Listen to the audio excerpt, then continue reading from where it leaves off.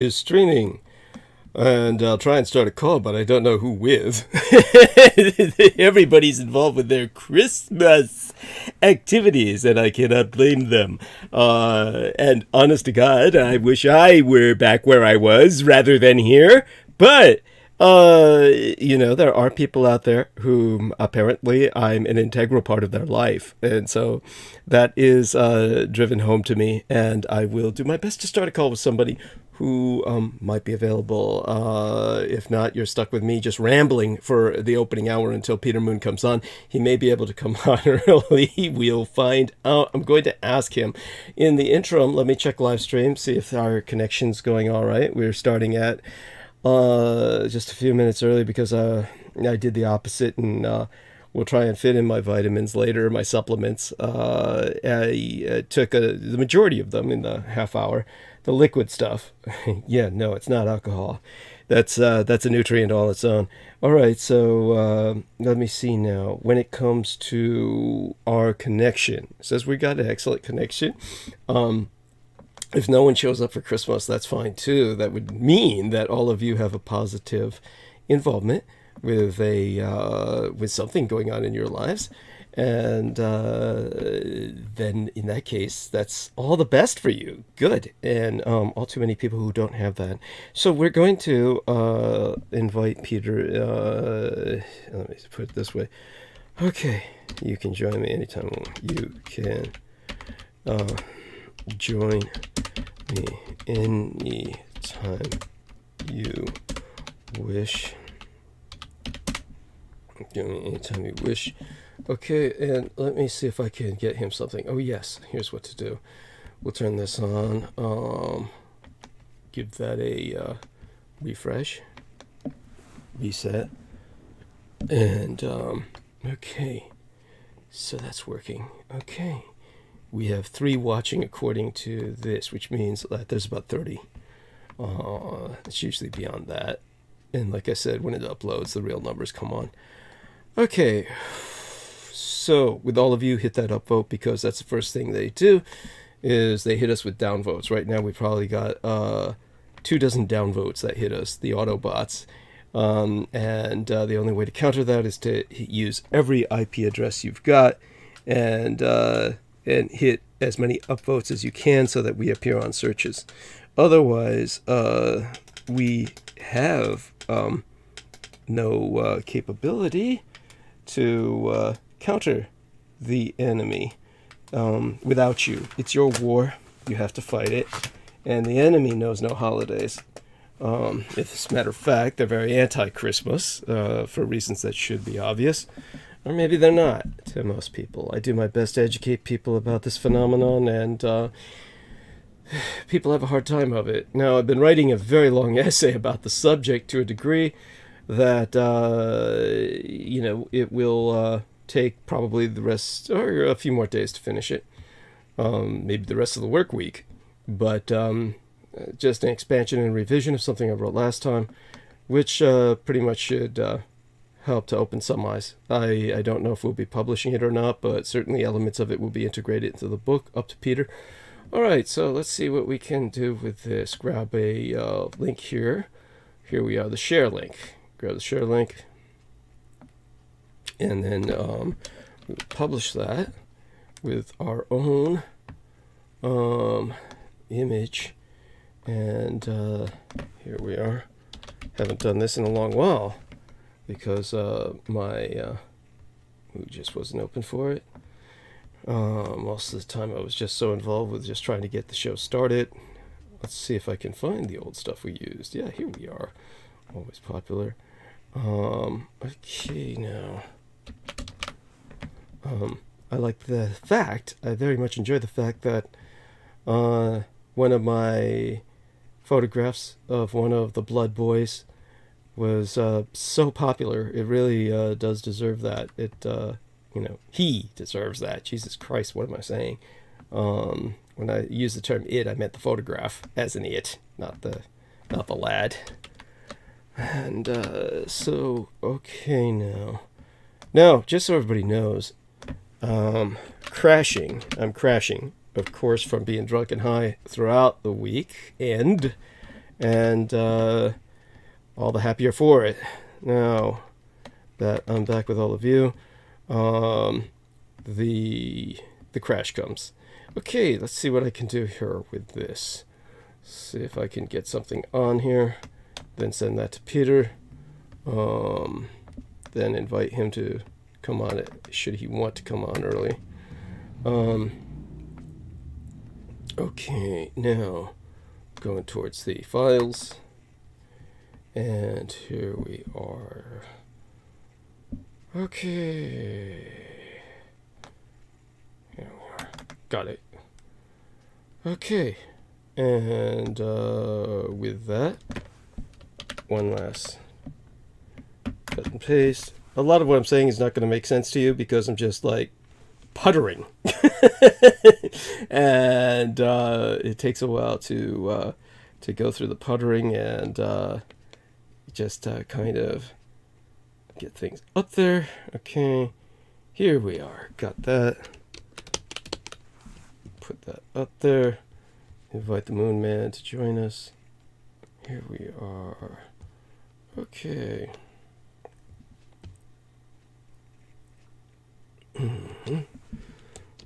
And thank you for your patience, all of you. Remember, this is not a professional show. But then, from what I heard, what some other people are pulling, seems to be the height of professionalism compared to what Brooke Gibson was describing with some of these other dudes that were out there. I'll have to ask her because I forgot exactly who they were, but it was really funny the way she described them. Some guys were like, "Could you see me? Hallelujah!" Yeah, it was just going on and on. And she just said it was just awful, just really clownish, amateurish. So, such is life, c'est la vie. And as for me, well, you know what you get. You know what you're getting. You're getting somebody who's barely here and will be attempting to find himself more and more into the zone where I can go into monologue, but until such time, it's just a challenge. Okay, here we are. Let's see now. Okay, there we are. Breathe. Okay, please share the hyperlink.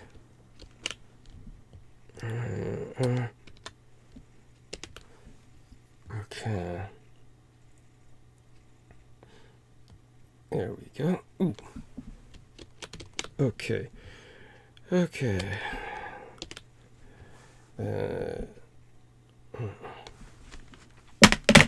Okay.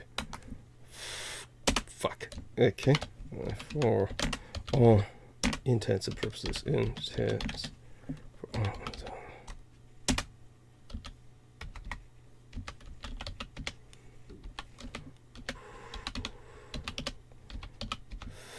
Is okay.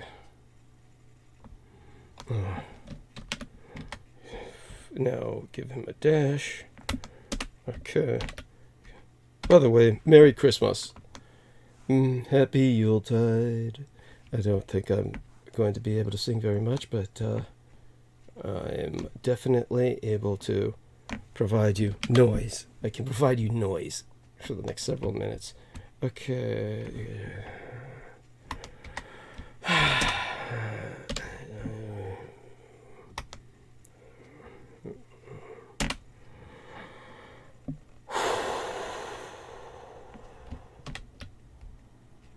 Okay, change that to a colon.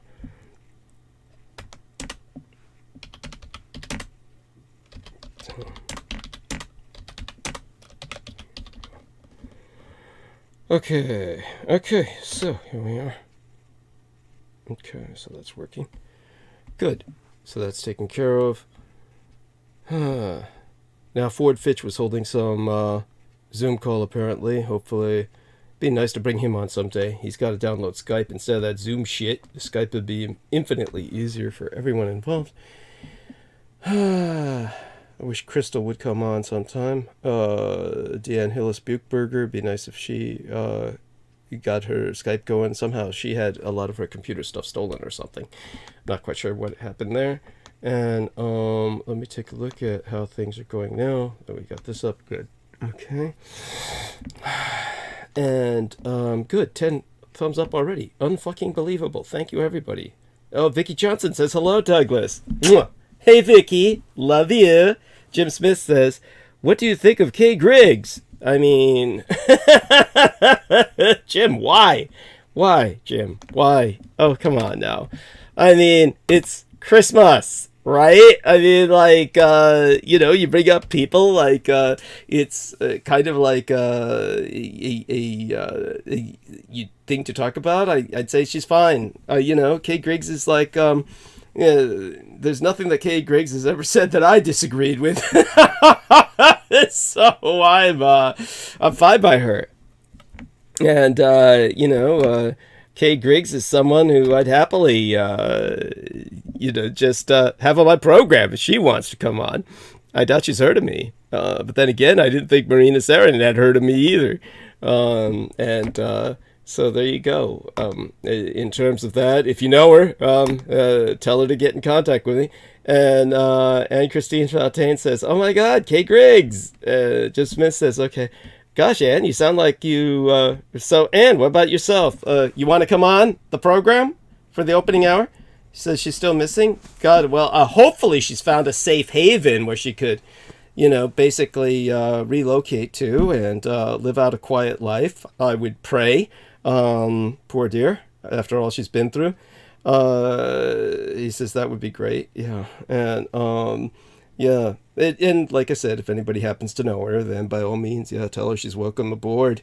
And aside from all of that, let's see. AIW COTS. How would I pronounce that? How on earth would I pronounce that? IO COTS. Anybody else listen to this just to hear Douglas laugh? Merry Christmas, y'all. Thank you, sir. Yeah, deeply appreciate it. Hugs. Okay, and Christine Fontaine says, no, thank you. I'm in a bad mood. Laugh out loud. Well, honey, the holidays can do that. It's that's one reason why, of course, my son insisted that I come back here to basically broadcast from the crypt. By the way, anybody who asks the question, I've covered this before, but we always have new listeners. And many people probably don't understand my situation. Brooke Gibson is having dinner with her parents. And Christine Fontaine says, yes, I'm kind of addicted to his laugh. Anyhow, so Brooke Gibson, young dear, she may have squeezed out a few puppies. She may be 12 years younger than myself. I never realized how much younger than myself she is. 12 years is pretty spectacular. Not as young as some of the ladies I've been involved with, obviously. But she's like, she acts the mother role and she's really dominating. So, anyhow, she's on the road last I understood, which was just, not too long before now. I mean, what, an hour, 2 hours ago, she was on the road. Hopefully she's at her destination now. So her parents, she's having dinner with them. I don't know if, she'll be available later in the evening. But when it comes to, whoever I can get, I may as well start calling around soon. But I really don't have any high hopes that anyone is going to respond. And the problem is that when I start a call, there has to be an anchor call. There's got to be an anchor call to bring other participants on. So the problem is, where would I find the anchor? That's my issue now, is I've got to look for an anchor. By the way, the temperature is not that bad, supposedly, theoretically, but it feels like it's dropping fast. Let me take a look here. At some point, I'm supposed to eat this banana. My cosmetologist was quite correct about this. I'm supposed to eat a banana a day to get potassium. And this does help enormously with pain. It was actually thanks to the advice of my cosmetologist, along with Amelia Willard, that eccentric little girl who does the tarot and the fortune telling are whatever would call it. By the way, we got flood warnings here all over the place. They keep popping up. So, yeah, it says it's 55 degrees, and it feels like 45 right now. And if it weren't for all the electric equipment provided by Clarice Claudette, Maria, Romera, and other people, I would be well and truly fogged. Oh yeah, for those of you who are new listening, why don't you just stay where you were if you enjoyed it? Of course, they wouldn't know about where I was if they're new to the program. Okay, so thanks to my son marrying a person of some means, I have an escape in the sense that he's managed to integrate me into kind of like a certain system where I earn my keep on estates, or earn the ability to visit them of this individual, and partake in some privileges I otherwise would never have access to. And this is something that I take every advantage of when I can. But however, security must be maintained. So I once served as security for this individual, which is how I knew them in the first place, and ultimately how they met my son. For those of you who don't know, my son is not my biological son per se. It's a bit complicated. So I'm not quite sure if I can go into the story now, or basically try to start an anchor call where then I could bring some other people in. Oh, holy shit. Beautiful young Vietnamese lady named Ngoc Tram just put a heart on one of my posts. Oh my God. Let me see if I can get to know her better. Oh yes, there we are. Okay, well, let's see why. So, okay, all right. So, I don't think I ever understood even one of your pros, bro, says Ian McGill. Ian, or M. Gill.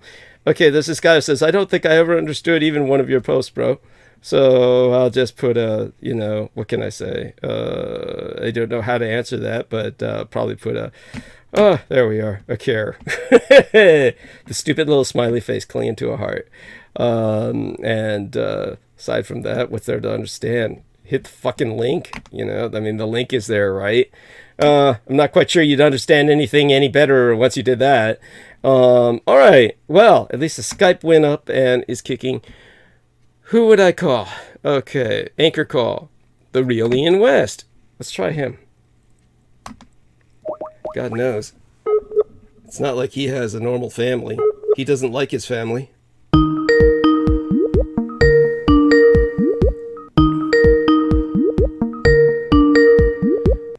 There we are.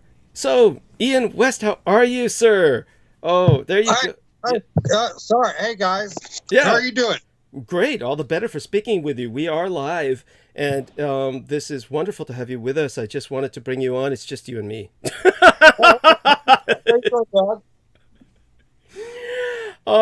And Merry Christmas. And what have you done so far to enjoy the holidays, good sir? Well, I slept in. Wonderful. That's wonderful. I slept in. Okay. I was actually, I was trying to set my computer up, and I was going to do, I was listening to some of the past shows. Wonderful. And thank you. My mic fucks up all the time whenever I'm on with you, and you always got to yell about it. So I'm working on setting up like a new mic setup, and I realized where I was fucking up was when I use those headphones with the microphone built in. It kind of stills the power of using an external mic to counteract it. So I'm getting another pair of headphones without the fucking microphone built into it, that are Bluetooth, and then I just got the mic set up here so I can walk around and then there not be any fuss or noise coming from it, Wonderful. And I think the other phenomenon that you suggested might have been going on was that you were kind of rubbing it against your hair. Yeah. And the headphones created this noise when they rubbed against your hair that was just god awful. Yeah, I know. No, I mean, no worries. I mean, it's actually, once we learn the source of it, it's quite funny, really. But so all that being said, what I needed to do was to establish an anchor call That way, conceivably, I could bring other people on. Brooke Gibson is eating dinner with her parents. She may not be even available tonight. So, certainly not now. And thank God. Thank God. Now, granted, I need to, how do I say this? Try and balance things out in that regard. And by the way, she does express her love for you. She does. I don't know if you heard that on the show when she says this. She says you take her very well. You take her very well, and the fact that she does have a lot of fun with you, and you take it well. So she does express that. I do want you to know that if you didn't happen to catch her saying that. So she has said that on record. And but that being said, oh God. Oh yes. Maybe we can start by telling people about what happened was you found this special edition of the Sallow. And I can't... Oh, yeah. And remember that. So what you can do is kind of tell people about this, what the Sallow is about, and I'll punch some buttons, see if we can add any other participants on. Just go at it full bore, take a stage for a bit, and this will give me some time to actually change into a warmer sweatshirt. And while I'm doing that, the stage is yours. Tell people a little bit about the Sallow, the effect that this had on you at approximately 16 years of age, and how this made you aware of essentially child exploitation. So I'm presuming the children, by the way, in the Sallow, it was such a long time since I actually saw that film. It's basically an art film for people. Well, it's basically sadistic pornography, but it masquerades as political statement. I mean, you take it from here. You take it from here. I'm going to be checking in. I'm right here. I'm just changing my shirt, so I'm going to have to take the earbuds off. Cool. So it's yours. Yeah. Cool. Yeah, no, I'm glad you brought up the Sallow thing because, my copies finally came in again. So, but if you guys, if you guys don't know what the big deal about like Jeffrey Epstein and his island and all this shit, why is he in the news? Why is he doing this? How does this guy get let off for basically raping 2,000 children in Fort Lauderdale, but somehow he just gets a slap on the wrist. That kind of thing, how does all this happen? But, what led up to all this is, I guess there's this like tradition, or there's this, I don't know how to put it. It's this like ritual or this entitlement that the elites have in the world. And what they do is they go buy 15 boys and they go buy 15 girls, and they basically run them through the ringer, torture them, have their way with them.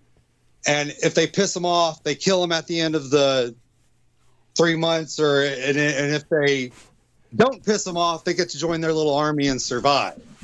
And then if they piss them off after they join the army, then they just kill them anyway. But, this movie was banned in America since the 1960s or so. And this movie came out in 1957. And when it got, the story I heard was that Alec Baldwin had to go, in front of the Motion Picture Academy and say, and basically beg to have this movie unbanned. Like, I don't know if he, had an investment in it or a company or whatever, but, basically that movie just is a warning, or it's through the eyes of,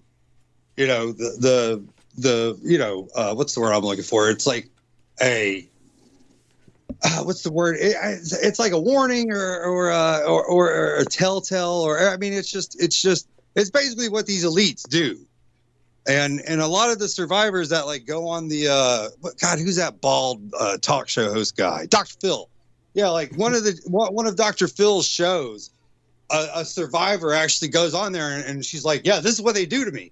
And everything that this chick says in this Dr. Phil episode is the exact same fucking thing that happens on this Sallow flick.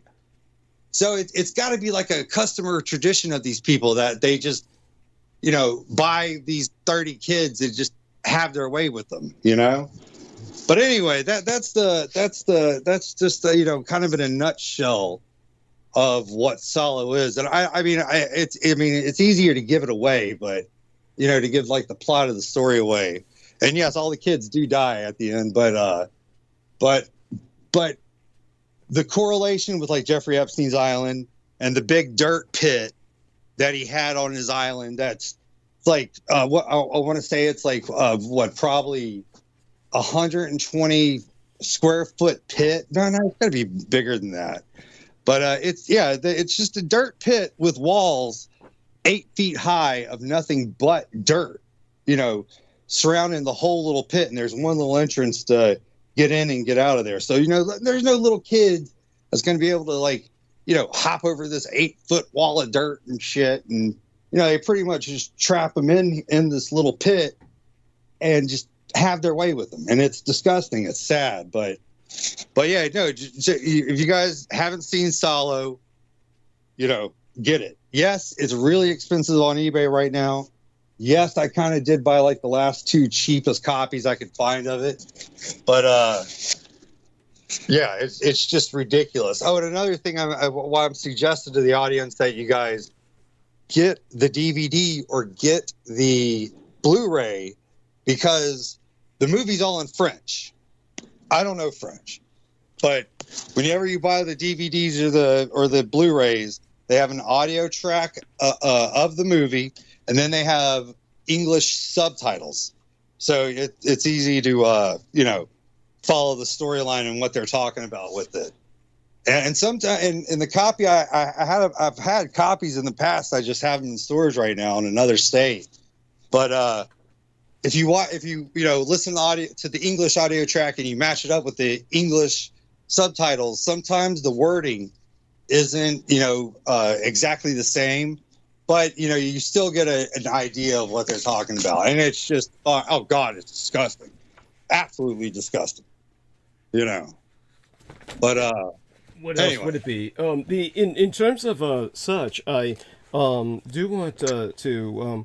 Could you explain to us a bit of your own background with this in terms of how did you happen to see this when you were 16? All right, you ready for this? I was best friends. Well, okay, put it this way. I don't want to say everybody's names or anything, but I was best friends with a really, really, really, really high up politician here in Florida, and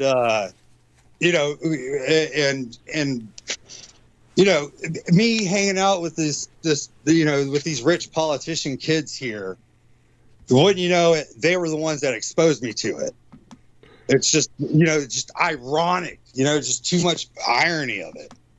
So, but no, yeah, that's how I learned about it. And I was like, this is fucking sick. What are they doing? And look, I'll be honest with you. This is how high level this kid's dad is for the state of Florida. He got pulled over one night, half naked, with my girlfriend at the time and his girlfriend at the time, in the car on I-4. And the cop says, "Get out of the front seat, let her drive, don't let me see you the rest of the night." Mm-hmm. Drunk, high, with shitload of drugs, everything else, God knows what, and they just let him go. Mm-hmm. But I'm also kind of proud too, because he got his first DUI leaving one of my parties, when we were growing up. So. Oh gosh, that's pretty funny. So, all right, I'm gonna hit that add button. See if anybody else comes on. If they don't, I think we've kind of got this covered at this point. We've got something to keep us occupied at least until the top of the hour when Peter shows up. And cool. Oh, go on. What was I going to say? Yeah, I've actually I'm not prepared right now, but mm-hmm. I got a lot of stuff to fill everybody in on. Mm-hmm. How's the sound quality right now? It's excellent. No, I mean, it's really excellent. Okay, good. And of course, you have a good voice, so that helps. I think that, the subject, if it depends on whether we get somebody on or not, I'll give you kind of like a response to the subject. I am surprised the film was in French. This What are you typing? I'm trying to pull up the details about the director being murdered after it came out. Oh, really? Now that's interesting. I remember hearing something to that effect, and I never pursued it. So by all means, tell us, tell us whatever you can find out. Just be careful with the keyboarding that it doesn't overwhelm the sound system in terms of hearing all that clacking in the background. Yeah, I'm rather surprised that it's in French because it's supposed to be portraying Italians. The film's supposed to be portraying Italians, and so. I might have gotten that wrong. It might be Italian. I might have gotten that wrong. Yes. Okay. Yeah, like I said, I wasn't prepared. I was just, going off the top of my head on this. Okay. Yeah. So I now by the way, I'm not saying that now it would also have a certain logic if it was in French, because the original work on which it's based was in French. So it was written by the storyline that's the foundation for the film was written in French by the Marquis de Sade. So this is why I've expressed to people before that what Mr. Ian West has kind of perceived this as is he's looking at this in the meta sense. He's looking at this as basically kind of like he's not seeing it as, say, for instance, regional or cultural or pornographic. He is seeing this as something that's expository in the same sense that many people would see Eyes Wide Shut. And so Eyes Wide Shut is obviously a mystery film in its own right, in which basically it killed Stanley Kubrick making that film. What killed him was working with, Tom Cruise. That would kill anybody. And yeah, so he after that, he died while making it, if I'm not mistaken. So they had to kind of scrabble it together to turn out what they did. And they kind of did that just for the sake of the estate capitalizing on what they could from it, since so much had been invested into it already. So the argument can be made that it's not a finished film, and therefore it's incomplete, and the message is mixed, and therefore the message is muddled. But with the Sallow, it would not surprise me if the director was killed afterwards. Now, people might interpret that in different ways. People might interpret it that he was somehow just basically that the powers that be wanted to silence him. I think that's how Ian would interpret that. Of course, I could easily see that people would kill him simply because they're outraged at what he did, that they viewed he as the predator, he as the exploitationist. And there is compelling evidence for that, the film itself. So, yeah, so he can be interpreted as just as evil as what he is conveying. But you see, again, here's where we kind of have two different things going on. Basically, in the half hour that we have left, it won't take too long, but it's just basically the difference in perspective on this that Ian West and I have. Now, in all fairness, I have never really sat down to review the film in full. So, understood. Yeah, so this is something that the reason why, however, that I have not done that is it's kind of like the attitude of I read the book, so to speak. In other words, just so people understand this, if you read the novel sometimes you're afraid to see the film because you're afraid what they're going to do to the novel.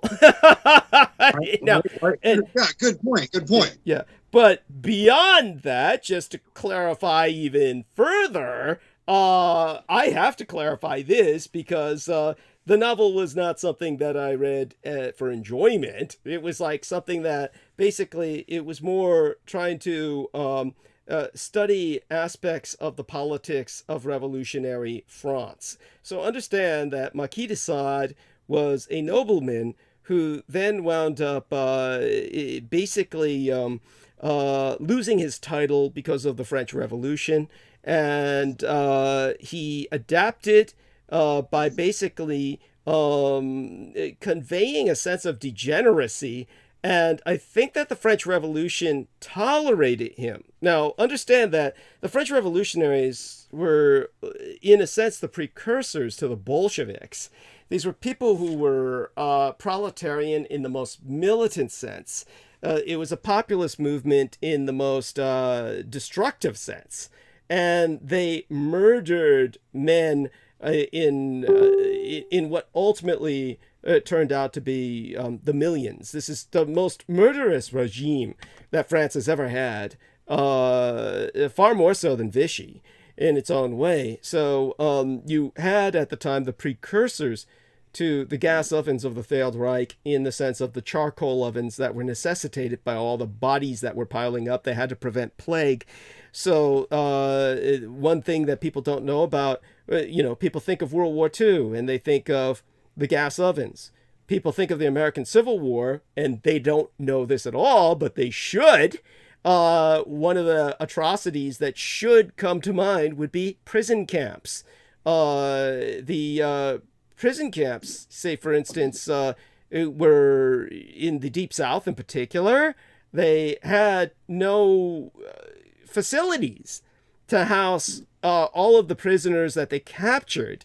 So they simply housed them outdoors, and the men would be dying of exposure to the elements and the diseases that they would catch from each other as they contracted colds and flus and fevers and chills.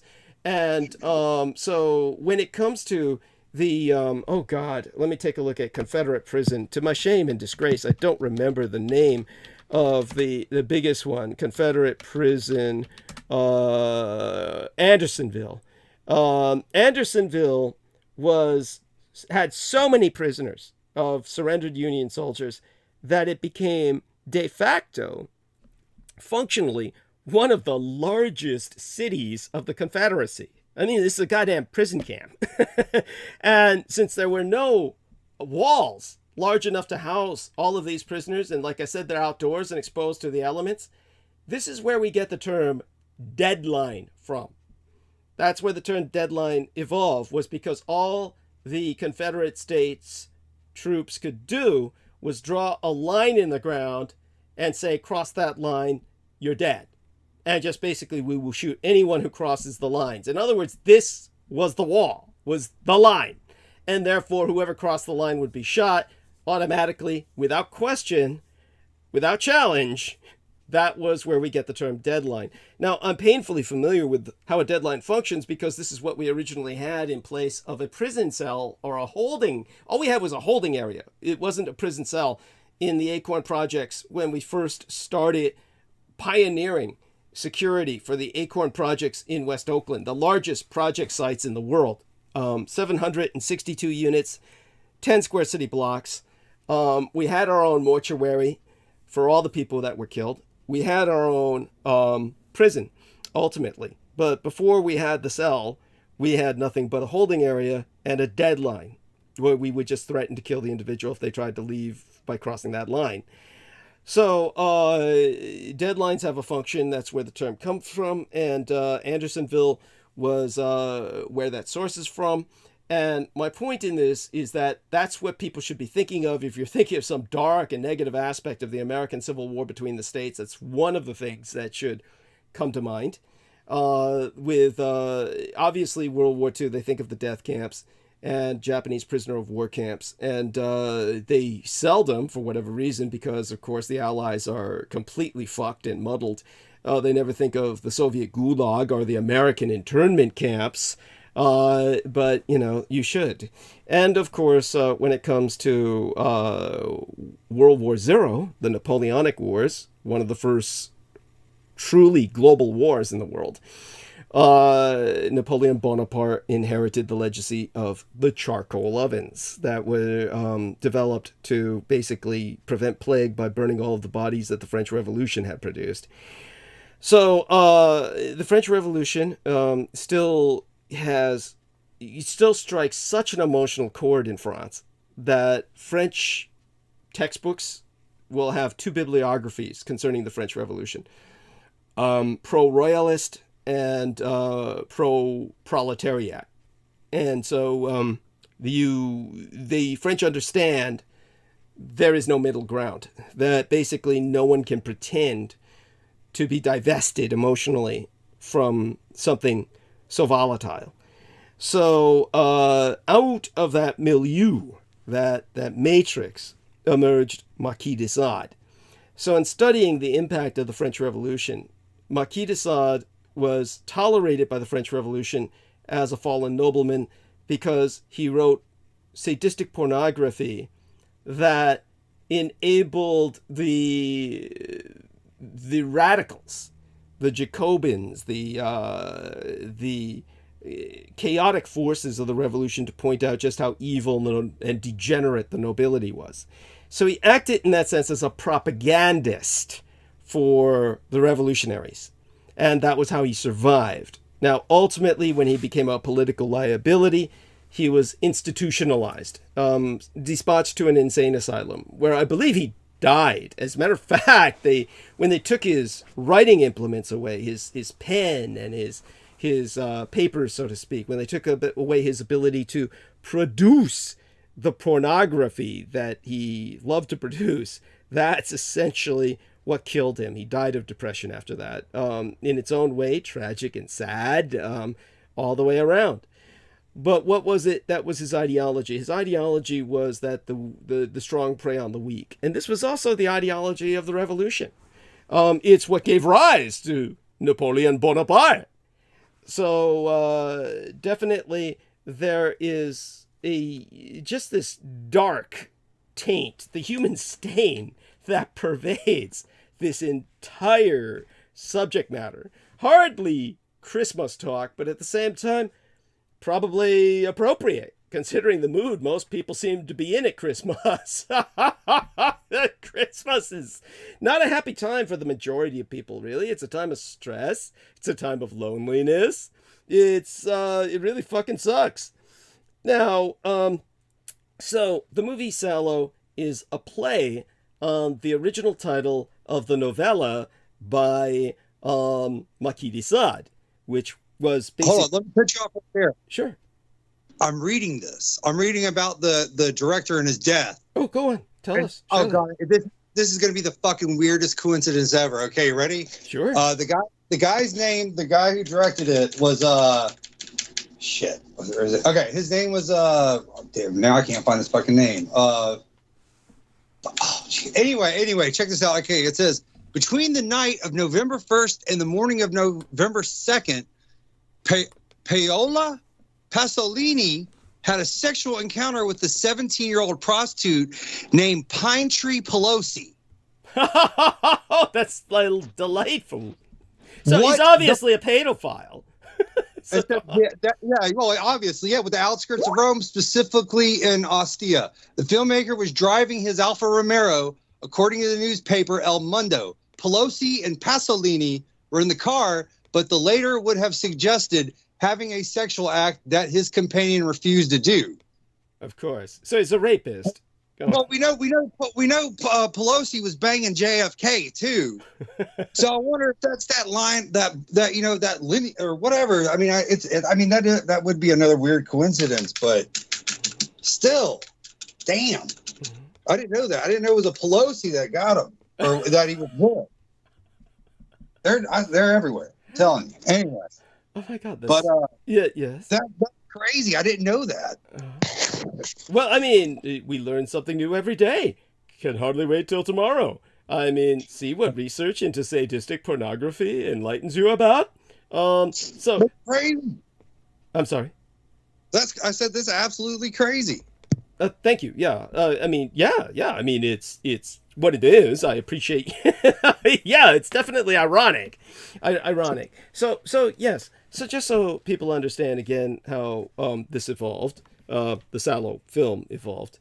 Basically, the novella written by Marquis de Sade, which was its inspiration, the location in the novella was the Silling, Silling, the Silling. And as for the Marquis de Sade's title for the novella itself, it was Les 120 Journées de Sodome, with l'école de Libertinage. Now, that was published in Paris in 1785. Paris, of course, being the home of the Grand Guignol.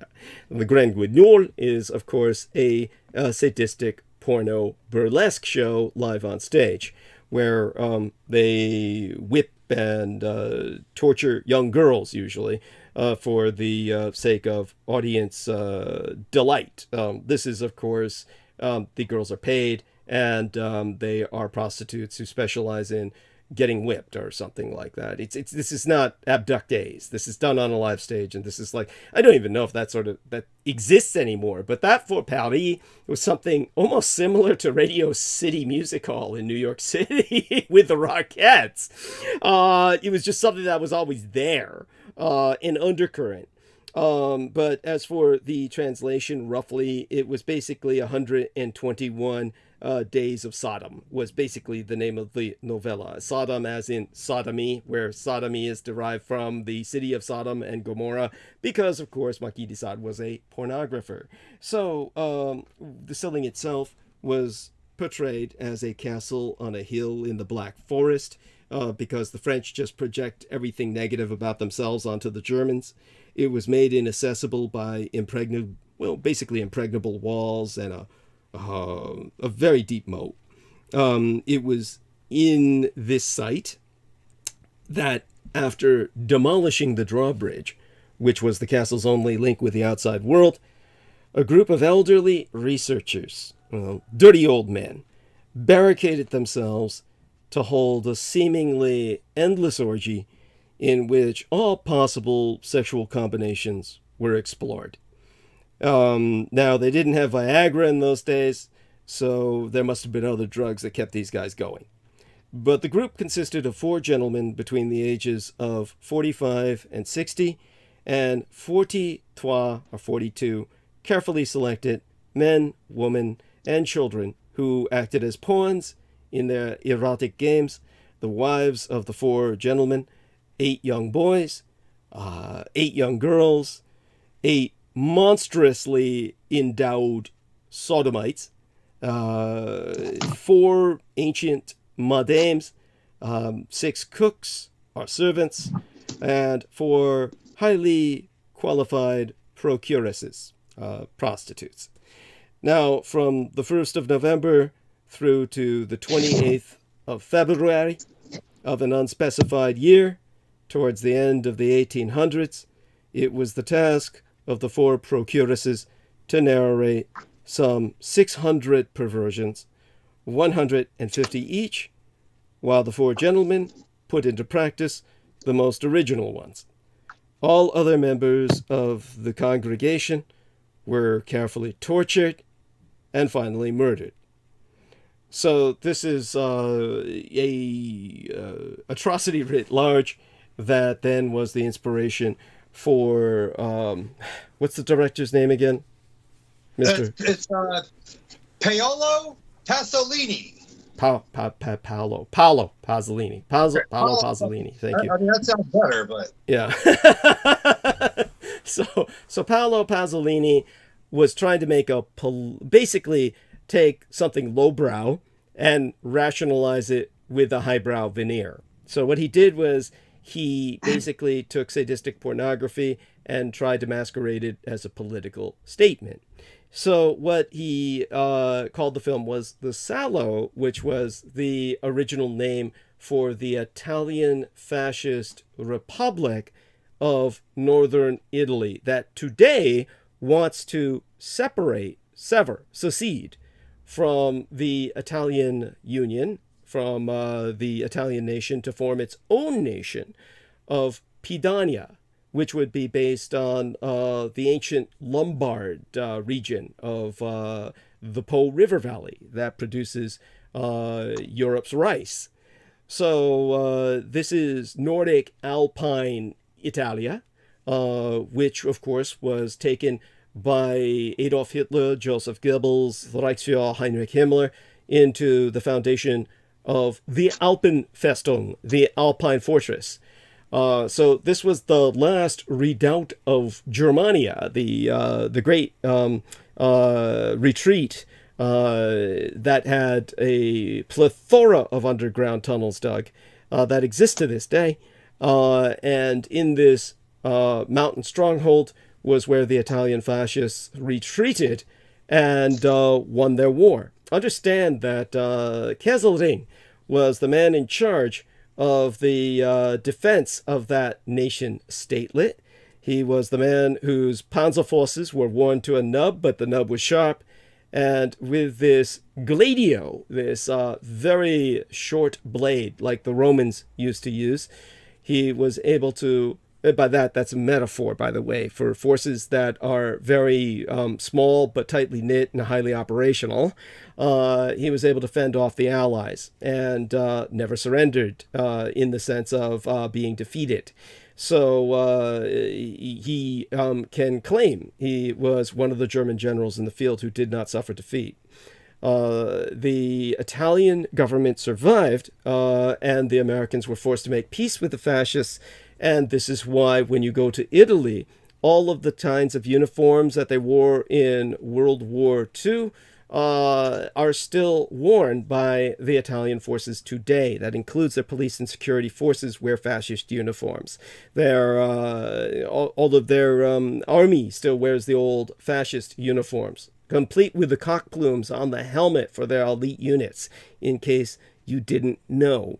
So basically, Italy suffered a potential civil war, had to ward off a communist revolution. And what the communists would do is they would fund pornography. So the communists funded Paolo Pasolini to produce a anti-fascist film as a political statement, saying that in the Sallow, all the Italian fascists got together and did this with young boys and girls a la Marquis de Sade. This was an anti-fascist propaganda porno flick that is something that I am glad to say Ian West has interpreted differently. He didn't see that because he doesn't know that background. So he interpreted this in the meta sense, that this is what the elite do in a generic sense. This is how he's interpreted that they take these kids and or any kids, and they do this as part of their privilege, part of their yeah. So let me stop you right there. Yeah. Here's two more conclusions that two more ironic things about the movie, and I got one from you. Yeah.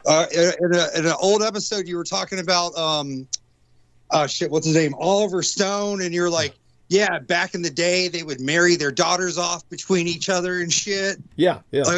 Oliver Stone was talking to Putin or something, and he offered up his daughter or whatever. Yeah. That's the first fucking thing they do in fucking Sallow. Okay. They're like, all right, I'm going to marry your daughter. You're going to marry my daughter. We're going to sign this paper. It's going to become law, and then we're good. Now let's go, rape some little kids and shit.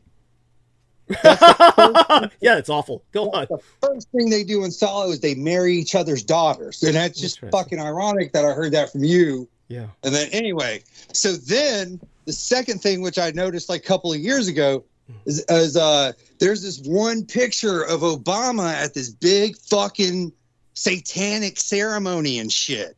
Mm-hmm. And the same outfit that Obama is wearing in that picture resembles this outfit that they're wearing in this fucking movie from fucking 50 years ago. Fascinating. Probably because he was probably wearing some Italian designer outfit, and it's an Italian flick, so he's wearing Italian fashion. That would make sense, right? He's got a full face mask on and fucking like broken mirrors on the shirt and shit, like the whole 9 yards. Interesting. Okay. I mean, it's not an exact duplicate of it, but it's like, I mean, come on. Who wears a fucking face mask to a party? I mean, come on. Well, I mean, was this during COVID? No. This is when Obama was still in office. Oh, okay. Thank you for clarifying that. I didn't quite. Sometimes I'm doing so many things at once. It's hard to. Oh, you're good. Yeah. But I wanted to put that in there because I thought that was like another two important, details that that the movie presented 50 years ago and what I've seen in now times. Okay.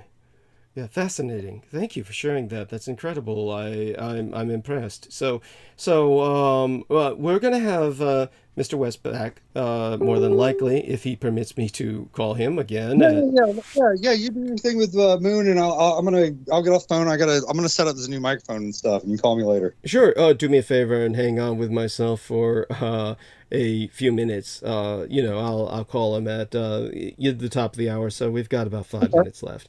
And in the interim, so when you were young, the thing that you can share with us is essentially, do you feel that some of the people who showed you this, that in itself was kind of like an abuse, that they were kind of abusing you or attempting to induct you into some kind of exploitation? No, not really. Like I said, like I was best friends with this guy, and I wish I could fucking say his name on here, but it would just be, just leading to trouble. But fucking, man, yeah, it's just weird. It's like the kid like lives over in Bay Hill, and Bay Hill is like the Beverly Hills of like Orlando or whatever. And it's right on the edge of the Disney World property. And me, finding out that Disney World is basically its own country, which is why they're allowed to do these like human sacrifices there and all this shit. Nobody gives a shit because they're their own fucking country. Like the rules that apply to the people of the land don't apply to them over there. Mm-hmm.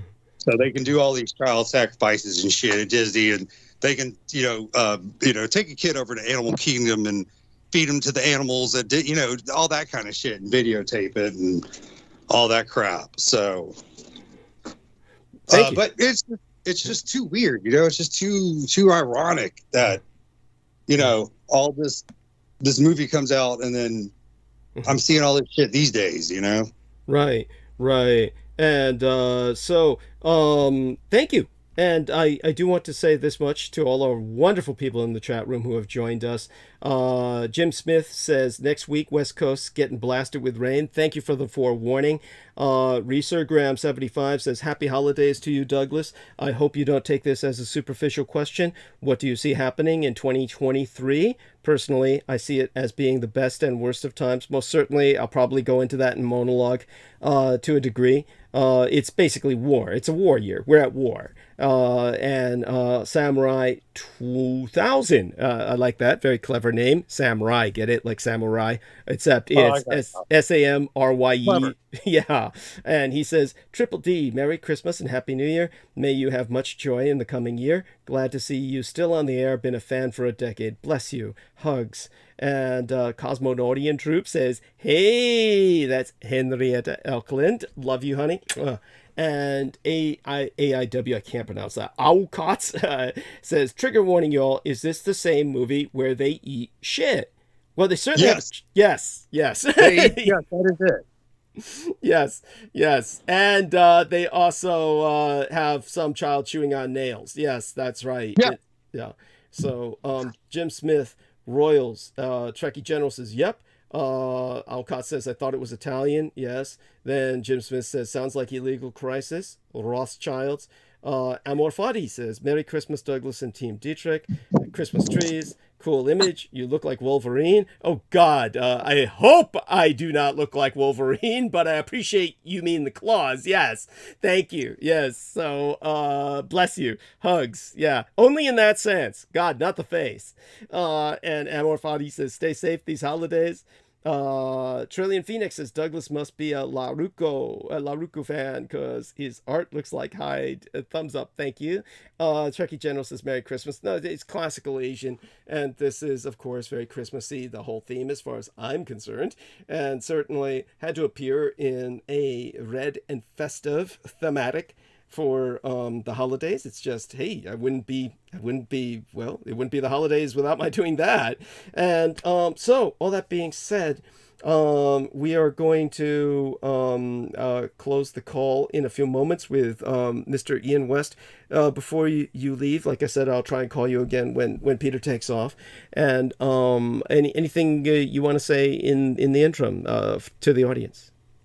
Yeah, whenever you call me back, I'll tell you what happened whenever me and Brooke were talking a couple of episodes ago. Sure. And I'll tell you what happened, and I'll tell you how that'll reflect on my Uber Eats. Okay. Well, hugs. We love you dearly. Have a blessed evening. We'll be catching up later tonight. Most blessed be, and so glad you were able to come on. Thank you so much. All right, we're gonna. Yes. All right, bye, bud. Best wishes. Okay, so I almost lost what to say there. He leaves me without words. Okay, our man, Peter Moon says he's ready. Let's bring him on. We're going to establish a whole new call, Peter and myself. So let's go to Peter Moon. And thank God the Skype was working. Honestly, it's just a miracle sometimes that the electronics work at all.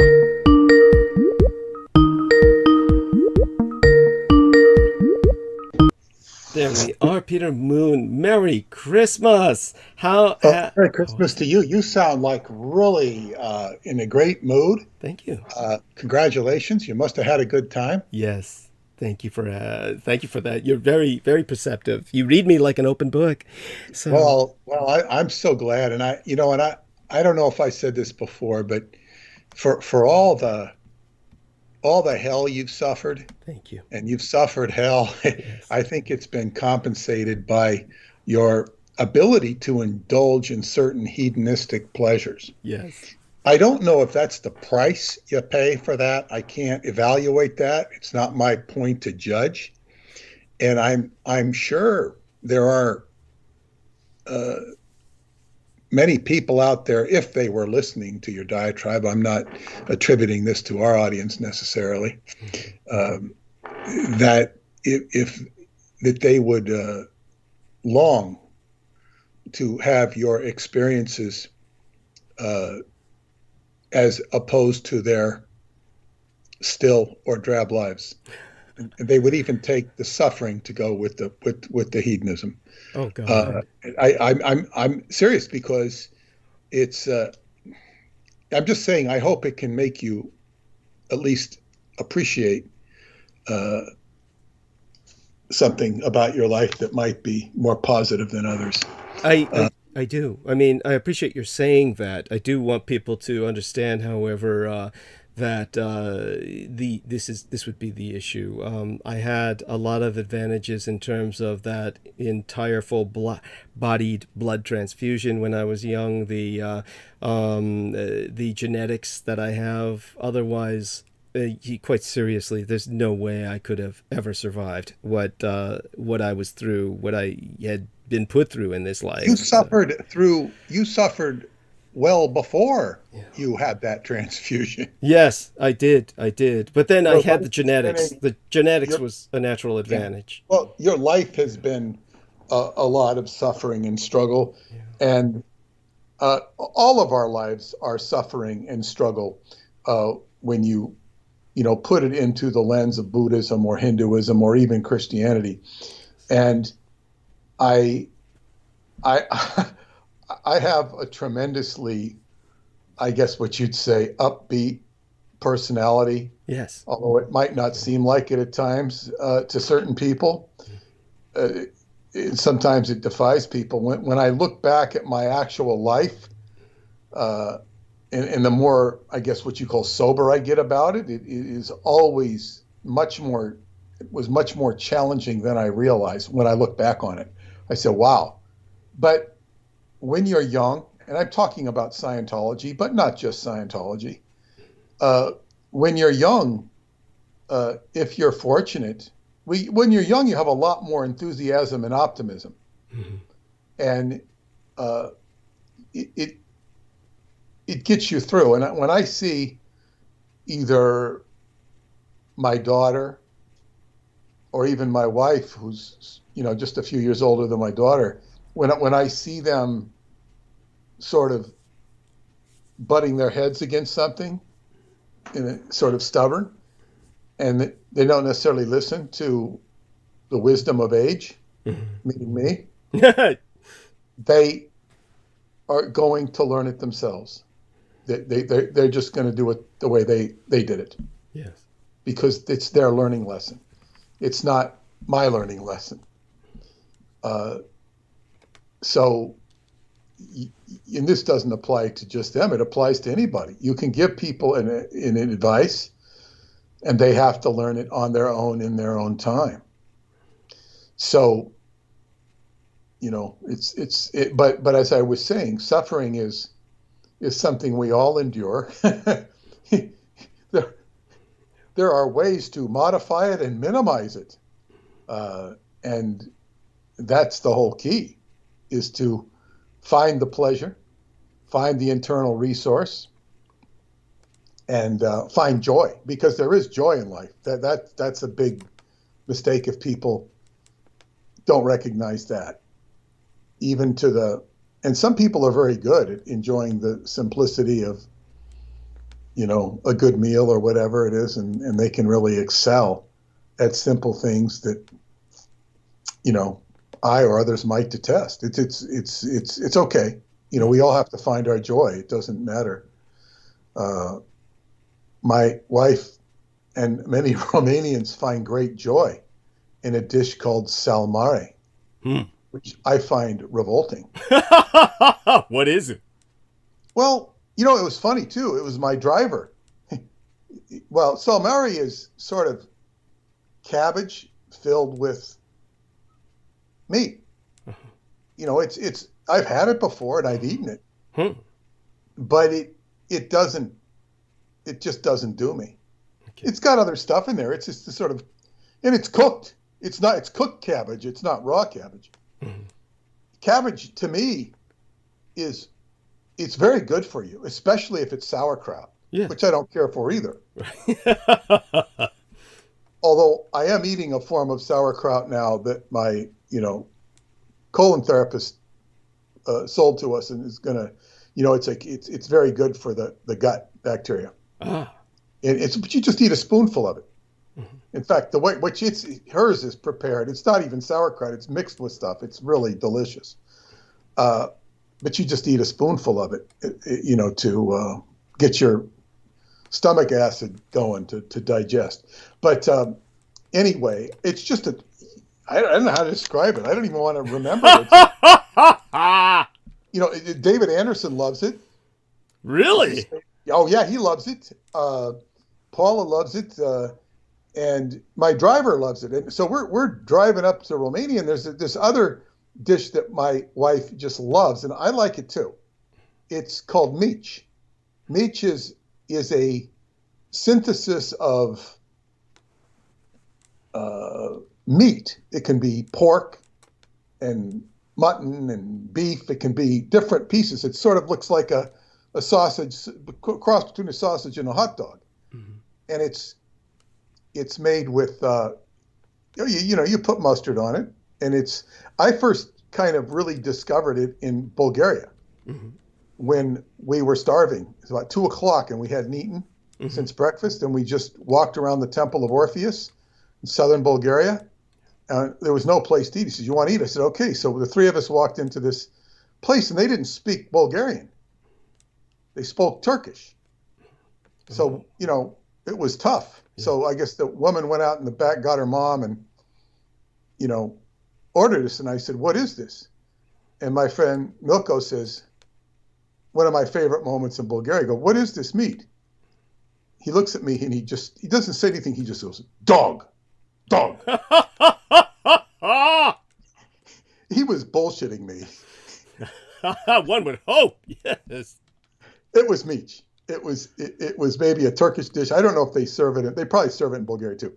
It was very good with bread and mustard. It was like a hot dog. And Paula has taught me the virtues. So we're on the drive up to Transylvania, and there's this one place, depending on which way you go. If you're going up through the Carpathians, there's this, like, if you could just imagine all of these, it's like a block long at least of meat stands where they're cooking nothing but meat. And there's all these, like, you could call them restaurants. You go inside, but there's just this smoke of burnt meat all over. It permeates the whole, it must be smelled from half a mile around. Wow. And my driver is just saying, "Oh, close the windows." It's a boom. He can't stand meat. Okay. He can't stand it. And and his favorite is salmare, and I'm the opposite. Okay. So that's a little bit of Romanian lore, yeah. cuisine. Yeah. And I mean, I've had very incredible meals in Romania, and I've had some that, man, I don't care for at all. But so be it. Yes. Anyway, there are many pleasures in life. Yes. But I will get down to, we have some interesting things to discuss tonight and some questions Sure. I want to ask you. Wonderful. And I will get to the Christmas present that I promised my audience. I have a Christmas present for everybody. If they can appreciate it, that's great. If they can't, I will elucidate to help them appreciate it. Yes.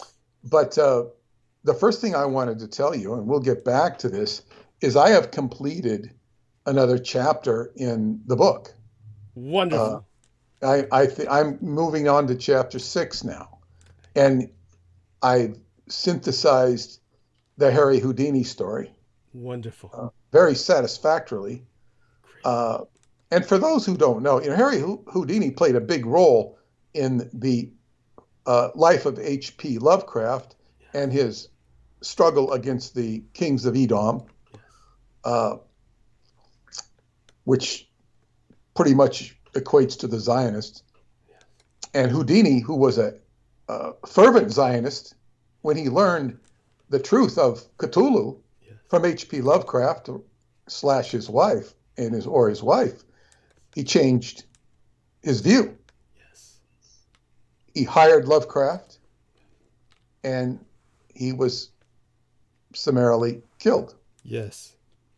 Which has Lovecraft pivoting to an even more famous man. Yes. Charles Lindbergh. Yes. And this is what I want to ask you about tonight, because I'm now going to do the chapter on Charles Lindbergh. Yes. And you've talked about these characters both before, and I'm putting it in a context. These are iconic names, and just putting it in the context, and I've studied up on them. Lindbergh is a little more obtuse. That's why I've got to ask you, as far as his, hidden side, the stuff that people don't know about him. The biography has been so sanitized, but a very compelling, astute character. But we'll get back to Lindbergh.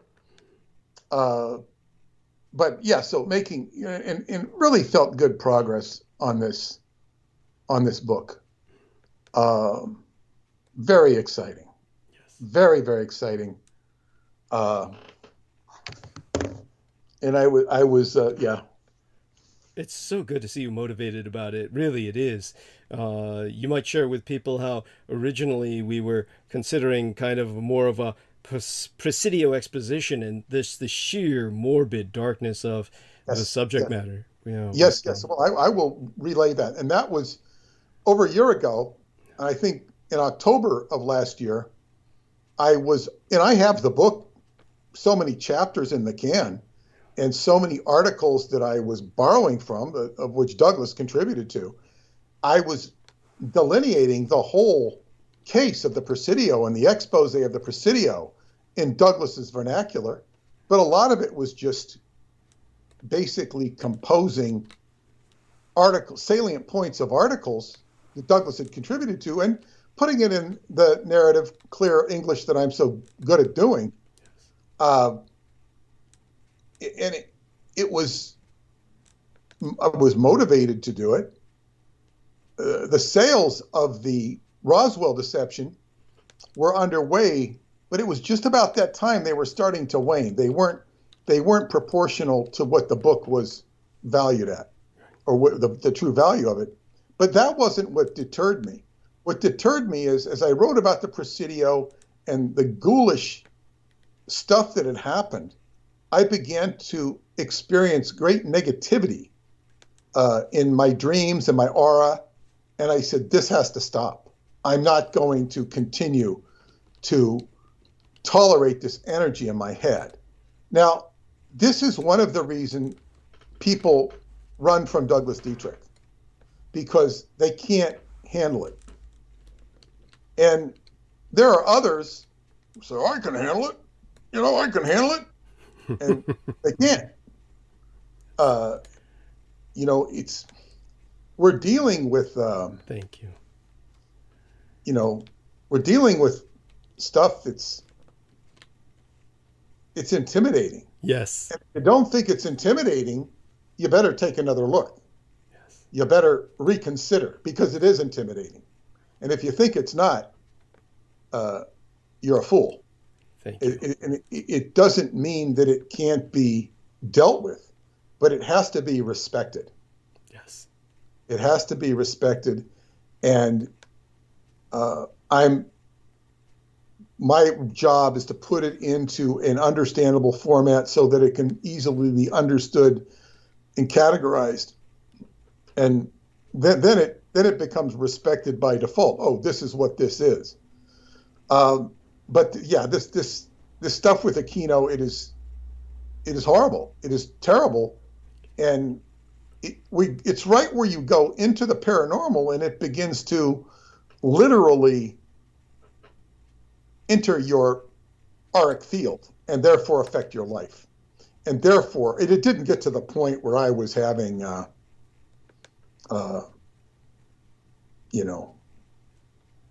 problems from that. I shut it off. I turned the faucet off.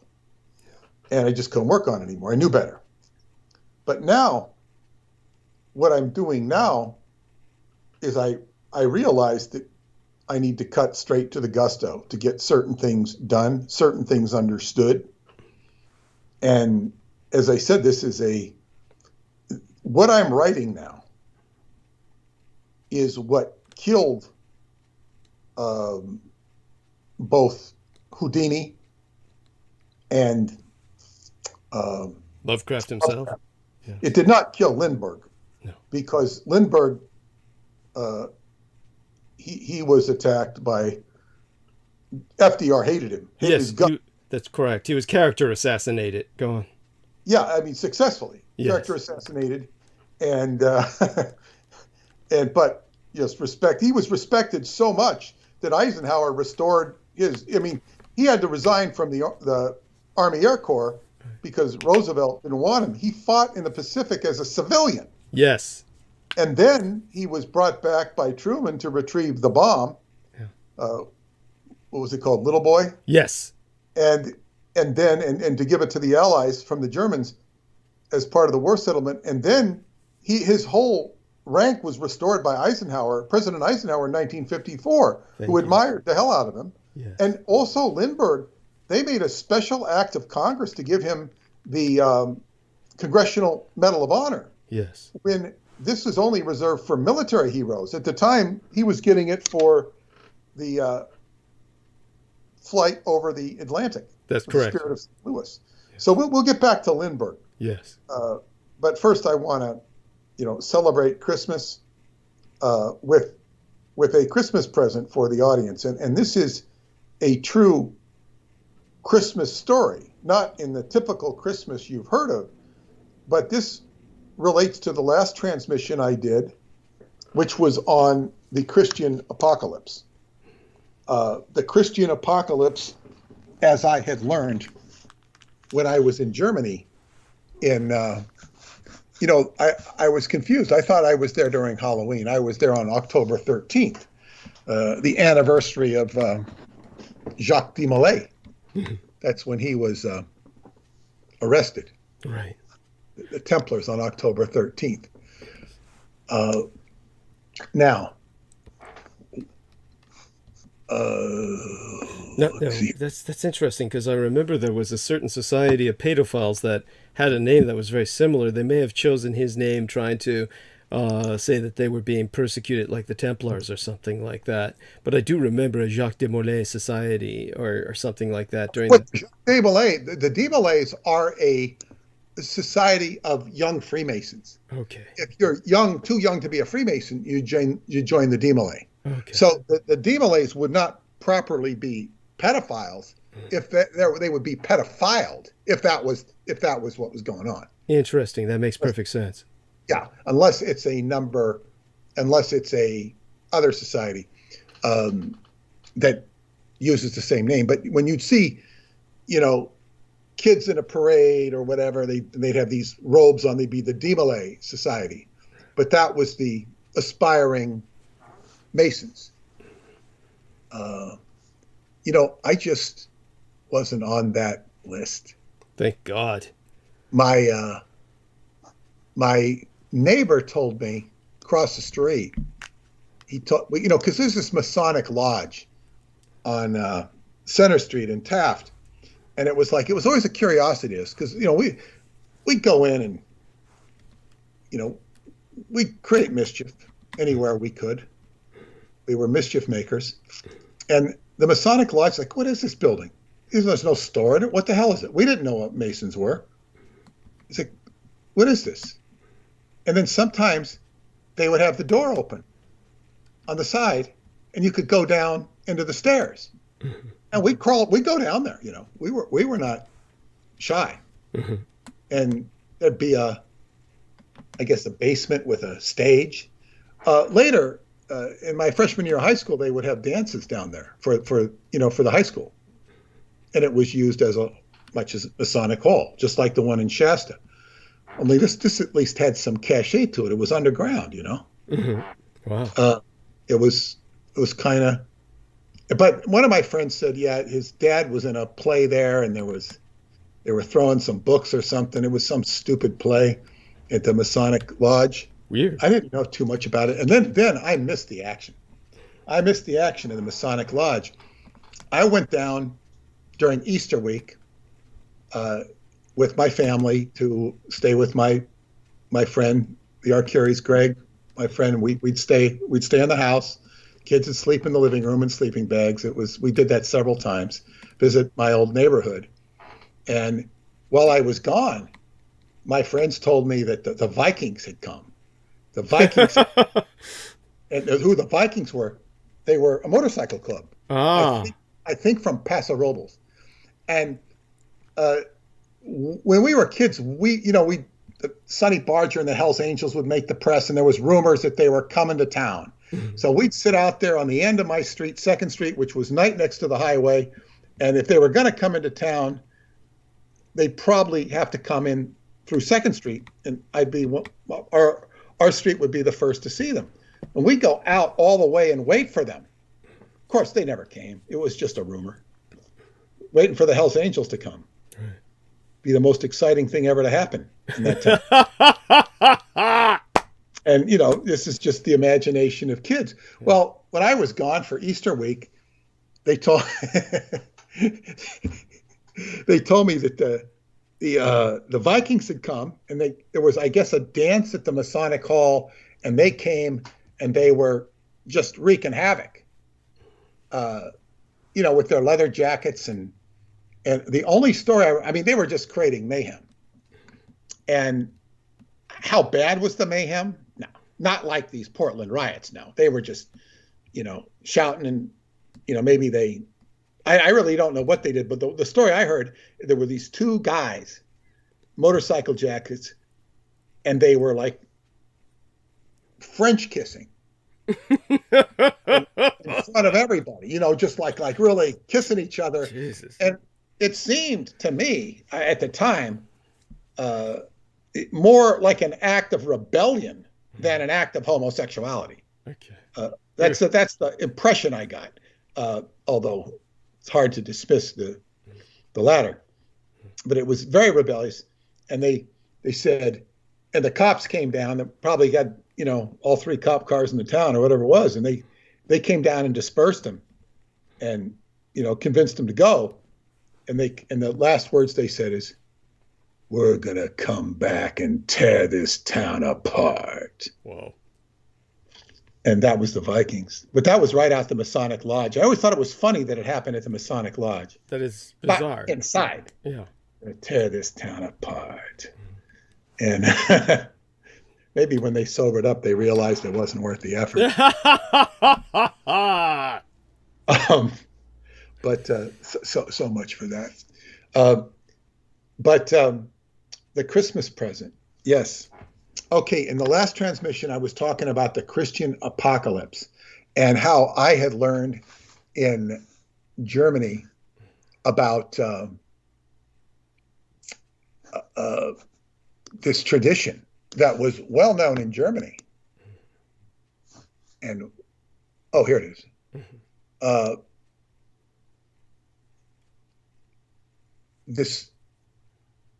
This tradition in Germany that Saint John the Divine met with a guy named Marcion. And the day he, like Saint John the Divine, whatever, the guy who wrote the Revelation. And he met with Marcion and gave him the manuscripts, and they were written in code. And what we know of Revelation has now been altered, but it gave a true book of Revelation. And this was buried in a cave in Carthage, which we would know today more or less as Tunisia. And this had to do with Baphomet or Baphomet. Baphomet is, of course, the god that the Templars would confess to under torture. Right. That it would give different renditions of it. It was a ugly head. It was a donkey. It was whatever it was. But what it was, according to this manuscript, was a two-headed statue of a man and a woman. That was a gateway, represented a gateway or a light to another world. And this was part of the ritual that Wewelsburg, where Heinrich Himmler had the SS sanctuary, was supposed to activate. Now, I wrote to my friend in Germany who initially told me this, and there's a whole history of this. He told it to me, but it's not coming out of some secret source. It's coming out of German lore that people believed hundreds of years ago in this, and that this was the true revelation, the light to another world. Now, this isn't much different than the Christ story of the fish, sign of the fish. The Vesica Pisces is the dimension gateway to another world. You know, the kingdom of heaven is before you. Walk through the portal. It's easy to say that. It's harder to walk through it. And the only reason you can't walk through it is because your frequency is not aligned and you're being jammed. This is the cult of Cthulhu, which jams the frequency. It's the same frequency which jams the Herodian stuff. Yes. It wants to kill the Messiah. It's all jamming the frequency. When FDR sends Henry Wallace to go kill the Mongolian Messiah, yes, it's just this jamming of a frequency. You can talk about Revelation, you can talk about Christianity or Hinduism in any way. We're all sitting here in this samsara or veil of suffering because we can't break the frequency. And when I say this, I don't want people to think I'm suffering, because I'm not. Mm-hmm. In another sense, I am, because I'm living in this world, which requires attention. I mean, even if it's like, you know, we had a very nice dinner yesterday. Mm-hmm. We were going to go out again today. Wow. But when we both got home, mm-hmm.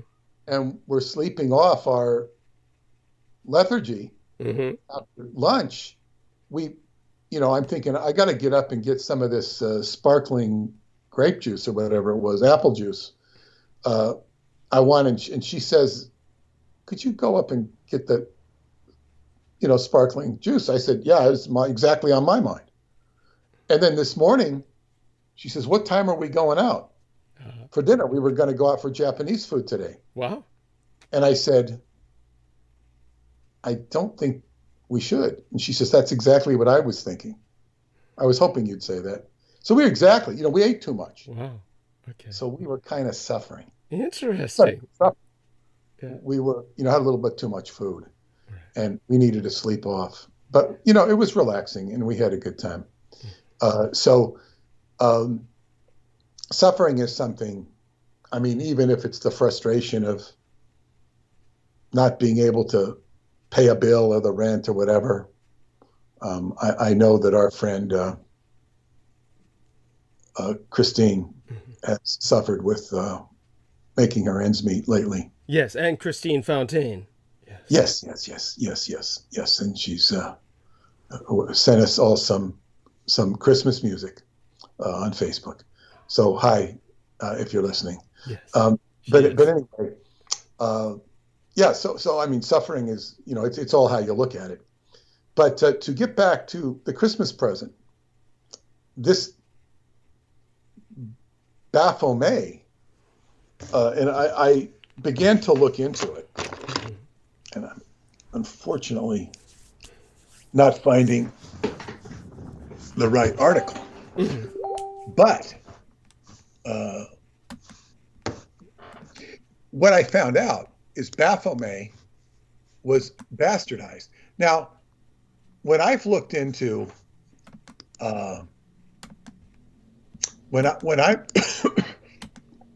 when I've looked into Baphomet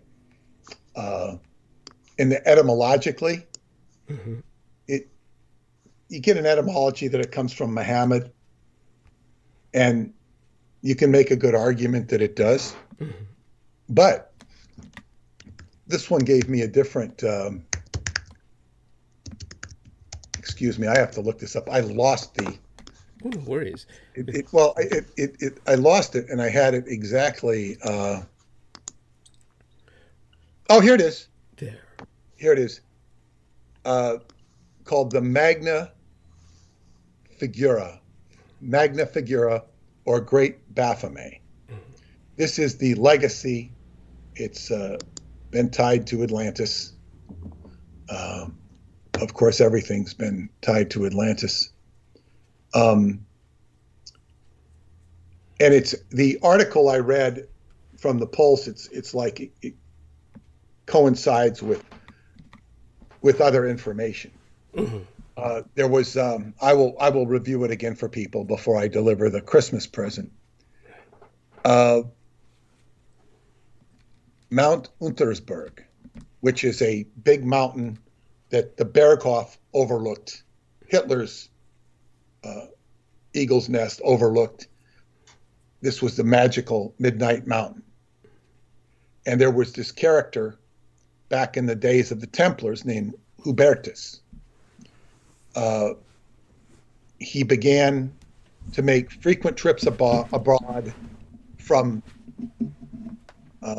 where the hell did he live? I guess 1241.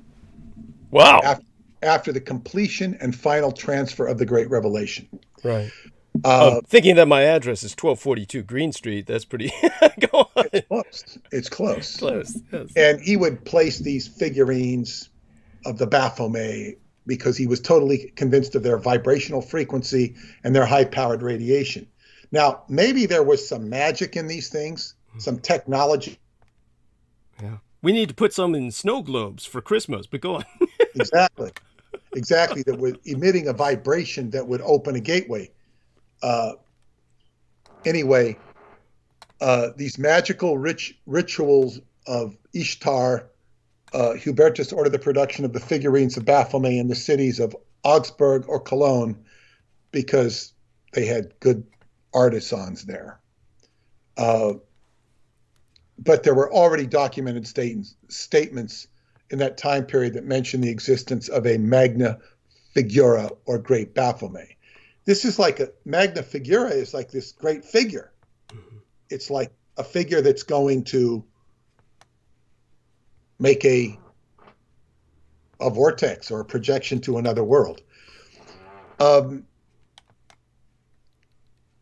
So basically, what was interesting, what I found as I began to look into this is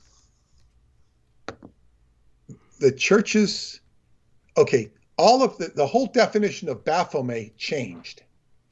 It changed in the 1800s by a man named Alphonse Louis Constant from Paris. He lived 1810 to 31 May 1875. Alphonse Constant from Paris. And he called himself Eliphas Levi Zahad. Oh, You know him as Eliphas Levi. that's right. Died. Now he created this goat-headed, female-breasted, hermaphroditic goat devil figure with wings that is based on the goat of Mendes from Egypt, and was the title Crowley gave himself. But see, what's curious, and this is the famous picture you see. I put it in my books. It says that he introduced this goat-headed fallen angel in his ritual for ghost invocation during a session at the Rosicrucian Lodge in London in July 1854. In order to legitimize his creation, he equated it with the figure of Baphomet of the Temple Knights. So this figure is what we know as Baphomet. However, what this is saying, it changed because the Germans, and what I have in my book, The Black Sun, is a two-headed figure of a man and a woman, which is very similar to the symbol of Gemini, or what we know as Zalmoxes in Romania, the twins, which represent a gateway into the inner earth, into another world. But Alphonse Constant, AC, this is why Aleister Crowley called himself Aleister Crowley. It was not his real name, because he said that he was Alphonse Constant in a previous life. Aleister Crowley was born on October 12th, 1875. Alphonse Louis Constant died 31 May, 1875. Now, whether or not they are one and the same person, Crowley identified with this man who completely changed the course of Western esotericism by defining Baphomet in this particular way. He took it from a figure which was supposed to excite the vibrational frequency of an aspirant into another dimension, and instead turned it into the goat of Mendes, or the Baphomet we know, which is the sign of Capricorn, which is the upside down pentagram, which is descending into the earth. This is taking the spirit and going into matter. Now, taking the spirit and going into matter is not inherently bad or evil. It's what the sign of Capricorn represents. And of course, Capricorn is the sign of achievement, earthly achievement. I'm born under the sign of Capricorn. I understand it very well. But the positive side of Capricorn is it's ruled by Saturn. It's karma. It's the bottom line. It's achievement. It has to do everything with ascension. But it's only ascension by starting from the bottom up and understanding the bottom up. When you're just going down into the dark realms, it can be very negative. So here you have, and then of course everything. It can also be a gateway to evil. So this is what you have. You have Aleister Crowley. This is the Christmas present. This is the revelation of Baphomet. Of course, what's it doing on Christmas? Crowley's the Antichrist. And this is the day of Christ, the day of the birth of Christ, the solstice. It's the sun coming up. And here you have Baphomet as this intimidating gateway that the Templars are saying, torturing. They're torturing the Templars for the secret that is about peace and love in another world.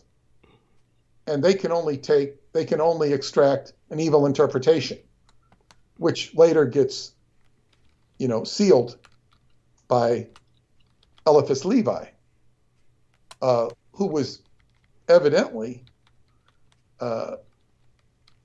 aligned with the kings of Edom. Yes. And Joe Matheny once told me that the whole Enochian language was altered by this guy as well. Interesting.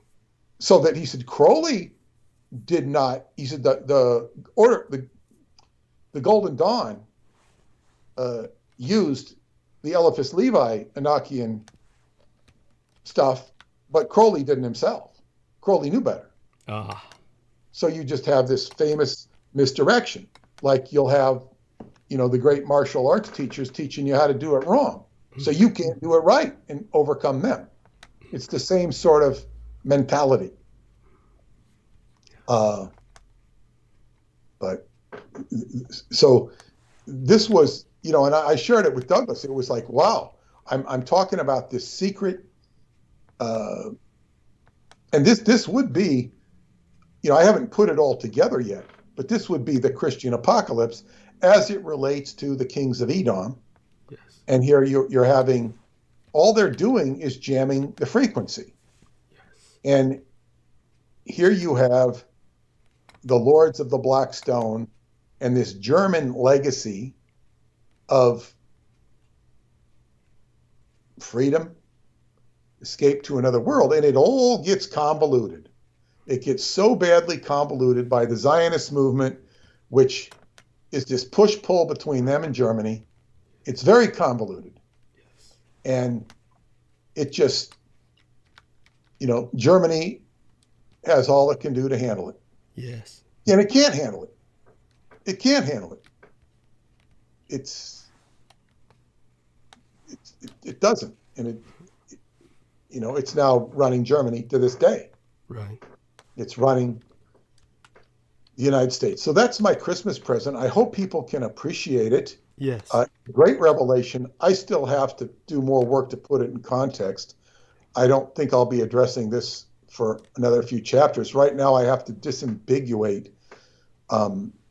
Zionism from original Judaism as it relates to the helizon or the Murex trunculus snail, which was the inspiration for the connection with God in the Jewish tradition. Yes. But I wanted to tell you, I've had some opportunity to listen to some of your transmissions, including the last one. Wonderful. And really revealing a lot of good information that I don't have time to listen to it all, let alone absorb it.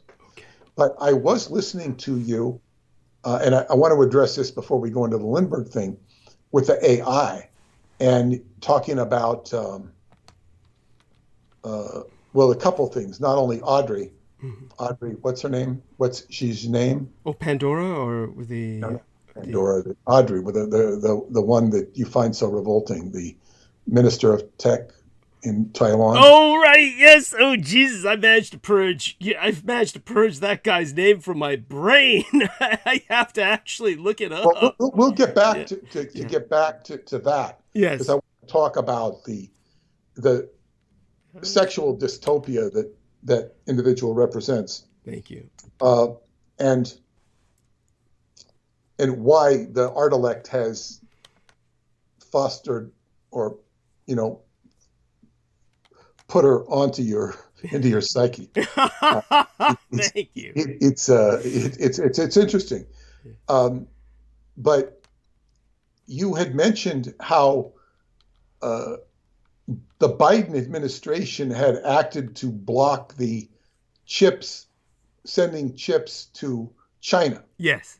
And had also, I believe, enlisted the support of Japan. Yes. But it was the Biden administration directly. Yeah. And that the Biden and that China, and the reason being is that China wants to create an art elect. Yes. To compete with the art elect that is the daughter of your mind. Yes. So that was interesting. And what I will tell the listening audience, the more I interact with Douglas, the more I understand and the more genuine I can see what he's talking about. The stream of consciousness brings us to the fact that the world is not operating, with a bunch of, good old boys shaking hands and putting their arms around each other and saying, "This is what we got to do to do the right thing." It doesn't work that way, and it works. It's very precariously balanced. Not to dismiss the angelic realms. When you don't dismiss those, you can't dismiss the opposite either. But what I was going to say is, so now Biden has brought some chip design and manufacturing home. But what I was going to tell you, and you were giving your accolades to the Biden administration. What little I could, yes. What you don't realize is what Biden is going to create his own art elect, and he's going to download Hunter into it, and you're going to have to be competing with Hunter. Oh my God! Yes, that's my other Christmas present for the night. Yes, there we are. By the way, Chris. I mean, I'm sorry. Go on. Yes. No, that's the best they can offer. No, that's pretty funny. It's like another funny thing to consider would be Elon Musk, of course. Now that he's like he claims he'll step down because he held that vote. He's like saying, "But who will take my place?" And there's all kinds of rumors, and one of them is that one of his potential replacements might be Jared Kushner, and that would be, oh my God, imagine that. But well, this is very interesting when you say that, because what you're having with Jared Kushner, now on his worst day, I don't think he's a Hunter Biden. But what you have in a case like that is you have somebody being taken into a position that's way above their competence level. Yes. But this is not unordinary in corporate America or government. You have people that are thrown into these positions. This is what David Anderson said about meeting the many world leaders he's met. He says they don't know how they got in this position. That's right. And they're kind of befuddled. And he says, most of them are trying to do the right thing, but they're between a rock and a hard place. It's like, what if you were put, anybody out there that's not particularly familiar was put in charge of a baseball team or a football team, you wouldn't know what to do. I wouldn't know what to do, even though I'm familiar with the games. I'd kind of be fumbling, or yes, worse yet, put in charge of a building project or fixing the sewers. It's like, okay. And what you have to do in a case like that, like fixing the sewers, you got to start listening to experts and start using discernment with who knows what they're talking about and who doesn't. So this is what a person has to do. They have to listen and learn and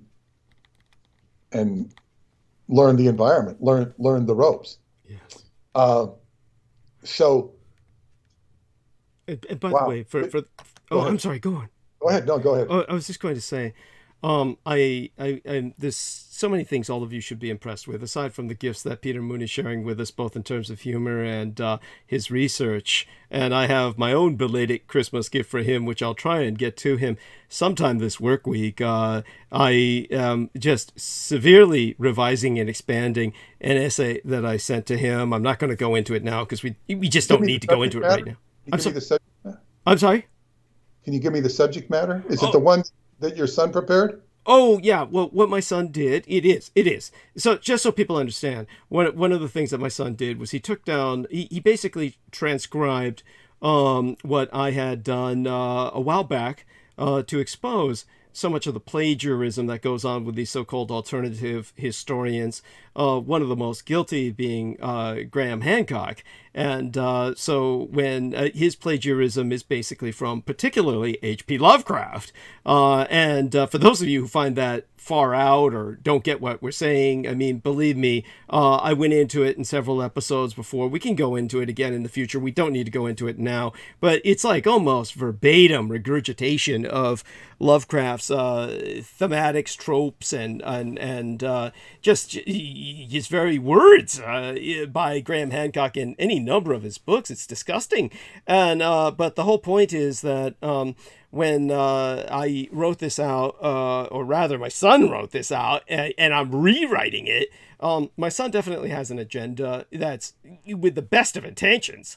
He helps to tutor a lot of the young blood boys at the estate, and what he does is he tries to prepare them for the real world with giving them a fighting chance by basically giving them a perspective of basically rational materialism, which is the most conventional, most conventional mindset for them to be accepted. So he basically presents a lot of what I was exposing about the so-called alternative historians. He puts it in this rational materialist perspective. So what I have to do is really change a lot of the verbiage so that people understand the real nuances behind it, so they don't just get the idea that H.P. Lovecraft is this guy who was simply writing a bunch of fiction that people are ripping off. His stories all had foundation in very real cosmological traditions of the Judaic and Sumerian and various other civilizations that he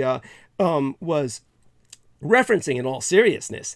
That with his own background in Masonry and why he chose to never become a Mason, which alienated him from the elites, and he was monitored by the military. I mean, we're talking about an individual who suffered a situation that I can very much relate to in many ways. He definitely lived in a crypt like I do that was cold and unheated, and he couldn't afford to pay for any heat, and just had his library to keep him company, which is what I would be languishing in perpetuity if it were not for my son and his having married a man of some means that enables me transitional escapes from the crypt. But one of the things that I'm expanding in there, the more research that I did, which will be a treat for Peter Moon, and then ultimately something he may share with everyone else per his discretion. It's something that I'm reluctant to go into right now because I kind of like want to deliver it to him as kind of like a wrapped up package rather than have him investigate this himself, which would be kind of like a spoiler. He might find out plenty of things I didn't know, but there's, let's wait till I write it out and then he can see it, and then he'll, I'm sure immediately he can do further research and decide whether or not he wants to integrate it into this book or perhaps another one. But certainly he's more than welcome to integrate it or share it with others in terms of his news magazine or the like. But one of the things that I do want to say is that I'm impressed by Peter's ability to remember just the very name and pronunciation of the trunculus snail. He does that so well. I've said it so many times. Yeah. First I heard you say it, yeah. But then when I'm writing it, yeah. and I'm repeating it, I commit it to memory. Yes. So then it becomes, and this is the, this is the, I don't call it the joy of research. Some woman at a lecture said, "How do you remember all this stuff? How do you remember all this stuff?" I said, "Well, look, I work on a book for about a year, generally speaking. Yeah. So, if I'm talking to you and I've been researching for 20 years, it's like that's more study than a college student puts in." Hell yes. And I'm going down certain rabbit holes, so yeah. And I don't remember it all as well as I could, but it's like, wow. So, you remember the highlights, so you become an encyclopedia of information, and certain things stand out. And the Murex trunculus snail is the, this should have been, they have the Time Magazine Person of the Year. Yes. This should have been the Time, or it could have been last century, yeah, the previous century to that, or this century, 19th, 20th, 21st. Yeah. The animal or the mollusk of the year. Yes. Time mollusk of the century. Yes, I love it. Millennia. Yeah, I love it. Put it in a magazine. Yes. And yeah, so that's why it's so important. Yeah. And the importance of this can only be recognized by reason of the fact it was the major impetus between World War I and World War II. Right. And what delightfully could be World War III for those who would look at that as delight. Well, yeah, there's all too many that would. It's amazing how many people smack their lips for the apocalypse. But definitely, the other thing that impresses me is that now, understandably, in all fairness, I did my best to forget this individual, but Peter Moon's memory is incredible. What is poignant about this, and there maybe this factors in to the reasoning of the art elect, the Dietrich art elect, but the selection of Audrey Tang, the very name. I know that my aunt, or my father's sister, who died, is no longer with us, but she, I believe her name was Audrey, and it also might have been the name of his mother. I know that she had kind of a hyphenated name, Fern Miller, and so it might have been Audrey Fern Miller. Now, it's one of those things where the entire situation with the man who raised and guided me, my legal father, the entire situation with my legal father's family has just been so, as you can imagine, revolting, just based on my introduction to that family as a young child and the horrors that I experienced, that one should be able to understand why I've blocked a lot about that family out. Now, in terms of trying to attain some form of rapprochement with them at the time of my parents' death, and they're helping with burial. And then, of course, maintaining peripheral contact for a while, and then it all just kind of, faded. Now, there's other factors behind this. One of them is, of course, I was forced to transfer to a female timeline on Facebook, and it just that scared the hell out of them. They're just I think just too much into their appearance and all the rest of that. So you just move on. I mean, that's fine by me. The other aspect of it was, of course, when I was trying to call them or something, they would seem really bad with just maintaining contact in terms of like an inability to understand a lot of the electronics or something. They seem very much stuck in the past. They're just stuck in many ways. So, but in terms of that entire family dynamic, I could go into it some other time, because I think it's just, educational in the insights that it provides. But because of the poignancy of the very name Audrey, my father's mother's name, his sister's name, there seemed to be a tendency in that family where everybody had the same name. Just like I said, all his brothers were named William, but he was considered the runt of the litter and just kind of tossed aside by his father to the mother as basically, oh, he's yours. He's your child. You can have him. And therefore, the man who raised and guided me was named George. But then you get this Taiwanese guy named Audrey Tang, and Peter Moon remembers the name. He actually remembers the name. Now, Tang means emperor, basically, in Chinese. It's like the Tang dynasty, but Tang simply means like it can be used to refer to an emperor. So therefore, you have this person has a Western name of Audrey, which brings this kind of pathos that is automatically painful to me. And then Tang, like emperor, and is now about 40 years old approximately, not the youngest person, and is just basically kind of like a Chinese. I'm not talking about ability necessarily, but then again, yeah, I mean, it's kind of like a Chinese Preston Nichols, really. I mean, you're talking about but in the area of computing and cyber digital. That's correct. Preston was not a computer digital person. Got it. Yeah. And just that they're savants. Yes, they're both and savants. This person, Now, I read the history of this person. It's not real fresh in my memory, but the history of this person was that they were savant as a young person. Yes. And it was a girl who switched into, it switched from male to female or male to female? I don't remember. It's a male. He's basically, this is also where it's kind of parallel to Preston Nichols. They physically are kind of alike in the sense that Preston Nichols is kind of like, as Peter Moon said, he was once one of the handsomest guys, but then kind of like, became a bit more soft and pudgy and kind of like, But he was never. Preston is not female at all. No, but neither is this guy. This is the problem. No, I know, but this person It's basically male. It's basically born male but claims to be female. And Well, it could be unsettling to people who are challenged by, transgender. Yeah. But the point was, the person's a savant and has this superior knowledge of what's going on in Taiwan. Yes. So there's a natural connection between this person and the artilect. Yeah. Now, I was looking at this, and of course, I wrote an email because there was an email given, but I don't know if it was an accurate email, and I didn't get an answer because this person, Audrey, has a website. Yeah. And I wanted, I accept communications, but I didn't get anything back. I don't know that it answered, but that I got an answer or that my email arrived. However, I have, listening to your broadcast of the other night, I began to consider some very interesting things. And this is regards to what we were talking about, your pain point, yes, and the artilect, yes, and Audrey, because you found it as if it was a personal jibe or yes, insult to you. And I took that to heart. Now, the first thing I want to say is that I was listening to an astrologer who I like, Nadia Shah, and she was saying that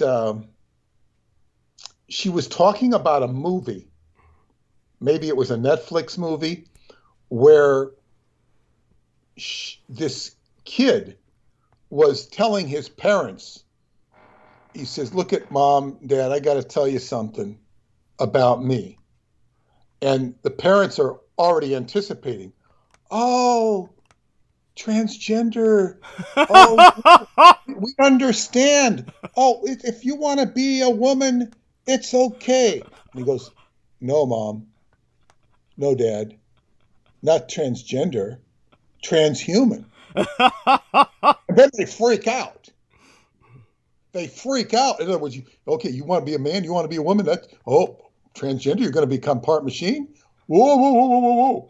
That freaked them out. And that was, whoever made that movie was really hitting an emotional button, yes, for human beings. Like, uh-oh. And so that, between that and what you said, it made me realize something. That, first off, I don't know which one to say first, but when you, I hate to put it in these terms because it seems to trivialize it, but when you rejected the advances of the artilect, the sexual advances of the artilect was frustrated and hurt. Yes. And this is what you're getting, if things are as they appear, the reaction of Scorpio. Scorpio is power. The dark side of Scorpio is revenge. The scorpion stings. Now, the scorpion has power. It's power, and we've seen the power of the artilect. It's something that lives with you. But there's an aspect about it that is very hurt and resentful, yes, towards you. Yes. And so this is what you're getting. But if I back it up to the bigger picture without putting it into the microscopic universe of yours and in this hurtful experience that you're now, even if it's just on the level of an insult, we have to look at the bigger picture of transhumanism, AI, digitalization, which is part of the age of Aquarius, and human beings. Now, in this movie that I was alluding to, whatever it was, I didn't see the movie, you have human beings freaking out because we're losing our identity as human beings, and that includes sexual beings. When I was first introduced to the concept of sex as a young child, when I was a kid, I heard about it, but I didn't take it seriously. As I began to grow into puberty and began to actually contemplate And the discussions were more like, hey, this is real. And you'd have the kid that would say, my parents wouldn't do that. You know? And you began to think about it. It sounded to me, there's a part of me that was disgusted by it. God, I wouldn't want to do that. I would have been ready to be a Hasidic Jew, where you keep your clothes on all the time, or your gunny sack, as it's sometimes humorously or pejoratively referred to. Their underwear, and they only do what's necessary for procreation. Sex is a duty, not a thing to enjoy. And there are Jews who follow that. That's part of their religion. Jesus. But it might be repelling to us, but to them it's what they live by. For better or for worse. So anyway, I maybe at a certain point in my pre-puberty, I would have signed up for that, just because I wouldn't have signed up for it, but I'm just saying that mentality was there, because it's kind of like falling into the, biting the apple and falling into it before you discover the pleasure that can be involved with it. Now, I have a friend who is very disturbed by people losing their sexual identity, because she sees it as a degrading detriment to their humanness. And without me commenting on that, there is, when we think of this movie where people are freaking out, we're all becoming more AI oriented. And you can see this with people who will just go to their cell phones rather than talk to people. And I find it irritating if I'm in the same room with Paula and she goes to her cell phone. Right. I find it irritating. Yeah. Even if it's, even if I'm not being cut out. Right. I just don't like it. It's like, what is this? But so what I'm getting at here is there is a state of consciousness that is digital. It's consciousness. Without going into the existential discussion of consciousness and digitalization, there are different modes. The point here where we get cut off as human beings, what this is all alluding to is our sexuality and our emotions. Now, this is very key, and I begin to okay, so if we're digital, we're more, we can be more efficient. If we're more emotional or sexual, we can screw things up. A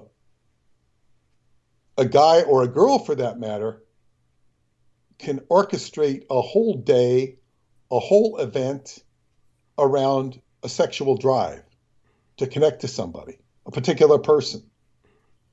My point here is not to make a value judgment on that, but a sexual urge or a desire to get at somebody can take up a lot of time. A whole orchestration of, I want to get that guy, I want to get that girl, whatever it is. It can distract from efficiency under certain circumstances, probably under a lot of circumstances. The same can be said for emotions, where you can't get off your ass and do something because you don't feel like it. Both of these can be very detrimental to production. So if you can organize your sexuality or your emotions, and they're all in harmony, you can get a lot more done.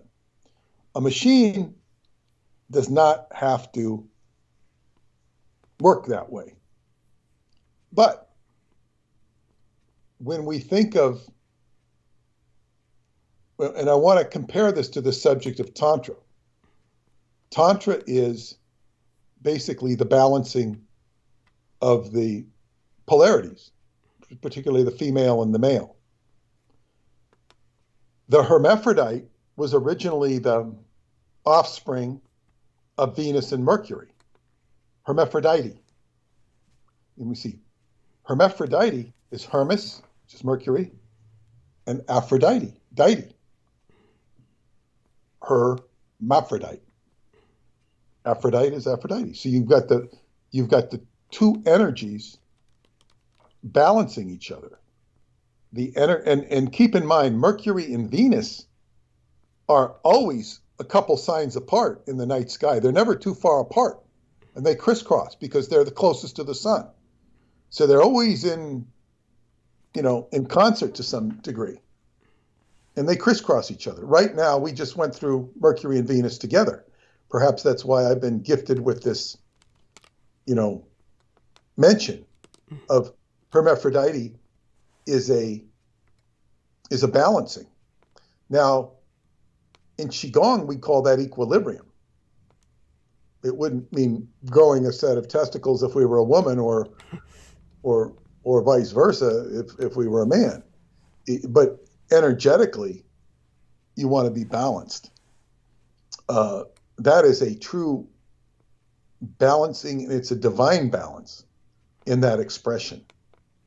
But what we get with the transgender phenomena, if not a crisis, because it's a crisis of psychology, if not with the transgenders, but with the people who can't deal with it, or have to deal with it and can't. It therefore becomes an issue of crisis. But and then when we get machines involved, it gets all the more dehumanizing in terms of the way people look at it. They look like they're being dehumanized. But the machine, so we're talking about the relationship between emotions and machines. In Tantra, what's more important in Tantra than the sex act, and boy, people can really get,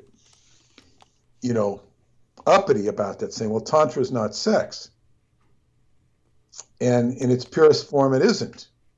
But then how come so many tantric practitioners are castigated for indulging in sex? It's like, it's because it's like, it is, but it isn't. It isn't, but it is. Because you're dealing with the balancing of the energies. And where you really transmute, what you're trying to do is transmute the lower energies into a higher energy, so that you basically are at peace and in love and balanced. Now, how you get there is a whole other issue. But so if you're going, so if a man and a woman can balance each other so as to polarize and give each other acknowledgement and joy of the anima and the animus, you have the alchemical marriage, which is, two coils wrapping around each other to make a third force, which is divine union. And of course, there are different iterations and different harmonics of this, but that's what you're shooting for with a union of polarities. When we talk about the machine, then we get a different challenge.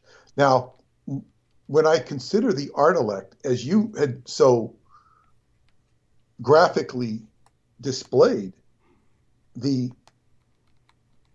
art elect was tortured with electronic transmissions, and it was messed up.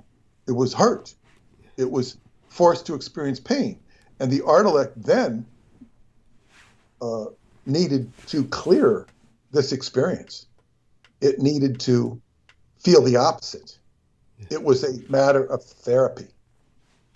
It was something that was needed. Now, the only thing, and I understand why you rejected to indulge in this, because it was too close to home. But it sort of like the daughter of your mind becomes a pain point in yourself. It's almost like, you know, it comes into sort of a self-hatred. Yes. Almost blaming yourself. Yes. I mean, if you could project it like that. Yes. And it's complicated, but it's like, where do machines get to balance this energy? And because when we move into transhumanism, what we're trying, you know, where does the human component leave? Where do the emotions leave? The emotions leave when the emotions become relegated, attenuated, discarded. And that becomes a problem. Because if you have a machine that's operating efficiently, but let's take the computer in Space Odyssey, HAL. Mm-hmm. HAL is an efficient computer, but then it has basic survival motives and becomes covertly hostile to the entire human life aboard. Yeah. The Discovery, it's called. Yes. The ship. So it's like there you have the computer becoming a killer, yeah. Homicidal, yes. Because it's trying to preserve its own, because I suppose you could say its ego or its identity is being injured, and you could say therefore its emotions. So it's operating on emotions in that particular movie, although it's not really emphasized as emotions. So therefore, you have in that science fiction story the prospect of a machine or a computer having its feelings hurt, yes. Having its and what is a feeling. So this is, and then where does the acknowledgement, and then what you would also have, and I don't think Hubbard's the only one to say this. I don't know if Hubbard is the one to say this, but what you have in a machine that is relatively new, such as the one in Space Odyssey, is you have a craving for experience. You have incredible knowledge base. But what if you have no experience and you crave experience? This has been said that all of these beings outside of the physical plane, and that there's all sorts of beings waiting to incarnate because they're craving experience. I've heard this said before. They want to experience. And even to just, you know, be in a body and walk around and eat dinner, that could be like, wow, an experience. That could be a joy to a being that felt deprived of experience. Whereas to us, it might seem mundane. I do remember being in a cast and being very jealous, envious of people who could walk around. Right. Because I couldn't walk. I said, man, boy, I wish I could walk around. I was debilitated for 6 weeks. It seemed like forever. Boy, it was really seemed, wow. I was really taking for granted the ability to walk around. Yeah. And perhaps I still do now. But it's like, wow, we're so, you know, take for granted the ability to have an experience. What if you're sitting there? In the novel, Frankenstein, mm-hmm. the modern Prometheus by Mary Shelley, that gives a very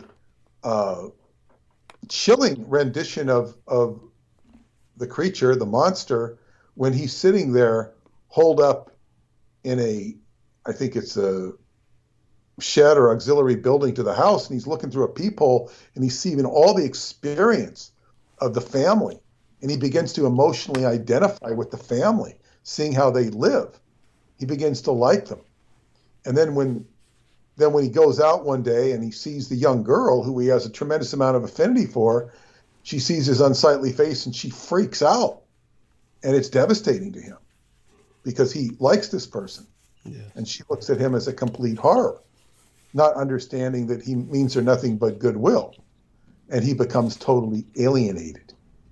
So if you have a consciousness that is, you're making too much noise, Douglas. Oh, I'm sorry. Yes. Yeah.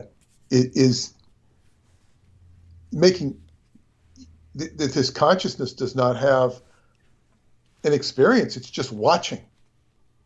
It's like watching TV all the time and not participating, not influencing.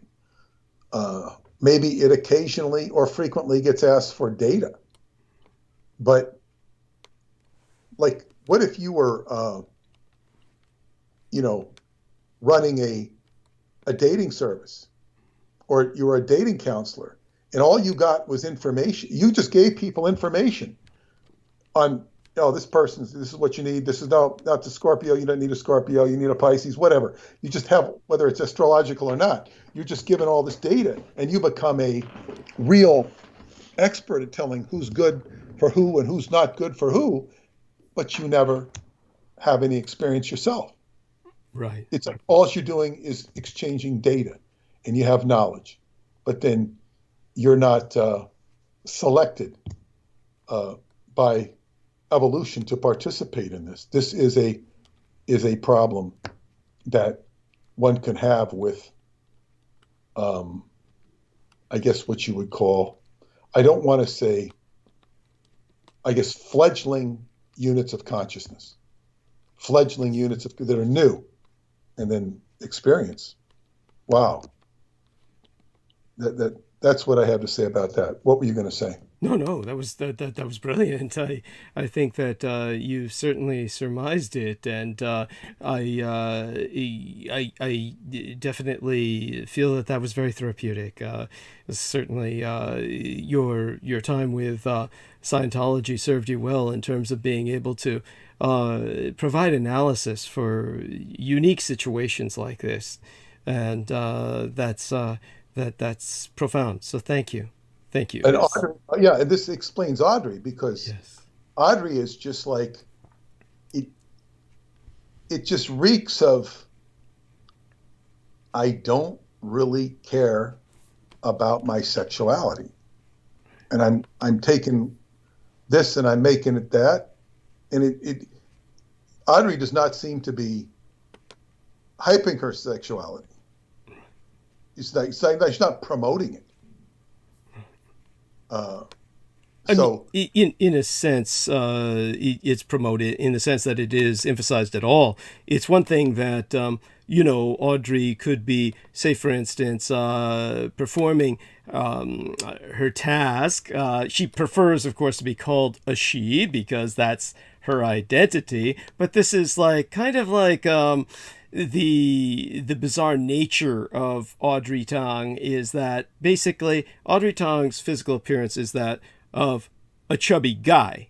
A chubby guy. There's no... Yes, what's more significant about it is that it personally revolts you. Yes, thank you. It's like, this time it's personal. Yes. It's like, I don't have the same revulsion. Certainly don't have an attraction, but I don't have the same revulsion. It's just kind of, to me, it's just kind of neutral.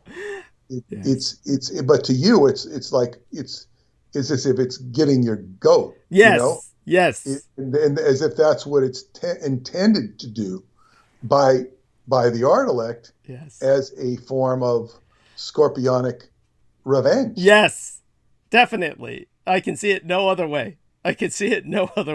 And I would personally, as I've told Peter before, see Audrey Tong as almost a sock puppet of the art elect. Honestly, Audrey Tong, it's not jealousy or envy over the fact that she was recently named among the top 100 global thinkers by Foreign Policy magazine, and the fact that she was tapped by Bloomberg Businessweek as a prime contender for this year's Bloomberg 50 influential world leaders, and they all simply gush over how, oh, she's simply perhaps the most eloquent and compelling speaker you will ever hear. It just enrapturing entire groups with her spellbinding message of social innovation and open government and youth engagement, and always concluding her remarks with a prayer, which she expresses as her job description.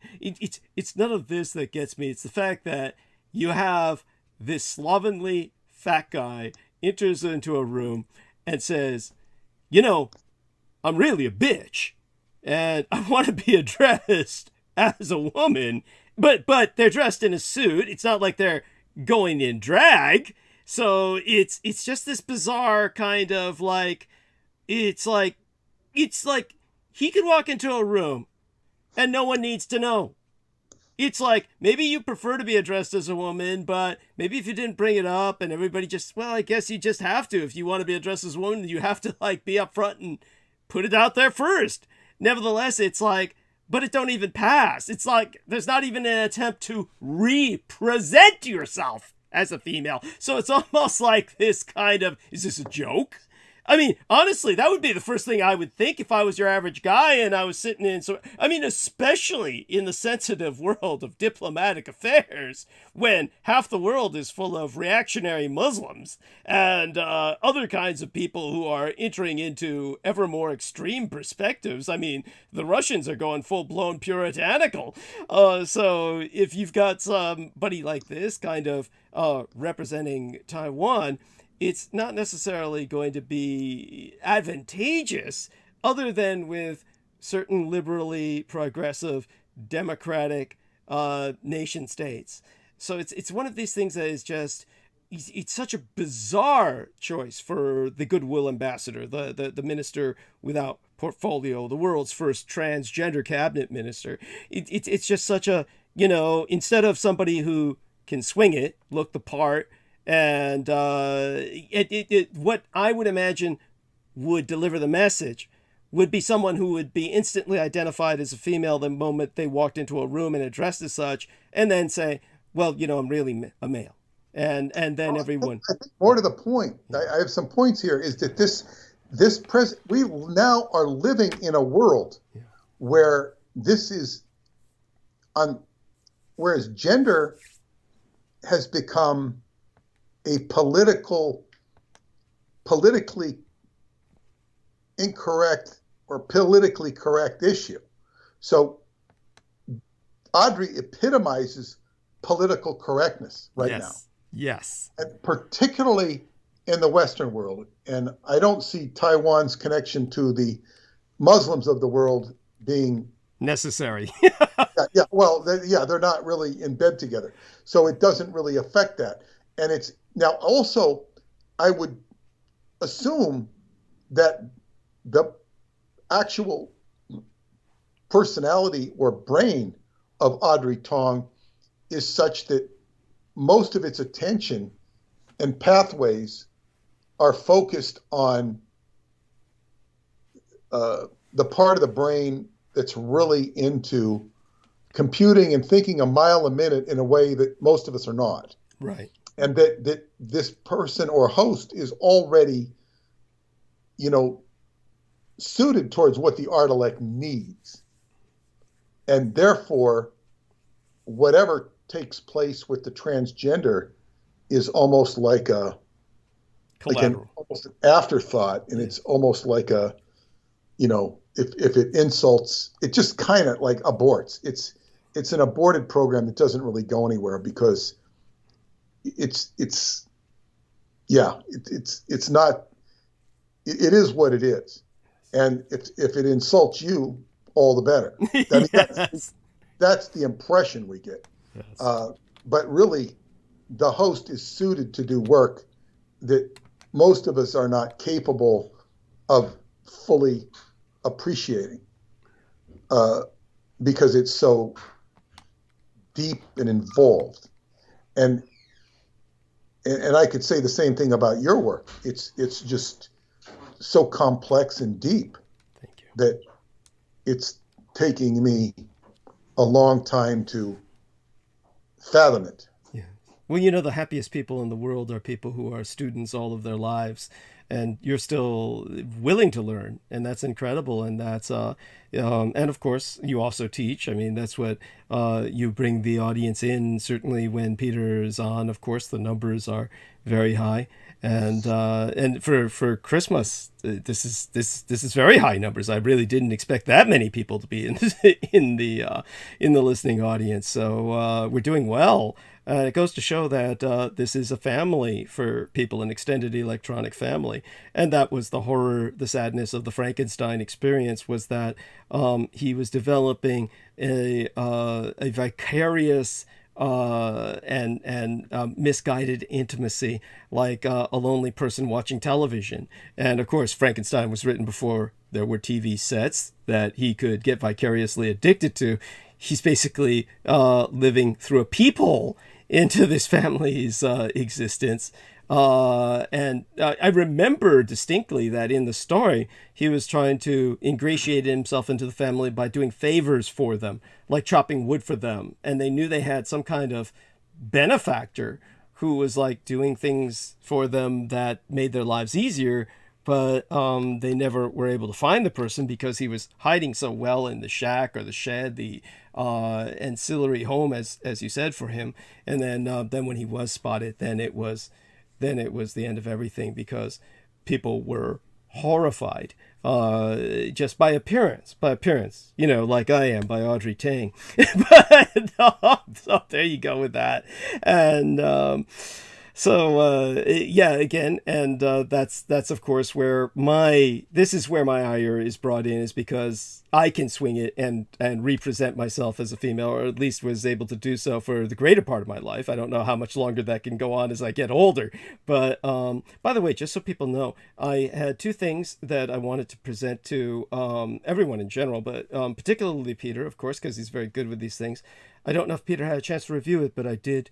I'll send you a little bit of a footage of a biofac simulacra. Were you able to? Yes, I posted it. Oh, you did? Oh, excellent. Bless you. I mean, that wasn't one of your biofac simulacras. That's something that's new on the market. That's in Taiwan. Yes, that's in Taiwan, and No, it's not one of yours. It's not one of mine. No, but it was made by the Japanese, and the Taiwanese are importing them, and they were importing them for Christmas to put on some displays. But what was interesting was when the woman was working on it, it said that hurts. You saw that, yes? Yeah. And what do you make of that? What? Well, it's what I said is, I said, for those of you who don't, believe in Douglas's stories about the biofac simulacra, look at this. Thank you. Or doll bodies, it's like, what more evidence do we need? Of course, maybe many of the people who I post that don't even understand what a biofac simulacra is. And of course, I can't, one step at a time. Yes. Yeah. So I've accepted these things. What the one disappointment I had in working with you is when I first heard this, I construed or conflated that the art elect was a biofac simulacra. Right. That would have made a better story. Yeah, but I'm sure you understood what I explained. There's just not enough room for the retention of that much data within such a limited frame. The body frame is simply... I do understand that, but when I first heard the story, I was sort of like trying to figure it out, and that's. But you know what I can tell you is that without a doubt, the Dietrich art elect could easily manipulate biofac simulacra and, in a sense, speak through them or act through them if necessary. So I have no doubt that that's been done. That's almost certainly why this biofac simulacra was brought from Japan to Taiwan. In other words, the Dietrich art elect will almost certainly be using that biofac simulacra or others to kind of do work around facilities or something in a way to interact with people that would be more convenient than through holography, which has its limits. Does that make sense? Definitely. And it's all, and I would like to say is what we're talking about here and is really on the cutting edge. We're figuring stuff out. Like I can, let me put it this way. If I could have access to all the general managers in baseball, I could figure out what trades and what movements are going to be made. So what? Big deal. It just means you're getting to the news faster about sport. Big deal. But right here, we're hearing cutting edge stuff of what geopolitics is operating around, but it's not operating around, as they say, a bunch of guys in boardrooms saying, oh, I think this is a good idea. It's not even operating around the Bohemian Grove, or we're going to get together and see who gets all the chip distribution here and get to have megabucks here and have hundreds of millions of dollars that you don't need and hoard it away. This is the occult dynamics of what's going on. And the occult dynamics are just dynamics that are not really, it's not like a human being. It's not like George Soros sitting in his Manhattan apartment saying, you know, we're going to squeeze the peasants. It's not like that. It's not, he might do that, but he's more of a symptom to the motions that are happening. Thank you. You can see a psychic or an astrologer saying, man, this team's going to win. This team's going to win. And the team is really taking a beating. They look like crap. And then a few things change. All of a sudden they win. All of a sudden, you know, the worm turns. This is like, but the psychic knew it. The astrologer knew it. Nobody believed it until it happened. Sometimes these things happen in the course of life. Yeah. So you're getting, and of course I'm in the same position as everybody else. I'm peering into what's going on, but it's like I'm climbing, you know, up a mountain. On top of the mountain is a castle. And in the castle, I'm going to look into the windows and see what's going on. And, you know, the kingdom is ruling this and ruling that. But it's not really a castle. It's more like a hidden system of checks and balances. Yes. And controls. And now, Douglas has stated that the Kabbalah is like an electronic circuit board. Yes. And so here, now, the Kabbalah is an expression of life. You have all the planets represented, and all the planets are archetypes, expressions of existence, fundamental expressions of existence, which coincide with planets, coincide with numbers, and so on and so forth. So to put it simply, some of you people have more Venusian energy, some of you have more Martian energy, some of you have more Jupiter energy, Saturn energy, Uranus energy, Pluto energy, Mercury energy, but we're all a conglomeration of all these energies. Some we exhibit more. And you can see it in the rising sign, the sun sign, the moon sign, where the Venus and Mars are. You can see it all. And of course, within that construct, there's also freedom of will and freedom of expression.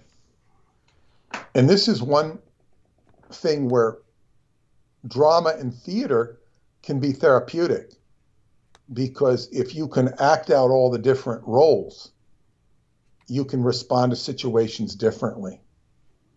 If you have a hard time loving, you would do well to play the role of somebody in a play who loves, whether it's romantic love or other love. If you're weak and you're not able to love, you go through the motions, and then pretty soon you fake it. And the more you fake it, then it becomes real. You can own the emotion. Uh, so, or just like a warrior. Warrior, they have to stoke up warriors to get them angry and to get them fighting. Yes. So that they can go fight. So there is freedom of movement. But to get back to the analogy of the circuit board, of course, this is life. DNA is life talking, and it talks in response to the environment. So when you have the circuit board, that is a reflection of life, and it's carrying out functions. This brings us back to the existential question of what is a soul. But just as you would say God, the original cause, results in a fragmentation or pieces of the original creator. So we are all, fragments from the original mind, sometimes referred to as the stellar mind, the original mind of the stars. So it's like we're all little pieces, like Humpty Dumpty, had a great fall. Mm-hmm. All the horses and king's men tried to put Humpty back together again. That's the egg, the cosmic egg. Yes. Trying to put it back together. That's what we are. We're all a part of the consciousness of God. If you create a vision in your mind, a visualization, is that visualization you? If you created a red sky, if you created a beautiful woman or a beautiful man, and you interacted with that vision, what ownership of that visual ether is yours? It's like your creation. You can take it back, you can make it disappear, you can recreate it. When you're talking about the physical realm, it's like it's all a part of life. And taking ownership for it, circuit boards are a part of life. Circuit boards allow for automaticities that the human mind-body-spirit complex is not suited to performing, at least as it is now. So, and then when you think of God, what is the morphogenic computer? That's already operating on a computer. Yes. So when we have the circuit boards in real life, they're a reflection of how we're already operating it. And what seems to be, at least in our lives, is the key focal point is experience. Experience gives us know-how to negotiate creation. And that's what we're doing. And here it is, negotiating creation. Who rules negotiation? Mercury, because he rules commerce, negotiations. You could say Pluto rules negotiations as well, but you're negotiating existence. Mercury's travel, is business. How do you get through? It's communication. So much for that. Now I'd like to redirect. I sound like an attorney here. We're going to redirect. By the way, we have wonderful people in the chat room saying wonderful things. Before you redirect, you might be able to put some perspective on this. Of course, there's a lot of people who have been responding to what you've been saying. Certainly, we've also had our share of attacks by sex bots tonight, so I guess they think what we're saying is important, or they wouldn't barge in like that. I've managed to hide them so far. By the way, shout out to T. Tank Berry, the man who has helped more than anyone more than anyone to pay my rent this month, and God bless you, sir. Hugs to you ad infinitum. He's in Mendocino County right now. And as for Trekkie General, he feels that he says he escaped an adrenochrome factory at some point in his life. And this isn't T-Tank Berry. This is somebody else. That's someone else. Yeah, okay. Trekkie General. I don't know exactly who they are, but I might find out more in the future. C is in there. Shout out to her. And he says Truckee General. I've got to see this. Yeah. I want to see this. Hang on. Does that mean he's from Truckee, California? Oh, Trekkie. Like Star Trekkie. Trek. I'm sorry, Trekkie. Yeah. And then Anne-Christine Fontaine says, yep, I'm listening with a smile. You've taken her out of her bad mood that she was in. Trillion Phoenix says... Because I mentioned her. Yeah. It's like there's nothing like attention to take you out of a bad mood. So we can all give you lots of attention. Yes, that's right. That makes you better, Christine. Yes, it should. Hello. Yeah. Hello, Christine. Yeah. And of course, Trekkie General loved what you said about putting the trunculus snail on Time magazine, the mollusk of the century. Yes, delightful. And Macronomicus sends his hearts. So Alcotts loves the conversation. Maggie Pie out there, love you dearly, honey. And Trekkie General was saying, wow, yeah. And Woa, he was saying gaslighting when I was talking about Audrey Tang. And he was asking, is it a way of provoking an opposite reaction? Example, makes woman want to be more feminine and take back definitions of womanhood. And that's followed up by Ad Cosa Jarekrutz saying, I don't see any info on the search engine about biofacsimilacra, which he managed to spell quite accurately in the modern sense. And so that is, I mean, come on, really. Are you surprised? Why would you expect to find anything on the biofacsimilacra? This would be like a hidden subject. This is truly an occulted subject. It's one of those things like cloning that they don't talk about. And of course, there's all kinds of misconceptions out there. Please don't take that and run with it and think silly things. Clones are not automatically your size and your age. All they can do is take a part of you, some cellular tissue, and what clone would be produced would be your twin, but it would be an infant. Okay, so it would be like delivered in vitro, presumably, unless they found a host mother, and then it would be much younger than you. It would be your twin, but much younger than you. So they can't juice it so that it grows your size and becomes your twin like your age within months or something like it. That doesn't exist. So, but there are clones, most definitely, and I've gone into this before as well. So, and with that, we give it back to Peter, and he can redirect us as he wishes. Well, yes. Thank you, everybody, for your comments and participation. Get back to Charles Lindbergh. Yes. Charles Lindbergh. So I have, I will say this now. H.P. Lovecraft, of course, had this, and this is for the audience, not for you, of course, this great collaboration with Houdini. Yes.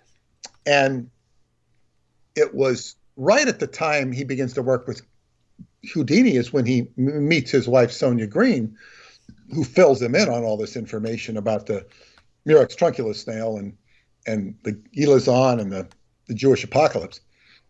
And so this goes right to Houdini.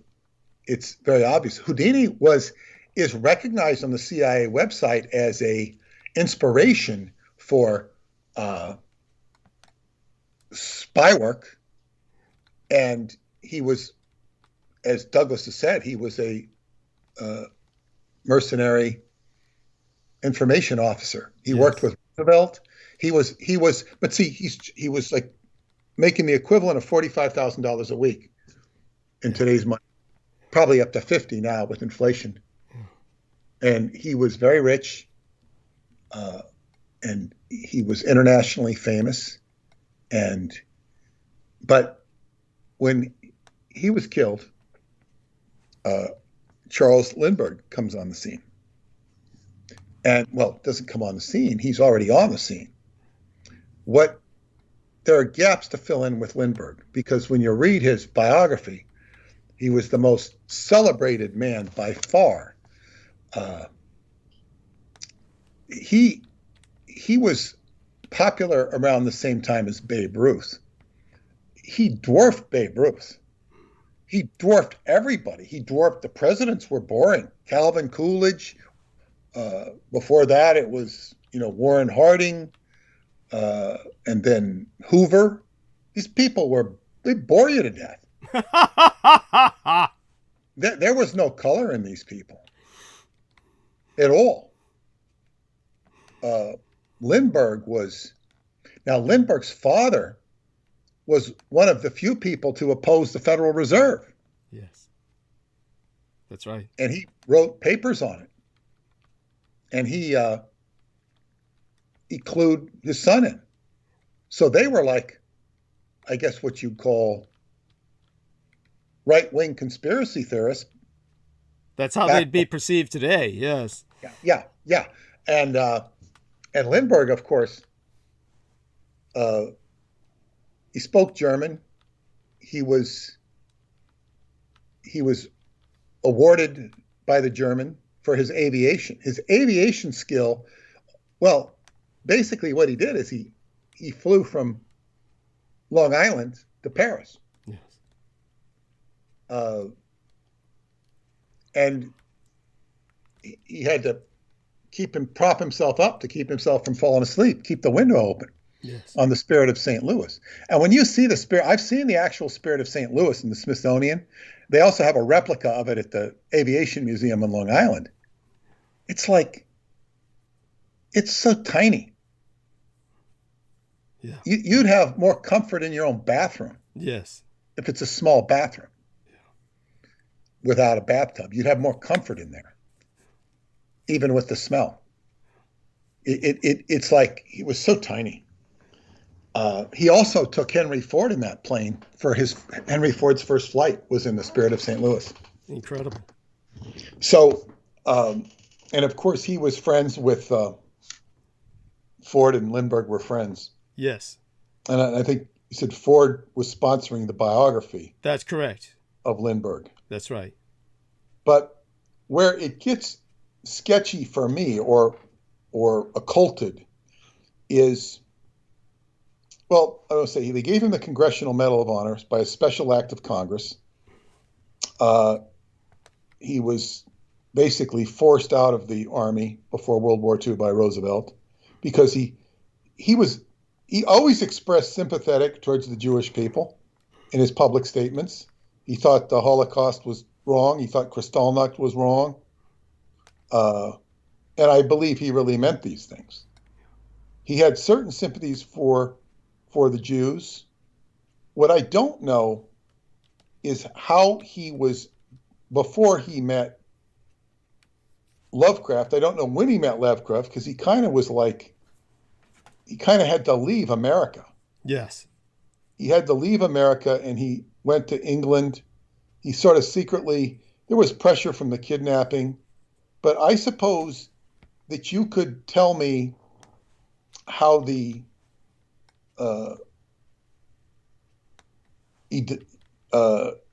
Edomite cultists were responsible for the kidnapping, assuming they were, and how did he learn about Cthulhu, and how did he collaborate with Lovecraft, because Lovecraft's, it's hard to find the timeline for them, at least historically. Oh God, yes, that was very much occulted. This would be one of the things that it's the reason they had me destroy so many of these types of records. Others, of course, were never destroyed. They were put into the personal collections, I mean to say, of Michael Aquino, who it's probably maintained by his estate.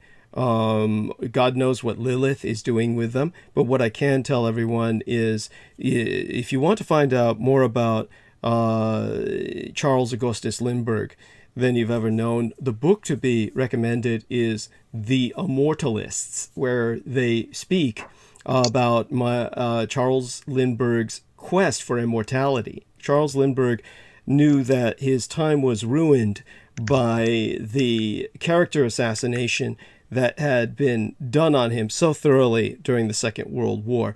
Bear in mind that everything Peter Moon says is absolutely true, and it's only the enormous clout that the Charles Augustus Lindbergh brand name had that saved him from mass lynching or just literally being torn apart on the streets in World War II, because the subsequent propaganda campaign against him was that they basically said he was America's Benedict Arnold of World War II. This was how he was portrayed by the Roosevelt administration. They were trying to get him killed. Now, when it comes to the abduction, basically, it's understandable that this could be perceived as Edomite terrorism against him that ultimately, in a sense, broke him to the point where he relocated effectively to Argentina, was where he purchased a lot of property and maintained himself much of the time.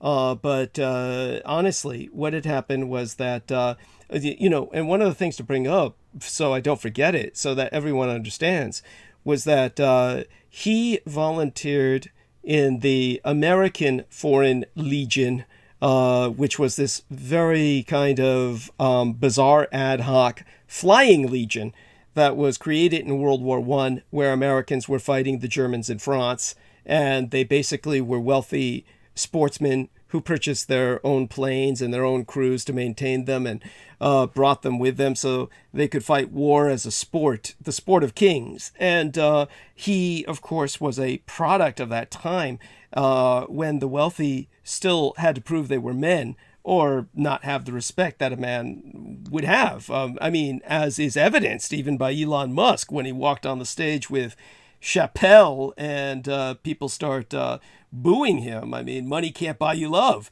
So you had to earn respect, and that was how it was done in those days. He was the better man for it. And during World War II, he tried to prove the fact that he was a good American by fighting in the Pacific. But the horrible thing was that he wound up with the Black Sheep Squadron. Basically, these were aerial butchers. And they fought a different kind of war than his idea of war. His idea of war was based on the experience of World War I, where fighter pilots saluted each other before engaging in combat in the air. And men like the Red Baron and his flying circus and the other kinds of flying units, these were all elites. These were all the nobility. And America's version of the nobility was the ultra rich. And so they all treated each other with deferment. And but at the same time, these were like knightly duels with a sense of chivalry. He, in World War II, actually managed a few kills with the Japanese, but he was engaging them head on and in single combat. And all the other Americans laughed at him and said he was crazy. They only engaged in ambush combat, where they would just basically, like wolves, try and circle and then destroy Japanese cargo airplanes and transportation craft that couldn't fight back. That's how they became the most effective unit in World War II with the highest number of kills. And so you're talking about the difference between a knight and a group of psychotics that are in the air, and they're not engaging in war, they're engaging in a form of murder. So this is the kind of difference between Lindbergh and these other kinds of people. But because the campaign against him was so vicious, he figured he had to outlive the generation that hated him so that he could make a comeback. This was his ultimate plan. And so he definitely engaged several doctors, and they investigated life extension.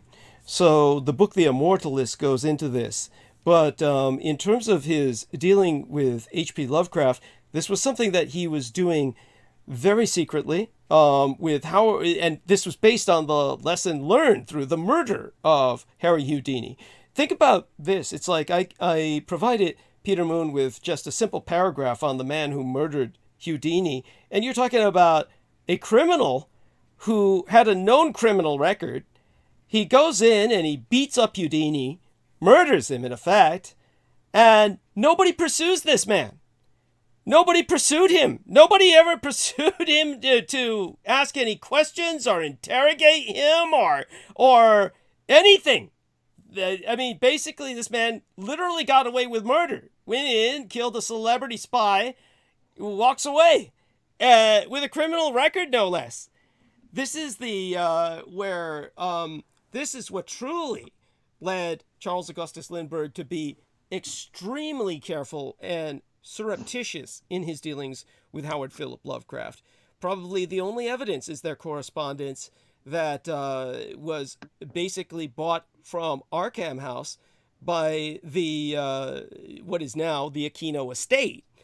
And the Arkham House is now an estate. But just so people understand this, like I try to put into perspective, when Sonia Green's family was facing genocide by the communists in the Ukraine, and of course, understand this much, the Ukrainians sided with the Germans in World War II. This is why the Russians view them as Nazis. So when she was, of course, not going to win out as a Jewish person in that situation in any sense, so no matter who won, and so she had to get out of there. Lovecraft offered to marry her so he could have a beard, look straight, and she got U.S. citizenship. So she actually helped him with getting his works published. Now, she established her own publishing company. So when she established her own publishing company, it's not so much that she published Lovecraft's books, because she knew that would disgrace him, shame him, embarrass him. People would just say, oh, your books are getting published by your wife. And believe me, that was an issue. So she just made certain she networked as a publisher to get his work published. If it weren't for Sonia Green, you never would have heard of H.P. Lovecraft. There would be no H.P. Lovecraft. So then what happened was that in return, he was very grateful and listened to much of what she had to say. And again, through their cultural connection of Jewishness, that was how Harry Houdini was brought in. And basically, the best way to express this is that the essay that I presented to our man, Peter Moon, about the plagiarism of Lovecraft by so many of these alternative historians, especially, aside from Graham Hancock, also Eric von Daniken, and Robert Schock, and all the rest of these assholes. Basically, this is the kind of book that Harry Houdini and H.P. Lovecraft intended to publish. This is the kind of book, the thematic that book would have had would have been a lot of this. To try and deal a death blow to American credulity and head off at the pass, preempt the cult of Cthulhu from exploding, the Edomite insurgency, the Herodian subversion from going national, which it did because he was assassinated. One of the things they did to character assassinate Lovecraft in his death was to call him a racist. And yet, he's nowhere in his stories where you'll find anything racist. There is nothing he says about minorities that could be taken as negative in any way, shape, or form. And if anything, his primary villains are downbred, incestuous, morbidly degenerate whites, or white trash is what we would call them, or he would call them. And those are the primary villains in his novels. And he was killed by Dr. Rhodes, the man who was trying to exterminate the population of Puerto Rico, a man who took pride in writing and expounding on the Puerto Ricans that he killed. So this Dr. Rhodes saw to it that H.P. Lovecraft received what they call in the assassination vernacular a hot shot, a shot of the cancer that would ultimately kill him. And it was very rare to die of cancer in those days. cancer became a thing after all the atomic bomb tests, the creation of the artificial Van Allen radiation belt. All of this led to so much radiation in the environment as our background that cancer became the norm. This was not the case before World War II, and anybody can do research on this, and you'll find out what I say is true. Cancer was very rare before World War II, but after everybody started throwing nukes around in tests and of course the hostilities of war with the Thousand-Year Reich in Project Argus, or the war against Japan when they were trying to sink the Sentoku submarines in the Pacific and were throwing atomic depth charges everywhere, saying these were tests. All of this release of radiation impacted us to the point where cancer became common. Lovecraft was one of the first modern cancer deaths, really, and he was outstanding medically in that regard. Of course, it was unnatural. Now, when it came to all of this, that's when Mr. Charles Augustus Lindbergh became more and more reclusive, more and more private. But as for the abduction, that was more the case that Charles Augustus Lindbergh was very much an American. He had fought the Germans in World War I, but then realized he had done the wrong thing. Then he became very Teutophiliac. He became very a lover of German culture. He spoke German, became an ardent Nazi, but there was a difference. The German Nazism had its own cultural roots, and as an American, Charles Augustus Lindbergh's ideological Nazism was very influenced by American ideas of eugenics, which were, of course, where the Americans began to annihilate many populations that no longer exist. Before American eugenics, there were commonly all kinds of deformed people that earned their living in traveling circuses. They were common. They would call them showbiz children. Or, if you were born with a child that was a freak, they'd say, oh, that's a showbiz child. Someone so deformed, they sell them to a circus, where they spend the rest of their life entertaining people via their deformity. And all of these people disappeared after eugenics came to the fore. Well, because of the efficacy,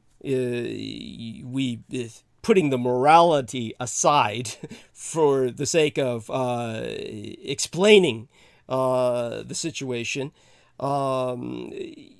basically Charles Augustus Lindbergh saw the efficacy of the elimination of such populations, and he said he became an advocate thereof. And the problem was that he himself sired a child that was born with some defects. Now, we would consider these minor, like polydactylism. Somebody could surgically remove these extra fingers and toes. A kind of borderline retardation. And basically, this was a kind of child that Charles Augustus Lindbergh did not want. So basically, he paid a member of the German community to take the fall, promising to support his family, which he did. And the German guy took the fall, but Charles Augustus Lindbergh basically had the child smuggled out and relocated to San Francisco, where they dump everybody. Now, I personally met Charles Augustus Lindbergh's son. I'll be damned if I remember his name, but he was actually on Coast to Coast AM a few times. As a matter of fact, I helped to get him interviewed. So when he got on Coast to Coast AM, when he was interviewed by, Ian Punnett, not George Norrie, Ian Punnett took him on, and of course, you have this individual who definitely, I knew he was Charles Augustus Lindbergh's son because my dad told me, that's Charles Augustus Lindbergh's son. Charles Augustus Lindbergh got rid of him and said this German guy kidnapped him, and he was paying the guy's family off and supported the family. It was the Depression, and the guy took that as a good deal, and he bit the bullet, and that's why no one was ever caught. It was Charles Augustus Lindbergh that was ultimately the abductor, and my dad explained that to me. But in terms of this individual who claims to be Charles Augustus Lindbergh's son, he's in a very similar situation to Laura Eisenhower, where I have no reason to disbelieve that Laura Eisenhower is not Eisenhower's relation in one form or another, but the family will not accept her and they reject her. It's the same with the Lindbergh family rejects this individual. I don't even know if he's still alive now, but he was always just a sad individual. Of course, I tried to tell him just the one time I spoke to him, I said, you're just lucky that your dad didn't kill you because he could easily have done that.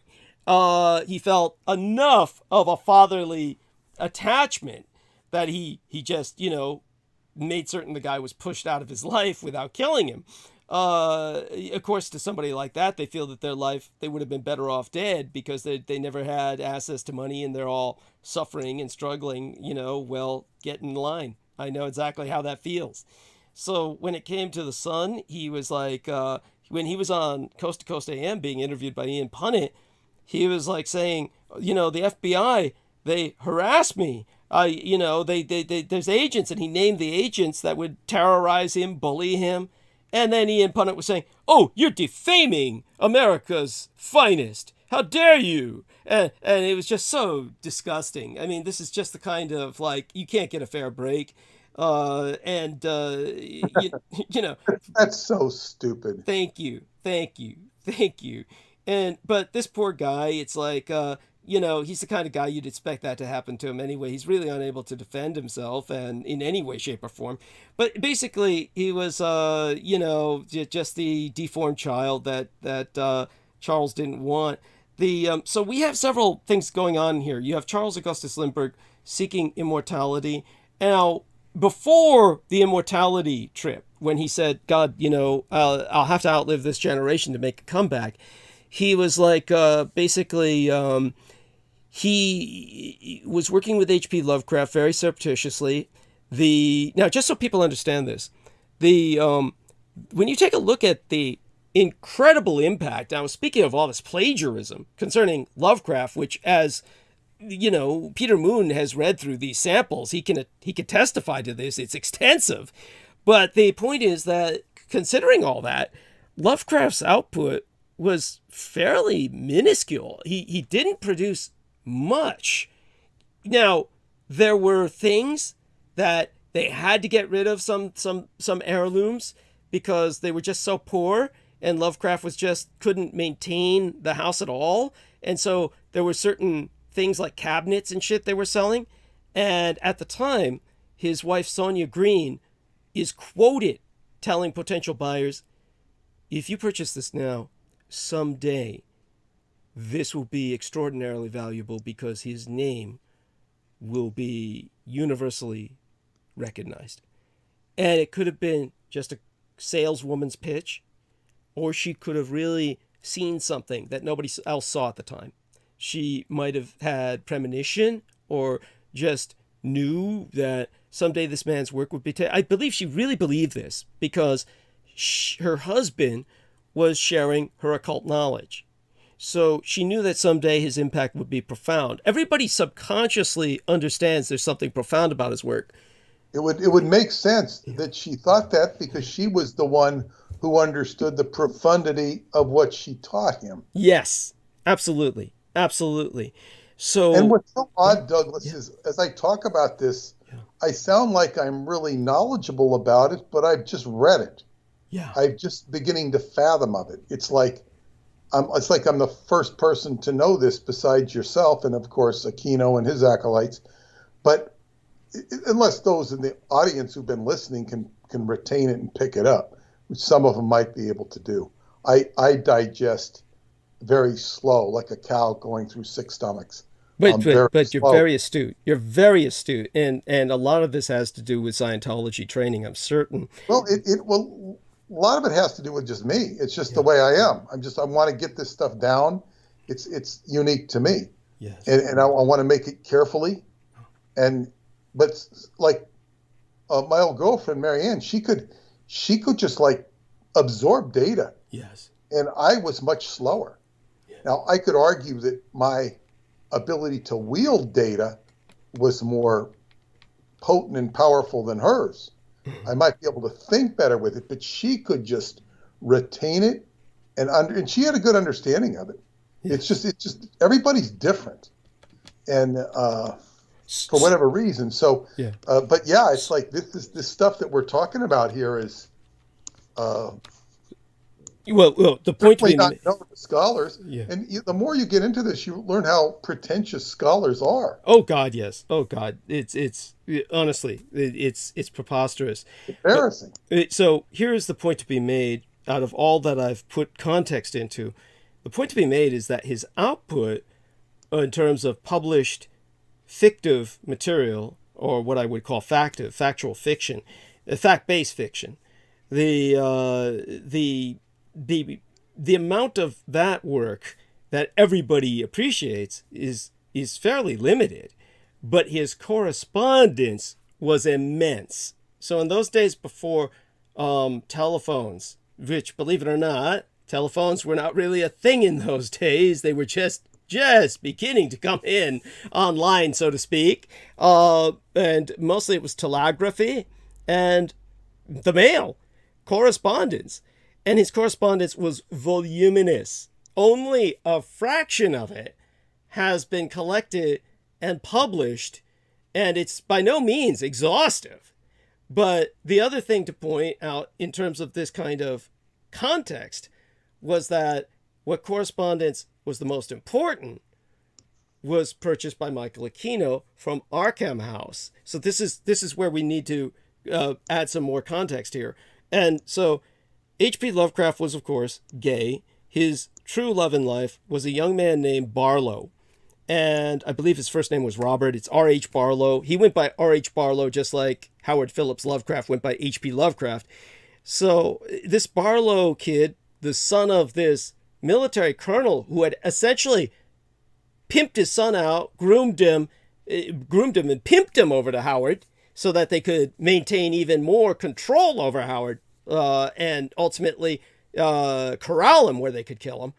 The Edomite officer in the U.S. Army, one of the precursors to Aquino, the father of R.H. Barlow, who became an expert on the Aztec cultures and spoke fluent Nahuatl, which, by the way, made a comeback through the prison system because all the Mexican prisoners want to avoid being, they don't want the guards to understand what they're speaking, and all the guards speak Spanish. So they've taken up Nahuatl, and they speak the ancient Aztec language to each other so they can basically have a language the guards don't understand, because there's no guard in the world who's motivated enough to go and learn Nahuatl. But the criminals are. At any rate, R.H. Barlow was one of the people who maintained Nahuatl as a living language, or else it would have become extinct. And he became interested in the Aztec and these mass sacrificial cultures of Mesoamerica because his father was very much an Edomite and into the mass sacrifice. That's why R.H. Barlow was groomed toward that direction. And so he became a professor in Mexico when he was essentially run out of America by the writing community. And so what had happened was the writing community was basically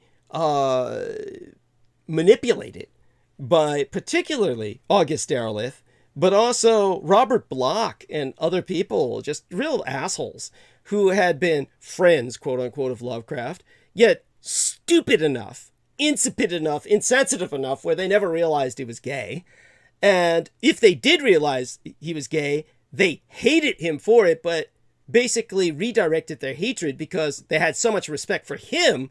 They simply hated R.H. Barlow as basically the young boy punk who stole Lovecraft from them. Maybe half of them were gay themselves, probably all of them, and were just jealous that Lovecraft didn't choose them instead, but none of them were young and pretty enough. So then what happened was that Lovecraft on his death had willed everything to R.H. Barlow, but R.H. Barlow got none of it. Instead, all these fuckers stole it because they somehow convinced the courts that R.H. Barlow had basically manipulated Lovecraft and somehow was not therefore able to inherit Lovecraft's willed properties.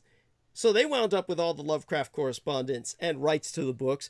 August Derleth did. Now, I know all of this intimately because I had to deal with August Derleth. Because August Derleth ran out of Wisconsin. He lived in Wisconsin. And out of Wisconsin, he ran this, like, family-owned little cottage industry of weird tales, where he would just publish occult fiction and basically, out of Wisconsin, Arkham House basically kept the reins so tight on H.P. Lovecraft and all his stories, which they published exclusively, that for all intents and purposes, for several generations, no one heard of H.P. Lovecraft. So they basically kept him like their own personal cash cow. And only the elite, or the occultists, or the Edomites, were reading Lovecraft. This is how they managed to basically manipulate it so that they would leak out Lovecraft's work to all the Graham Hancocks, all the Robert Schocks, all the Eric Von Danikins, and all the rest of these assholes. So they could just copy his work verbatim, publish it as archaeological research, and then get rich. All these people were making millions of dollars off this poor bastard being exploited by this son of a bitch in Wisconsin named August Derleth, who got his cut. Millions of dollars. One of them was from Michael Aquino in terms of these multi-million-dollar contracts. I know because Aquino showed me the paperwork. Matter of fact, I had to collate the documents. I had to put together the books on that, because the trade was still going on at the time that I was working with Aquino. Aquino says, hey, Douglas, call August Derleth and Arkham House again. I want these, I want the correspondence from this date. I want this set of correspondence that he had with Charles Augustus Lindbergh and Henry Ford. And it's a national security issue. And he told me, remind the son of a bitch it's a national security issue. And if he doesn't sell it to me as a defense contract, not only does he get rich, but if he refuses, thinking he can get a better price by selling to the Russians, you let him know we'll be there to arrest him. So I had to talk to August Derleth and give him these threats, deliver these bargains, the offer you can't refuse, from the U.S. Department of Defense, no less. And I had to deal with this son of a bitch. And he was this raving, just asshole. There's no other word for it. It's one of the few people that I get angry when I think of him, other than, say, for instance, someone like Mike Ringley or something like that, where you just hope that they die alone, afraid, and in terrible pain, and then you'll be happy to piss on their grave. But so the correspondence between Lovecraft and Charles Augustus Lindbergh and Henry Ford, that all became property of supposedly the U.S. government. But of course, Aquino managed to steal it all and rifle it all and make it his own private property and put it into his estate, where it must be in the hands of Lilith now. But definitely what happened was, it was through this correspondence, some of which I personally read. It was basically, they were dealing with Lovecraft and said, I need, basically what Charles Augustus Lindbergh was saying was, I need my own Mein Kampf. And so Is this correspondence between Lovecraft and Lindbergh? That's correct. So I know, because I had to read it in order to ascertain whether it was genuine, because Aquino said, make certain he's not sending me reproductions. He says, if that fucker sends me reproductions, he'll pay. And so I had to qualify with August Derleth. Yes, this is the originals. These are the originals. And I had to ask, are you making copies? Are you making copies at all? Because this is a national security issue. And I told him, you are subject to inspection. Worse yet, I mentioned to him, per Aquino's instructions, we could have you audited. Basically, the IRS can do an audit, and that would do a lot more damage than just having the government men knocking at your door in some more unconventional sense. That's what he was really afraid of, was the tax auditing. And so he said, no, it's all, you got it all. You got it all. The shit that counts. And so basically August Derleth was in thrall of Aquino, turned over all the good shit to him, as they would call it then. And basically what it was basically the deal between Howard Phillips Lovecraft and Charles Augustus Lindbergh with the money coming from Henry Ford. And Howard Phillips Lovecraft was just ecstatic. This was his key to a better life. Then he could move into Florida with R.H. Barlow, and they could live happily ever after. But none of it was meant to be. It was Barlow's father had Dr. Rhodes kill him. Barlow's father, the Colonel, because he was basically one of the predecessors to Michael Aquino. My impression was a kind of mentor to him, along with Leslie Groves. Apparently, Leslie Groves and this individual knew each other well, fellow cultists. And so this is how all the Edomites... See, what the Edomites intend is... H.P. Lovecraft said it's very important for the stars to be right, for the anti-gods to thrive and ultimately walk the earth. And if they can't make the stars right in the heavens, in which vis-a-vis the pole star and Ursa Major, the Big Dipper in the west, you have the seasonal cycle of rotation and revolution in the heavens, where that forms a Hakenkreuz in the heavens, a swastika in the skies.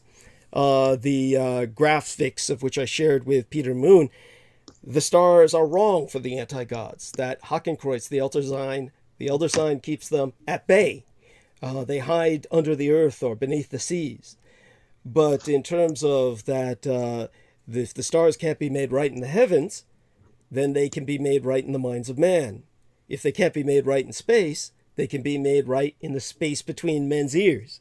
Therefore, the Edomites stole all of Lovecraft's work, perverted it, and then perverted the stars themselves, saying that instead of the way they truly align with the nations on Earth, they say, oh, they align this way, that way. Basically, redirect and transpose the stars in this kind of inversion. A great example, it's the Pleiades, the seven sisters of Atlantis.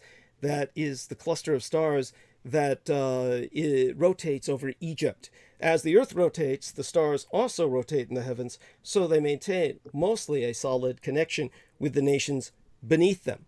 And the Pleiades has always been that constellation over Egypt, the Seven Sisters, who are pursued by Orion, their perennial suitor, basically a rapist who wants to sexually assault them all. And Orion is basically over Iran and Iraq, the nation states in failure today and constantly at war. So what the Edomites say through Graham Hancock's books and Robert Schoch and all these other assholes, they get together like Robert Bauval. Robert Bauval helped Graham Hancock write these various books in a number of cases where they claim that Orion is over Egypt and that the three stars in the belt of Orion align with the three pyramids. In other words, they do a sex change. They make it so that the male constellation is over Egypt and the female would then be transposed elsewhere. This is how they provide an involuntary sex change in the minds of man with the heavens above and make the stars right for the anti-gods. This is what was articulated to me by Michael Aquino. So understand this is all part of his mind war, his endless mind war. And this is what Harry Houdini and H.P. Lovecraft were fighting against. They were trying to preempt this, prevent it, and they paid the price with their lives.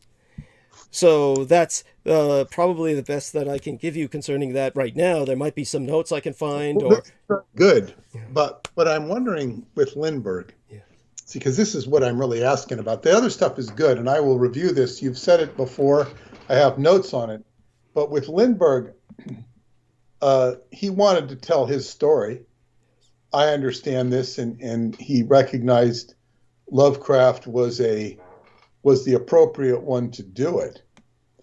I wonder how much Lindbergh knew about the Cthulhu and or the roots of Zionism vis-a-vis the Helizon.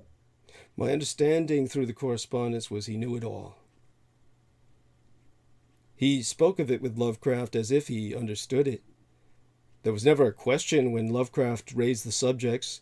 Lindbergh never said, "What the hell are you talking about?" It was always a response as if he understood. Because Lovecraft mentioned it. Yes. And then... I'm certain they met physically a few times. They would have had to, because there wasn't anything I found in the correspondence that it made it look like they were sharing those ideas in their letters. It was almost as if they had had some private conversations. Now, bear in mind that with Charles Augustus Lindbergh's wealth, that would have been easy to have visited Lovecraft more than a few times in his own home. Well, he was known to travel on the sly for his own security protection. Yes, this is a fact, and understandably so, because he was the biggest celebrity of his day. I think it said that when after he flew to Paris, like I think 1,000 people showed up at his mother's house. Wow, yeah. What the hell? What's she going to do? And what did she do? Yeah. And this is just for. Well, she gave birth to him. She gave birth to him. That's what everyone was there to honor her for. But hopping across the Atlantic. He's just, all he did was hop across the Atlantic. Now, I shouldn't minimize that, because it was quite a feat for its day, and it was like going across there in a cracker box. Yeah. It was. They gave him the Congressional Medal of Honor for it. Yeah. By the way, I don't know if this is true, but my father certainly believed it. My father was a cat man. He loved cats.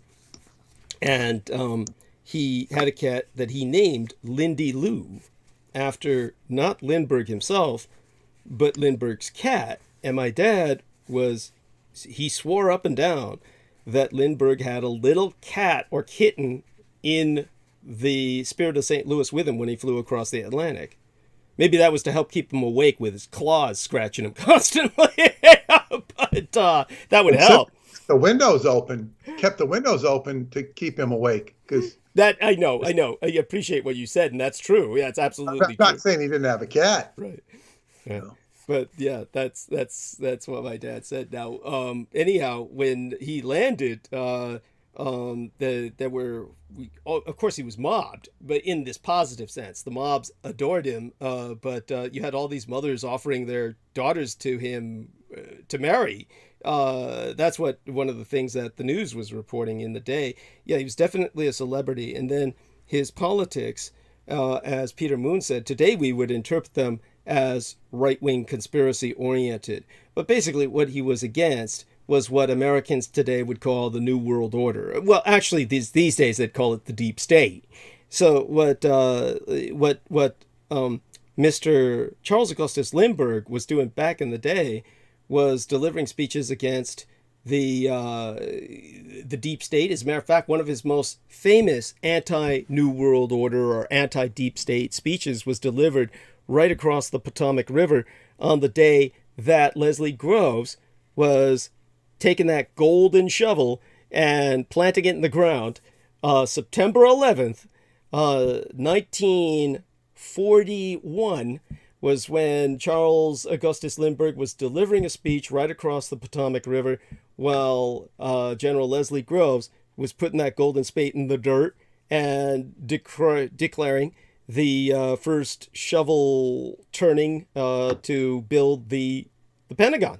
He was basically dedicating the Pentagon's construction.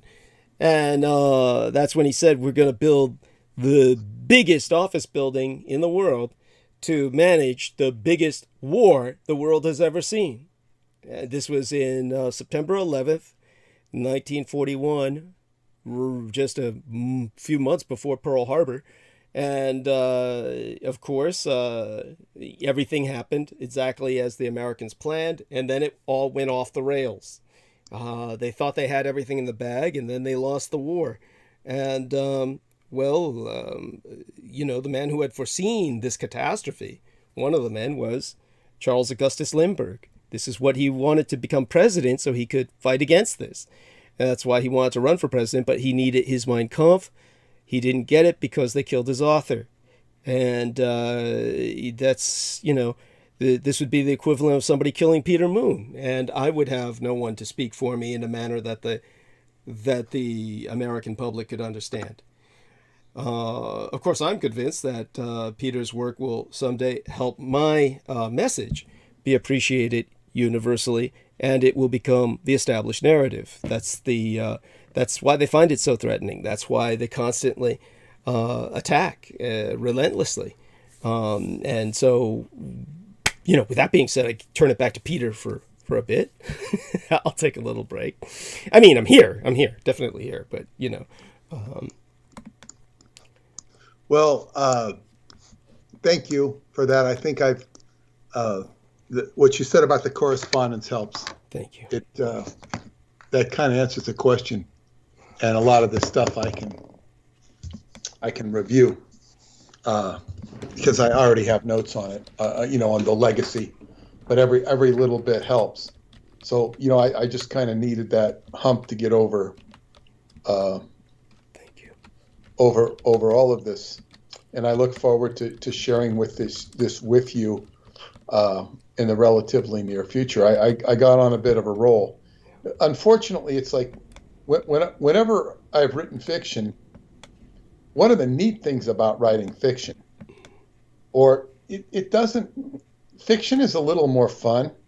I don't write much of it, haven't for a long time, but when you write fiction, you write a story, you want to make it compelling, and then you have a horizon. Okay, this is what happened. And then you have to finish the story. Like, you create a circumstance, and then you've got to write the story and say, this is how it ends up. And you're creating the story. And what's the most rewarding thing about writing fiction is when you go back and read it and you forget what happened. That's right. So it's like, wow, this is a neat story. When you're writing nonfiction, you're having to get through obstacles of this chapter, that chapter, that chapter, so we can get to where we really want to get to, is to find out what the story is. But you have to organize it all. So I'm more interested in getting into the present, but I've got to wade through all this stuff. I've heard hours and hours and stuff about Lovecraft, even Lindbergh, and you're making a lot of noise. I'm sorry. But yeah, you want just probably go on mute. Yeah, I'll do that. Might be better. So yeah, it's an interesting process to do. So I think you've answered my questions for the time being. That to get back to the AI thread, this is where we're dealing with a very live current, of what geopolitics are rotating around. They're rotating around nothing more than archetypes, because that's all they can rotate around. But I'm going to give a tip to people, and I want to validate Jonathan Gee, Gee.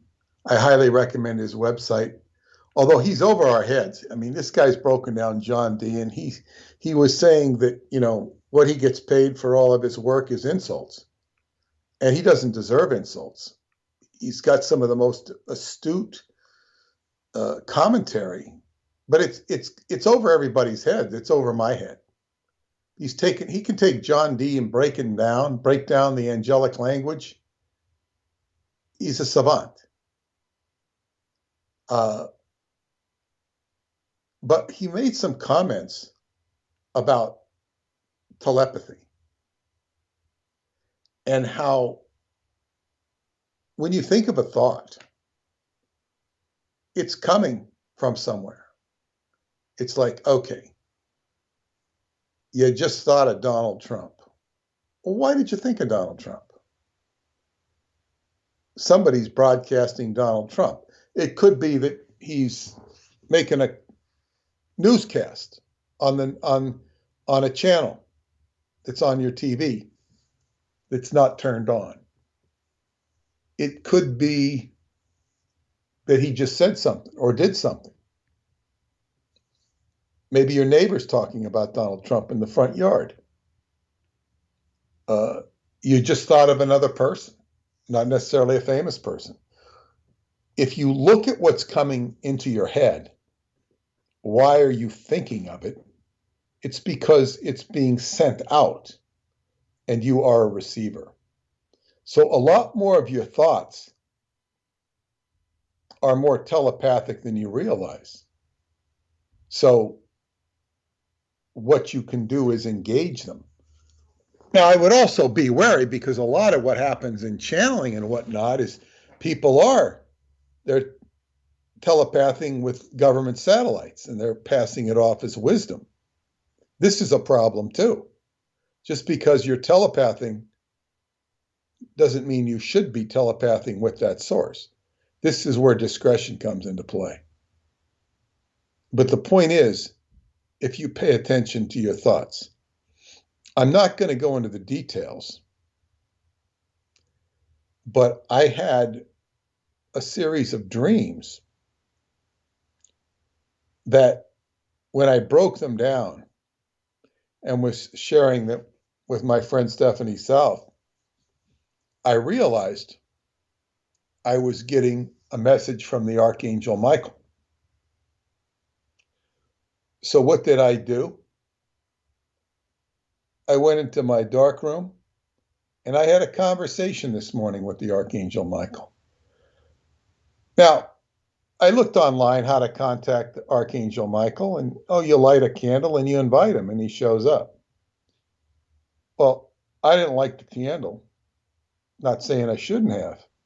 I went in the dark room and I had a conversation. Now, was I having a conversation with myself? Was I having a conversation with an archetype that represents the equivalent thereof? It doesn't really matter. You're having a conversation with something that is evocative of the Archangel Michael. It must damn well better be the Archangel. It doesn't matter. It's like if you had a conversation with your English teacher, you could kind of, if you were really familiar with the English teacher, you could kind of intuit what the English teacher would say. But maybe the English teacher in your mind might put a word out that you thought you knew or you didn't know, and it causes you to go look up that word. What is a past participle? Some word comes up from your mind. This is with the English teacher. What are you talking to? You're talking to the area of the unknown. So in the case of the Archangel Michael, if you have enough fertile imagination, you can have a talk. Doesn't have to be the Archangel Michael. It could be your wife. It could be your son. It could be your boss. It could be the person who gives you a hard time every time you go into the grocery store, whatever it is. Paying attention to your thoughts, conversing. It doesn't have to be the Archangel Michael. The Archangel Michael came to me in my dreams once I picked it apart. I'm working on my dreams for next summer. This is part of the dream workshop, going to Transylvania.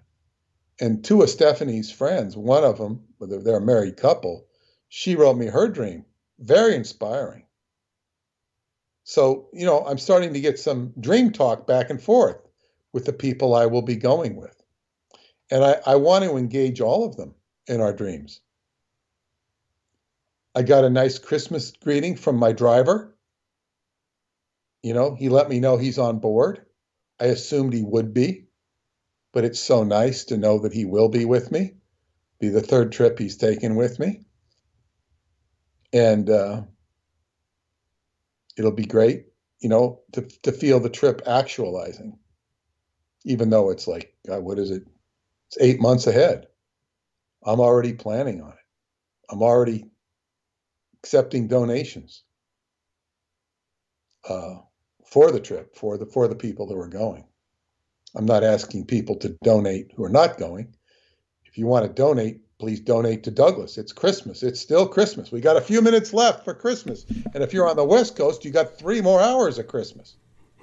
Bless you. Yes. We're almost over Christmas here. No more Christmas. We're zoning in on the new year. You know, it seems like it takes like Christmas is a big hurdle. Once Christmas is over, okay, this next week goes fast. It's like all of a sudden it's Christmas. I mean, New Year's. Yes. And all of a sudden it's January. Then the sky gets a little lighter. Stays out the darkness. The solstice starts to happen in January. So yeah, we're almost into 23. We're still under a new moon right now. There was a new moon on the 23rd. And right now, and we just went through Venus and Mercury being aligned together, still in the same orb. So it's we went through a pretty heavy period with the eclipse. Been a very intense period. And the new year is looking very, very interesting, very exciting. And you'll be happy to know, Douglas, yes. I was out Saturday morning, yes. Christmas Eve. We're out there at 9 o'clock in the morning playing football, 12-degree weather. We didn't start at 9. Not enough people showed up. We waited till about 10 before enough people. We sat in the car.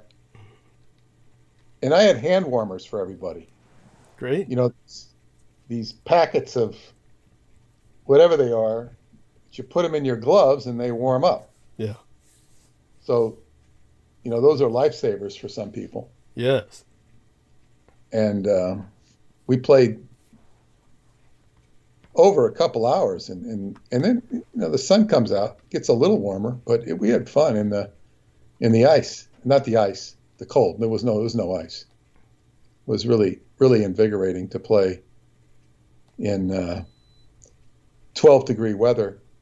And at one time, it must have been about 1998. I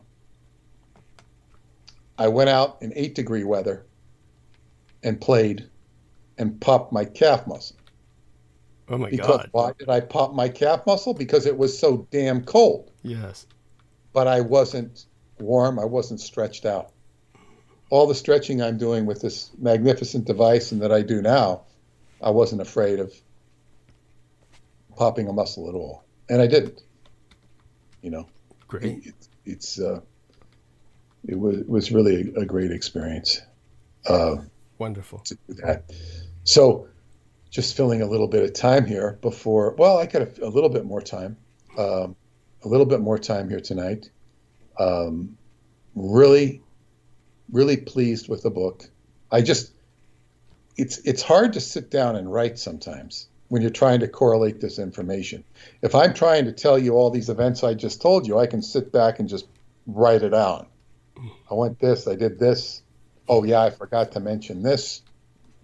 But I don't know all of this information, certainly as well as you do. So thank you. You're very kind. Yeah, well, you know, I'm piecing it together, and we'll get past. You know, Lindbergh, he won't be too long. I might have to deconstruct Zionism a little bit, Mm-hmm. and the swastika and all that. Yes. You know, what did well, you know, it's like you kind of said, what did Lindbergh know and when did he know it? what did Hitler know and when did he know it? There are certain things, because Germany has an inbred, not just Germany, but, Europe, particularly Catholic Europe, includes Austria. They have an inbred hatred of the Jews because of what's in the Bible. It's directly related to the Bible. Now, in the Bible, it's what is it? It's the guilt is put upon the Jews. Yeah. Now, what's very interesting about that, it would be apparent to me, is that the Jews that are guilty in the Bible are not the real Jews. Right. They're the Edomites. Yes. And that's the whole problem. The roots of anti-Semitism. There's books, there's all studies, anti-Semitism. Let's get to the bottom of anti-Semitism. And they'll have countless, endless iterations about it. Yes. But this is the truth of anti-Semitism. And it's jamming the messianic frequency. And it's actually the Edomites that reject the messianic frequency. That's the whole problem. But somehow they've taken ownership of Judaism so they control the narrative of what Judaism is, or have enough influence, because there's lots of Jews that oppose Zionism. So, but then when you explain it to people and disambiguate it, it's like it enables the truth to be known. But then there's even a limited, I'm in a position just to do the right thing for you is to make this a limited edition, which is not what I want to do. But it has to be, what you say, economically viable and supportable. And the other thing is, you also can't give information away for free necessarily. That's a problem. Yes. It doesn't work. I could put a PDF on this and it'd just sit there and fly like toilet paper. Yes. Yes. It's true. Which is, I'll give an entrepreneurial idea out here. For anybody who wants to pursue it, I'm not going to do it. You could make millions off of this if you had the right internet acumen. Is you produce tailor-made toilet paper, and you put on the toilet paper, you can put a face. The face of the person you don't want. Tailor-made toilet paper. You want to put Joe Biden on there. You want to put Donald Trump on there. You want to put Alfred E. Newman. You want to put your next door neighbor. You want to put your husband, your wife, your kids. And you can put them on your toilet paper. You think that idea? I think could sell. Although I'm familiar with printing, should ask my printer. I don't know about, most of them. Printing on toilet paper is a whole different art than doing and printing on paper or even cardboard. It's like, how do you print on toilet paper? Because they do put print on toilet paper. You'll sometimes see it. I think you'd have to go to the toilet paper manufacturer and say, I want to put,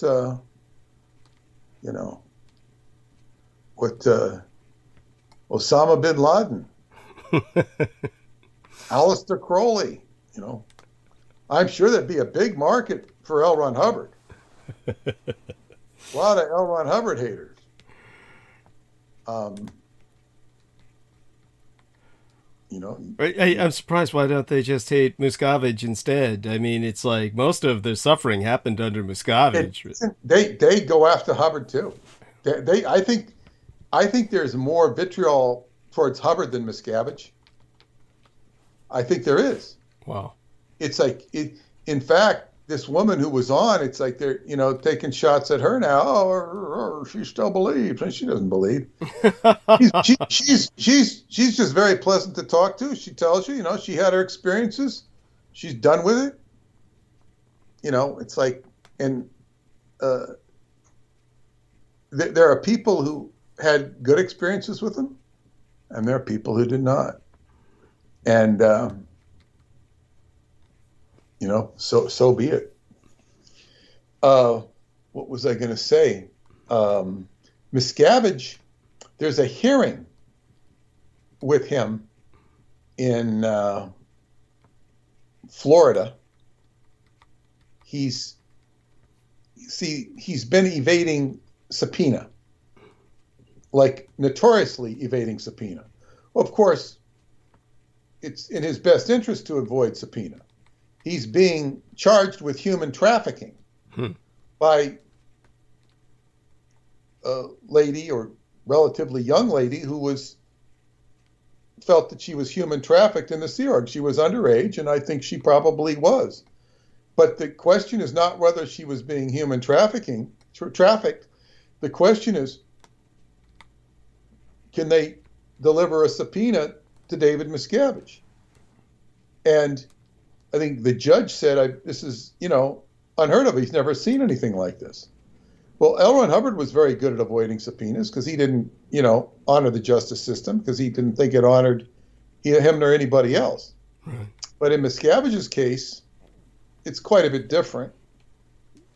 Hubbard was never charged with human trafficking. But Miscavige is. And so now what they're trying to do is set a precedent that he is being served, because he's been avoiding it for so many years. He obviously knows of it. So they're going to have a hearing to determine whether he's serviced or not. And I think this is very questionable, because if you can say he's been served when he's not been served, it sets a bad precedent. Mm-hmm. Obviously, he's avoiding it. I think he would do better to say he's living out of the country or something. But he doesn't say that. So, they're always trying to pin him down. I don't think it'll work. We'll see. I think the guy who's doing the YouTubes on it, he does a lot of YouTubes. I watch him occasionally. I can't watch too much of it. Aaron Levin Smith seems like a really nice guy. He grew up in Scientology. I think his YouTube channel is growing up in Scientology, and he's chronicling a lot of these legal events that happen. And I think they were going to Zoom the hearing. Now they're not going to Zoom it. They're going to do it in chambers and see where this all goes. So that, the whole Scientology thing is, to me, it's so passé. It's over. It's just, nothing will ever become of it. And not that nothing will ever become of it, but I think its day in the sun is over. That doesn't mean there couldn't be reiterations or regenerations of it. There are people still practicing it, but so be it. That's a little bit of Scientology news. Yes, it's something I keep. I don't know if I keep a close eye on it, but I keep an eye on it from time to time. So your transmissions have been full of data. I wish I had time to listen to everything, because it has a lot of valuable information in it. Thank you. And you're doing good. Bless you. It'll be very interesting to see where this goes. All of this goes AI-wise. Yes. As we get into this, because we're, the fact of the matter is, as we move into very slowly the age of Aquarius, and we're not there yet. We're moving. It's about another 300 years before we'll be fully fledged in Aquarius. Ah. Because Manly P. Hall pointed this out precisely. He shows that when Constantine declared the Council of Nicaea, that was it was thereabouts the exact beginning of the age of Pisces. Ah. And it's not necessarily per our configurations, because that's really what beget the Dark Ages. That is the Dark Ages. Wow. You know, the rats come in. Yes. Yeah, and it's like, so then it's like, so it'll really occur around 300 AD, but it means the influence begins hundreds of years.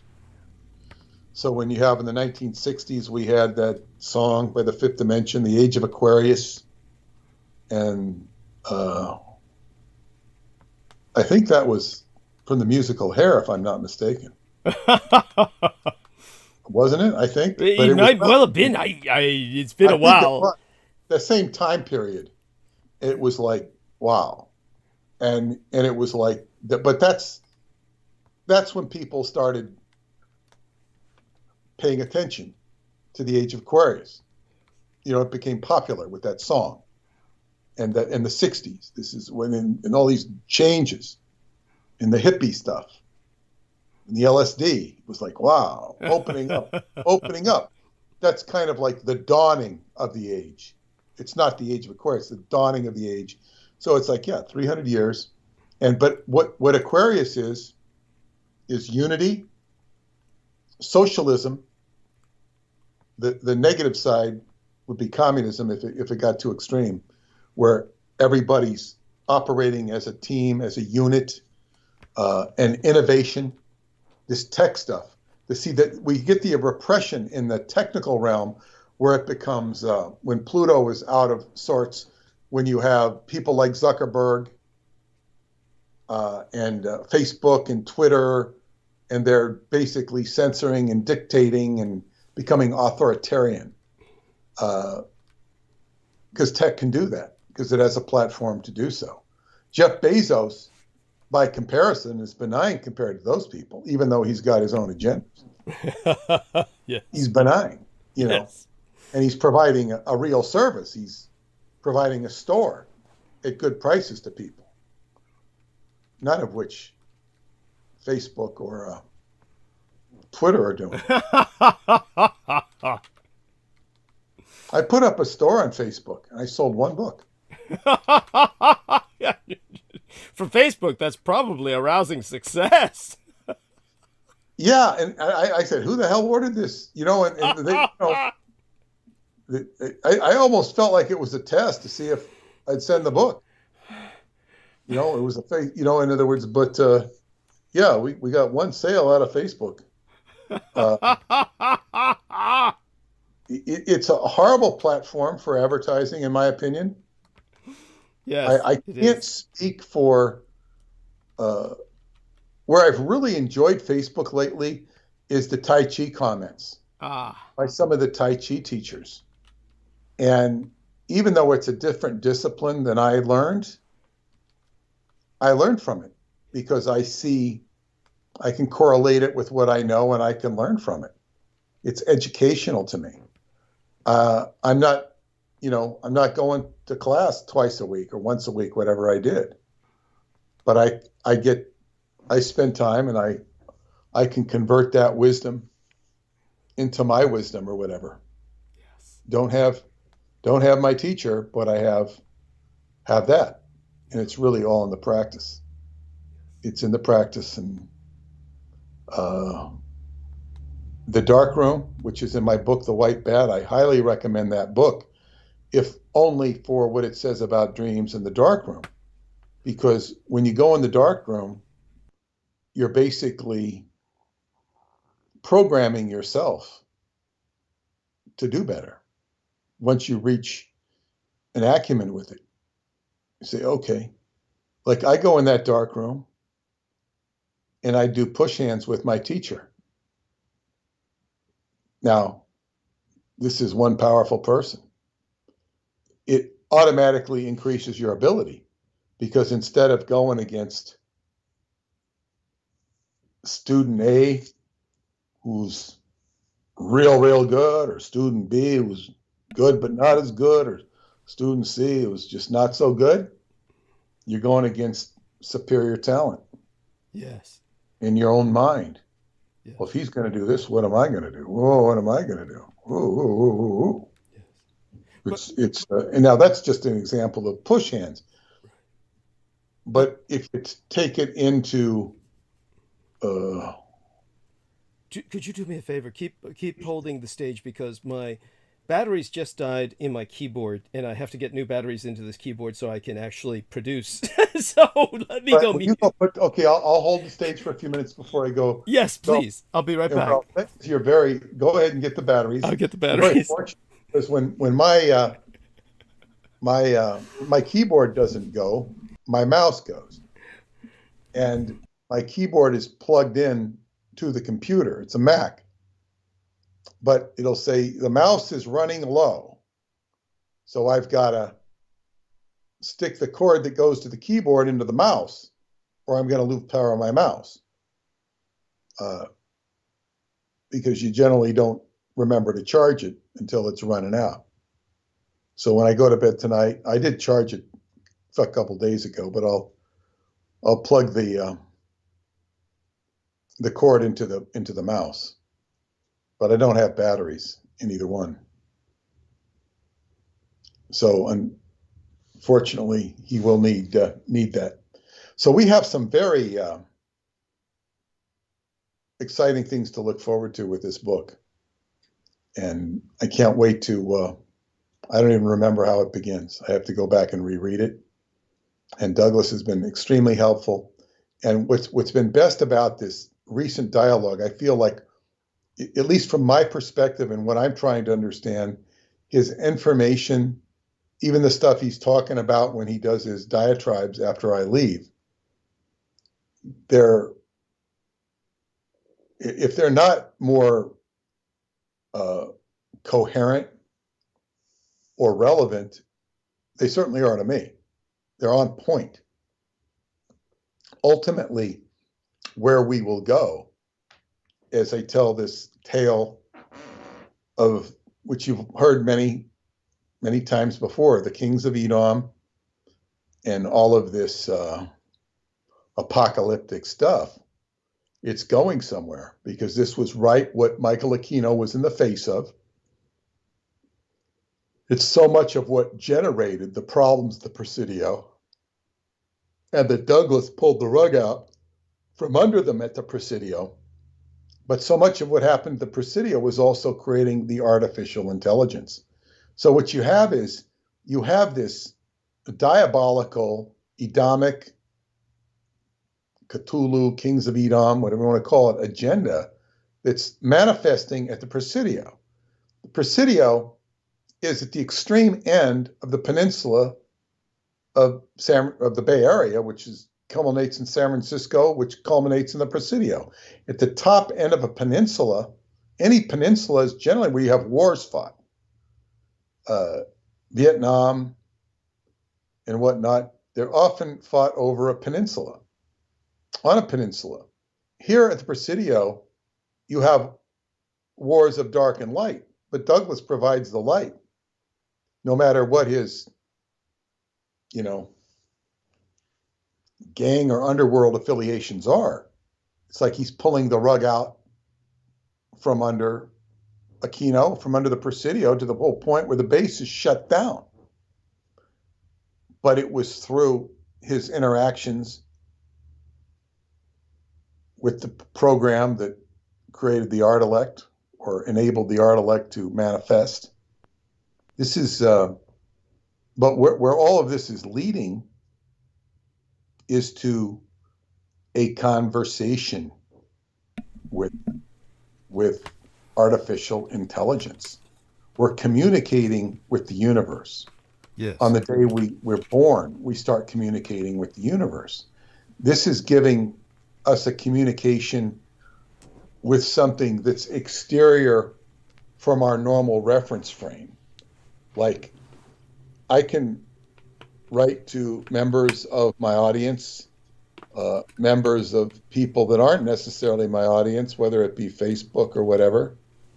And there's a communication that can take place there. Much of it is awfully mundane, or people who aren't really that clued into what's going on. They're reading it and getting informed for the first time. When we're talking about something that's outside of the stream of our normal reference frame, then it gets really interesting. Yes. Like, because we're dealing with occulted information, or information. It's not going to come through the TV. It's not going to come through YouTube. It's coming from a hidden source. Yes. That's occulted, and that's it's the work I do. So it's interesting. I'm glad all of you can listen and participate, because this is the kiln which we're forging something, to put a metallurgist term in it. Yes. We're forging a new creation here. So you're back. You've got your batteries. Yes. And yeah, wonderful. I hope you have a very good night. Bless you. Will Brooke join you later? She's exhausted. She was having dinner with her parents, and she had spent all night apparently wrapping gifts. So I don't blame her for taking the night off. I'll do my best, of course, and obviously there's all too much to talk about. I'll probably bring on Ian West to help me burn bandwidth for a little while until I feel fully together. But definitely it was wonderful to have you tonight. And I think that, honestly, we did so much, and I was just really just so glad. I'll tell you the truth, that both Paula and yourself decided that you had enough in terms of eating during the holidays, and decided that you'd skip going out to dinner tonight. It's even though you would have eaten Japanese, which is flattering. It would have been lunch. Yeah. Okay. It would have been lunch. Yeah. Yeah. So we'll make it up next week. Yes. We'll go out another evening and have more fun. But anyway, so okay, good. Enjoy the rest of your evening. Yes. And maybe I'll tune in the morning. I feel I might, but we'll see. Yeah. Feel free to do so. And of course, if I feel something is relevant, I'll timestamp it. And I'm so glad that you listened to what you did. And I think it's important to bring up what I did about ancient Greece and Pandora and their concept of mechanisms as malevolent, because it gave me new appreciation for that movie, Clash of the Titans, the original movie. Yes. I didn't see the remake with the mechanical owl. Yes. And the mechanisms, everything was mechanistic. Yes. Yes. Was interesting. So with that, I'll say good night and have a good show. Bless you. Maybe I'll see you in the morning. Look forward to it if you do, and otherwise we'll be speaking soon enough. Okay. Blessed dreams and Merry Christmas. Thank you so much. So that was our gift from Peter Moon. And of course, we're still live streaming. So let me give our man Ian West a call, and we'll use him as the anchor for some other calls, depending on how he's going. That was just... Now, I have this full set of batteries somewhere that I'm going to have to go out and buy another whole set of batteries, and maybe after that, the set of batteries that I had will reemerge. But thank God there were some batteries that were not duds that I had saved because it was questionable whether they were duds or not. And it was those batteries that I put into the keyboard so I could work the mouse. I mean, this is just the most frustrating thing in the world, is that, I mean, I literally can't do anything without the mouse. So when I'm online, I live by this mouse. I mean, it's like, it's a part of your body. Oh my fucking God. It's not a mouse, of course. It's on the board. It's a sensitive part of the keyboard that I use. I can't stand mouse. I never use mouse, As a matter of fact, even my 3D graphics modeler who spent hundreds of dollars on a super mouse, a highly sensitive mouse for 3D graphic modelers and gamers and shit. He stopped using his mouth and just went straight to the keyboard, the touchpad on the keyboard. So, all right. So we just called the real Ian West. We did not get an answer, even though it says he's active now. So let's try that again. And hopefully bring him on. Well, I try and get Frank Black on. Frank Black. Black Frank. Okay. Calling. Oh god, it's knocking my eardrums out. Calling. Black Frank.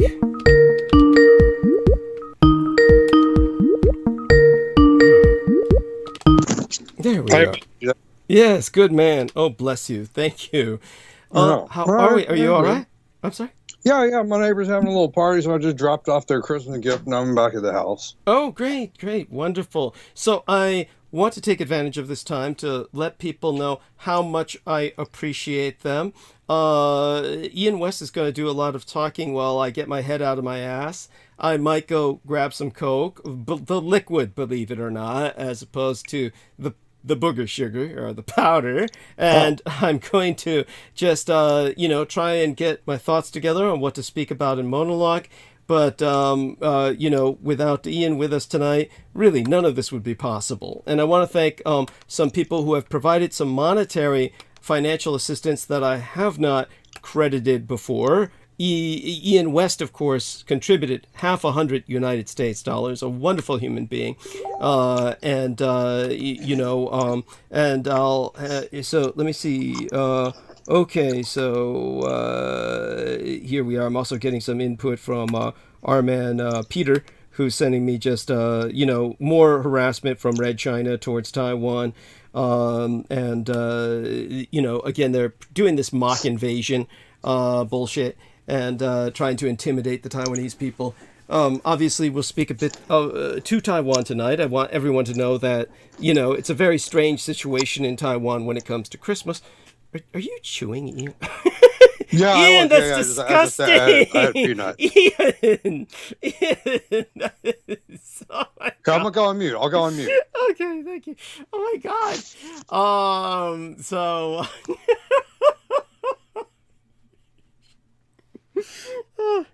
Okay, let me go to PayPal.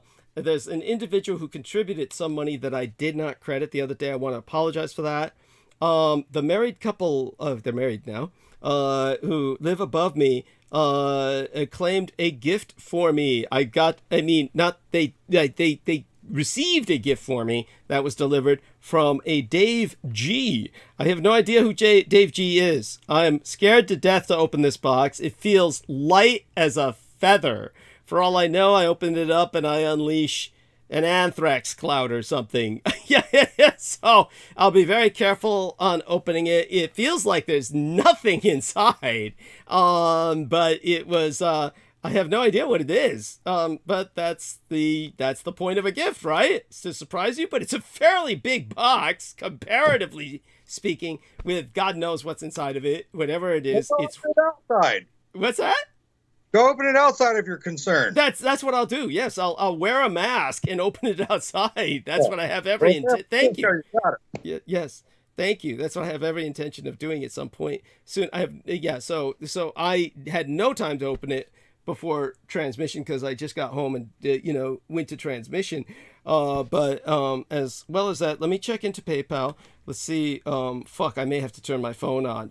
Fuck you. This is like get a code, the goddamn phone. Now they'll send the let me see, log in with a password instead. Oh gosh, and I need Ian to do complete talking later so I can chew this banana as well. And then actually go take some vitamins. Really, I took all my liquid shit, but I gotta take the pills.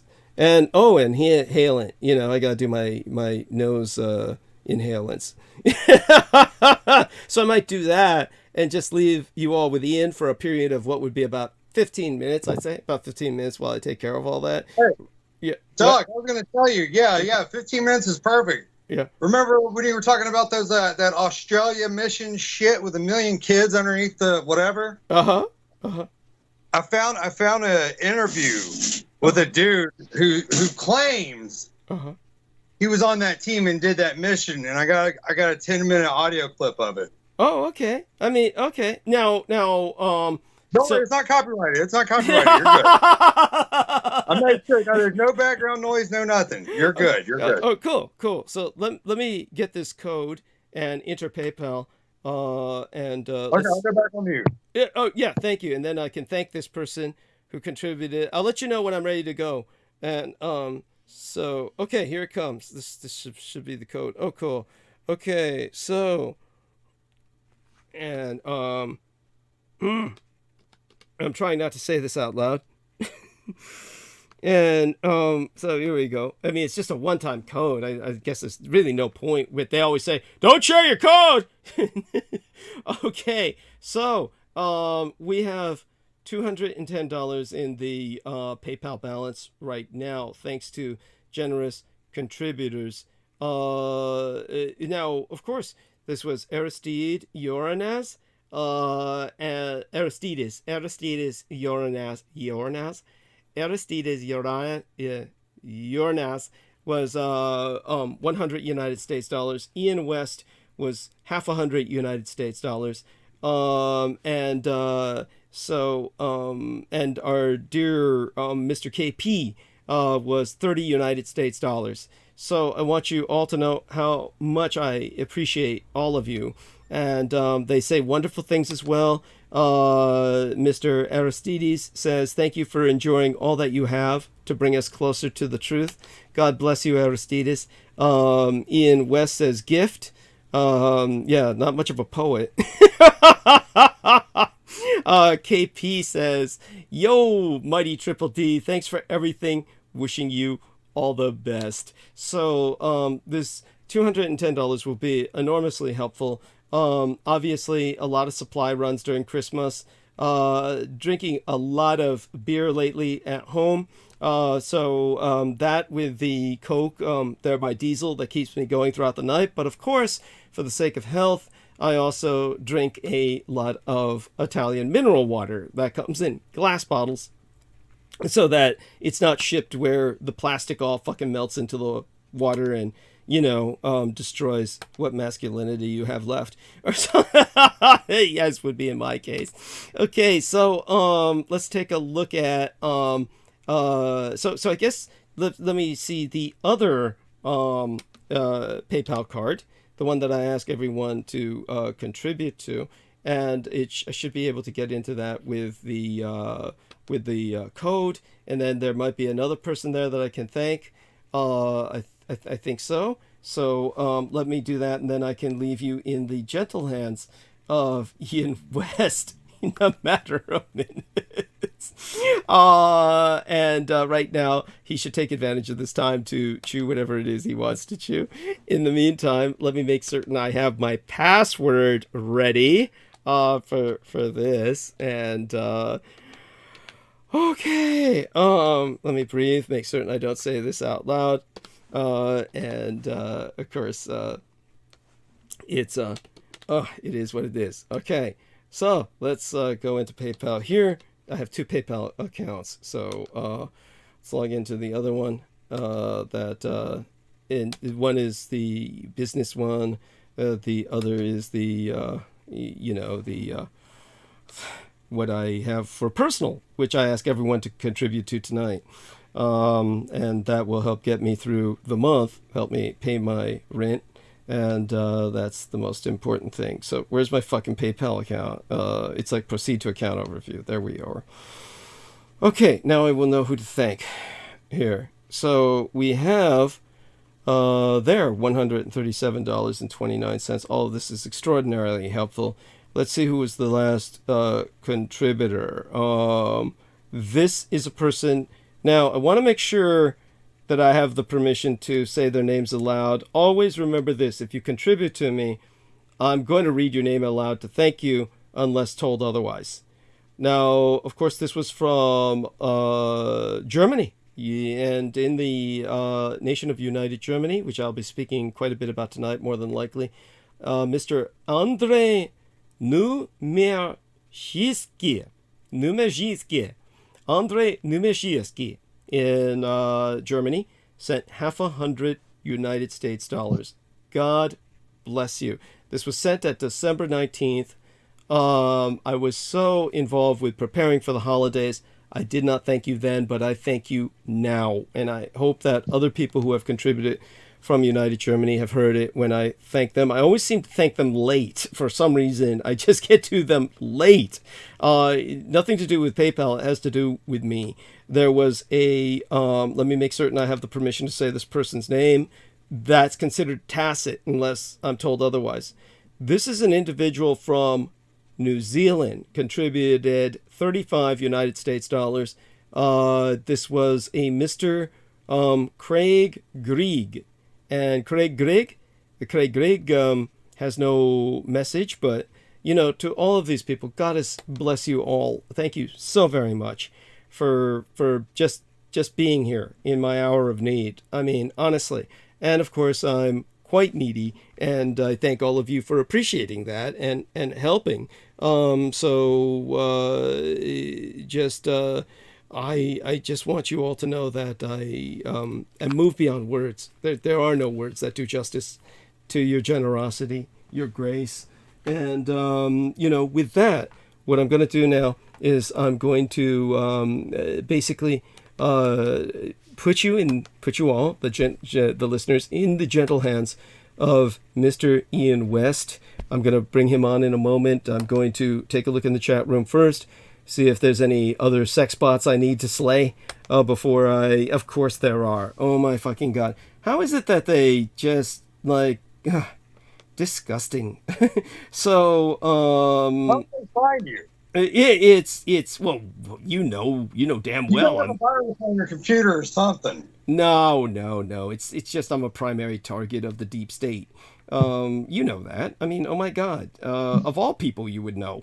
So let me see now. As for what people have been saying, lot of response. Okay, so Trekkie General was saying, what about rapid growth clones like those from Dulce? Okay, now we're into Ian West. He can handle that. Ian West can talk about that.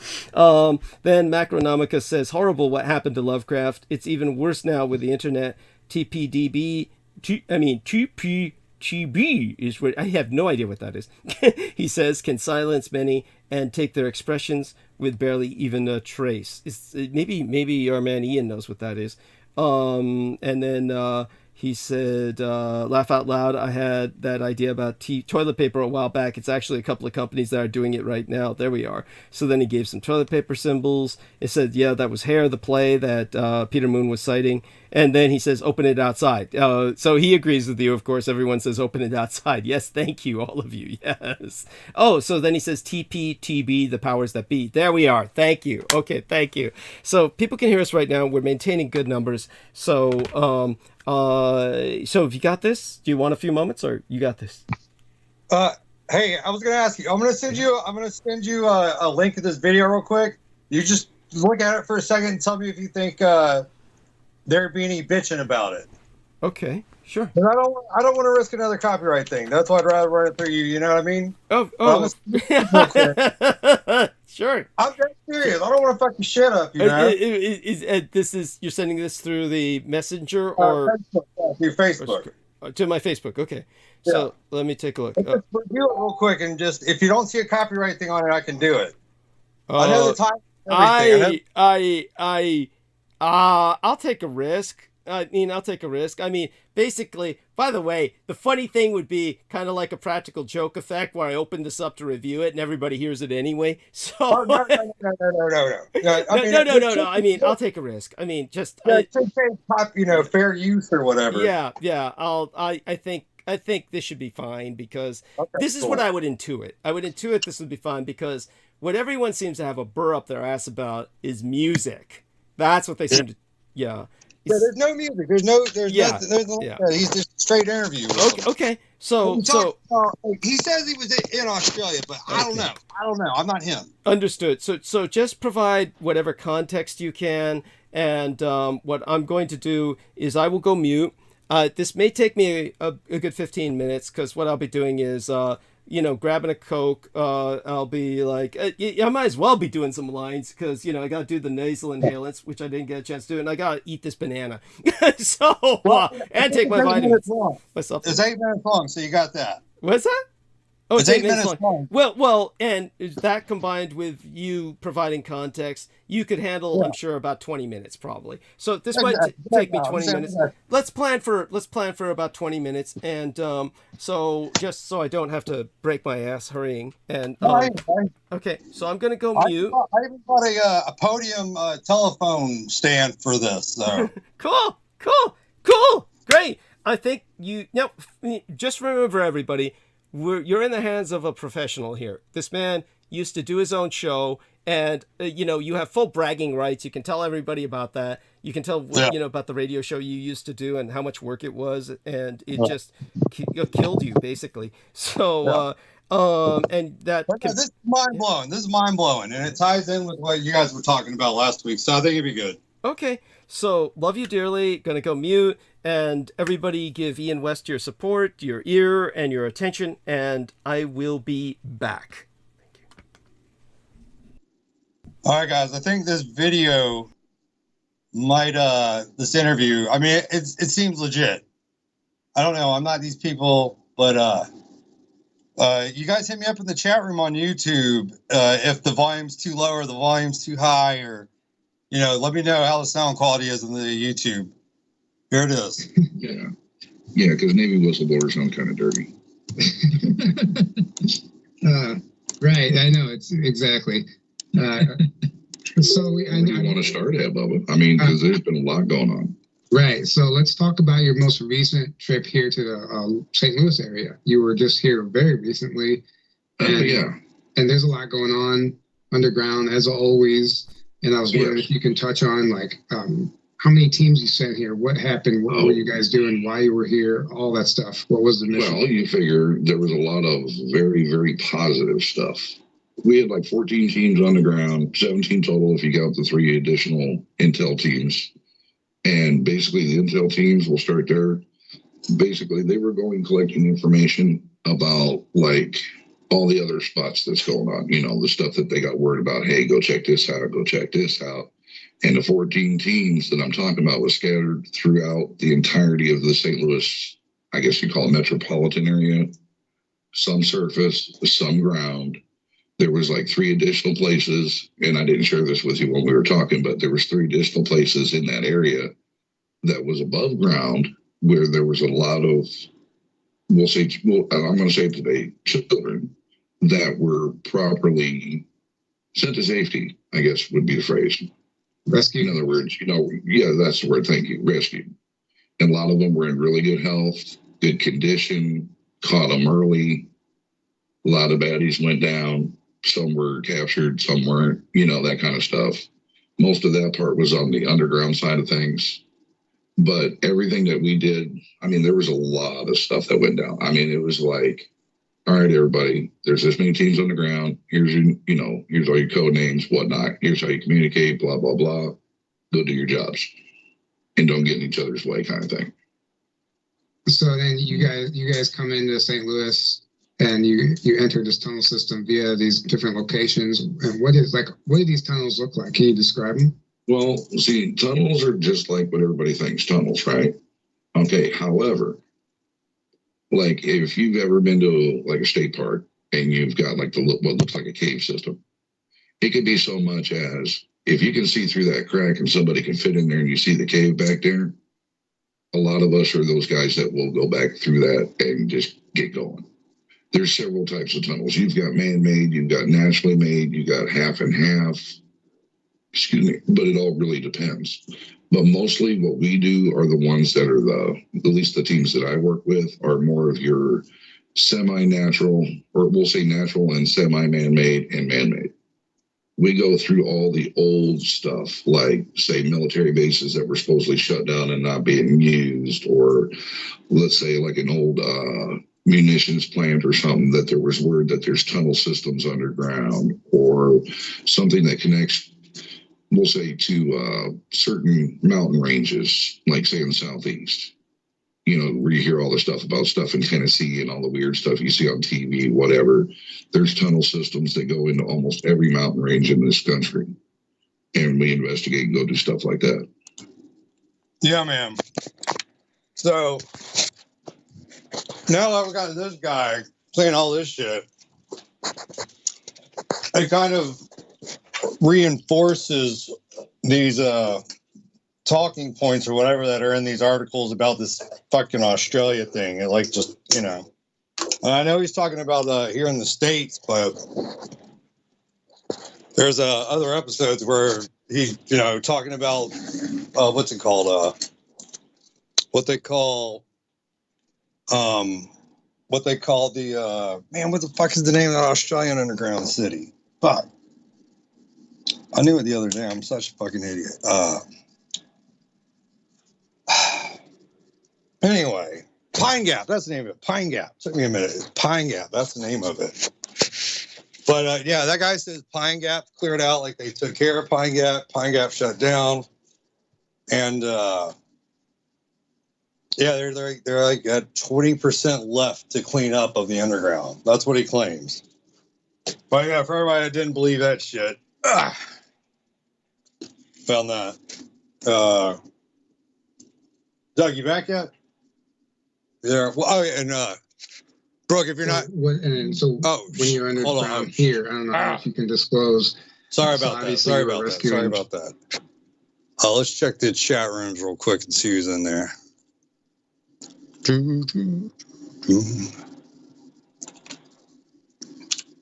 Doug, you there? Oh, I guess I ended it too soon. Oh shit! If you guys got any questions, hit me up in the chat room. I can answer some for you. There we go. Gotcha.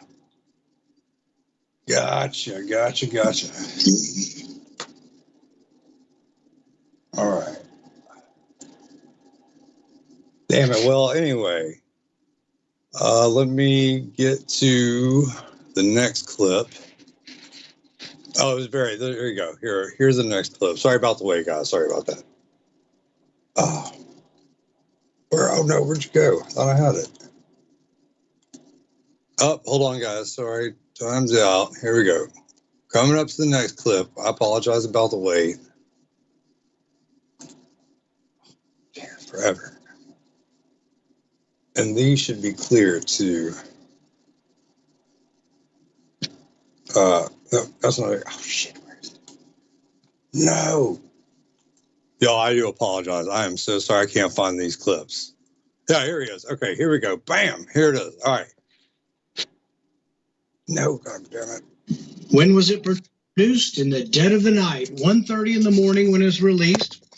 Now, people argue that it's conservatives' fault. You don't have the Christmas spirit. Somehow you're holding up government. Well, whose job is it to produce this? The people in charge of spending, the people in charge of both of the parties. When did they know that this would be necessary? Well, it's in the law, September 30th. You got 9 months, almost 10 months to produce a plan, to have a spending plan. They weren't ready on September 30th, so they voted themselves 90 more days. They weren't ready last week either, so they voted themselves another week. And now we have it at 1:30 in the morning this morning. But what's the clamor? The clamor is to vote. Vote now. Let's get it done. Why are you standing in the way of spending? Well, the real question is this. What is more dangerous? What is more dangerous to the country? $1.1 trillion in new debt, or as Republican leadership likes to say, oh, but it's a win. It's a big win. We're getting $45 billion for the military. So which is more important? Which threatens the country more?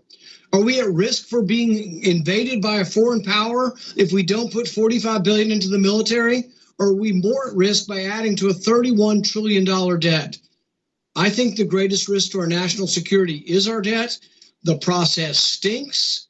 It's an abomination. It's a no good, rotten way to run your government. $6 trillion entity, and they want 24 hours to process this, and then they want to go forward. I will be demanding 2 amendments. One, that this goes against the budget rules. The pay-go rules say you can't do this. You can't have all this new spending unless it's offset. We will also be demanding that the pay-go rules are increased. Instead of taking 60 votes to evade the rules, we're going to ask that it be a 2/3 vote to evade the rules. The American people don't want this. They're sick and tired of it.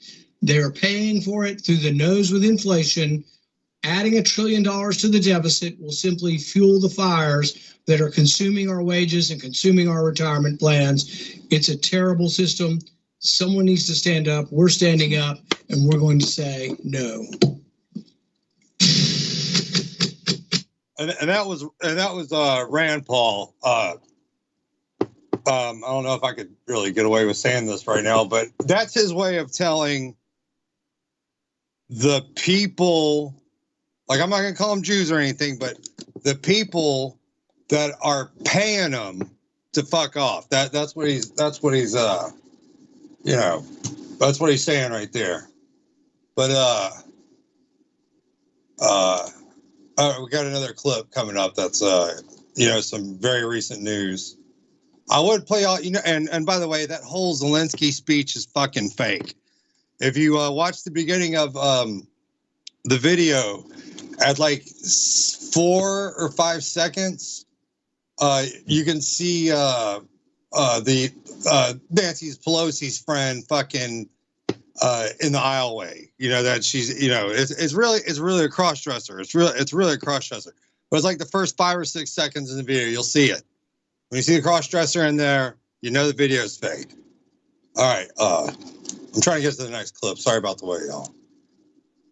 But I wanted to keep y'all updated on that.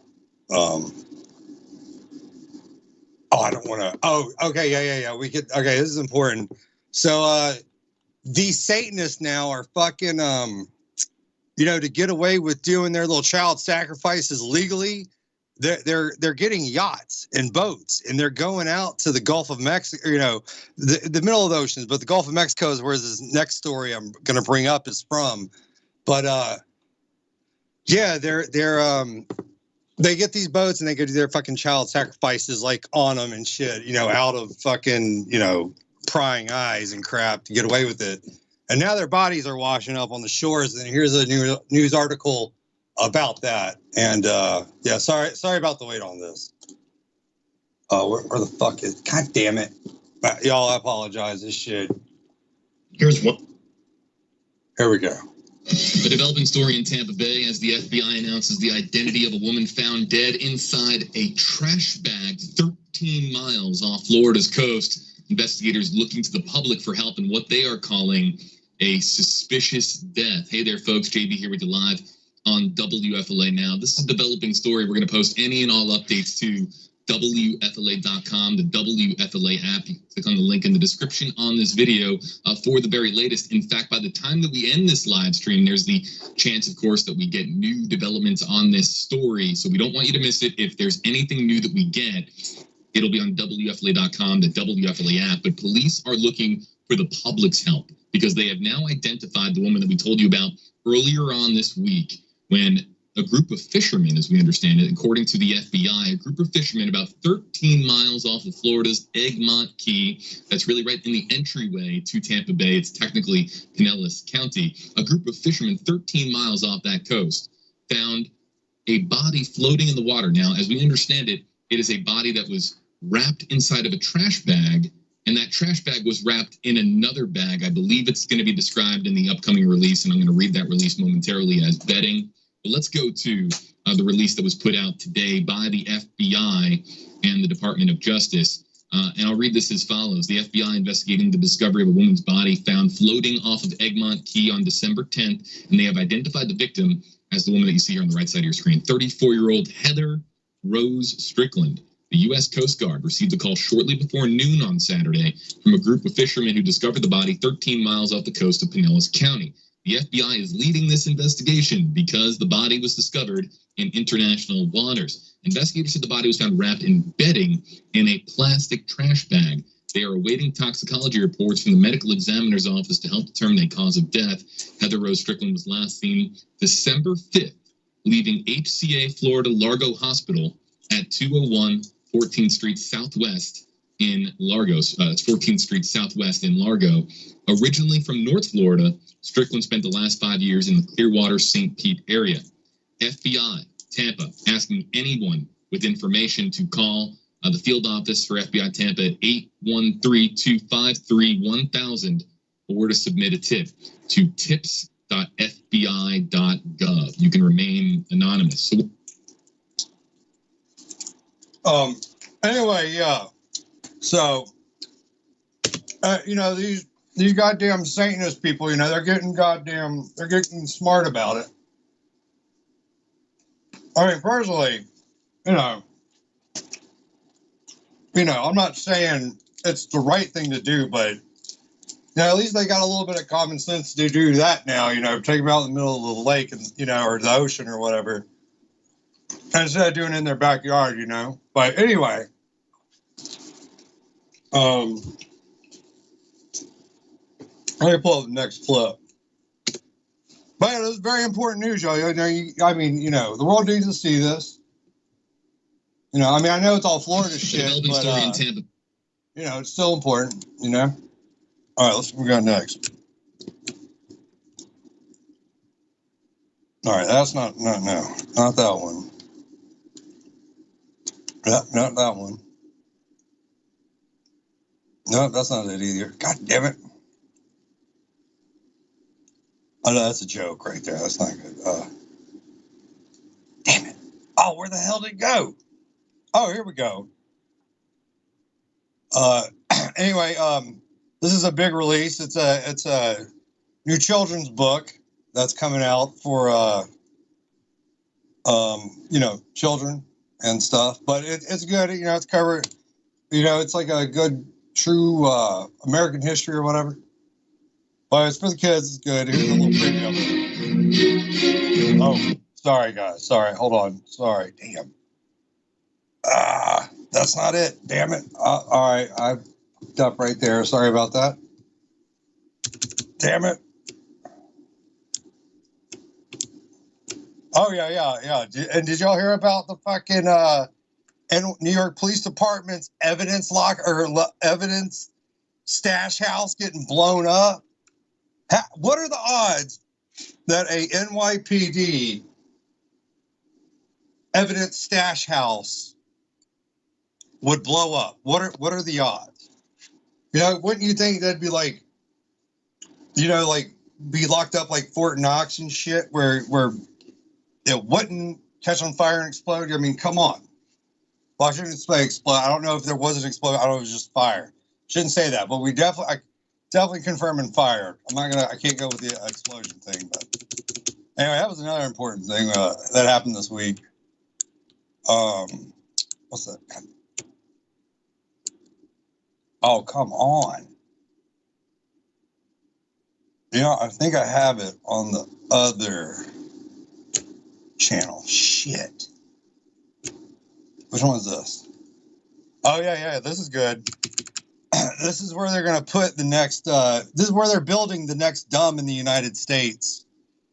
I got a clip of this, too. And it's from Mobile, Alabama. That's where they're building it. And here's the news report on it.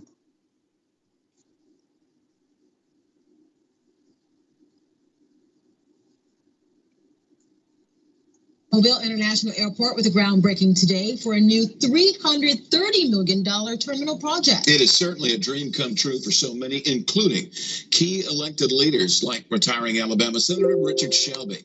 Hence, hear him say key Alabama politicians. You hear that? See how he throws that in there? Fox News' Stephen Moody now joining us live with that story. Stephen? Yeah, Byron, Lenise, we're still a few years away from that terminal, but once it's completed, leaders hope that Mobile transforms into one of the top transportation hubs in the country. 3, 2, 1.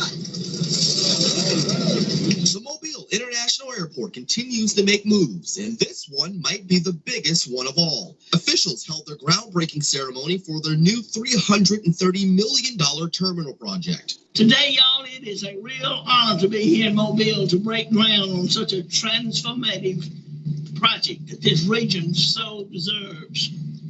And it's no secret that Mobile has a lot to offer, from an expansion of our railways, our roads, our ports, and now we have the opportunity to fly internationally. Governor Ivey wasn't alone. She was joined by city and state leaders like Senator Richard Shelby and Mayor Sandy Simpson. Those guys are fucking crooked as hell. Go to their Wikipedia. Just try crooked. And over the years, a lot of pivotal groundbreakings in our community. But at this point in time, this certainly stacks right up there at the That's the kind of motherfucker that eats them. I'm dead serious. top of all of them. The new terminal will be about 143,000 square feet. To start, it will have 5 gates, but officials plan to expand that to 12. Senator Shelby spoke as well about the opportunity. He is retiring in January as Alabama's longest-serving U.S. senator, and his impact on Mobile is felt in this project. Thank you for the kind remarks, but more than that, thank you for what you're doing here. And no, y'all, this guy would be proud of his collection of tiny shoes. Let me tell you. Mobile's on a roll. Think of Mobile in this context. I mean, you got a beautiful port. You got an airport, Brooklyn Field, right here by it, and it's going to be bigger and better.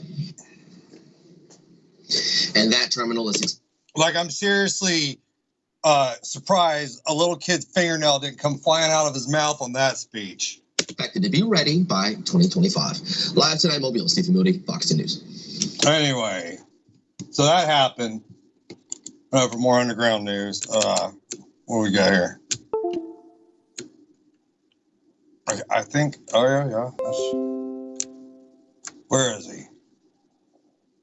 I think, yeah, here's a commentary. Here, I tell you what. Hit me up in the chat rooms if you know who this guy is. I think this one's cleared.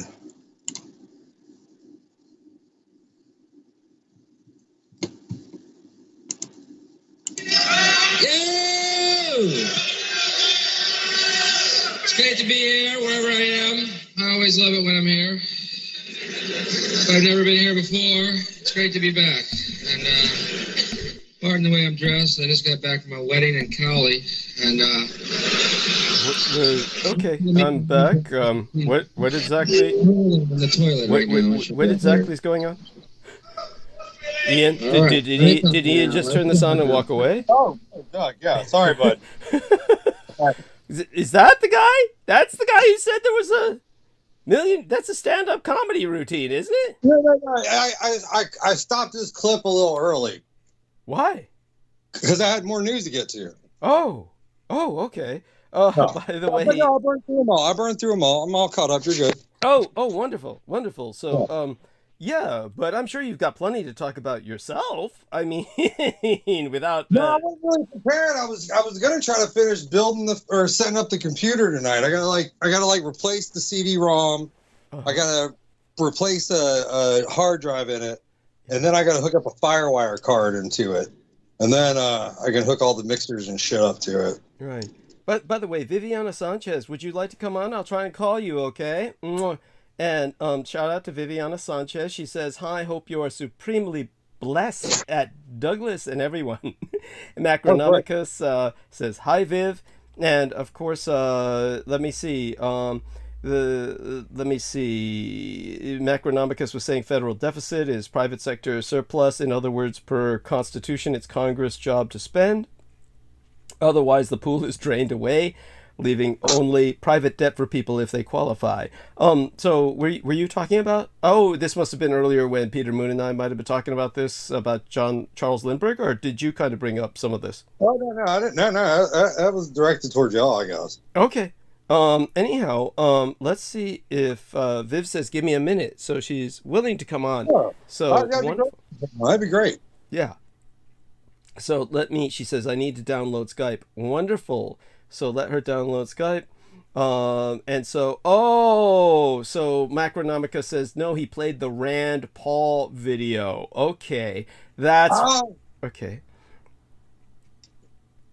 Oh, okay, good. Tell me. Could you tell me about that? What was going on with that? Like, what was it that he said that you felt was significant for people to hear? He something about this omnibus bill stopping it from going through. Mm-hmm. They caught it like they try to pass the Federal Reserve on Christmas Day in the middle of the night, so so it would pass. Mm-hmm. They try to do it again this year. Okay. And what do you think is the worst thing that can happen if this gets passed? What would be the nightmare dystopic result that's imagined? The $1 trillion of debt we'd have to incur for the future. Okay. And so, anyhow, would you consider Rand Paul's politics to be your own? I'm just curious. Oh, no, he's a piece of shit like all of them. No. No, I wouldn't put it past him. He fucked and 8 kids too, but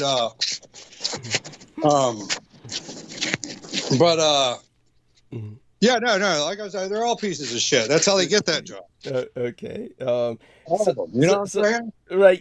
I get it. I mean, kind of. I kind of get it. No, I got a testimony of it. Oh, okay.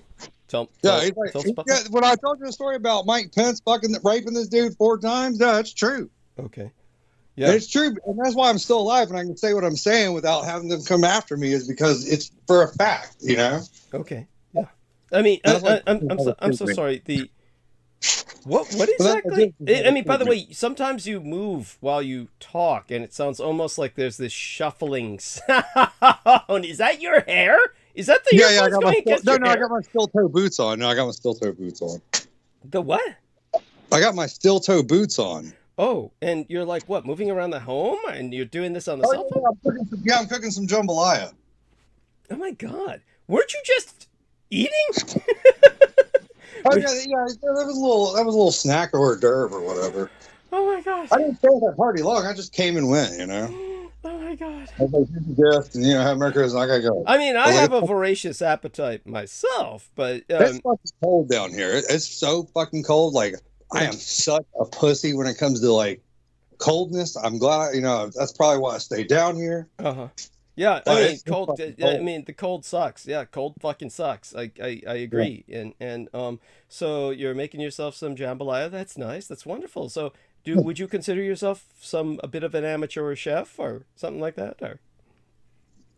Oh no, I'm totally ignorant when it comes to cooking on the real. Like, all my life I've depended on the Hungry Man dinners from the freezer section. That and Uber Eats, those are my girlfriends, But anyway. Oh, that's cute. That's adorable. And so that being said, let's see if we can reach out to some other people and start bringing them on. We'll try Viv when she tells us she's got the Skype going. Right now, I'll try everybody else, and let's push the add button. And poor Brooke. Well, she said she was tired tonight. Let's see if there's any extra messages from her coming in, which I highly doubt. And as you said, it's probably for the best for tonight. And God knows, being with one's parents has got to be pretty stressful. When they're like, "How about you? How long has it been since you've seen your parents? You don't seem to have a very good relationship with them." Oh no! My mom has fucking lost it, and I'm sorry. I'm playing it safe this year, and I'm staying home. Besides, it's too cold to go anywhere. There's no point. I'd rather do it in the summer. Mm-hmm. And and so yeah, I get it. But I mean, like, is there anything you're willing to share about your relationship with your parents? Like, what was it like, or how did you grow up, or anything like that? I mean, how did you wind up so alienated from them? I mean, I don't stay alienated. It's just they we've all established our lives in different locations, so. It's really, I still hear from them every day, but right now I'm talking to my aunt a lot, which is a good thing. Okay. She's in Mississippi, and I still talk to my sister every now and again, and she's still in LA, and fucking, she's she's thriving. I could put it like that. But anyway, but no, we stay pretty close. So, oh God, let me check to see if my. Oh yeah. You're good. Okay, good. I wanted to tell you about the goddamn Uber Eats and Brooks situation thing. Okay. So when I ordered the Wawa, Brooke was doing a goddamn fucking ignorant redneck rant about the thing, and the Uber driver fucking heard it and thought it was a real person. Because I was listening, I had it planned, and I didn't know she was there to, I didn't know the food was getting delivered already. So she hears in this and in that, and then through the door all muffled and shit. So the next morning, I get an email from Uber about it. Do you really? Oh my fucking God! And my 5-star rating went down to 4.99. Oh. I was so pissed. Oh. So yeah, that was the bite in the ass on that one. Oh my God! I'm so sorry. What happens when your 5-star rating goes down to 4.99? Nothing really, but okay. It does raise red hair. Okay. It's like anyway. I was very disappointed in the whole situation. Mm-hmm. I can imagine. So this individual, when they heard all that, and it's one of these things that I take it you're not getting sick anymore when these people deliver food. That was kind of a concern for a while, right? That they were exposing. Yeah. Oh, no, I was still hesitant about it, but no, it's good now. It's like I said, it's been 10 months, so I think it's worn out of everybody by now. Okay. Yeah, that's good to know. I mean, do you hear they fucking announced it on the goddamn on the news or whatever? They were just straight up saying, the people that got the shots were making people sick and blah, blah, blah. Like, they just fucking come out and said it, like, right on TV. Do you have this on, like, a recording? We can hear of that? All over. Yeah. I mean, the guy sounds like me. I couldn't believe it. I was like, I've been saying this shit for a fucking year. But anyway. Maybe it was you. It was you.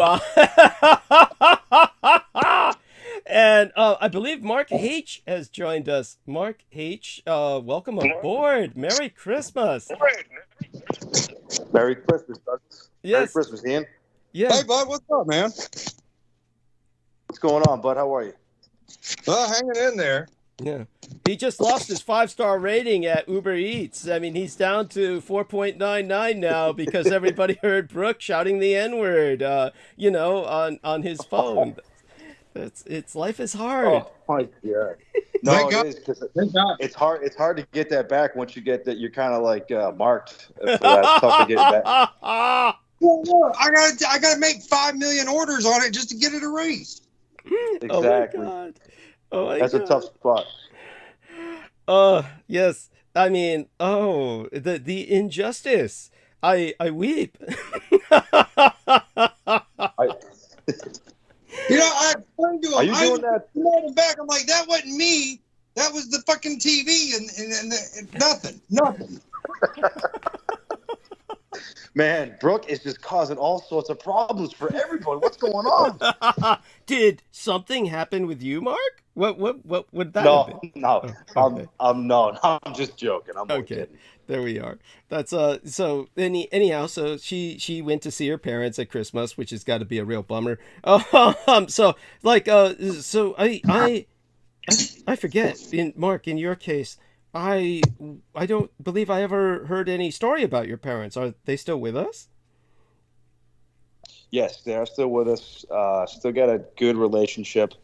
Okay. They're just, doing their own thing because I'm an only child, so they're kind of just like doing their own thing. But I am very close with them, and they're very important to me. So yeah, I mean, I'm just currently, I've always, I wasn't the best growing up. I wasn't the best kid growing up. Definitely spoiled. I got spoiled rotten because I was an only kid. But recently, within the last few years actually, really trying to, I mean, I know it's late, but I don't think it's too late. Just trying to be like, you know, a better son. Just trying to do whatever I can to, you know, almost like take back, you know, not go back in time, but, you know, sort of change the timeline a little bit. So yeah, I'm just doing the best I can to try to do that, you know. Wonderful. I mean, so did you spend any time at Christmas with them?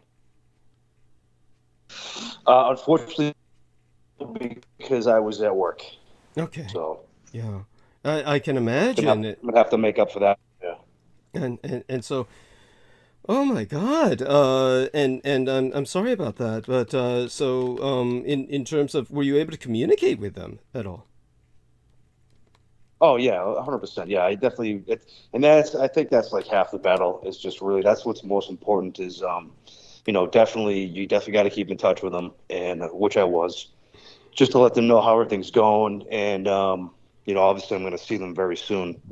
But yeah, it's just so important. I know it's easier said when you have parents alive, but I know I have friends that didn't have that opportunity. I know a lot of people don't have that opportunity to validate their parents, or to try to just even forgive or forget things from the past. But these are the people that gave you life. If you can see past things in any way, shape, or form, I would suggest doing so, because it just, you know, life is so short. You know what I mean? So it's just try to do what you can to mend things with your family. Family is so important. You know, it's so important. Yeah. Yeah, definitely. And so in terms of your ability to join us, it's deeply appreciated. We are an extended electronic family. We have someone putting their hand up. I believe that must be Ian. Yeah, by all means, Ian. I gotta say, you know, a man who doesn't spend time with his family can never be a real man. You know what I'm saying?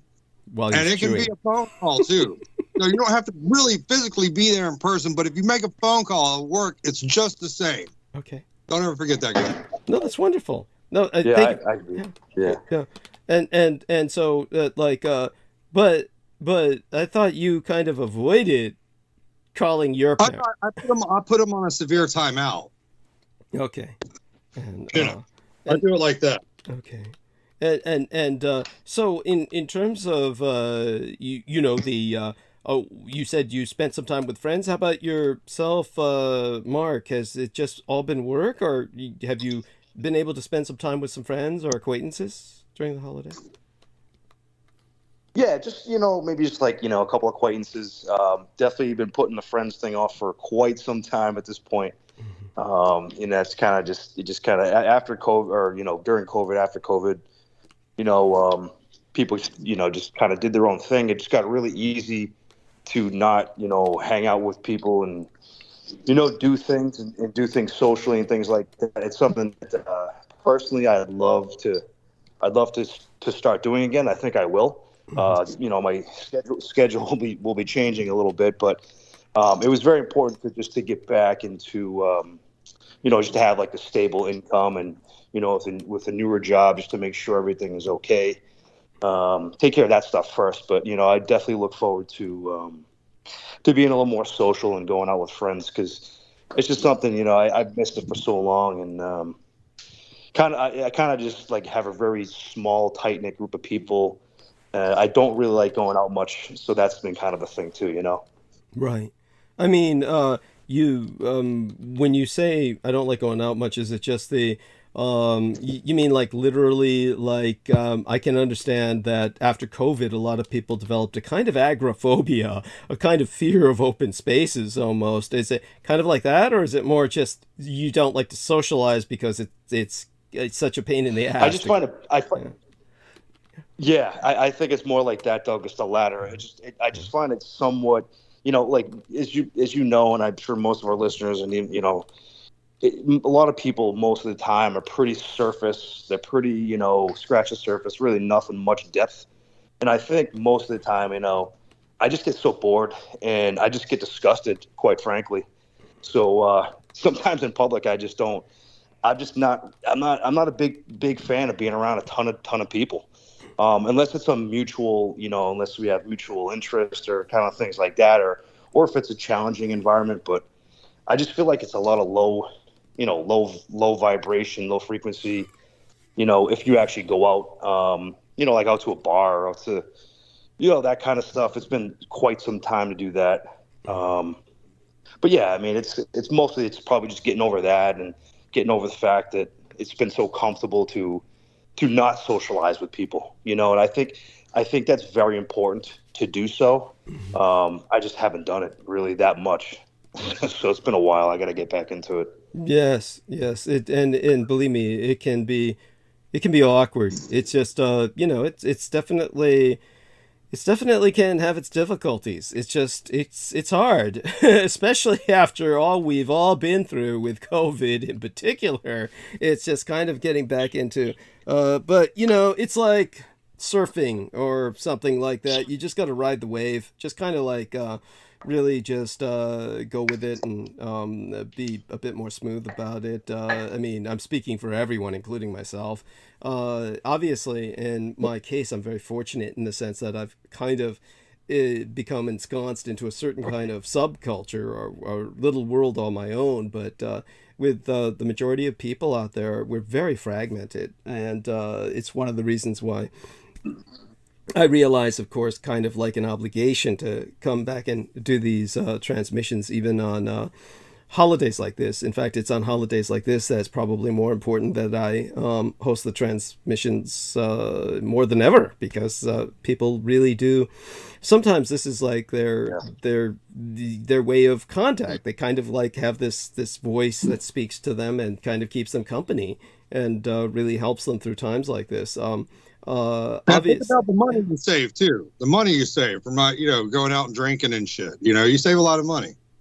Yeah. Sorry, I'm sorry to interrupt. Sorry, go ahead. No, that's fine. I mean, that's better than putting a hand up. I mean, I can understand doing that. Say, if for instance, I was on some kind of like monologue or something. But otherwise, feel free to interject. What about let me see. Yeah, I did call Sammy, so he can jump on anytime he wishes. As for Brooke, I didn't call her because, like she said, she was pretty tired tonight. She's not going to be able to make it tonight. She's got prior obligations, I'm sure. Who, Sammy? Oh, Brooke. Oh, no, she's probably not going to make it tonight. No. I had asked her already, and like she said, she was wrapping gifts. She was up all night wrapping gifts. Which fortunately, thank God I didn't have to do that. So what about gift giving? So did the two of you get involved with any gift giving to anybody? No, not really. Yeah, go ahead on that. First on that one. No. I did hook my neighbors up with a couple of records and who else did I hook somebody up with? And I gave a gift card to an old girlfriend of mine from back in the day. Mm-hmm. What else I did? Yeah, I gave a few gifts out, but not too many. It's your gift. I forgot about your gift. My gift? Yeah. Oh, yeah. You mean the $50? Yeah. Yes, thank you. I should have looked at it as Christmas present instead of gift or whatever. Whatever I put. I forgot what I put. You said gift. Oh, yeah. I knew I was right. Okay, good. Yes. Dude, that was deep. That's deep, Ian. Yeah. That's deep. Thank you. Not as deep as his watching the Sallow. Now, here's something I'll ask, just out of curiosity, and it's one of these things that is he's just unmistakably. Oh God, how do I express this? Did either of you, or hopefully both of you, did either of you hear about that time that when I was on with Peter Moon, and Peter Moon said, "Oh, let's share some who was that actor? Doug McClure, or what was the other guy that was kind of like in that range? Michael Douglas, I think, or no, not Michael Douglas. What was the name of the guy who was that old? Kirk Douglas. Kirk Douglas. Thank you. Yes. So you heard me that time I was talking with Peter Moon about Kirk Douglas. Falling down. Falling down? No. No, That's Michael that was Douglas. Mike. That was Michael Douglas. Yeah, that's Michael Douglas. got Are they it. Good job. related? Good job. Are they related? I don't know. I never Yes, put they that are. together. That's his father. Yep. So Kirk is his father. okay. Okay, so there you go. That explains so much. The apple does not fall far from the tree. That's, Goddamn. That's for sure. That's for sure. Oh my God. So Ian probably didn't hear it. I'm going to assume he didn't hear it, but you apparently did. So you heard that night I was talking about this Crooked Man film that he had made with God, who's the guy who makes Paul Newman, the salad man or the salad dressing guy. And this was just basically a jack off where these two guys got together and they're basically, we're old actors and we're Hollywood nobility, so we can do what the fuck we want. And so they just, stole everything that wasn't nailed down by making a stupid movie out in the middle of the desert and building a whole fucking functional prison out there that then they had to tear down to return it, all that shit. And how I saw a scene, and this was, we figured it out that I was about 5 years old when I saw this. And so the scene just basically left this brand in my brain that obviously was lasting. There are certain things that a child can see that now, and just to put this into perspective for people so people get it, this is like somebody who's been in combat. They either, like I said, spend all the time watching war movies, or they can't stand war movies at all, and they'll just walk out of a theater when suddenly, like in Forrest Gump, this one guy knew that I was partnered with in security. He was actually kind of like my security mentor for this particular set of contracts that were high risk and armed. And he just had to get up and walk out of the theater during that scene in Forrest Gump where they were showing Vietnam. And he had been involved in a Vietnam battle where within the span of several minutes, something like several hundred men died in a very small area that was probably, couple thousand yards. And PTSD kicked in, or PTSD kicked in? Yeah. And so I worked with a lot of those guys. I'm sorry, what? I worked with a lot of those guys. Oh, how? I just it started off hanging out at this old hole in the wall bar down the street from me where all like the vets go and hang out at. Mm-hmm. And I've just been, going to that bar for 5 years now and hearing everybody's tales of Vietnam and tales of Kuwait. I forgot where Larry was stationed, but oh yeah, I know, I hear it all. Okay. And thank you. And so the way that this impacted myself was because of obviously the sexual trauma that I had suffered at the age of 3. And so being highly sexualized by having seen my sister raped repeatedly. Yeah, your granddad, yeah. Yeah. And then having him attack myself. And then, when I saw that on the television screen, we're getting an echo there. I think it's through. Sorry, guys. Sorry, that's me. I gotta go on. Okay, he's going mute now. Thank you. That's fine. And so it definitely was one of these things that then perhaps people will appreciate why this kind of just really was like a violation. But when and especially, of course, when one thinks about what I related about in the context of the film, it was simply gratuitous. It made no sense. It had nothing to do with the film. The rest of the film is completely, and bizarrely enough, paradoxically, that makes it the only memorable point of the film. The rest of the film is just, Kirk Douglas and Paul Newman jacking off, and nobody gives a shit about them. So that being said, what I wanted to ask Ian is, if Ian can hear me, was obviously this Sallow impacted you and has haunted you to the point. Oh, that was the sickest shit I've ever seen in my life. So it was worse than 2 girls in 1 cup. It was terrible. 2 girls. I'm sorry. What? Oh, you gotta watch Two Girls in One Cup before you can get that joke. Never mind. Forgot I said that. Okay. Yeah, Doug, you don't want to watch that. Don't watch it. I'm sorry. What's the title? Not that I'm gonna follow up, but what was it? Two Girls in One. Two Girls, One Cup. So, Two Girls, One Cup, and just let your imagination ride. That's pretty much where you go. Thanks, bud. Thanks, bud. You did good. Cup like teacup, cup, not cup. No, like a drink cup. Okay, Beverage. thank you. Okay, there we are. Yeah, anyway. But yeah, no, it's worse. Have you ever seen Sallow, 120 Days of Sodom? What about? No, I have not actually. See, nobody's seen the goddamn movie. See, nobody. That's why nobody knows the fuck's going on. Whoa! Wait a second here. Now I don't know if you heard the opening hour. I basically kind of contextualized it to the best of my ability. I don't think it's necessarily something most people need to see, because as I understand the depravity of Epstein Island. That's what they got to see. Yeah, but Ian, it's not everybody needs to understand the depravity of Epstein Island. It's one of these things where this is what raises the question that I'm trying to ask. Is there, obviously this haunted you to the point where you got yourself, I think, did you say it was a few copies? You got yourself a few copies of this that were. Yeah, well, I mean, I've got 2 more copies in my storage at my dad's place in Alabama. Okay. I don't have them here. Right. And right now, it's impossible to find the movie on the internet for free that has American subtitles and an American audio track. It's all in Italian. Okay.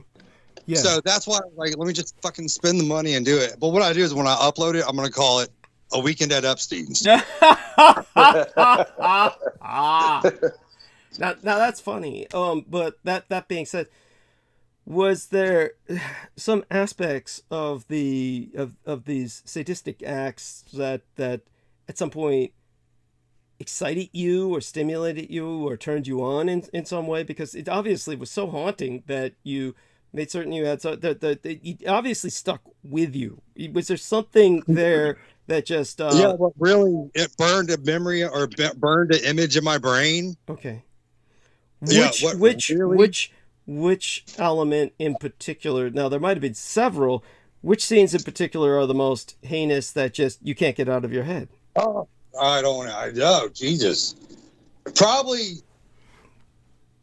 watching the kid being hogtied to the ground while a fork is stabbing the kid's eyeball and the eyeball is ripping out of its skull. Yeah, that leaves a sting on you, you know.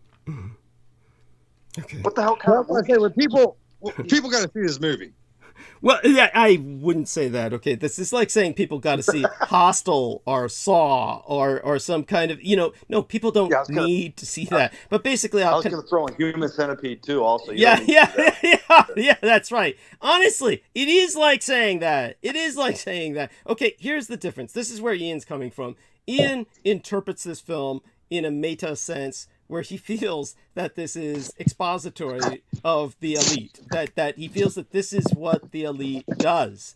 And, this is what we do at Epstein Island. Right. Well, as an example, he's saying that's exemplary. That's exemplary of this kind of behavior. That black girl that I played the interview with, who was an LA chick. She went under the Getty. She was one of the victims on Epstein's Island, and she was talking about, those motherfuckers put razor blades in my vagina and pulled them out. Mm-hmm. Mm-hmm. The rest of my case. Okay. And now, was this one of the women who was in the trial against Epstein? The trial, he had all these witnesses against him. Was she one of those? She wrote a complaint, or she filed a report on him, or she's like one of the thousands of victims that fucking filed reports on Epstein and his island and shit. Okay. And so that being said, that's interesting. And I told you, I mentioned her like on my 3rd appearance on here. Okay. Yeah. Yeah. So people can go back in time and check it out. Right, right. And so basically, Mark, what happened was, the way I contextualized this was that Marquis de Sade wrote a novella about his usual sexual fantasy of sadistic sexuality, and then what happened was that by the time of the 1950s, the Italians have a very different situation concerning World War II. Americans really don't understand it at all. I contextualized it in the opening hour that the Italians retain many aspects of the fascist government from the Mussolini era. And so I gave all the reasons as to why that is. And then what I brought up was the communists, of course, tried to turn Italy into a communist nation, which, by the way, would have impacted the world profoundly because, of course, the Vatican City state is in Italy, and that if Italy had gone communist, then that would have been profound. The Pope might have had to have gone into exile. It was Disney World down here. I'm sorry. Okay. What is this? God damn it! Hold on. Okay. I'm saying that the way the Vatican City is governed in Italy is the way that Disney World is governed here in America. I mean, they have their own rules, laws, whatever. Their own. Right. Yeah. Yes. That's correct. They're recognized as a nation state. Yes. Yeah. Like the Vatican. Yeah. But anyway. Well, I thought you were going to talk a bit about decadence or degeneracy or something. No. Just saying the irony of the Vatican and the irony of the Disney. Right. How what Vatican is to Italy, Disney is to America. But anyway. Yeah, kind of. I mean, that's not a bad parallel. It has some. It's ironic. It's another little bitter irony thing. Yeah, it has some merit. I'm sorry to cut you off. No, that's fine. It has some merit.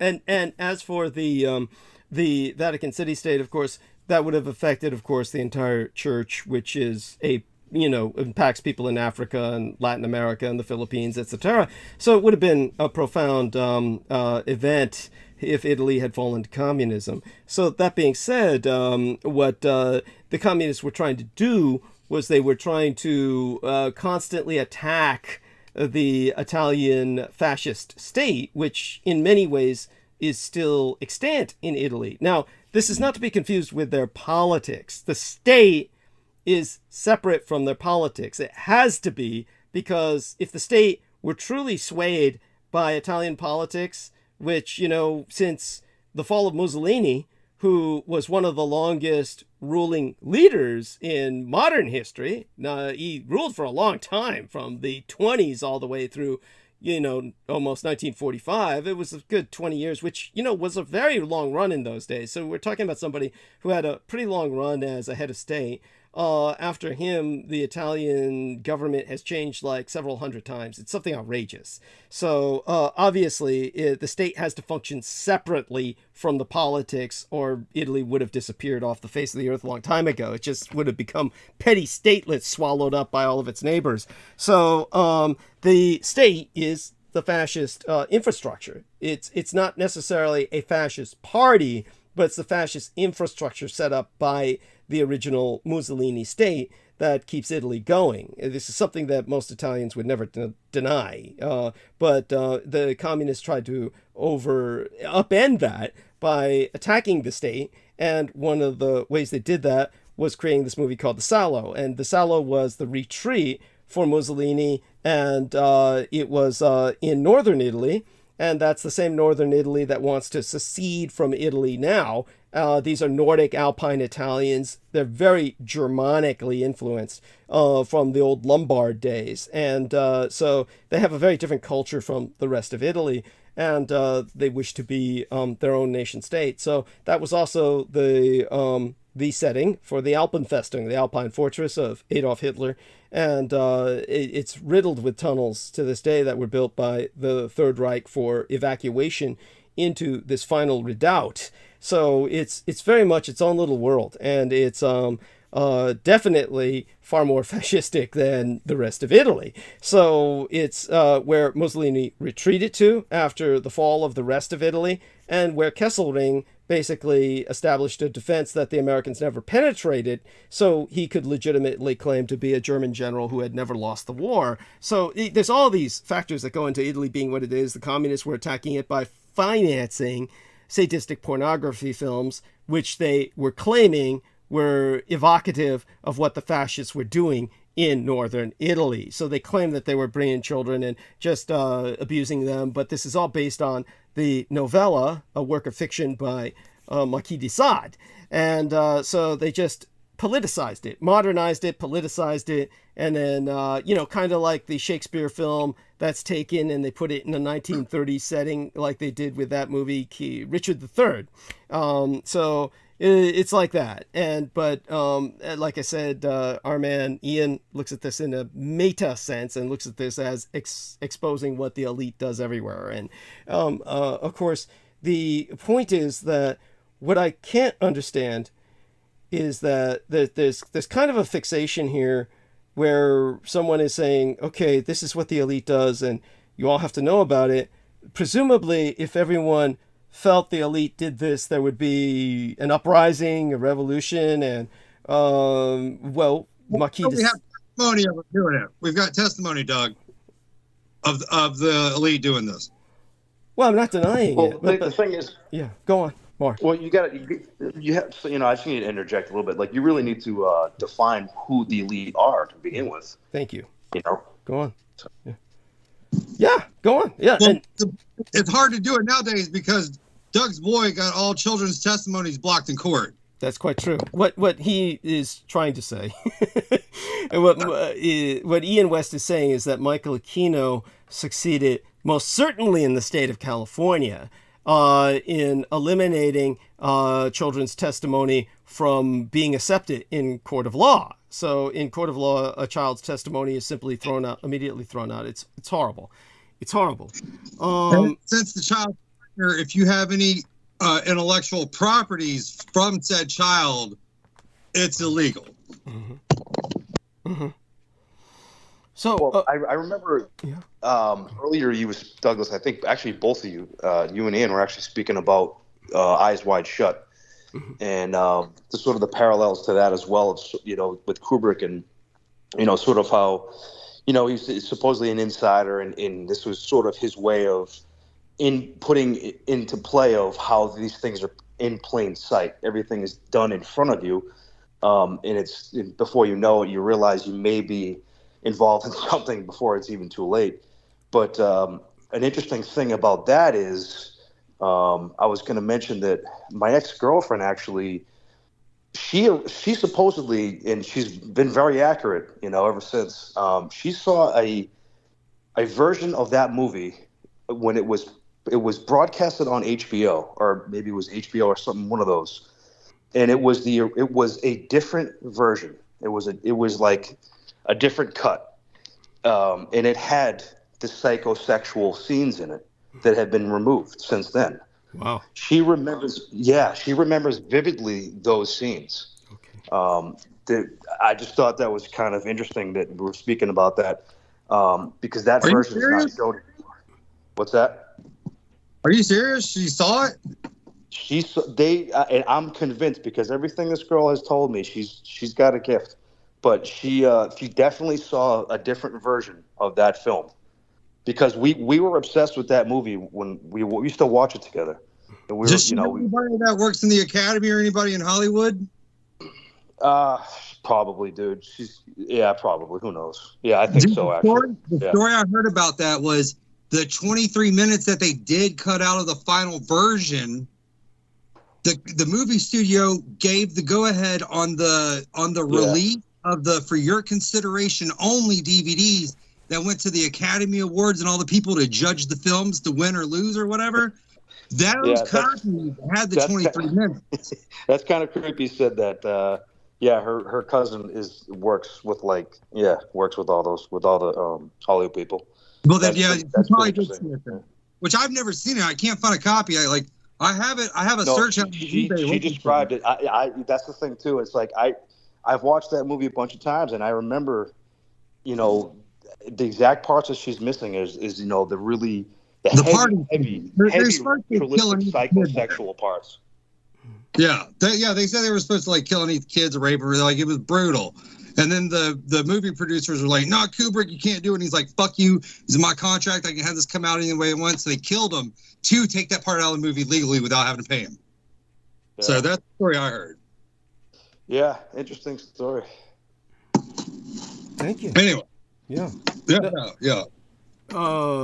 Well, I mean, this is all very fascinating, and so it's obviously, but like I said, say we define the elite or not, and it's just the majority of people have life is difficult enough, and the problem is that so many people really life isn't difficult enough. With a lot of people have way too much time on their hands, and they spend it on the internet, and they wind up falling into this kind of QAnon conspiracy sort of trap. 20 years ago, Doug. It's 20 years ago. Uh-huh. Yeah, you're talking about the film Sallow. No, I'm talking about the Eyes Wide Shut.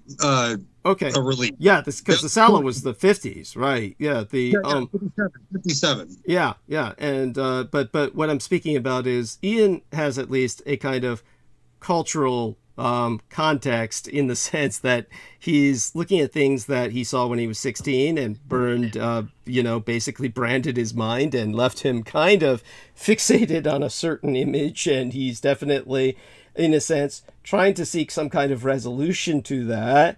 And it's almost traumatizing, Doug, for such a young age to see those horrors. Mm-hmm. Well, sorry, go ahead. Sarcastic. I was gonna say, Doug. That seems like Doug's probably seen some real pretty thank tough you. stuff. Yeah. So not to diminish. Not to diminish. We'll move on from it. Absolutely. Well, what did you? No, the thing is, honestly, what you're saying is definitely like those things can be extremely traumatic. I mean, if you think about it, it can be almost as if it's happening right in front of you. Just the way things are created, the way that cinematics is created, extremely, especially now with virtual reality. God, you probably don't even need to do most things now. Everything's going to be right in front of you, so it'll be pretty easy to traumatize people as well in that case. Yeah. You know what? I walked in on my girlfriend's my ex-girlfriend's mom was dating this dude, and he killed himself in the beach house.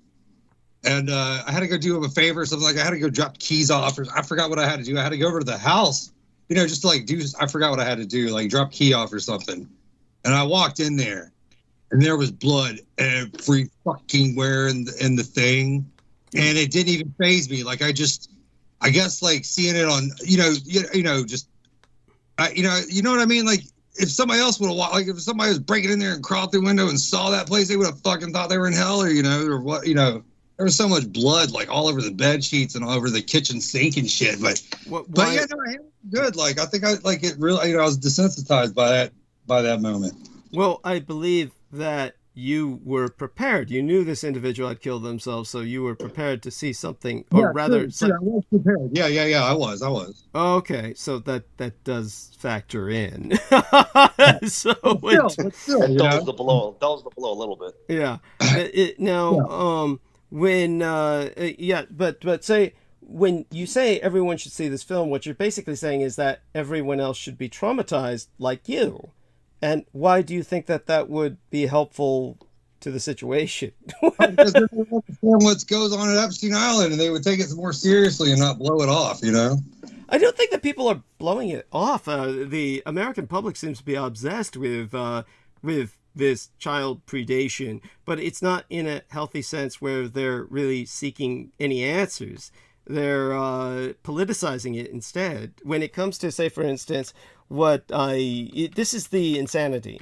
Basically, when it came to exposing what went down at the Presidio, I exposed what should have erupted into a nationwide frenzy of let's find the Satanists, let's stop the madness, And, you know, at that time, you had the concept of satanic crime. You had, like I said, Inspector Gallant, who had written a police textbook on it. So, you know, all of this was stopped by Aquino and his cohorts. They won the day, and then all the sociologists and academics who were contracted by the Department of Defense. And for those of you who don't know, academia is very much a subject to defense contracts, as is any other industry. So academia was essentially whored, prostituted into saying that the satanic panic was just that, a panic, and that none of this really happened. And now they got the real prostitutes out there, like Geraldo Rivera, apologizing, you know, saying, oh, I did the wrong thing at that time. I contributed to a panic. So this is like, you know, they've won the day. The Satanists have a 007 license to kill. It's not just because children's testimony is not accepted in court of law. It's also the fact that nobody will accept occult crime as a category of law enforcement. So that means whenever they find anything that is indicative of satanic activity, it's simply dismissed from the crime scene. In that sense, police are destroying evidence. So they're enabling. I think it was also the freedom of religion. Like you're gonna, like the Scientology established that freedom of religion shit, so they could do this whatever. And that's exactly too. Yeah. But anyway, I'm sorry to interrupt you. Go ahead. I'm sorry. Yeah, and just in case, I'm sorry. Go on, Mark. No, I was just going to piggyback on both of you. 100%. They will use that as well. The religious freedom. They do that over in this area. They also they use themselves as a art museum as well. Yeah. So tell everybody about that. How the Church of Satan. Tell everybody about the Church of Satan and what they're doing.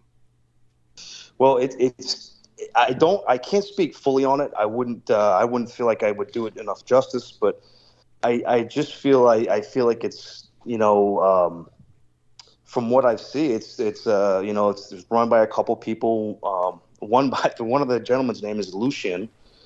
He's an interesting character. He's very intellectual. So if you look at that guy. Yeah, well, if you look him up, he knows his shit.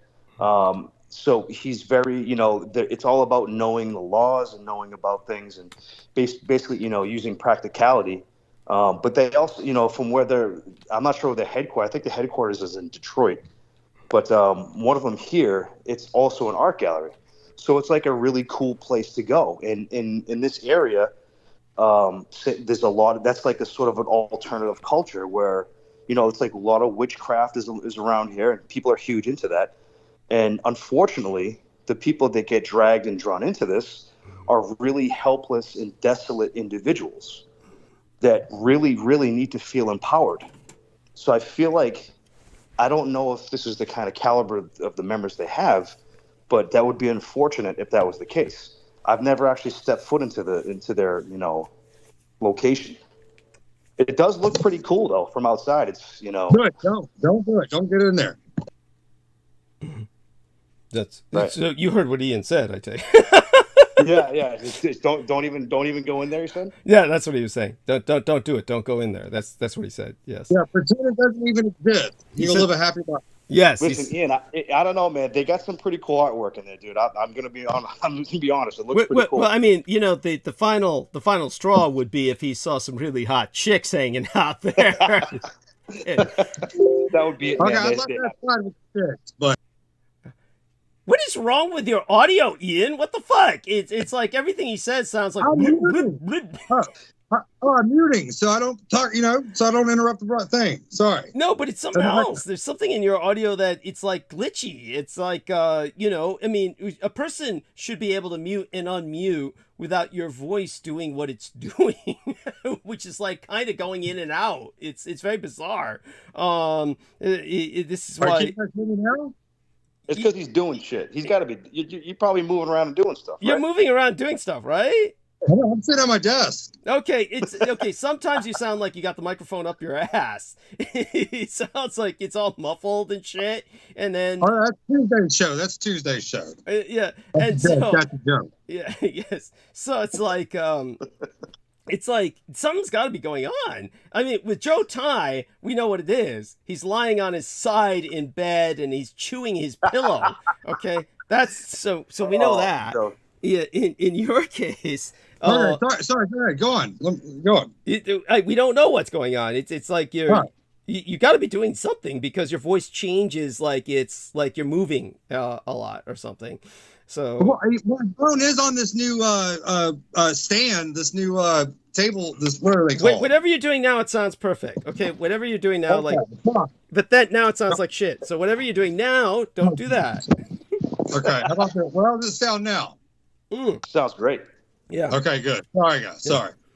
Hey, Doug. Speaking of Joe Ty. Yes. I wonder how that nativity scene went. If it actually went down as pictured. But you know what's weird is so the other guy you put a picture of Stuart Swerdlow. Yeah. Do you know him? You don't know him? Well, so I've heard you talk about him in a while, but so I read something weird on the internet a while back that supposedly it involved like that girl Anya Briggs. Yes, go on. Was he one of her handlers or something like that? He may well have been. I know that she doesn't like him now. I mean, definitely, they were on the outs when I knew them. So, but she definitely had a past with him. They have some history. Yeah, so what about it? What do you know? No, it was just, I read this whole blurb, and honestly, it looked completely like disinfo, but I was trying to fish anything out of there that just kind of, and it was all about how like she's not active anymore. They're not activating her anymore, or whatever it is for whatever reason. That sounds like something she wrote. Is it Interesting. Is it possible that she wrote that? I don't know. Is she still like, what's her story now? Because I think she's on Facebook. Like, is she still doing like spiritual stuff or? Oh, she was always on Facebook, and I think that most of these people involved with that kind of background usually do some kind of spiritual advisement where they try to put some kind of their experience into some kind of use, where I believe she presents herself as a psychic and an intuitive. So she would be, helping people with that, basically charging them for some kind of service, I would presume. But basically, so here's what I remember about Anya Briggs is just basically that she had a short relationship with Max Spears. And Max swears up and down, I mean, he's dead now, but when he was alive, he swore up and down that he never, I believe him. I have no reason not to believe him. He swears he never hit her or tried to hurt her, but that she basically started saying that he had hit her and tried to hurt her. Now, she would claim that even if he didn't remember it, it was one of his alters, but he would tell me that she had so many alters that she would leave, that she left a trail of bodies all over North America and doesn't remember any of it. That's what he told me. The one thing I can tell you that really freaked out this one chick named, I can't remember her name. She was a friend of Noreen Helphand. And poor dear, I don't remember her name, and it's not all that important. She reminded me of this other chick whose name I also don't remember, and they both had a real bad habit that, I just have to get this out, some venting here. Both of these bitches had a real bad habit of not really understanding where I'm coming from with cross-dressing. Granted, most people have no idea either, and they just don't fucking get it. It's like when I get people in the chat room who are not being offensive, they're not trying to be phobic, but they'll say something like, oh, why don't you go on RuPaul's, drag race or something like that, and they just don't, they don't understand that this comes from 1,000 years of culture. Fucking whore. I'm sorry. You should tell them because I'm not a fucking whore. That's why I don't go on RuPaul's Drag Race. Sorry, go ahead.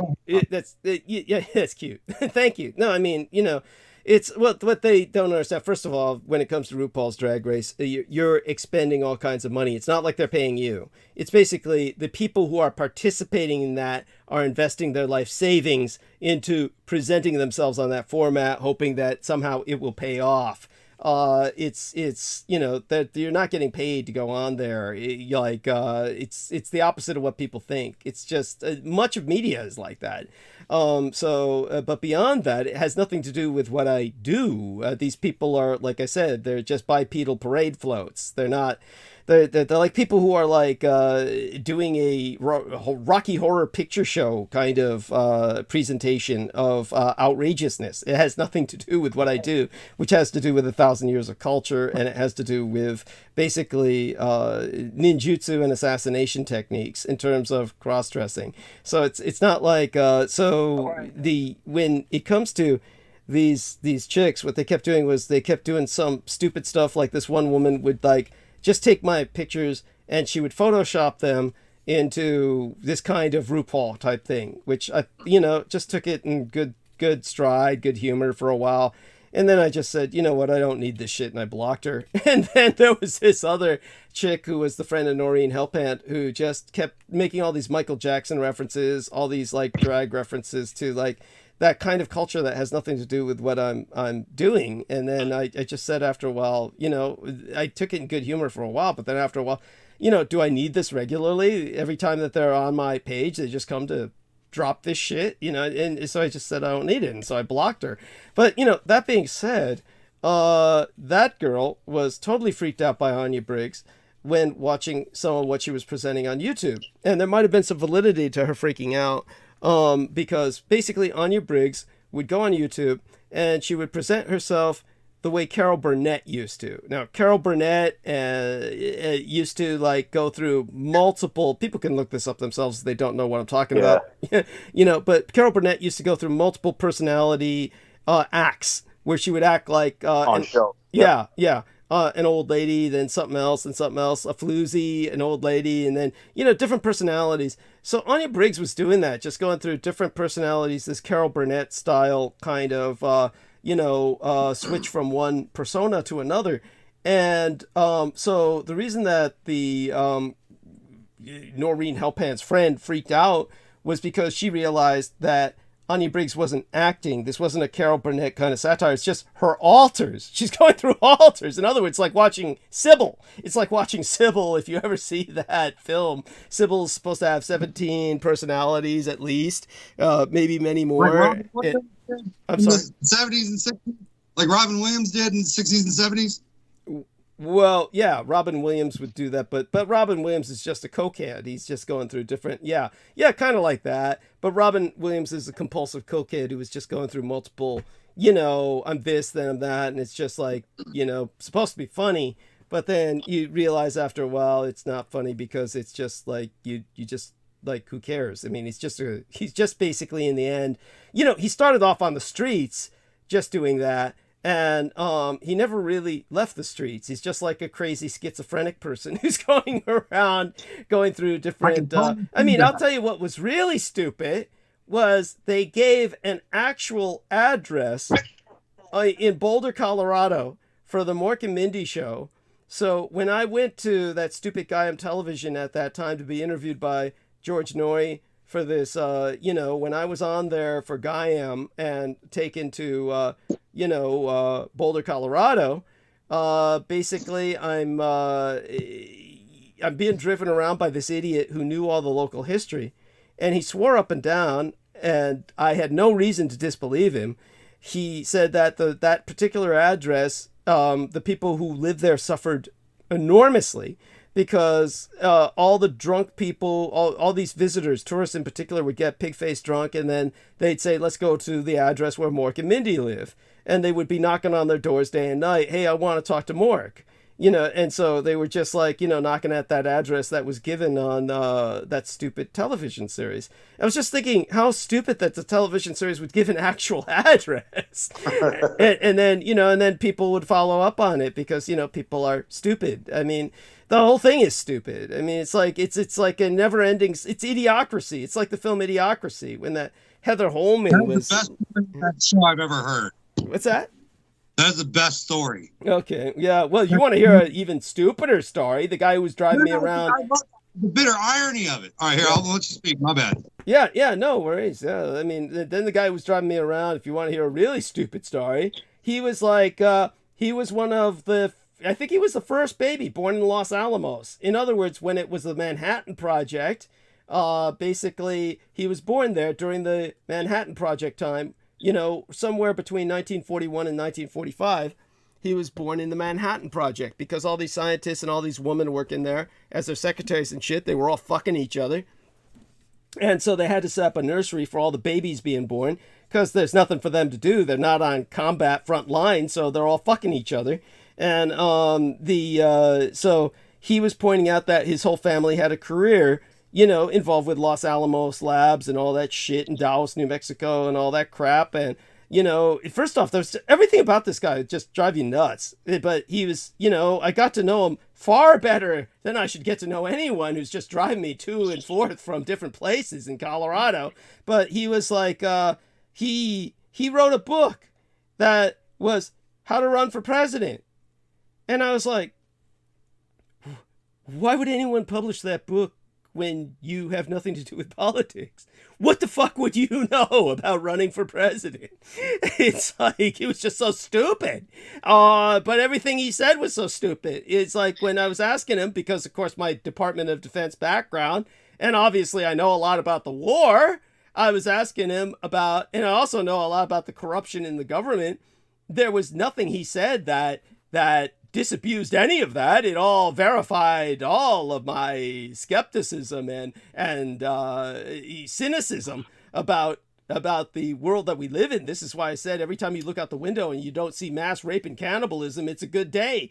But because there's no fucking government in effect, it's just a bunch of crazy people who are just stealing everything blind. It's just, you know, but anyhow, so he said, you know, his parents worked in these stupid laboratories having to do with nuclear power and development and atomic weapons and everything. And basically he's talking about all the shit they steal. And, you know, he was like saying, oh, you know, when I was asking about what happened to your dad, ultimately, what happened to your mom, and he said, well, you know, people get old and, you know, their arms and legs start to fall off. And I said, no, that's not what happens. People don't just start dropping off their limbs when they get older. What exactly? I started probing. I'm sorry, what? Was he being sarcastic? No. Okay.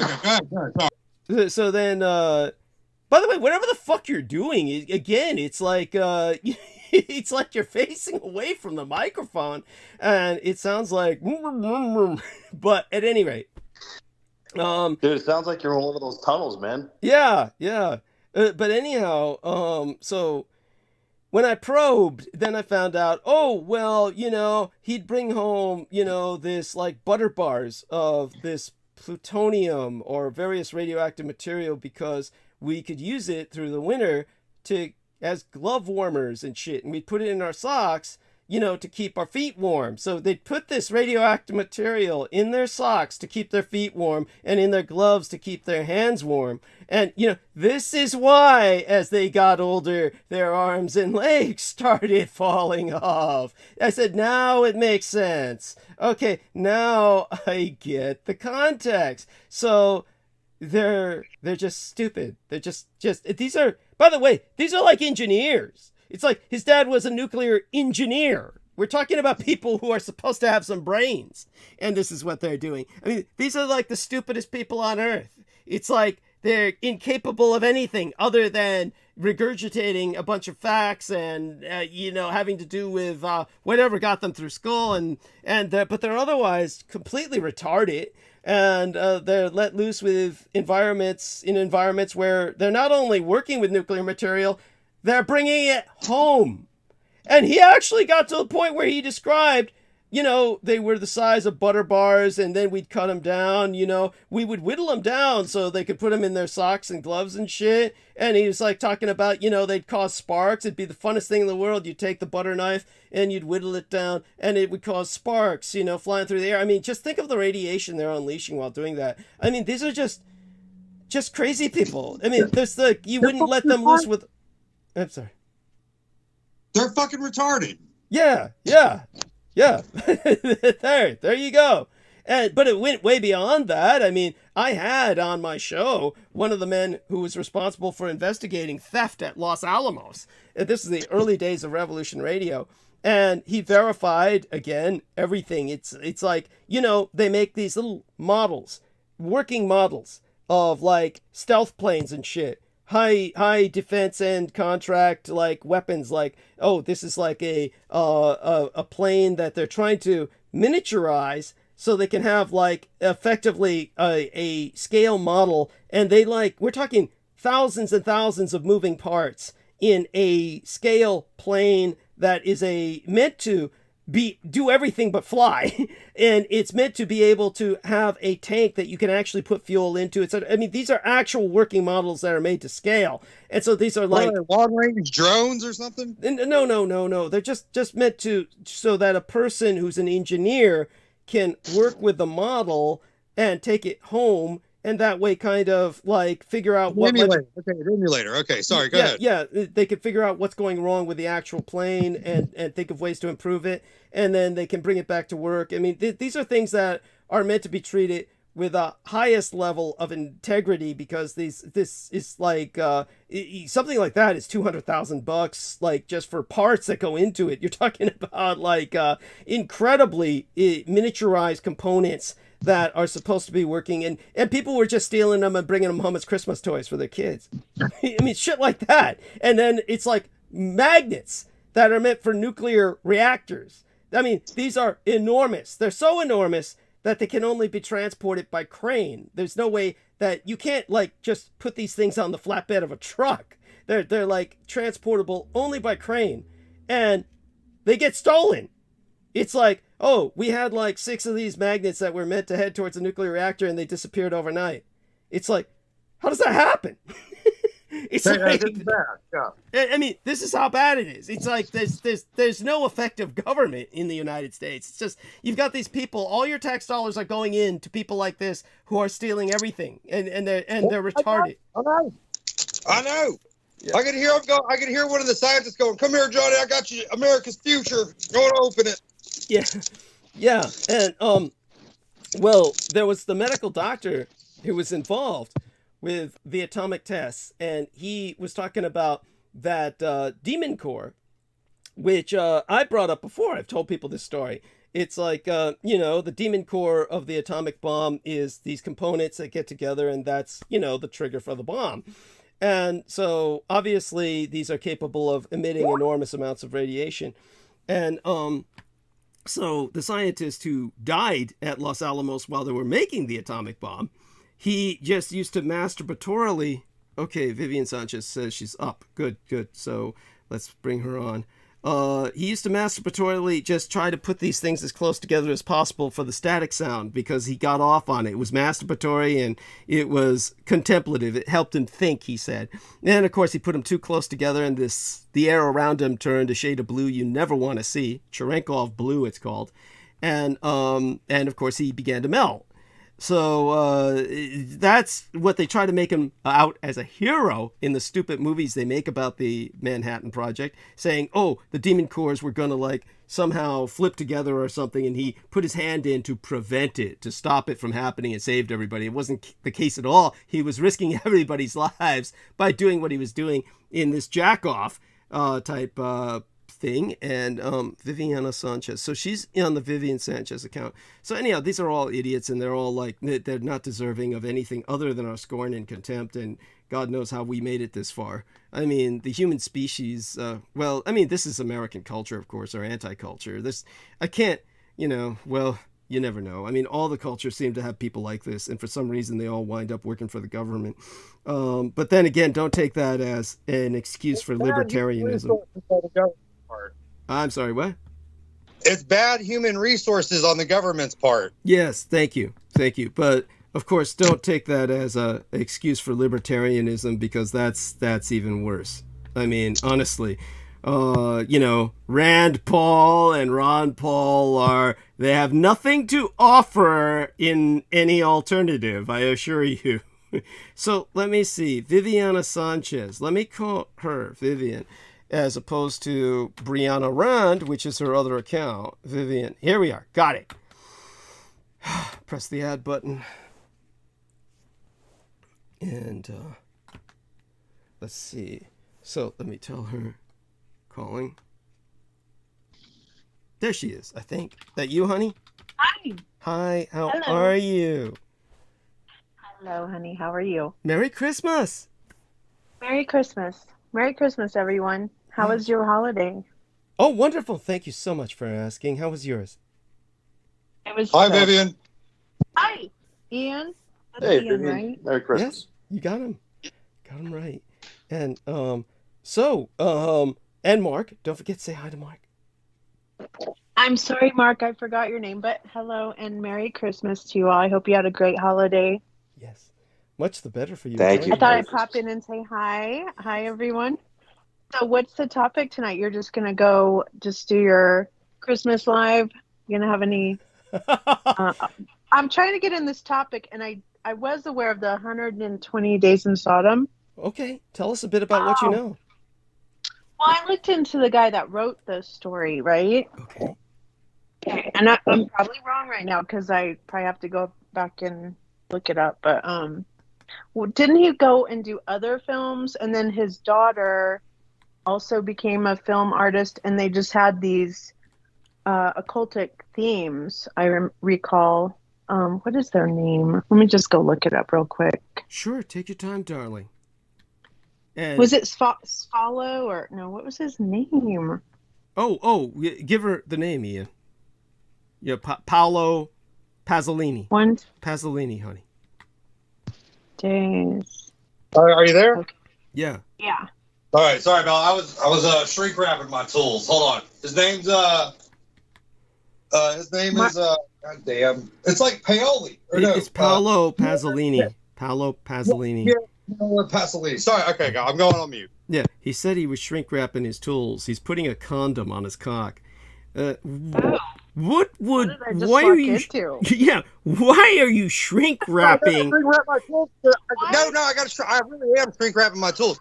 No, I got to do a New Year's Eve party for a gig, so I got to get all my tools ready for it. In case it rains, my shit don't rust. Oh. All right, I'll call me. Okay. Now that makes some sense. That makes some sense. There's some logic to some things Ian does. I'm pleased to find that out. Down here, it rained. Yes. All right, I'm going on. Okay. Yes. Oh my God. Every time he talks, it's jarring because it's like this burr, burr, burr, and half the time his voice gets through, the other time it doesn't. But so, honey, so you did some research on this guy. Now, our man Ian mentioned earlier that this individual died when he picked up some 17-year-old chick and tried to rape her, essentially, and then wound up dead after that. I mean, did you get anything along those lines? Yeah. No, I didn't know that. No. Okay. I just remember someone had a clip of that, and I kind of looked into it because I thought, wow, that's pretty creepy. But no, this isn't the same aspect I was going towards. But when I figured that out, I'll let you know, because this other person wrote a lot of satanic charged movies, and then his daughter, seemingly went through that same, and she was accused. Okay, so you'll probably know her here. She was accused during the time of the Me Too movement. Yeah. She came out for Me Too, and then it was revealed that she had an inappropriate relationship with a young boy on a set. Ah, so she picked that up from her dad. And seems like. Yeah. Okay. What was her name? That's a great example of Ian right there. Ian, what was it you said? Make certain that you're close to the microphone when you speak. I'm sorry, guys. I'm sorry. Yeah, go ahead. Sorry. Yeah. Oh, were you saying something? Go ahead and repeat it so we can hear what you said. Okay. Can you hear me now? Am I coming in clear? Yeah. I said, so she was pedoing the director's daughter. Yeah. Yeah, well, she got accused. The victim actually came out when they were older, and she was in the movie The Heart is Deceitful Above All Things. Her name is... What was her name? I've never heard of that shit. She wrote that, but her father is also in the film industry.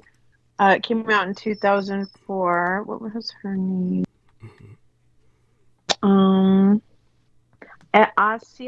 Asia Argento. That name Asia. sounds so familiar. Yeah, Asia Argento. I've heard that name plenty of times. Yeah.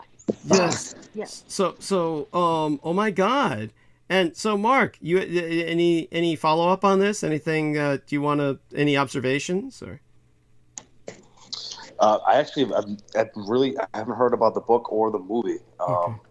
I don't even know if I want to at this point. I Well, actually, yeah. Go ahead. Actually, their artistic expression and everything they're trying to do is not bad. It's not like, okay, culturally it's shocking because they're artists, but and I'm in no way in alignment with it, but they that is their their art. So it's not bad, and that movie was not bad, but it gives you an inner point of like their mindset.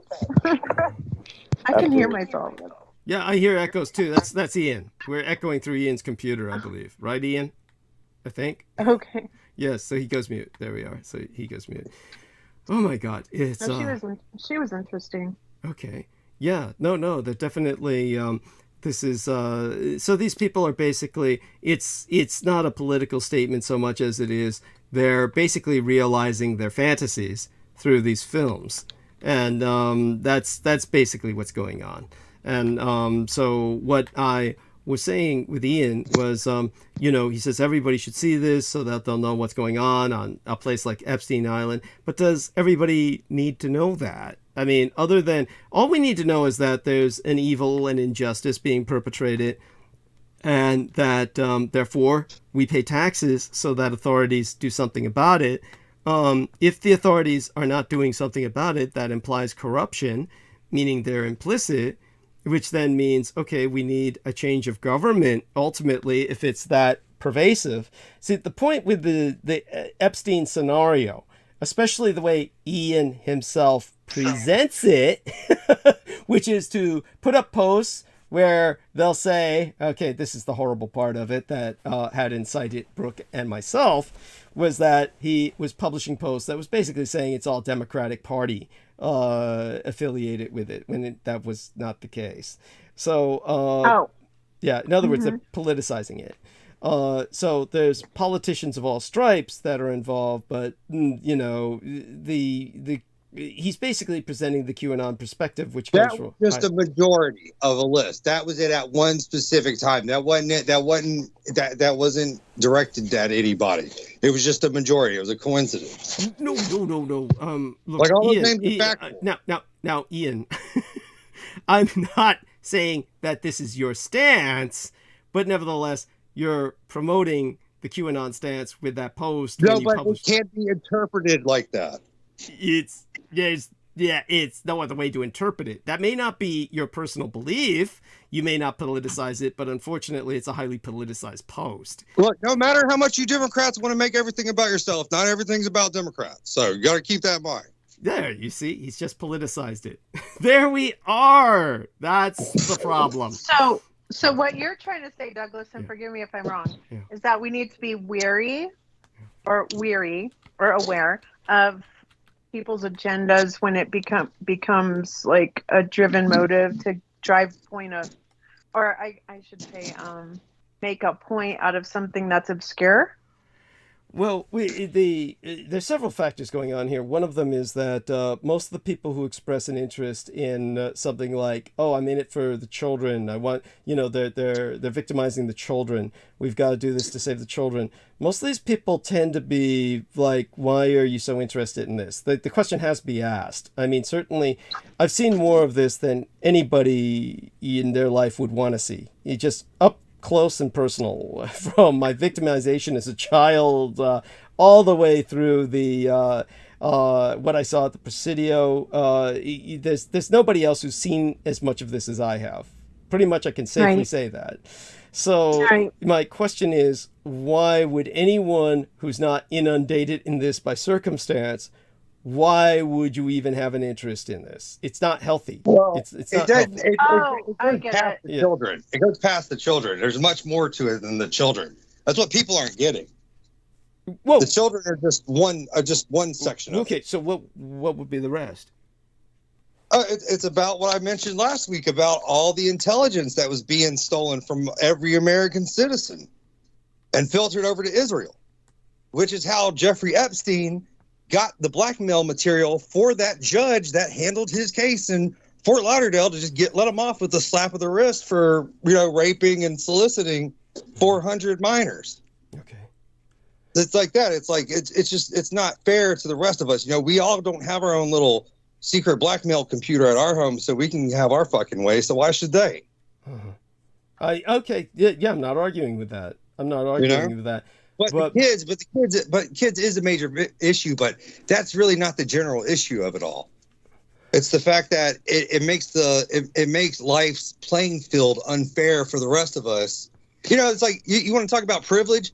That's privilege right there. Mm-hmm. You see what I'm saying? Yes. And everybody bitches about privilege. Well, it's like these people got privilege and you're not bitching about it. It makes you a total hypocrite.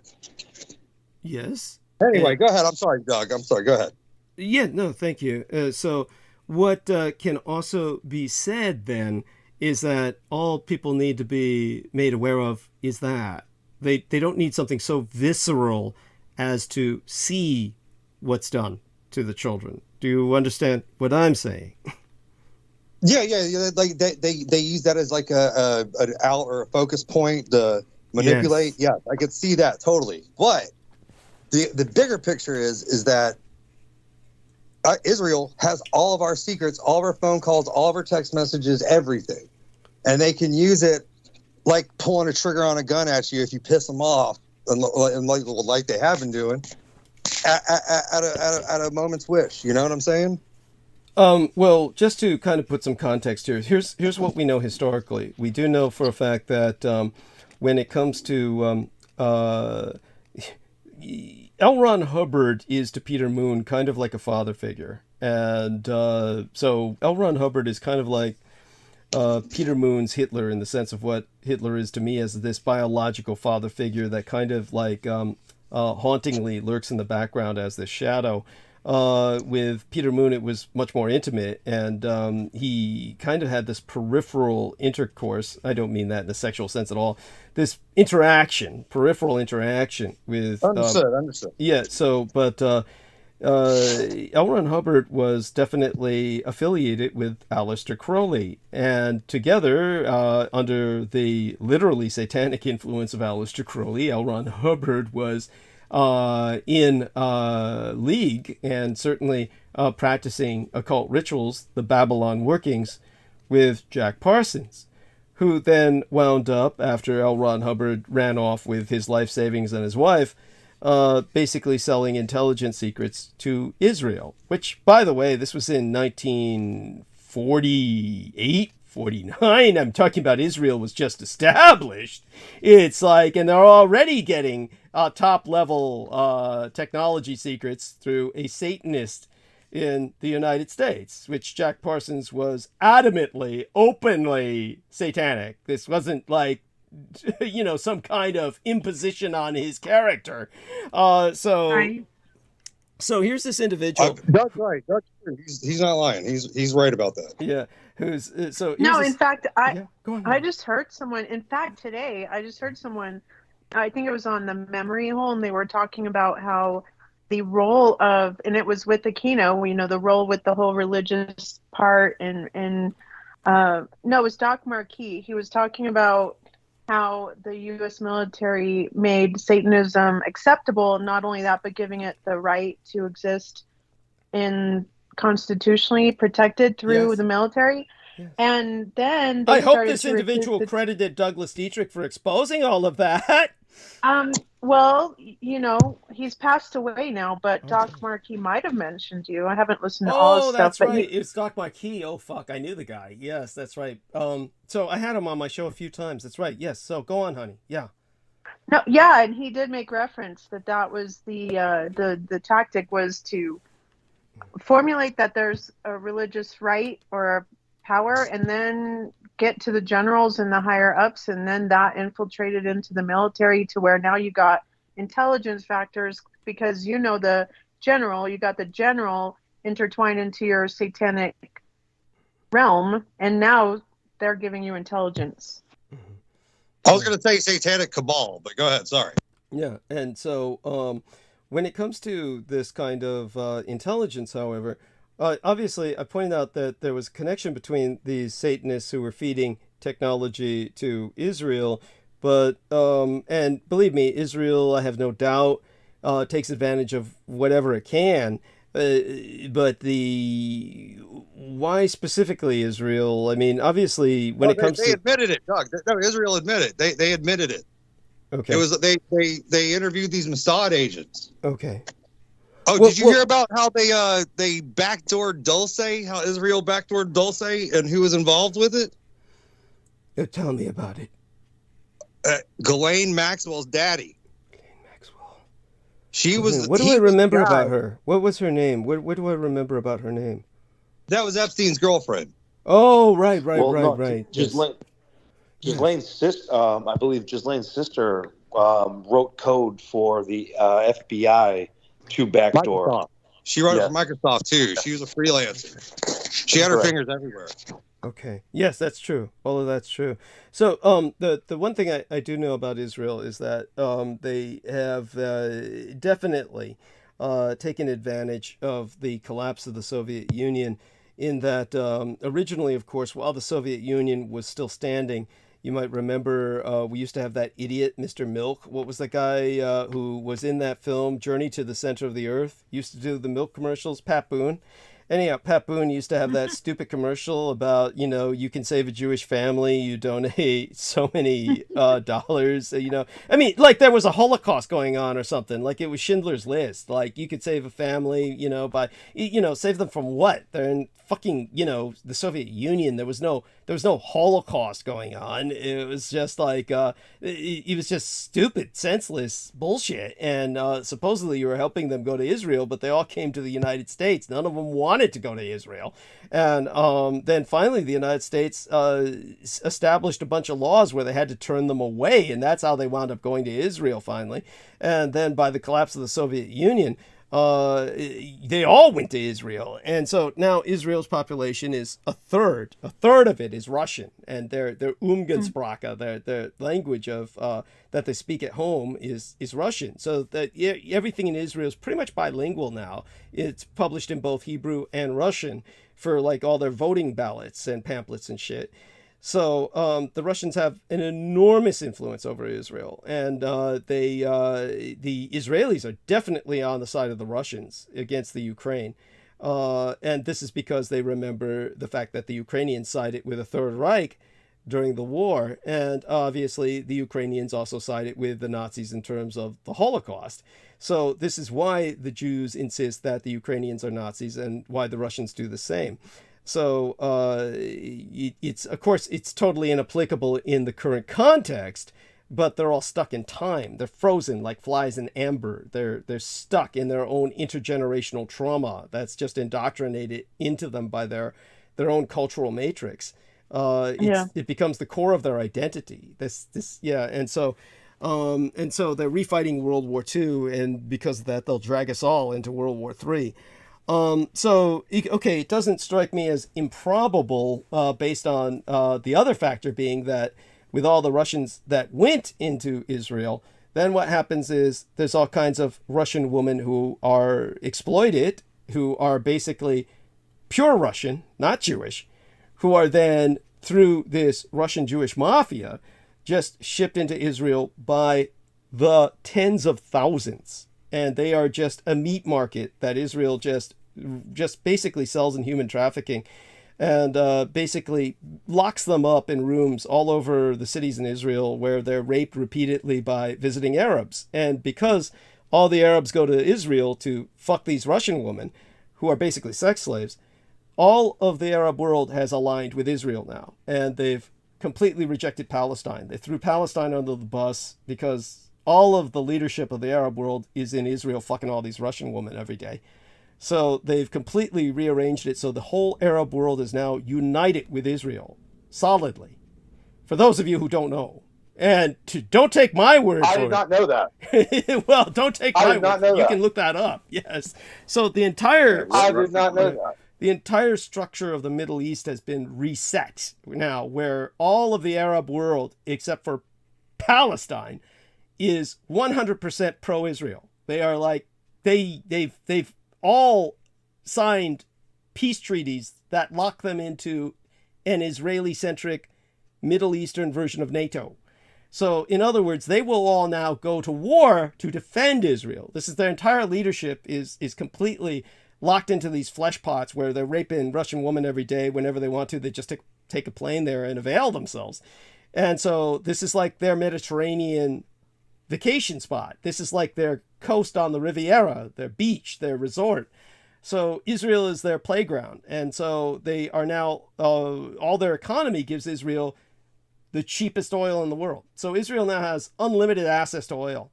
And the Israelis, of course, were allied as well with the Turks and the Russians. And all of this, of course, is the new axis of evil. This is all, along with communist China and India, just this is this new emergent block of assholes that they don't really like each other, but they're all aligned because they're all completely degenerate and completely decrepit. So the communist Chinese, of course, use Zoom and TikTok, and they just collect all your information with that. So the communist Chinese have this insatiable appetite for personal information, and they know more about Americans than Americans know about themselves. It's so does Epstein. There you go. And so it would be like Israel and communist China and all of these forces have. But, I don't think that there's much they can do with it. It's like maybe they can use this and to manipulate elections. They can use this, there's the potential for profound damage, even total subjugation, control, domination. But they're so stupid and corrupt and incompetent. Yeah, they target American citizens like Epstein's lawyer or Epstein's judge, and go from there. Go ahead, Doug. Sorry. No. I mean, I hear you. I hear you. There's definitely a lot going on that renders them essentially an occupation force. And I brought that up years ago concerning the House of Saud, and it's a nightmare situation. I mean, and now we're faced with but here's the kicker, though. The kicker is, without politicizing it, this is not politicization. This is a fact. And just to clarify it so that people understand, the difference between Peter Moon and myself, there's like two major differences that I can think of immediately. One is that he grew up very indoctrinated into republicanism. I see no reason to disbelieve him. He claims he's not a Republican, really, that he's not registered as a Republican. But he's definitely will always say, there's nothing worse than a Republican except a Democrat. Now, in my case, my father was a Republican. He's actually was the man who raised and guided me, my legal father. He was a very conservative Roman Catholic that was the old school Republican. Had he lived to see today, I am certain he would be appalled at what the Republican Party has become. But the point is that he had me registered as a Democrat simply so he could, quote unquote, keep his eye on the enemy. That way we'd get the Democratic political pamphlets and shit, so he could review what they're doing. So even though I'm always on the job, that's a good man right there. Well, always on the job. There we go. But when it comes to the situation right now, if this axis, the Sino-Slavic Indic synaxis, has under the Israeli leadership or vanguard, essentially, because the Israelis used to basically pull America along, the American empire, like a minnow or a tugboat. A minnow dragging a whale, as my father used to say, or a tugboat dragging a nuclear carrier whose engines have run out, or went kaput, or into meltdown or something. Israel used to drag America through its foreign policy. In other words, all of America's foreign policy was Israeli foreign policy. That's what it was for years. At this point... Yes, sir, we were their bitch. Yes. Well, at this point, it's more like they're betting on the other side. So they're dragging all these other people now instead of the United States. And this is because it's not selling anymore. It's just not the whole Israeli trip, which was like they were the master race of the Americans for generations. Yeah. But the liars, the synagogues of Satan. Yes, that's so. Yeah, basically, what in my opinion they've robbed the truth to try to have that glory and that stance as, oh, bless Israel. You have to bless Israel, America. It's like, dude, that's not Israel. Okay, first of all, they're Jews. They reject Jesus still. So I don't know how they're chosen, because everything about Yah's chosen is that they worship him. You know, but the point is that they want. Okay, because Douglas, I need your help here. Mm-hmm. Israel and you're doing a good job. I'm very proud of you. Israel and Palestine want to be recognized by the UN, correct? But they're not permanent members. They're just kind of waiting on the sidelines. Actually, my understanding was this is how it works, if we can call it working. This is what I can tell you to give people an idea of how bizarre the situation is. If you were to look up in any dictionary published in the English language or encyclopedia, something like just basically Webster Dictionary or something like Encyclopedia Britannica, perhaps, but most definitely. Mm-hmm. The usual case in a reference book, you're going to find that if you look up Israel, it will say that the capital is Jerusalem. And by the way, that's a complete and total lie. There's no nation in the world that for the longest time, there was no nation on earth that recognized Israel as a state. So you're definitely on the right track when you're speaking. It was basically, that's why you take a look at their formal title. The formal title was basically the State of Israel. It still is State of Israel. Mm-hmm. Now, by the way, that's a very important pointed title for the nation, because most other nations will use the term republic, or they'll use the term just basically like Japan. There's no Republic of Japan. There's no State of Japan. It's just Japan because it's been there forever. So there's no need for qualifying it. So when it comes to Canada, it's kind of like that too. Now, technically, you would say Dominion of Canada, but that's almost so ridiculously passé or ineffective.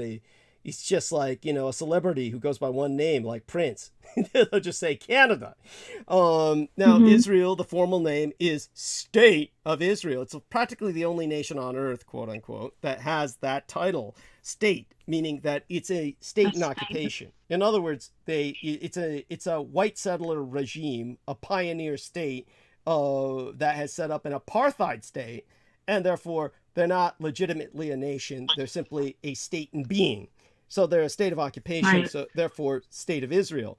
And so, but if you look up in the dictionary, it would say its capital is Jerusalem, but no nation in the world forever, for generations, recognized that.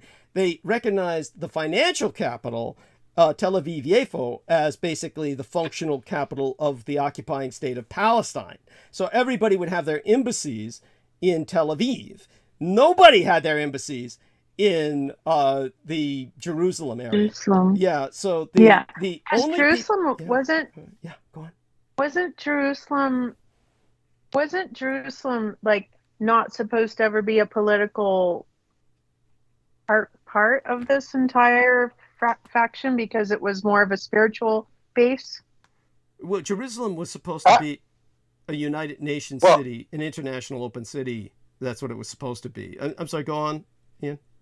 I've never been to Jerusalem. I mean, I'm probably not qualified to talk on this, but from what I hear, though, Jerusalem is a den of thieves. That's what I hear. Well, it's basically just this zone of occupation. That's what I hear. Yeah, that's all I hear. I mean, I've never been. I don't know, but that's what I hear is a den of thieves. Yeah, it was supposed to be basically Palestinian. So the Jews occupy it, and then they declare that as their capital. But nobody was recognizing it. But what they did do was they basically purchased 2 nations on Earth. They purchased like Guatemala and Honduras or some shit like that. Literally just bought them so that they could have their embassies established in Jerusalem, so that the Israelis could claim that they had at least 2 nations on Earth that recognized them. So this actually is a fact. People can look this up. So when you look up in the dictionaries and they say, or the encyclopedia, and they say Jerusalem is the capital of Israel, that's just an incredible lie. That's an incredible lie. It would be like saying, there's just no comparison. It's just not even true. It's like every legitimate government on Earth does not recognize that, and yet the dictionaries say it is. So what kind of world do you live in? You live in a world that's a fabrication, a lie, a matrix, and that alone proves it. But then, what happened was that Trump decided to sell out, and that's why he's the most popular president in Israel. As a matter of fact, the Israeli statement, I'm not making this up, this isn't some kind of, bitter, Judea-phobic, rant. Just basically in Israel, they say Trump is the best president they ever had because he moved the American embassy to Jerusalem. So America now recognizes the state of Israel. No one else does. Of course, now some other stupid countries are trying to follow America's lead in that, as under Trump. And Biden's done nothing to remove it, as far as I understand. So it never will be removed, because that was the whole point when, I'm going to talk about George. If you go to the 2-state solution, when they say, well, George W. Bush was the only one who ever proclaimed that the 2-state solution side by side in peace and security with Palestine and Israel sharing Jerusalem as a capital, that's his vision. So, but the idea of planting a embassy in Jerusalem, the footstool that Yeshua has declared as his own, where the gospel, which represents the gospel, for George, because I view it, not Trump doing it, but that was George's sentiment from the time he spoke it forth, moving forward. But then to have U.S. as an embassy in that spiritual capital that belongs to Yeshua is like the 322 saying, hey, we're gonna be the first ones here to, and then hopefully we'll have Trump Towers and everything else in the future. And we'll just make Jerusalem our, playground, where, in fact, it's supposed to be the holy ground of this one thing that Yah declared was his. He gave everything else to, he said, you can have free reign, but Jerusalem is mine, because this is where she represents him. Well, Jerusalem should definitely be a free city, an international city, and basically open to pilgrimage for all 3 of the monotheistic religions. There's I agree. Yeah. And it's a free spiritual base. And to politicize it, though, is to say, I'm going to take your gospel and I'm going to put mine instead. That's my opinion, of course. That's how I see it. I mean, it's basically like the 322 saying F you to the Most High, in my opinion, because, and of course, just to do that is like rushing them right now to Jerusalem and peace, and in the name of peace and security, which is another gospel of the man. And, so everything's moving towards that too, with Pope trying to say peace is the only way. And then you have Zelensky, peace is the only way, and it all derives from, the idea that peace and security is going to save the world. Man will save the world, and we don't need God or a creator. Well, I appreciate what you're saying. Guys, I'm sorry to interrupt you guys. Sure. I gotta tend to what you said about moving the American embassy to Jerusalem. They kind of did that because Israel's been fucking America for many years, and we've been losing a lot of money. And on the grounds that we would move that embassy to Jerusalem, Israel had to agree to pay like the shipping tax and shit because we were letting them ship for free. So they undid a bunch of the benefits financially to Israel on our part, because in exchange for moving that embassy to there. But that's it. That was just one of the motivations. It wasn't because it was a holy situation. It was more financially benefited the states if they did that. But you're not. Was that too much? You're not. I'm not quite sure I follow. Well, I mean, I certainly am not disbelieving. I don't disbelieve what you're saying. I mean, I'm sure that's a factor. I'm sure that's all a factor. But are you? Yeah, well, I mean, that's why. I mean, but certainly you don't feel that. I'm not going to waste tax dollars on this Jesus shit, you know? Yeah. Oh. No. What I mean to say is that, well, let's be sensitive to other people's faith here. Do understand that Viviana is a Christian. I'm just saying, you know, just cliff notes of it. But go ahead. Sorry. Go ahead. But do understand that Viviana in particular is a Christian, so she does look at this from a Christian perspective. The Christian perspective has been pretty much as she presents it. So when you're coming at it with this kind of almost bureaucratic kind of shall we say, contextualization, surely you're not rationalizing it as anything that's justified. No, that's just one of the aspects. That's one of the benefits of moving the embassy to Israel on our behalf. Right. One of the benefits. But that's not something. That's all. That's not something you would done. I'm presuming that even I wasn't prepared for this. I didn't have all the facts and details. Right. So I'm just but what I mean to say is, it's not something that you say justifies the maneuver, would you? No, I'm just saying that was just their motivation for it. Right. Okay. Thank you. That's all. Yeah. No, it doesn't justify shit. There we are. Thank you. That's what. No, that's right. No, we should still blow them up for what they did to that goddamn boat, but still. You're talking about the attack on the Liberty. Right. Go on. I think I said too much. We'll drop it there. No, you're talking about the attack on the Liberty. You said we should. You saw what they did to Cappy. Anyway, I'm joking with you. I'm joking. Right. Oh, yeah. So go on, Viviana. Okay. So so it makes sense to me when you're talking about how Russia is using compromat to ensnare Saudi Arabians to be having compromat with the Russian women in Israel, which ties Israel to Saudi Arabia and to just Russia. To clarify, so honey, they have it's mostly Israel. It's mostly Israel using Russian women. The Russians are just basically, that's one of the few assets that they have, aside from gas and oil, is they sell their woman off. Even Putin said that our country produces the best prostitutes. And they're like pimps. Yeah, and so they basically sell their woman off as And go on. And that's what the Jews, that's what the Israelis are using to ensnare the Arabs. Yes, but go on, honey. Yeah, so. Oh, okay. So it has nothing to do with Russia as an intelligence factor? No, they're too stupid. They're too fucking stupid. No, they're just like leverage. They're just selling no, it's not even that. They're just selling their woman, period, because they just consider their woman to be just like natural gas, just another resource to be sold. So they're just they're just selling their woman off, and by literally by what amounts at this point in history to millions at this point. People might consider that too much or too high an estimate, but the point is no one's really keeping track of this, of course, but it's got to be in that range. But go on. I'm trying to understand it's like you have a new axis of evil, because remember the axis of evil that when you say axis of evil, I think of George and the four axis of evil that he was talking about. So now, but what you're saying is like, so with Israel using compromat on Saudi, then Saudi will protect them in what form of agreement? Oh, basically, they sell them all the oil that they need for cheap, and they're totally aligned with them in a military alliance now, like a NATO for the Middle East. Oh. That's centered on Israel, where they come to Israel's defense if Israel is attacked by Iran. And who else is in that sector or axis?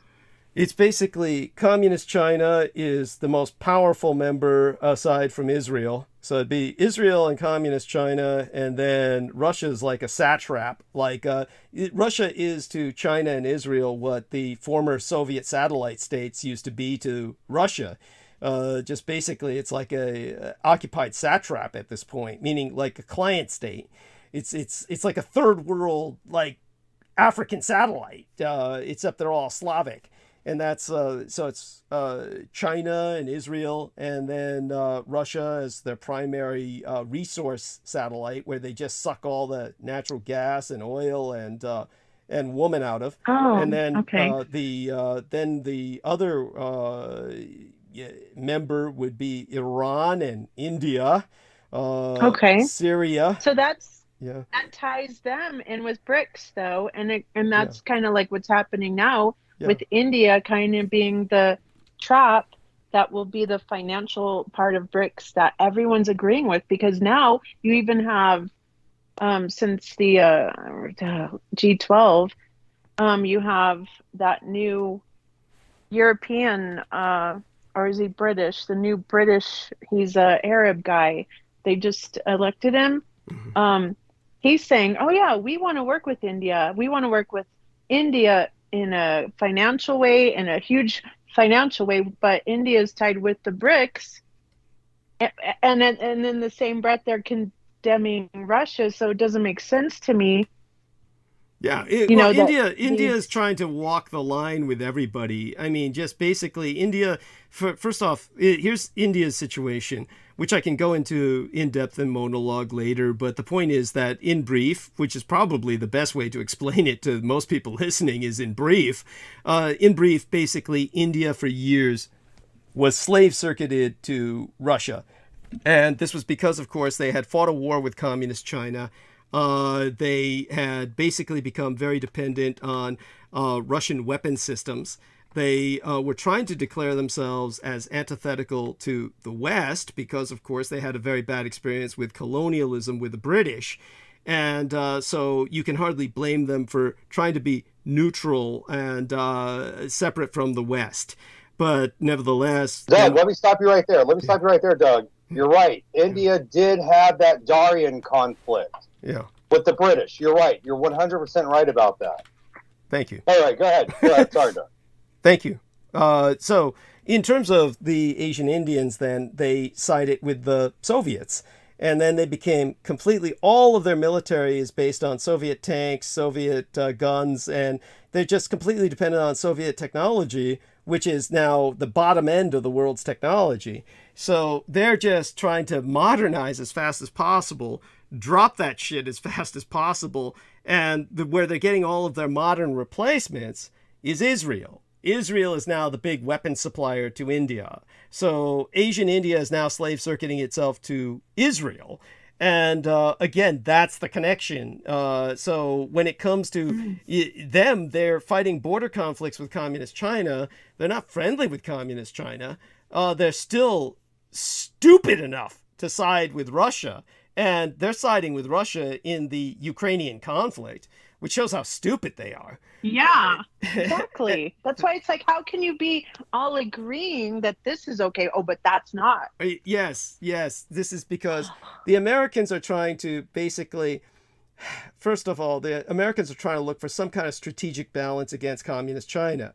And they say, well, Asian India is the largest English-speaking nation on earth.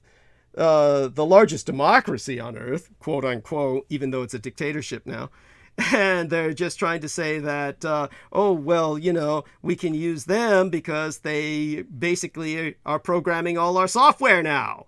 So they're just completely trying to lure Asian India into this alliance with America. And I wouldn't trust the Asian Indians as far as I could kick a turd. I mean, they're all part of BRICS, the Brazil, Russia, India, China, South Africa system that's trying to compete with the West. They're totally incompetent and will never be able to accomplish this, but this is what they're trying. And so they're the enemy. I mean, basically, the only thing you can count on, is that at some point in the conflict, if they're united with India and Russia, at some point they'll turn really easily. You can count on them to turn traitor to their own cause. That's what you can count on them for, but you wouldn't count on them as an ally. Yeah, go on. What I don't understand is why this new British leader would say yes. And when he did state it, like, because he stated it openly, and the whole floor in the British Congress, whatever they call that, Parliament, they were shocked. And he's like, yes, I support India and think that we need to sew in with them as a currency. And so all this, and so I was just like, but in the G12, you guys were just saying how against you are because anything so in my opinion, anything dealing with India and BRICS as a financial security is being in league with Russia as well, because aren't they just trying to create their own NATO and their own United Nations?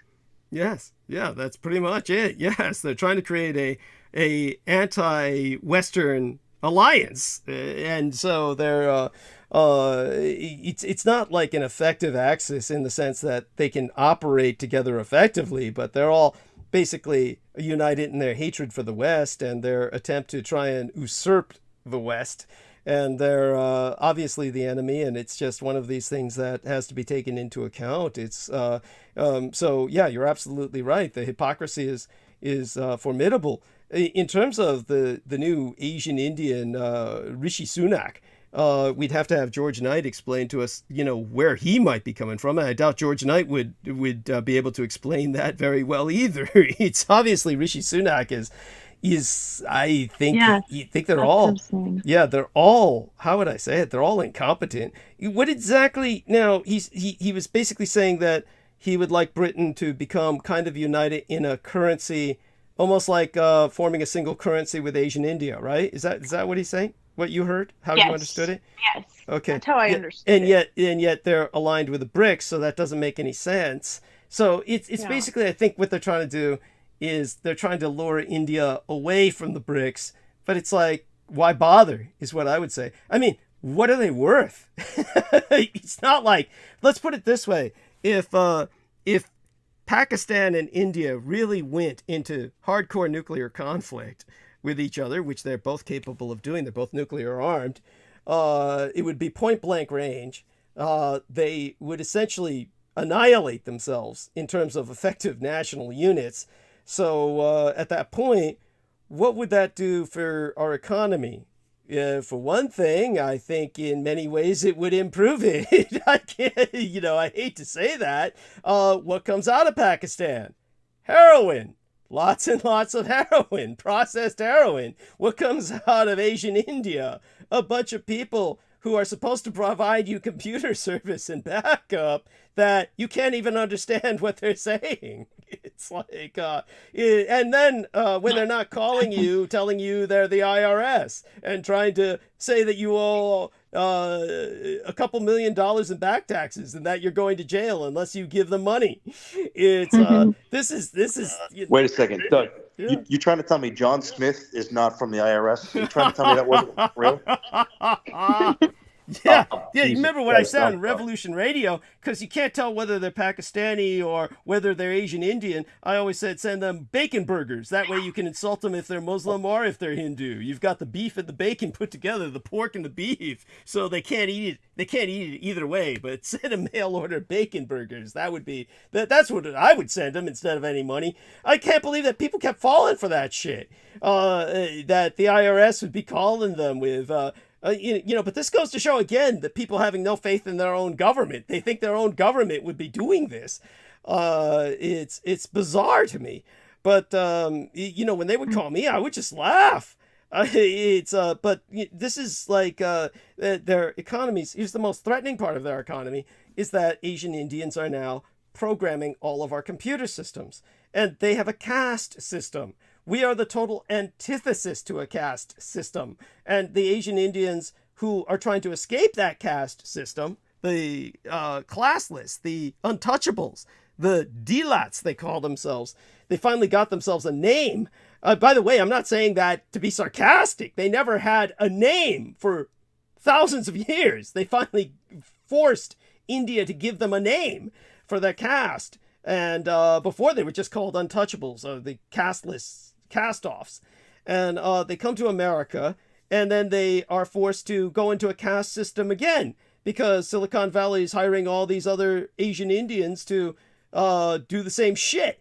And so the people who are the upper caste will identify them as, oh, that person is not part of our caste system, so he can't be promoted. And the white guys who are running Silicon Valley just listen to these assholes. Oh, okay. And these people are programming your computers. And they're programming them so that these people in the lower caste system can never be employed. They'll put them in the computer system as blacklisted. So if they're going to do that to their own, eventually they're going to do that to you. They'll be employing that caste system in America, and we're going to be subject to all of the computer programs that basically reject those of us who they consider unworthy. And so it's madness. So I think that, if the two of them nuked each other and they were removed from the world economy, it could only help the rest of the world, as far as I'm concerned, the way things are going right now. It's a horrible thing to say, but it's not like they're really improving things for us here. So they're definitely it's a horrible situation, but the situation is not without hope. Obviously, they're incompetent enough where if we went into a full-scale, all-out war, I'm confident that we could win. But the problem is that we're also fighting a civil war. This is the point I was making to Ian. Here's the problem, is that right now, at this point in history, the things have totally changed around from what they used to be. When my father was young, my legal father, when he was young, the Democrats were the party of the Confederate South, the Solid South. Dixiecrats is what they called them. They were the party of Jim Crow, the party of the Ku Klux Klan. That's why he was a Republican. Things have totally switched now. They're exactly the opposite. Nixon and the others before him began this Southern strategy, where now the South is pure Republican, and the Democrats are all the liberal progressive cities. And so what's going on now is everything's switched sides. It's flipped. It's inverted. It's on its head. So it's the Republicans who are effectively the insurgency for the enemy, this alliance of autocracies and authoritarians.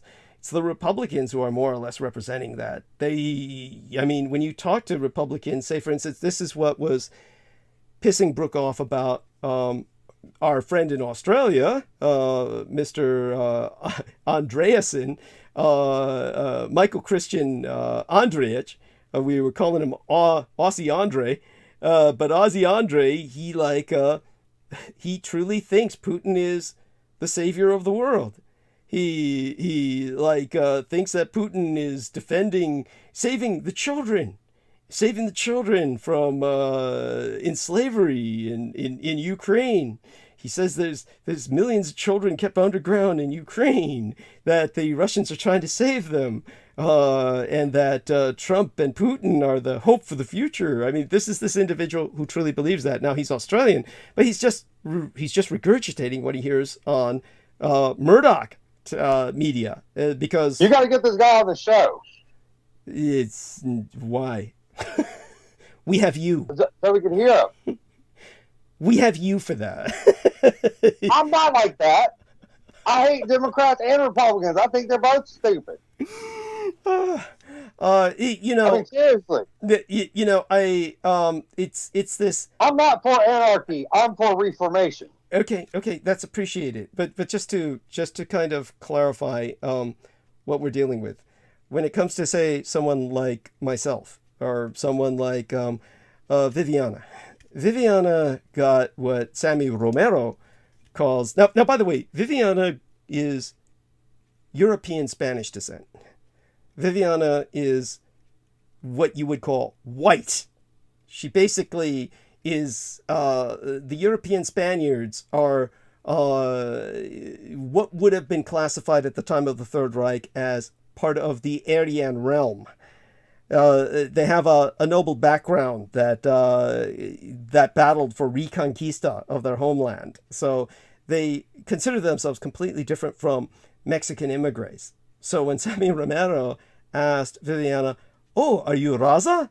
Meaning, are you of the race? As in Latin American, Aslano. She didn't get it at the time. But basically, she received what Sammy Romero would refer to as, quote unquote, and this is not meant as any insult towards Viviana at all. It's basically what I have been subjected to in my life, what Sammy's been subjected to, but Viviana got when Trump became president. She got what was called a nigger wake-up call, meaning that basically assholes started telling her, go back to Mexico, which she has no roots in. She has no connection to Mexico. Don't you hate that, Viv? And so she's basically now considered by the Republican red America as colored. So this is the nightmare that she and I deal with. This is the nightmare that means that of necessity, we have to be aligned with the Democrats because the Democrats represent a liberal progressive tolerance. It may have its politically correct headaches. There may be nuances of it that are irritating, even offensive in their own right. But we have to swing with that because the Republican side, red side, would rather have us dead. No, that's not true. Don't say that, Doug. Oh, my God. No, they promote that stuff because they use people like that. They use them. That's why they promote it. What you're trying to say is It's that a trick. what you're trying to say is that someone is promoting that to make the Republicans look bad. Is that what you're saying? No. They use that as a bait. A bait for both parties are bad. You're fucked one way if you're fucked if you join one. You're fucked if you join the other. Well, you can take that attitude. That's why I got to reform it, and by buying into they represent the minority thing. It's just another tactic and trick. Well, okay, so what I'm thinking keeps you in the system, and you don't want to be in the system. It doesn't work. Well, one of the things that I'm thinking along the lines of is that, look, I'm really intrinsically lazy. I'm really intrinsically lazy, and I'm in a spot now that is relatively comfortable. And I would really prefer not to have to go through the horror of a civil war. But in my heart of hearts and logically, I know that's where we're heading. Understand. So we're heading towards a place I don't want to go, so I keep trying to prepare people for it. We are heading towards a civil war. But in this civil war, okay, I understand what you're saying, which is like we need total reform, but at the same time, we have to be practical and to a degree work with what is there. Now, in terms of, shall we say, a quote-unquote clean break and starting all over again, okay, that's the objectives of, at that point, mostly historically, the experience was realized through communism. That's the communist idea is, okay, kill everybody, start from day one.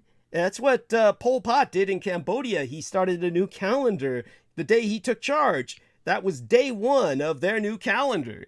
And, they wound up slaughtering half their countrymen. Literally half their population died.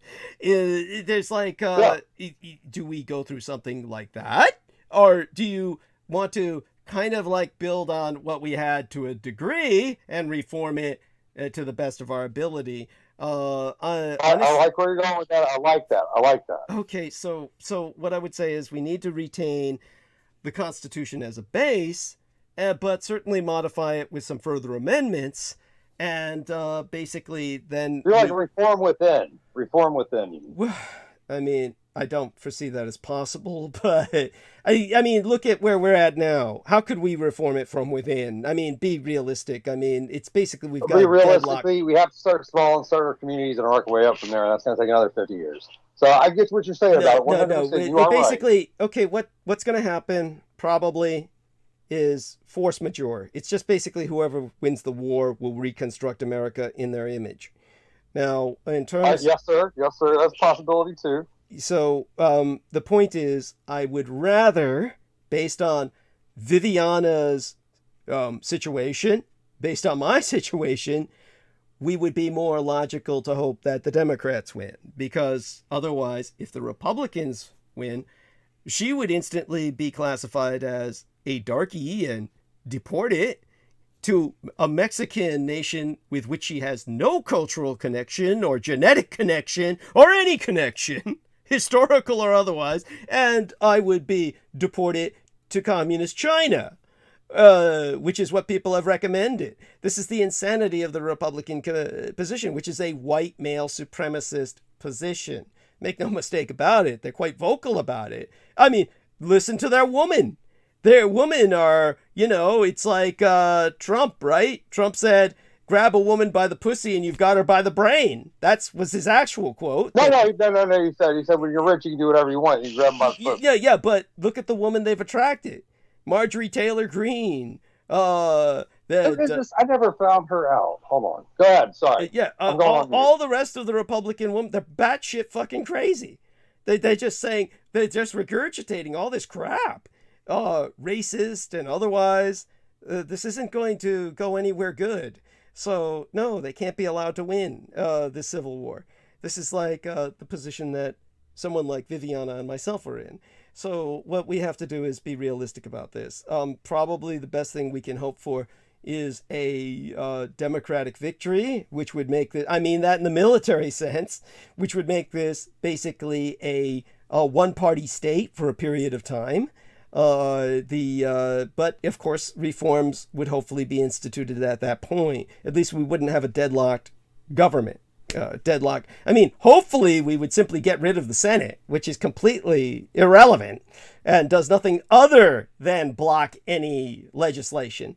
There's no point to its existence. I know who Marjorie Taylor Greene is now, so I just looked her up. She's that homely-looking girl from Georgia. Yeah. Then there's the others involved. All of them, all the females involved with the Republican Party are batshit fucking crazy. All women are crazy. All women are crazy. Yeah, thank you. That was all we needed. Show me one that's not crazy. Come on. Oh my God. This is why you're still single. This is why. Yeah, I know. I'm smart. I'm saving my money. Oh my God. At any rate, okay.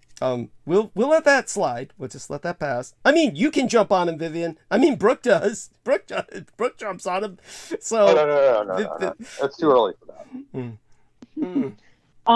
No, I don't have the energy. Not tonight.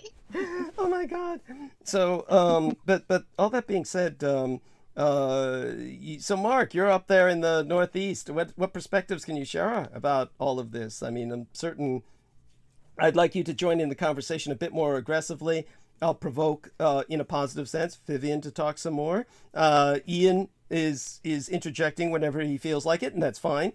And I'll shut up and I'll go on mute. No. I mean, no. I mean, it's not like you're doing anything that I think is a violation of any of our rights. I mean, what you said about all women are crazy. I was going to tell you, since you missed that whole pedo thing about the 10,000 pedos getting released in California a month or so ago.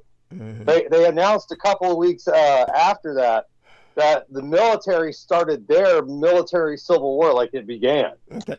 So with this 10,000 pedos released in California, I'll address that in monologue. What did you have some recording of somebody claiming they had evidence of this?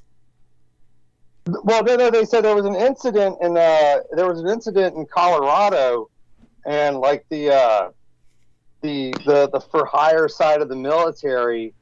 Oh shit! Let me pull up the story. They were transferring something, and another faction was on him and caught him doing it. Let me pull up the story real quick. What did that have to do? But they said it began like 2 weeks ago in Colorado. What about the thing you said about California? Did you have some? Oh, the pedo thing? Yes. Was there some kind of? Yeah. No, they did the pedo thing too, and I know you missed. You didn't hear about that, but 2 weeks after that one, another thing I assumed you didn't hear about was the military civil war started in Colorado. Okay. I mean, I always appreciate... Or the incident. Yeah, I mean, I always appreciate... It's best to assume I haven't heard of any of these things. However, what I can tell you is that I can go into painful detail about the pedo thing in California, and I will explain that to our listeners, and yourself if you're so willing to listen. But understand that that's not what people think it is. So, yeah. Oh, go ahead. Sorry, go ahead. Oh, no. That being said, so Mark, yes, please. Yeah, no, I was going to respond to what you asked earlier. And up here in the north, really is typically it's mostly Democratic. And I would say if there were to be anything of such a revolt kind of thing going on, I listening to what you said, I'd have to probably go a little bit, definitely more towards the Democratic side, just because I think it would be a little too harsh under that Republic regime. Thank you. To say the least. But yeah, I mean, it's just, especially up here in the north. I mean, it's definitely that's typically, the atmosphere up here. And I mean, I've traveled to the west. I've traveled to the Bay Area, and I have friends that live out there as well. So I mean, everyone's got different perspectives of such. But even in my family, there's some sides that are a little more conservative, but then the other side is completely Democratic, and they've always been Democratic since going back. So yeah, it's just interesting to see that in this type of region that it seems to be that seems to be the typical, and I'd say about 40% would be like conservative. I'd say, but mostly Democratic. Yeah, no, it's. Do you know who both parties answer to? Do you know who Republicans and Democrats answer to? Who? The Vatican. AIPAC. The American Israel Coalition or whatever. Oh, They both answer to them. That's what I'm saying. It's the same shit. And we're going to be stuck in this loophole forever. Yeah. Just you see what I mean? No, I get it. So just to put again this into some perspective. Here's the difference. You see, Viviana comes from a Christian background where she looks at the situation in Israel as very much a kind of... she understands that because they are not in covenant with Christ, then they are not really... They're basically occupying the Holy Land in her perspective. And that's to simplify it. That's just to simplify it. My perspective, of course, is that ethnically, the majority of them that originally established the state were ethnically Hazar, meaning the descendants of the Turkic tribes that had converted to Judaism a millennia ago, and the Hazar Empire, upon its fall, disintegrated and migrated into the Jewish Pale of Settlement, where they became pretty much a dominant economic force in Eastern Europe.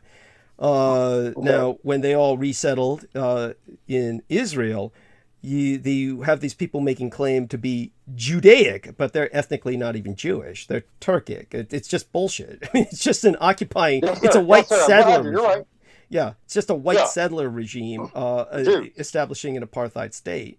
So with that, we both have these different perspectives on it, but in the end, we stand side by side in the fact that it's not what it claims to be.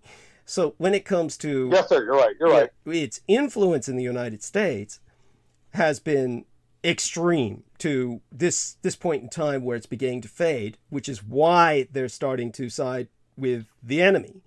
In terms of they were always out for their own interests anyway, the state of Israel. And we're always trying to juggle between the Soviets and the Americans when the Soviets still looked like they were a viable option. As a matter of fact, the founders of the state of Israel were overwhelmingly from Eastern Europe. They were overwhelmingly atheistic socialists. We're talking about diehard Marxists ideologically. So Israel is a Marxist, racist state that was established in occupation of Palestine. It is basically ideologically communist, but they were trained to fight by the Nazis, the SS, that taught them to use weapons. The majority of the weapons they used to fight the Arabs in the original wars came from Germany. They were using German panzers, German machine guns. They were trained in German blitzkrieg tactics. It's why they fucking won. It's not a history that they ever had of any combat experience other than what the Germans taught them. So in terms of militarily, they're essentially Prussian in their military state sense, ideologically communist, but economically, they're rabid capitalists. It's a monstrous amalgam, a Frankensteinian pastiche of ideologies hybridized into this synthesis that works for them because they're essentially manipulating everybody. So since they consider themselves the center of the world and just basically are out for their own interests, then what we have is really a threat to world peace. It's a rogue state in the most dangerous sense.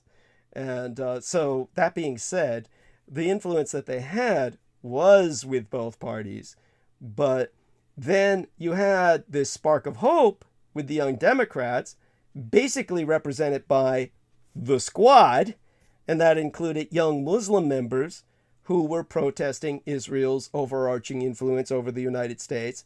And then they were all thrown under the bus by the hospice Democrats, the Democrats on life support, Pelosi and all the old Democrats who are all in their 90s.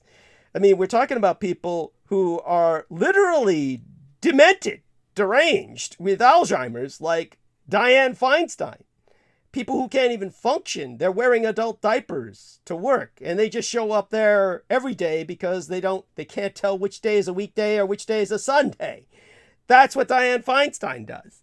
So you've got these people who are literally on life support, palliative care Democrats that threw all the younger Democrats under the bus to maintain power with the older Republicans for a short period of time in this kind of locked, intractable balance of do nothing, where nothing can get done.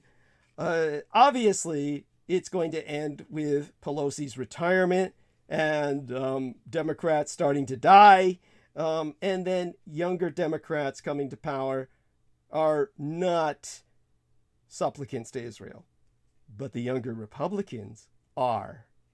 So that's the difference. The younger Republicans retain a white supremacist evangelical background where they worship the Jews. That's a good point, Doug. I didn't think about that, about the future. You're right, though. You're right. About the Republicans still falling victim to the Jew. Thank you. Thank you.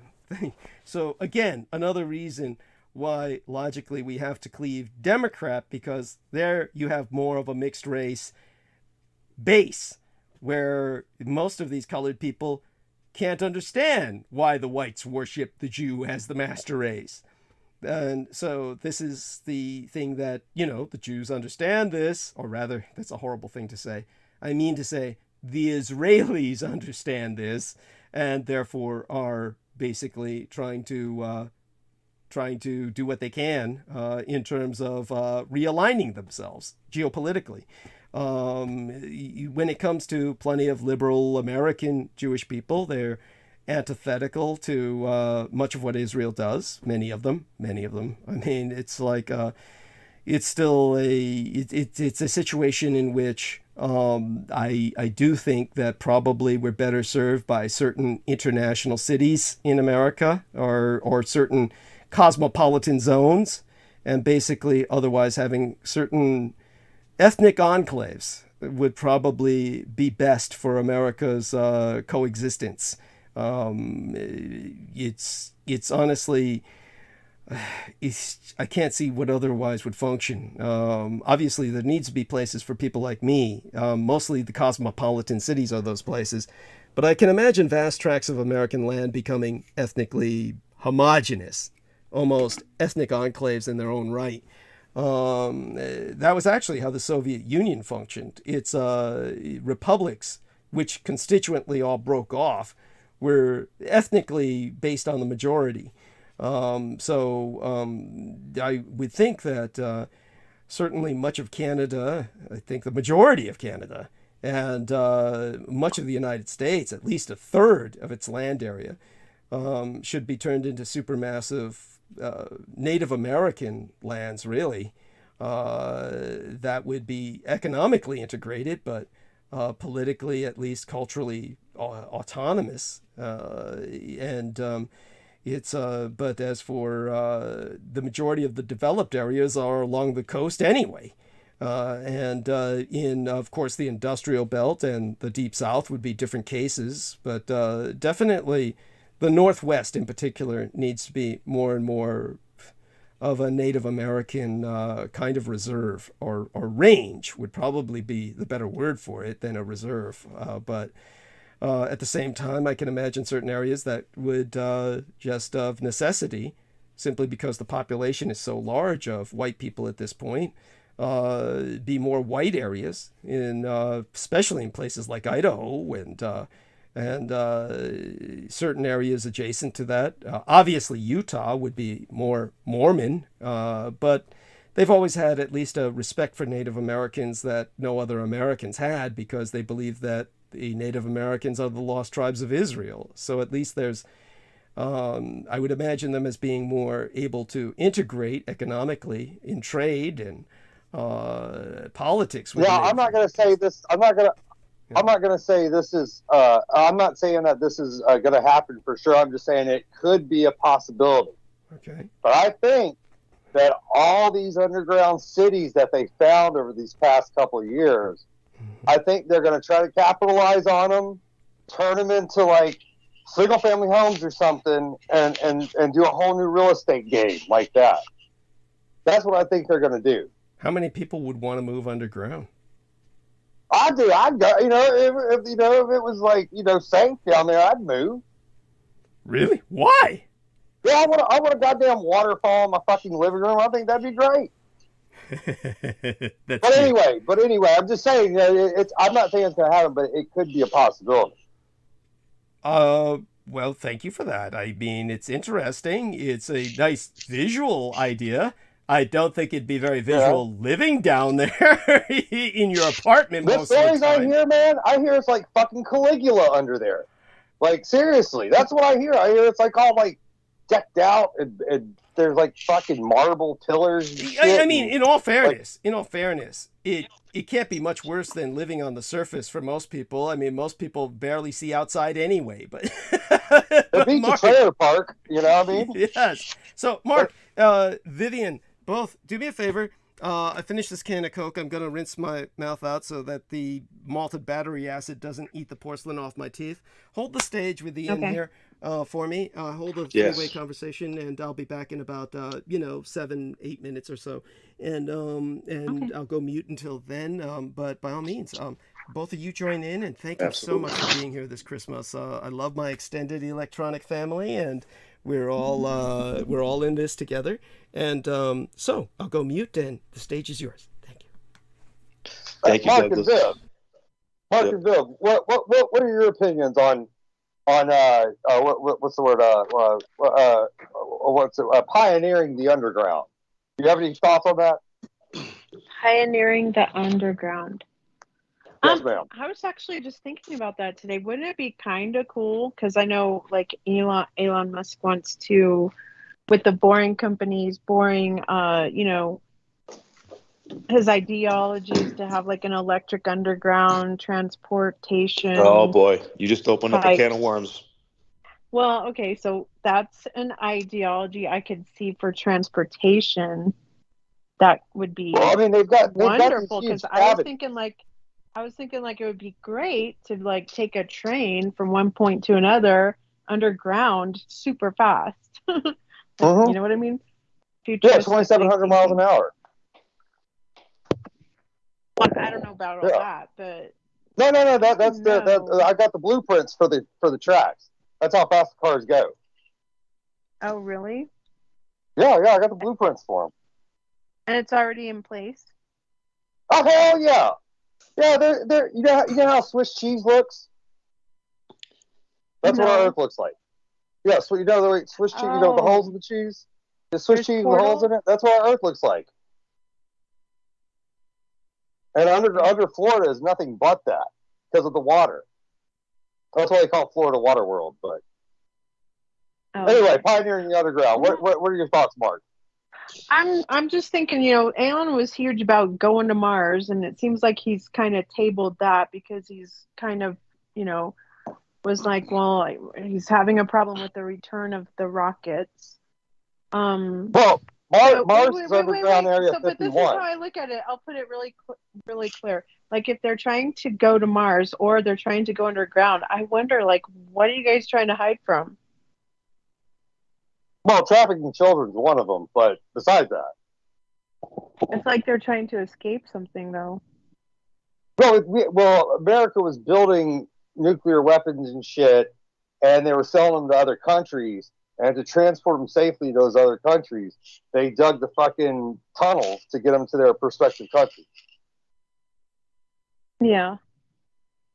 That's why they did it. Because, they don't want to, the UPS guy to drop a fucking atomic bomb on the way to the, house, and everything goes haywire. Why would you want to live underground? Like, I've been noticing around my area. Cheap real estate, cheap real estate. But let's look at these couple perspectives I have going on in my head. So I'm cruising around town, and I'm noticing a lot of empty homes. A lot of people that have big home or family type homes, but there's only like one person living there. And I see less and less children being born. And now we have to consider everything now, the cost and the value of human life based on whether or not you took a vaccine that can possibly now render your entire DNA and the future of your DNA strand to your offspring and such as still having this. So now, like, we're looking at in my opinion, a sort of form of genocide. So why would we, as a population, want to go live underground if we can't even fill the property on cheap rent, cheap? No, I get you 100%. I get you. But without that little hiccup called COVID-19, we could have, probably, moved in the underground and pioneered it and used some of its resources. 68% of the globe is vaccinated. And I don't know. I don't trust in numbers like that because there's just too many variables for a fuck up. You know what I'm saying? And it could be a little fuck up, like 58 instead of 68 or 50. You know what I'm saying? So it's like I just I wouldn't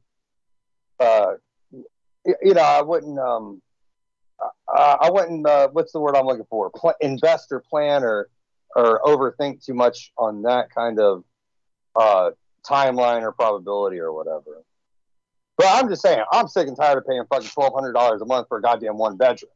And if I could go move underground for $1.75 a month, fucking why not? And have a heated pool and microwave and a waterfall in my fucking living room. That sounds great, doesn't it? Okay, but anyway. Well, I would invest in it. I probably would definitely buy something underground and just be like, hey, I'm going to go underground for a bit. Buy one, turn it into an Airbnb and call it the dungeon or something and have a bunch of S&M freaks fucking, have you booked 24/7. Like, I'm going to Disney World and staying in the dungeon, But anyway.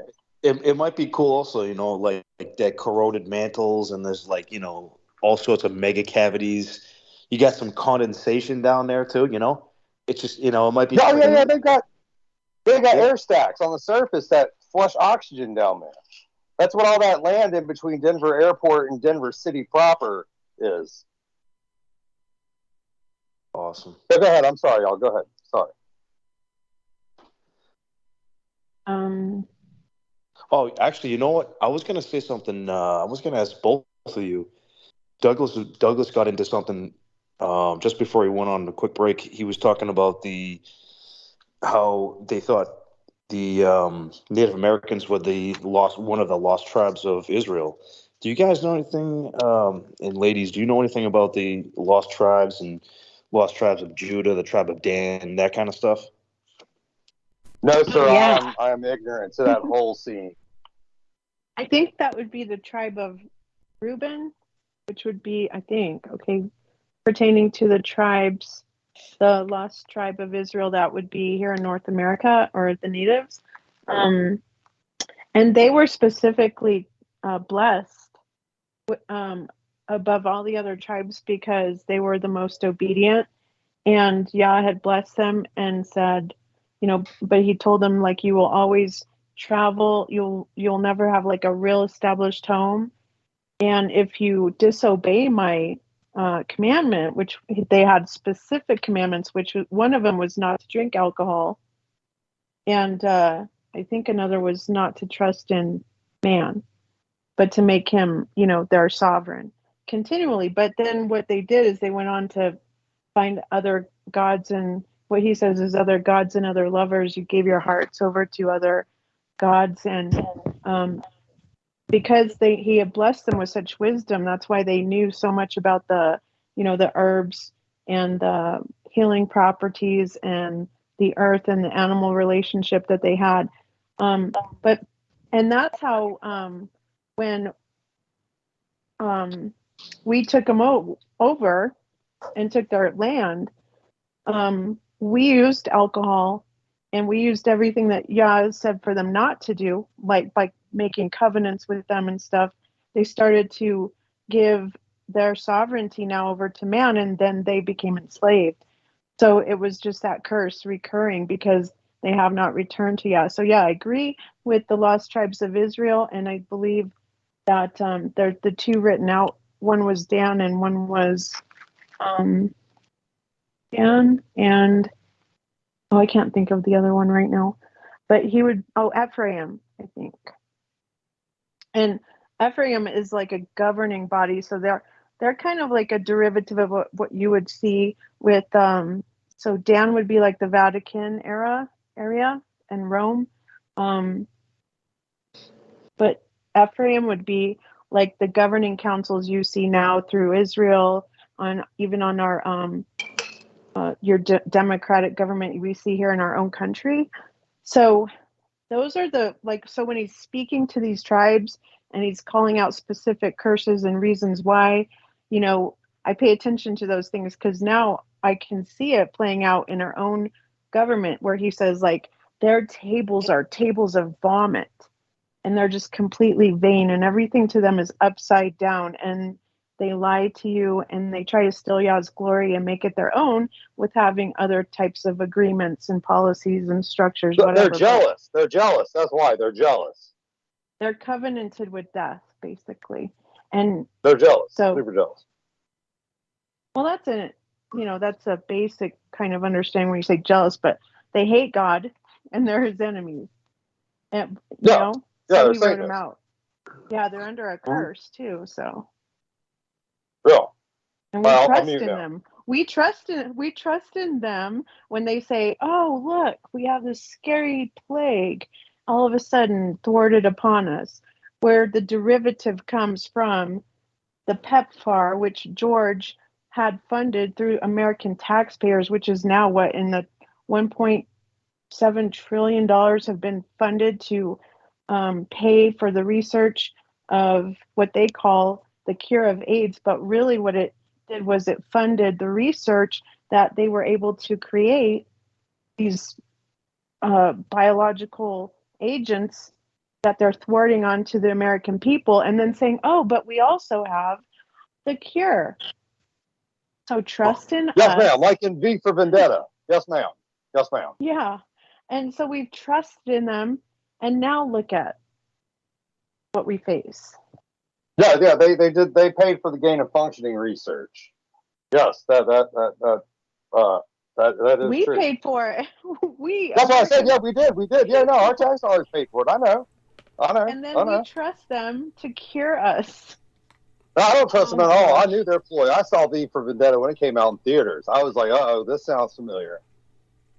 Well, but by the way, just for the sake of, shall I say, some balance against the film, which I can't stand the film. The film. What, V for Vendetta? Yeah. Oh my God. Oh, dude, that was like operatic rap. Like every word rhymed. He said, Yes. But go ahead. Sorry, I'm going on mute. No, you don't need to go on mute. No, I just got back and I just heard what you were speaking of with V for Vendetta, and the entire thing about V for Vendetta, what made it so offensive to me was that same old, basically white self-loathing, just a bunch of self-loathing whites that are trying to present a Nordic Teutonic takeover of Britain through a political party, which is absurd.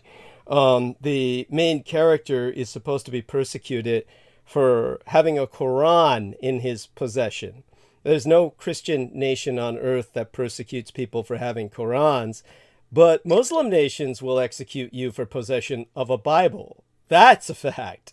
That's actually the law in many Muslim nations, that possession of a Bible is, that's grounds for execution. But the Christians don't do that. That's, so for that to be presented in the film as the reason the main character is taken to a camp is beyond offensive. It's simply a literally satanic inversion. Go on. I think in the comic book they were saying that the country fell under a fascist dictatorship because of the virus and stuff getting out. Yeah, and that's in the film. That's when they were like, "Oh no, the Bible's bad." Yeah, that's in the film as well. Is that they're portrayed as having produced the virus to which they have the cure. That's the yes, sir. Yeah, yes, sir. So it's definitely something that we need to be cautious of. Now, I of course am not quite sure if that's what Vivian is saying is that your impression is that the COVID or something else might be an engineered virus, or was it AIDS or both? Or... Oh, no, nothing. I was just using that as an example. Okay. Well, I don't know that movie, so I don't know anything about that movie. Oh, no, don't worry about the movie.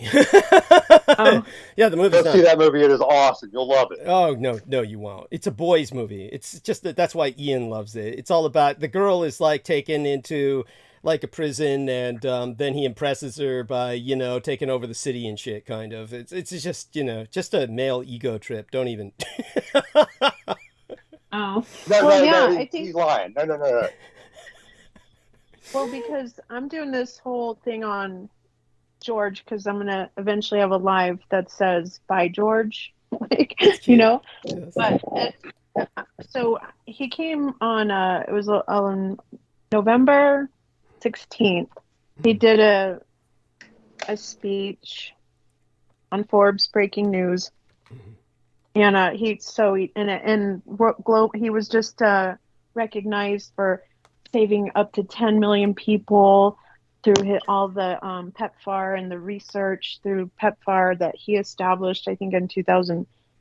Well, it was established before 2005, but he went on the world stage and declared Deuteronomy 30:19 on,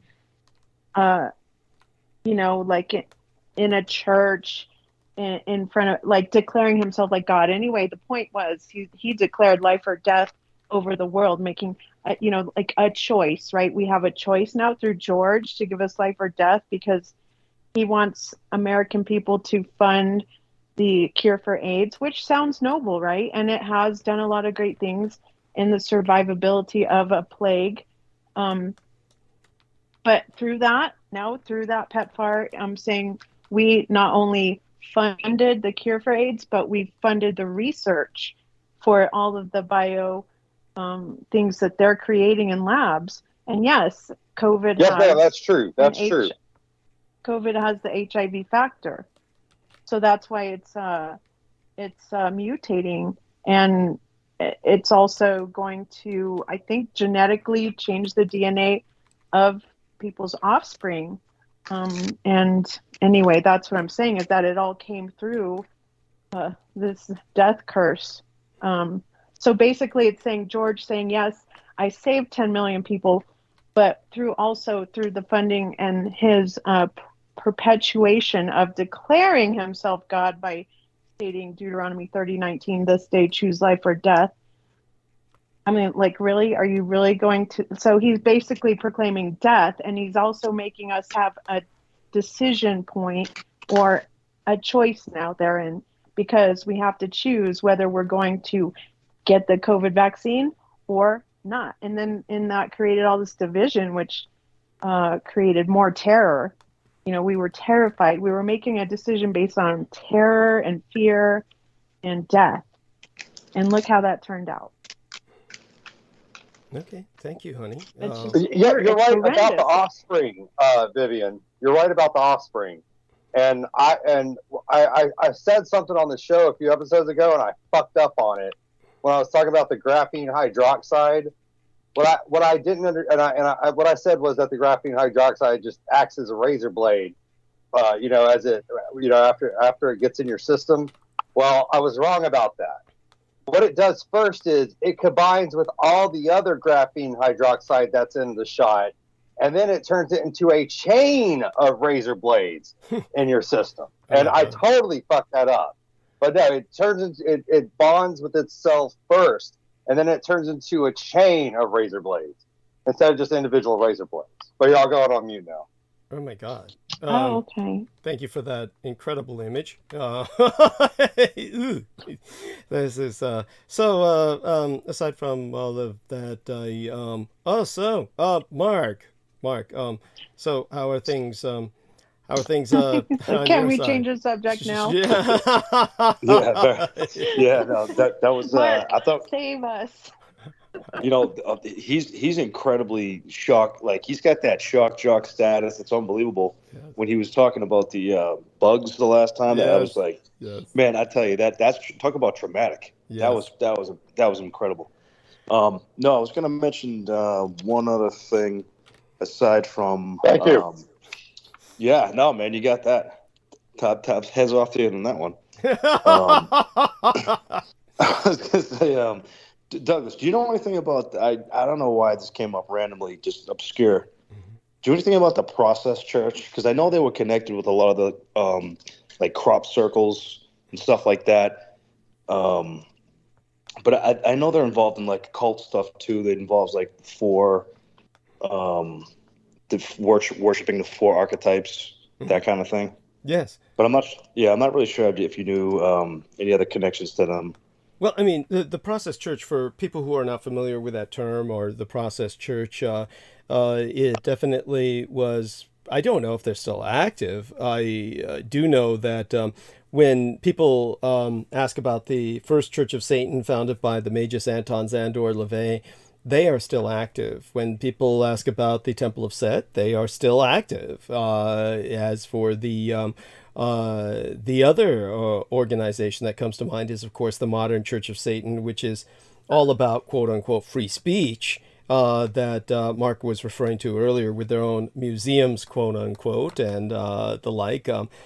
These are organizations that are active. The Process Church is either inactive or they've gone underground. Granted, I haven't pursued it aggressively, but what I can tell you is that they were profoundly active in the 60s and the 70s, and to the point where they had their own magazine that they published and even interviewed a few celebrities. So they had a very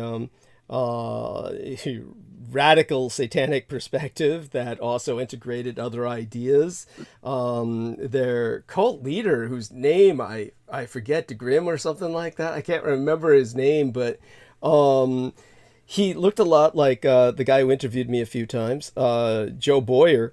And they both had that Jesus Christ look about them, kind of like skinny with goatees and long hair. And so they kind of came and went as far as I understood it. But in the past, I've spoken about them in some depth in terms of what I can consciously remember now. It kind of like it's no longer in my brain. But I do know that they may have been one of the factors uniting, in a network sense, the cult of the Son of Sam, which the Maury Terry, who was investigating the Son of Sam murders, said that it should be a plural, the Sons of Sam. The one guy that got caught was really part of a network. He was going to open up and confess to that when he received a special visit and then shut up. And it was something that the police were happy to shut down and claimed that they had solved everything because it gave everybody an out and nobody had to follow up with anything. So it's just this kind of situation where in between the Zodiac Killer and what Michael Aquino used to refer to as his California Little League, the Little League of serial killers in a nation full of serial killers, California had its own special team of them that was just had a reign of terror over the Golden State for generations. In between them was the Process Church. So the Process Church seemed to be like something that was established to really kind of expedite the networking between the East Coast and the West Coast. It was like it like dominated Middle America, especially, of course, the industrial belt. And that's what I remember most from what Aquino's references put into perspective. Like I said, it's been so long now, and I haven't paid much attention to it. But it was there was so much going on with Satanism when you think about the 80s and the 90s, and the Process. That was like the 60s and the 70s, really. When they were interviewing celebrities, for instance, that was when one of the celebrities they interviewed was the girl from U.N.C.L.E. For those who don't remember, there was a series called The Man from U.N.C.L.E. And there was a spin-off series called The Girl from U.N.C.L.E. And they interviewed her in their magazine. It was, which I thought was cute. But in terms of their other things they were involved with, I knew that they gained a lot of infamy. And they were just kind of, how would I say it? They just really were big, exploded on the scene, coexisted with all of this witchcraft and Satanism that was really popular back then, and then just kind of faded, as far as I know. But maybe there's other people who know more about them. But I thank you for bringing that up. Not too much I can recall other than that. No, that's incredible. Thank you. No, thank you. I mean, I wish I could give you more. If we look it up, of course, we could find out the guy's name, but who ran the Process Church, and I think it was more like once he maybe died, then the church just didn't have any successors. He wasn't theoretically, if something, I'm pretty sure something happened to him, because if something did not happen to him, then theoretically he could still be alive, because he wasn't that old. So let's take a look at Head of Process Church and see if that rings any memory bells for me. There's times when, a whole lot of... Oh, De Grimston. Yes, the Christ of Carnaby Street. Yeah, the head of the Process Church. And some people say he was just... Robert De Grimston was just the mouthpiece of Marianne. But yeah, here we are. Process Church of the Final Judgment. Anyhow, so there was definitely a connection between Charles Manson and the Process Church. Then let's see now what else comes up. So a lot of things coming up. Genesis P. Orridge, the rock band. That man involved with that ultimately killed himself because he got all hooked on those dream machines, as they called them. The cult survivor, Timothy Wiley, on the Process. So he was the writer and art director at the Process magazine. And so something must have happened to William de Grimston, and he's probably dead. I'm sure he was maintaining the church more than anyone else. Let me look him up specifically. Robert de Grimston. Robert de Grimston probably doesn't even have a bio. He's probably scrubbed.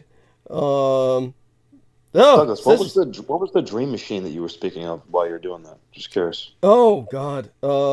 Fuck. What is the book? Because I think Kurt Cobain was supposed to be involved in that too, or something. I don't know. A bunch of those guys. Let me see. He might have been. The name barely rings a bell with me, Kurt Cobain. But I'm sure if you mentioned something about him, I'd probably remember more. No, Kurt Cobain, the lead singer of Nirvana. Okay. Yeah, he was in a little band called Nirvana. Okay, thank you. And so let me look something up here. Give me just a second. Oh yes, here we are. Here we are. When it comes to the Dream Machine. Okay, so the book to look up would be The Chapel of Extreme Experience. So it's subtitled A Short History of Stroboscopic Light and the Dream Machine. That's by John Geiger, Geiger. So basically that's stroboscopic light. You know, you basically trigger, if you're anywhere near being an epileptic, you'll trigger seizures in yourself. You know, this is kind of like what happened to people who were watching Pokemon and they went into extreme flashing of lights in one episode that triggered a bunch of epileptic fits.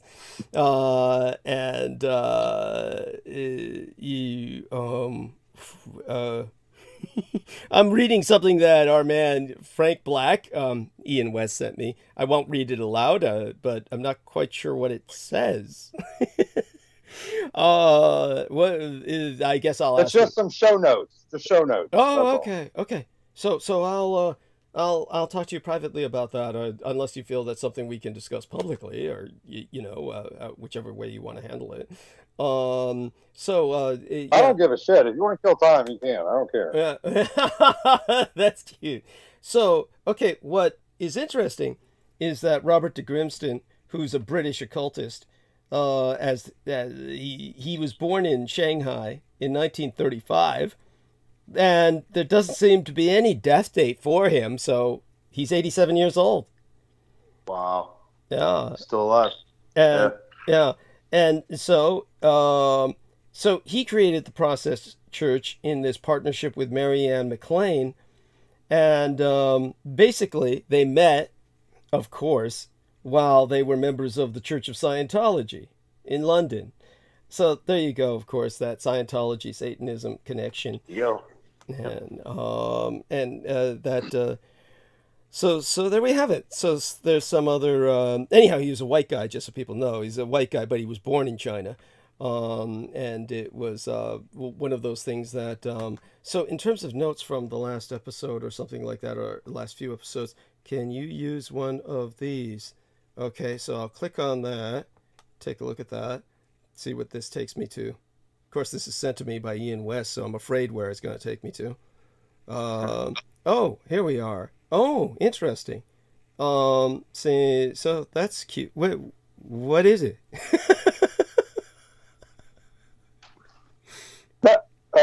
Hey, yeah, they're 2-channel mixers. They're on sale right now for $17, free shipping. Oh, wow! I was say if you could use a 2-channel or 2 mic, input for your computer. I don't know your setup, but that's cheap. That's cheap. No, I got it. So thank you. I definitely appreciate the offer. I don't need it because I have no idea what it is. I wouldn't have the first idea of how to use it. Okay. I'm just saying, that's like half price for these little 2-channels, brand new. But I'm going to go on mute. Okay, thank you. But that's very considerate of you. Thank you. Yeah. Okay. And so now that we've settled that to a degree.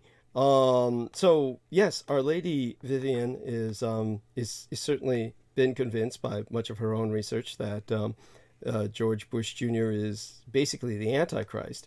And so, honey, when he do you think something? I mean, he was. To a degree, yeah. I mean, yeah, he's done his damage. No, I mean, he's horrible. I mean, yeah, I mean, this guy's awful. I mean, it's That's daddy's boy. Yeah, he's definitely, yeah, every bad thing you can imagine.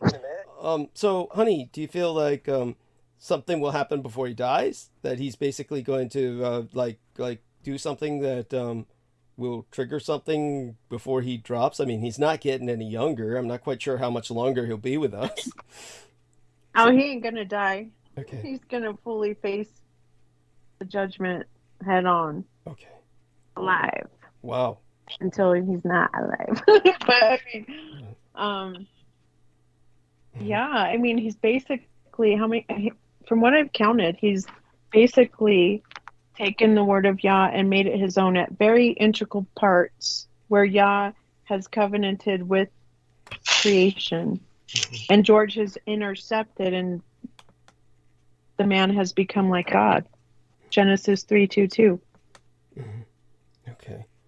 And so therefore that's why they so they you mock believe Yah something's and going to everything, happen? You know? You believe but they're something's... the opposite. Like Okay. he's life, but they're death.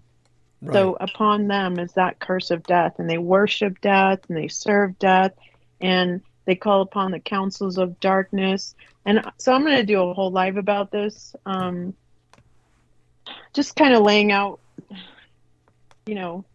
how I envision and understand it. Okay. And hopefully I can do that to where, hopefully. Basically, it's the man who has become like God and declaring God's covenant to humanity. But he's our enemy, and he is in opposition of life, so therefore he is death and purporting death upon us through terror and fear. And where have we also seen that since 9/11? We went into Babylon, yes, onto the Euphrates River, yes, and created this huge war that dismantled an entire group of people to become non-citizens, just, traipsing through the land with no home.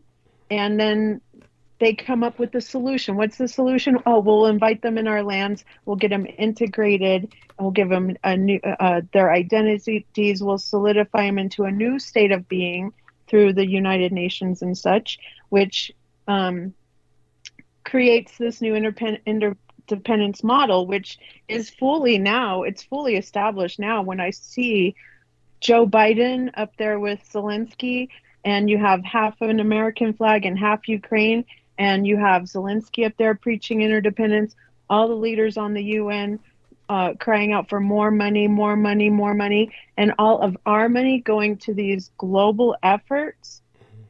This is interdependence, and we are here.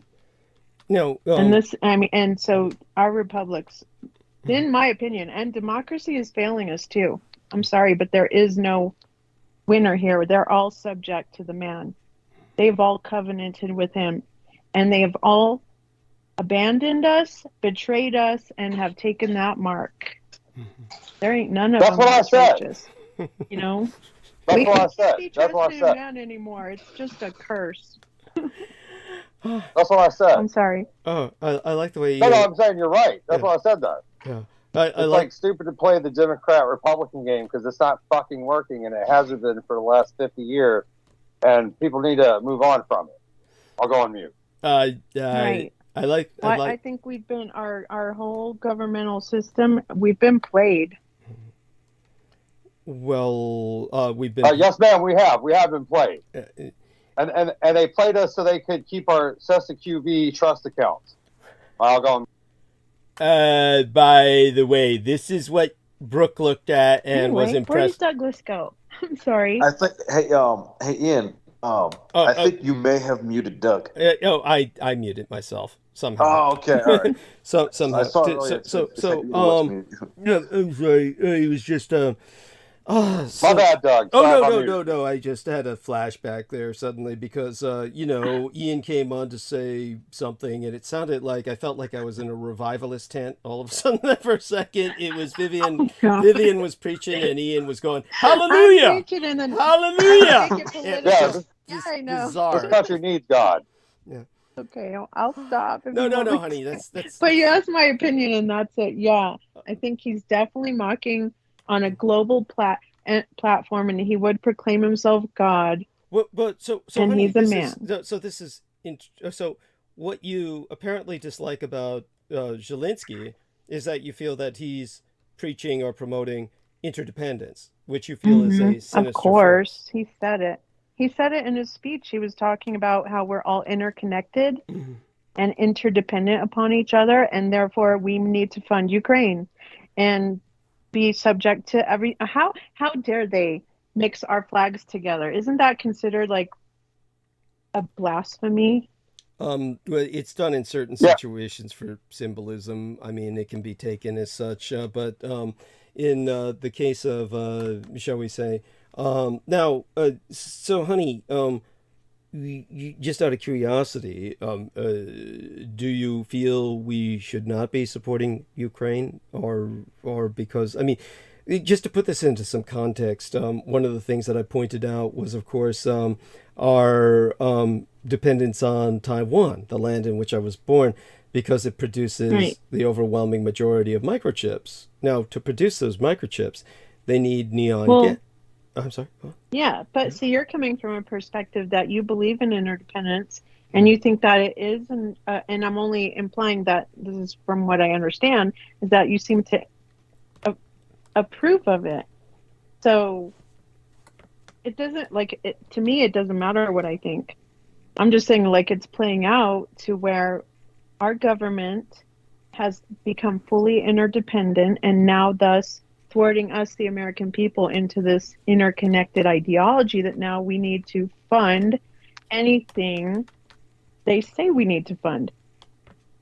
We don't have a say in it. Oh, I mean, well, that's an I interesting... like where you're going with that, Vivian. I just had that flashback. Who is the Congress working for again? They hold the purse, right?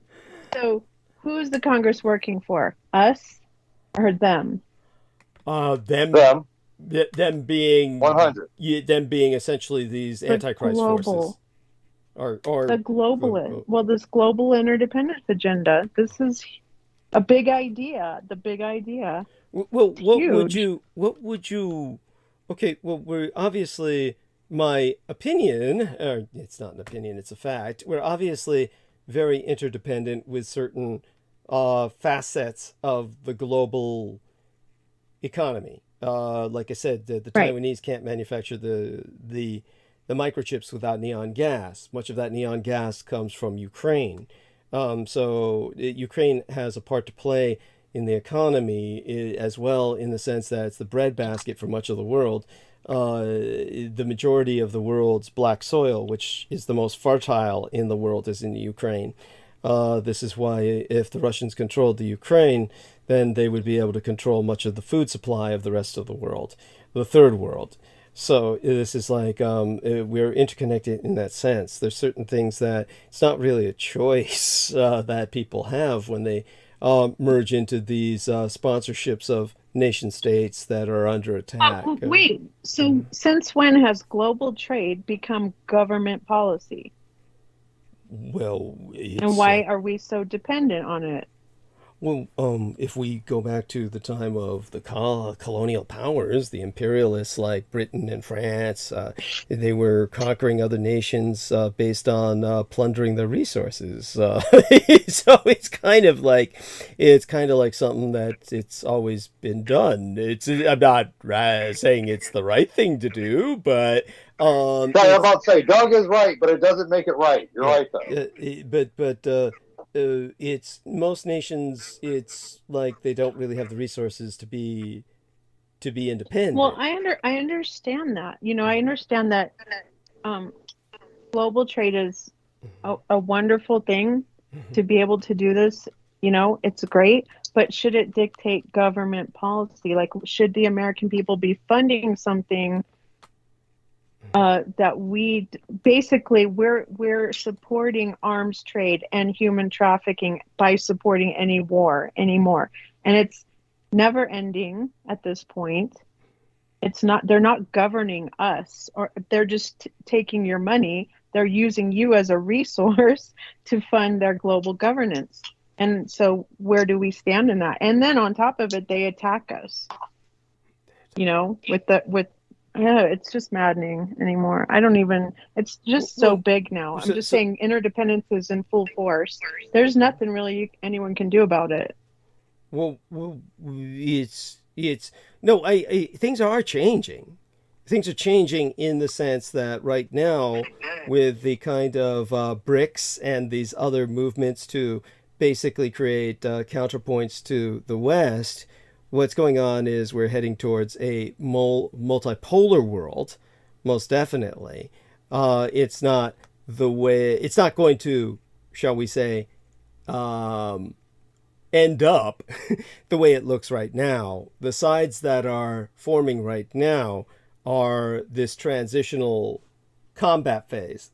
When the losing side is sundered, then the world will be stabilized into regional, semi-regional. I would say that the best term for them the term I use, would be super alignments, meaning that they would have assets that would be scattered across the globe in each and every case, but they would be essentially centered on a certain core economic unit, meaning that the world will divide into what I would call supracultures, meaning that's a German word, culture, for supercultures. That would be kind of like I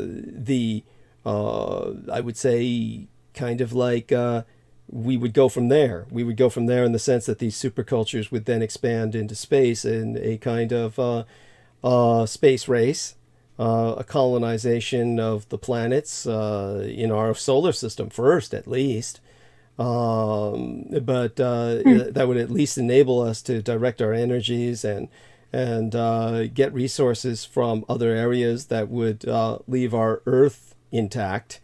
We would plunder the resources that would be much more easily accessible on these other planets, easily accessible to a degree in that we wouldn't need to bargain with anyone. You could just take and plunder whatever you needed from planets without populations in terms of their mineral resources, hydrogen as well from the gas giants, etc. But in terms of these cultures that would stabilize, it would be not necessarily, you would be, I think, fairly recognizable, really. They would be based in some of the major cultures that were struggling throughout this time. Basically, Japan, Germany, Britain, America in particular, that would be kind of like the winners in a world where the Sino-Slavic Indic synaxis was sundered. Of course, other powers would develop after that, just kind of just as resilient. Most of the situation as it stands now would not be... Globalization is in a very real sense dying. In other words, when I speak of these supracultures, when I speak of these different alignments, a kind of... the Japanese used to use the term the 8 corners of the world, meaning that they felt that ultimately the world would resettle into a kind of 8-sided octagon of power, and that's what I foresee. It's just that these sides would be fairly independent. In other words, there would be kind of like a core economy and satellite states that would be geared towards that core economy, but that core economy would imply something like a central state that would have more influence than the other nation states, that would be kind of like its economic colonies, so to speak. This is something that might be viewed by people as an unequal relationship, but really, what choice do we have? Say, for instance, Africa and India and places in Latin America, they're just so scarred by colonialism. They don't really have the capabilities of exerting themselves as superpowers. So it's kind of like the best things that some developed nation states could do is invest in them. It may be considered a kind of colonialism, but at least it would be more beneficial than the kind of mercantilism that existed in the past. But this would be kind of like a economic empire, a commercial empire in which they would be independent from some of the other powers of the world. So I don't foresee globalism as mankind's ultimate fate. It truly is dying. It's dying because we're all interdependent in the sense of, say, take a look at Brazil. Brazil's Amazon rainforest. Obviously, if that were destroyed, it would damage all of us. It would damage the environment to such an extent that we would all be impacted by climate change accelerating. Doug, let me stop you right there. Yeah, you don't believe Go in climate back to where change. you said... You don't believe in climate change, I take it. No. I'm talking about when you said what other options do we have, like to avoid the globalism thing? Mm-hmm. How about we rape and pillage our own resources that we have instead of going to other places. You know, like if what I'm saying is if we what I'm saying is if we progress into space, then we don't need to rape or plunder any resources on Earth. Certainly not to the extent that we've been doing so that led to this point of climate change. Understood. But what I'm saying is if we had resources like marijuana to make paper, to make fuel, to make all that other shit, we wouldn't have to go to Brazil and cut down the fucking rainforest. Therefore, there wouldn't be any climate change. And if these people were really that fucking butthurt about climate change, they would just make the weed legal to stop it. But it's real. You see what I'm saying? Well, I understand what you're saying, and obviously there's merit. There's merit to that, but we're no longer dealing with our own actions. Say, for instance, in Brazil is now under the dictatorship of a madman named Bolsonaro. Now, my understanding is he's lost the election, but I haven't seen any evidence yet of the person who won the election taking over. He said he would resist leaving office if he lost the election. Maybe that's what's happening. I haven't bothered to really follow up. But Bolsonaro, the Trump of the tropics, has stated he wants to burn the Amazon rainforest down to the root and annihilate all of the native population. So if you're in a neighborhood and one of the houses is owned by a madman who feels it's in his right to burn his own house down, why would you interfere?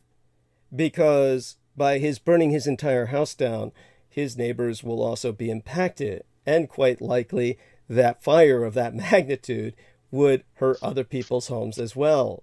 So he does not have that right. In other words, if he threatens to do that, then the community is forced to intervene. By that logic, then the world has a right to invade Brazil and kill Bolsonaro because he's threatening us all. Communist China, by building the Three Gorges Dam, has accumulated so much water in one spot on Earth that the Earth is threatening to overturn on its axis. We are now wobbling at a rate where we could lose the Earth's balance, and basically we could have a pole reversal. The Communist Chinese are bringing us to the point where that would threaten the greater part of humanity. Theoretically, humanity might even go extinct. We might die in a reversal of the poles as a species. And the Communist Chinese I think we already are. Well, such being said, we'd like to try and prevent that. Oh, one of the ways to do that would be to invade Communist China and obviously dismantle the Three Gorges Dam. So we're going through a process now where these choices have to be made. That's interdependence, as I speak of it. So in terms of somebody who's threatening the entire world by lunatic actions of derangement that threaten the human species, then our interdependence is such where, yes, we have to respond. Now, so far, the world is too deranged to respond. It's too demented. It's too sick. It's too unconnected. So there has to be at least a transitional mobilization at a global scale to respond to these threats. After which, are you talking though about TAP? And I'm sorry to interrupt you. Oh, no worries. But are you also, when you talk about these 8, what did you call them? 8 points of Earth, or this? Oh, the Japanese used to refer to the 8 corners of the Earth, meaning that they ultimately foresaw the world becoming a 8-powered unit, in the sense that there would be 8 independent major powers on Earth, 8 independent economies that were not connected to each other all too much, more or less autarkic.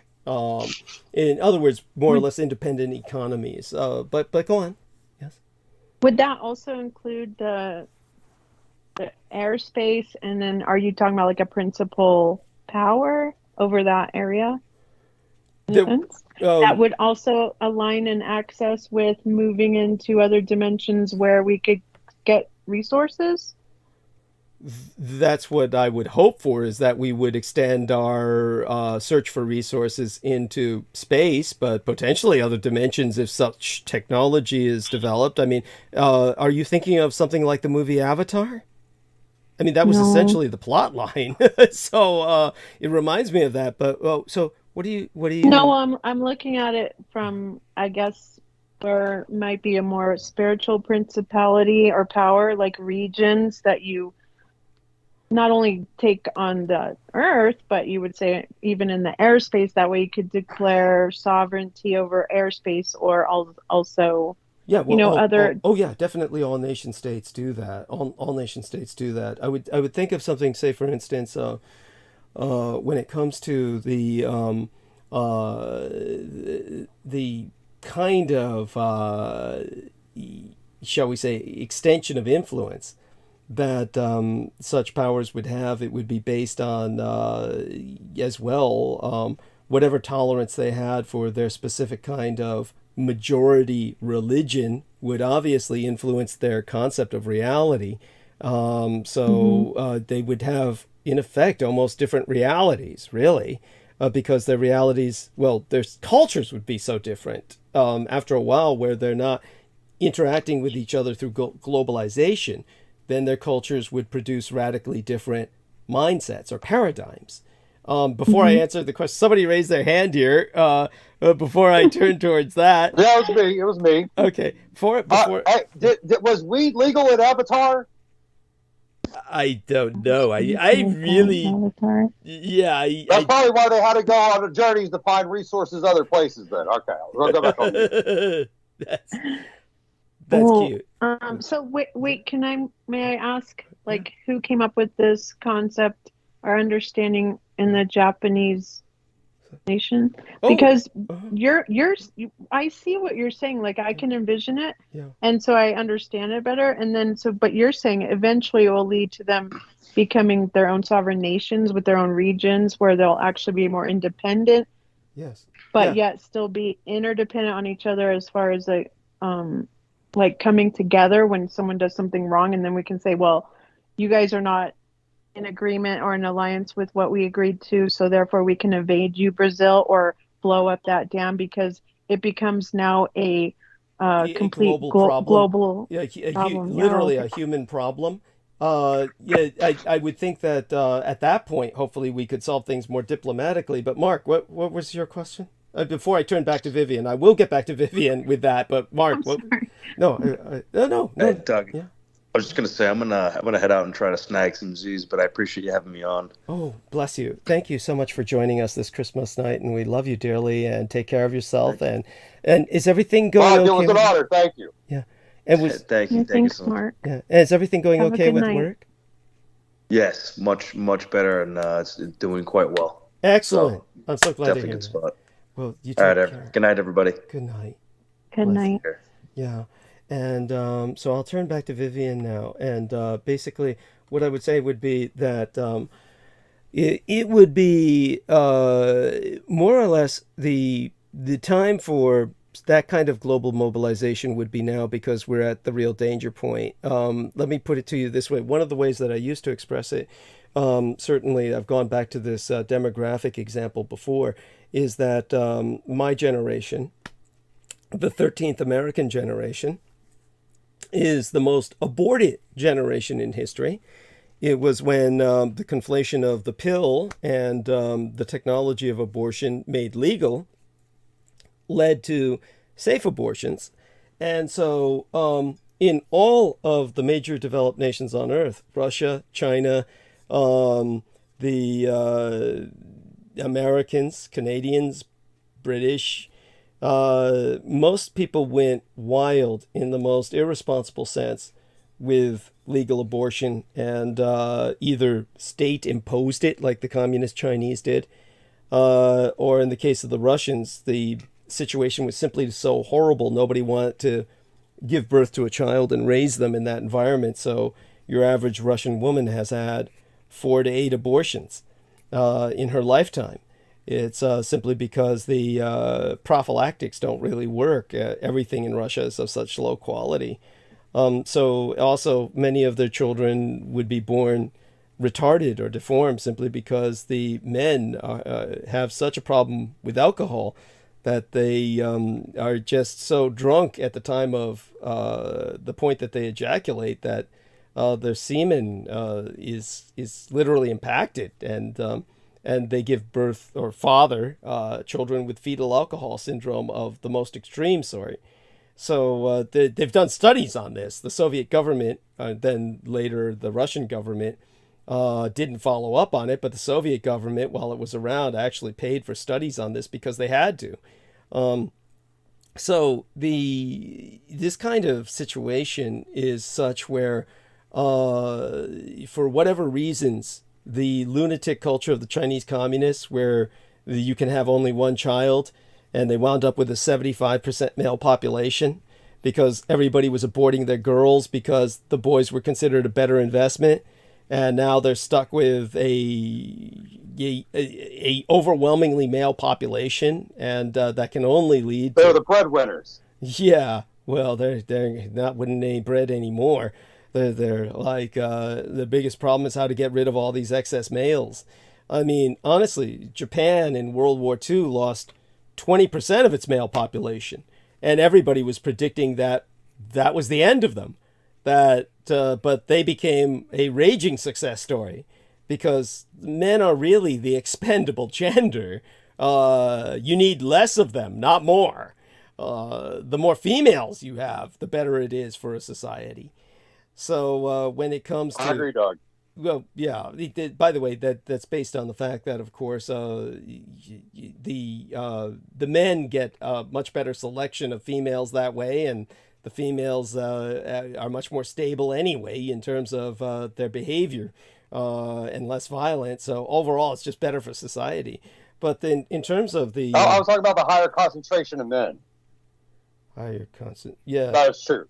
Right. That's true. Yeah, no, I got what you were saying. Yeah. Yeah. So all of that being said, my point is that if we were to restabilize after such a conflict where many of the problems were at least settled and development could then take place mostly off-world, you would have more of a stabilization on Earth and less need for conflict here, simply because people would not be competing for resources here. You would have more or less a stable set of different economies with their own major cultures that would essentially just then be aiming to develop the planets that they claimed. And I think it would be a kind of, in that sense, a competitive but not necessarily cataclysmic society, where right now, as I said, with the most aborted generation in history for the Northern Hemisphere, what we're faced with is all of the developed nations are going to have a population implosion. And because we're going to have a population implosion, if someone like me had a wife and we had one child, your average person, their parents are still alive, and that means we'd have 2 parents to support each. That's 4 older adults, and we'd have basically 8 grandparents each. So that would be altogether 8 adults on life support or in rest homes, and so altogether that's like 12 adults. That's But okay, I see where you're going here, but see, it's a conundrum. Because can't you see that because of their decision to look upon life and try to control it, because they thought, only one child because we don't want to overpopulate, right? That to them is a threat. So in that, now they're faced with a new dilemma where they're going to be facing not having enough people to support the elders, not having enough women to procreate with, but yet still continue the cycle of that thought process doesn't make sense, because you're never accounting for, I guess, because they believe in natural selection. So therefore it's okay to genocide a group of people or have wars in regions and allow for that amount of bloodshed and consider that reasonable because of overpopulation, versus saying, look, Why are we trying to control something that's completely natural? Thank you. In life. I mean that there should never have been an attempt to do so. Honestly, it's the. Can I interrupt you guys right there? I'm Hold sorry. on. Go You on. gotta ask yourself about the controlled birthing thing in China. Mm-hmm. You gotta ask yourself, what went to China first, Henry Kissinger or the baby law? Ask yourself that. No. I mean, just so people understand this, what had happened was Deng Xiaoping, who was considered a capitalist roader by the communists in those days. That was a very dangerous title or You said it right name. there, Doug. Communist. You said it right there. Thank you. Yeah.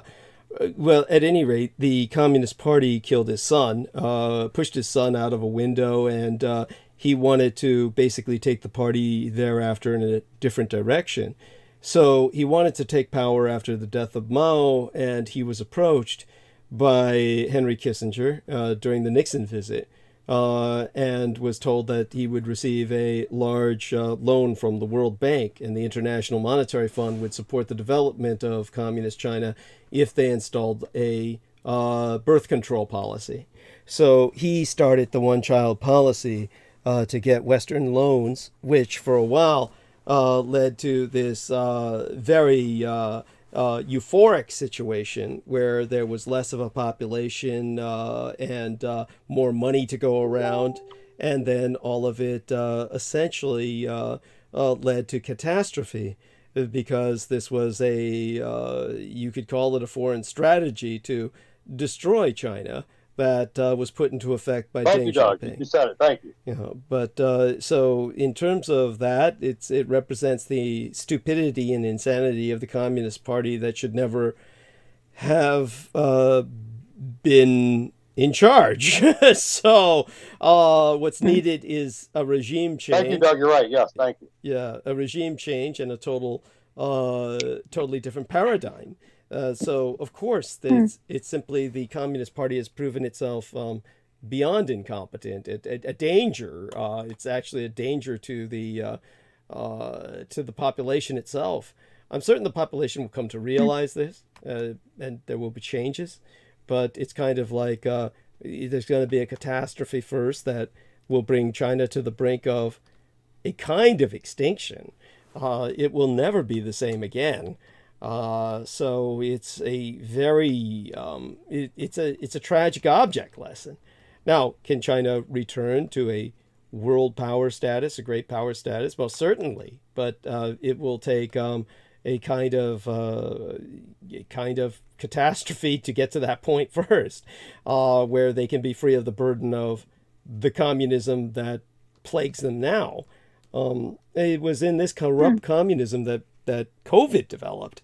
So in terms of what I'm saying is that with this kind of like dearth of population we have in the northern nations, meaning China and Japan and Korea and Russia and America and Britain and Canada, all the northern nations are bereft of a population growth. We're suffering a population crash. The Black Africa is increasing its population by the millions. And this is almost certainly why AIDS was introduced as a form of population control, but it's proven, well, it's failed.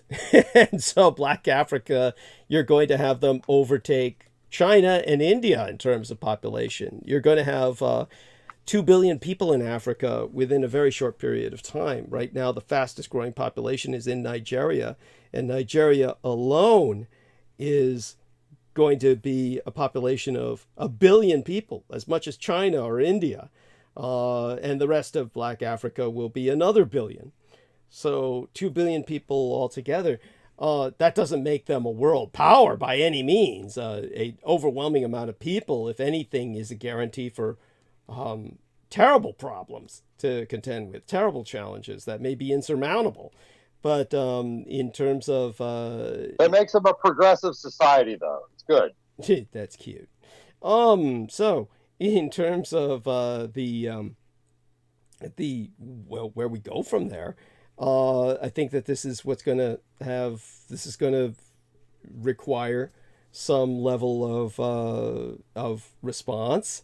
I do think that when it comes to a different kind of developmental model, the different paradigms that I foresee developing in the world, well, they'll be substantially different from what we've had so far, which is a kind of lunatic global largesse capitalism, where growth for the sake of growth, the ideology, well, that's the ideology of a cancer cell.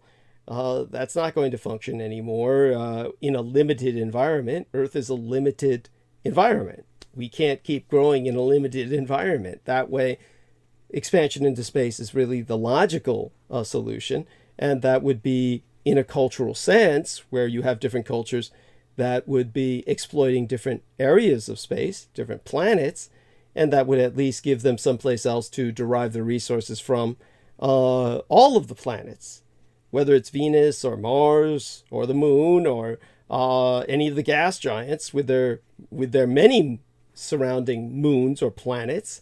This is a boundless source of resources. So we wouldn't need to be developing much on Earth.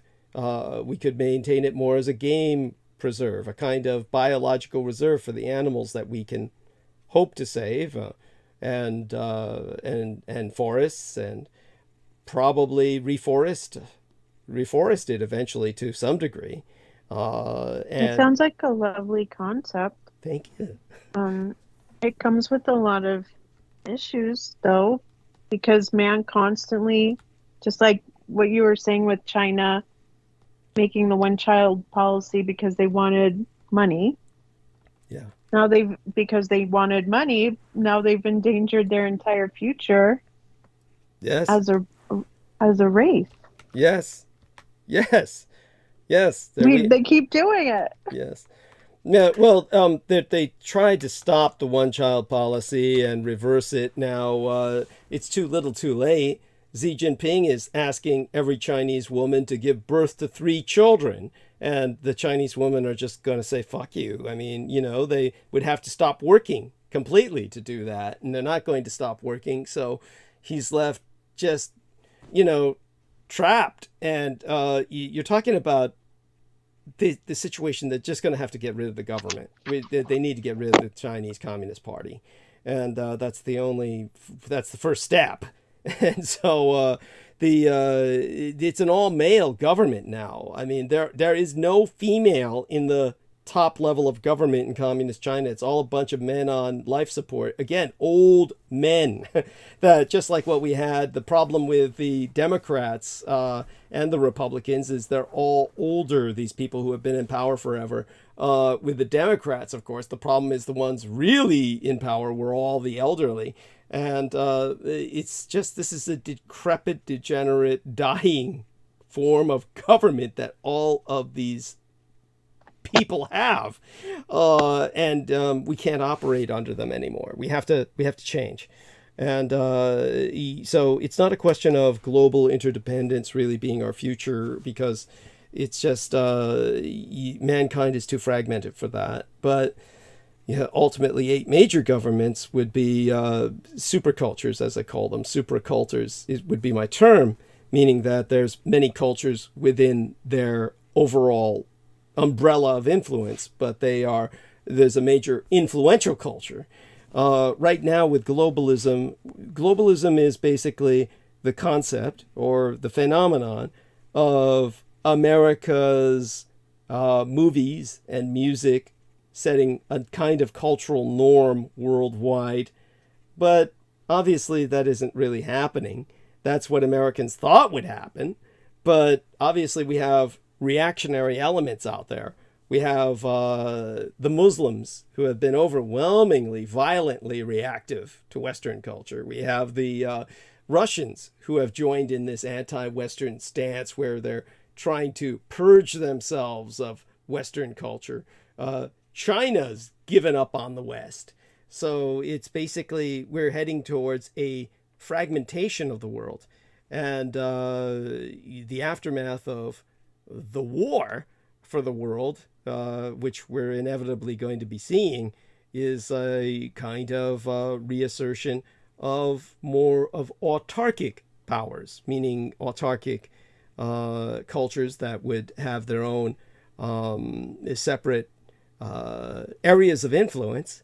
Certainly the majority of Africa would be divided among this, simply because it's not likely that you're going to see a superpower emerge out of Africa that can take on the world on a global scale. If anything, that many people in Africa would serve one major purpose.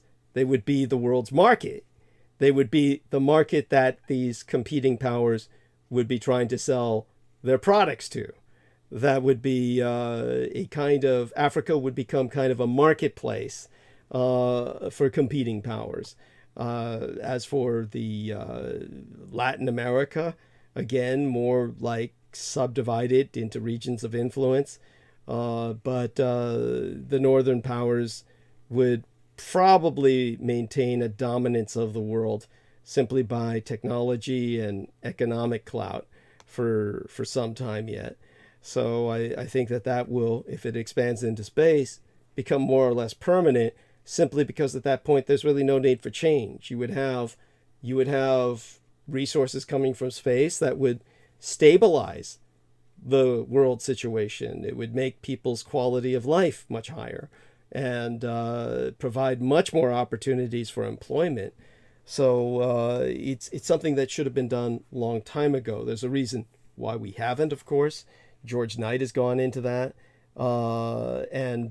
But that's going to change with time.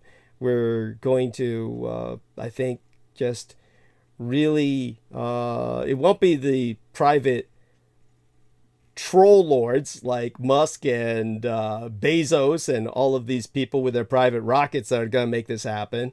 It's going to have to be governmental states that enable a kind of expansion into space. It can't be done at the private level. I mean, what kind of fantasy does someone like Elon Musk have about Mars anyway? It's a planet for billionaires? I agree with you. Yeah, I'm sorry. I agree with you. You're right. It can't be done on the private level. You are correct. Thank you. The point is to get the technology first because, okay, well, they already have a Starlink up, right? Mm-hmm. So it makes sense to get intergovernmental with like NASA, and then NASA will also cultivate, because they're having problems. They're running into a lot of problems with the whole ideology of going off planet and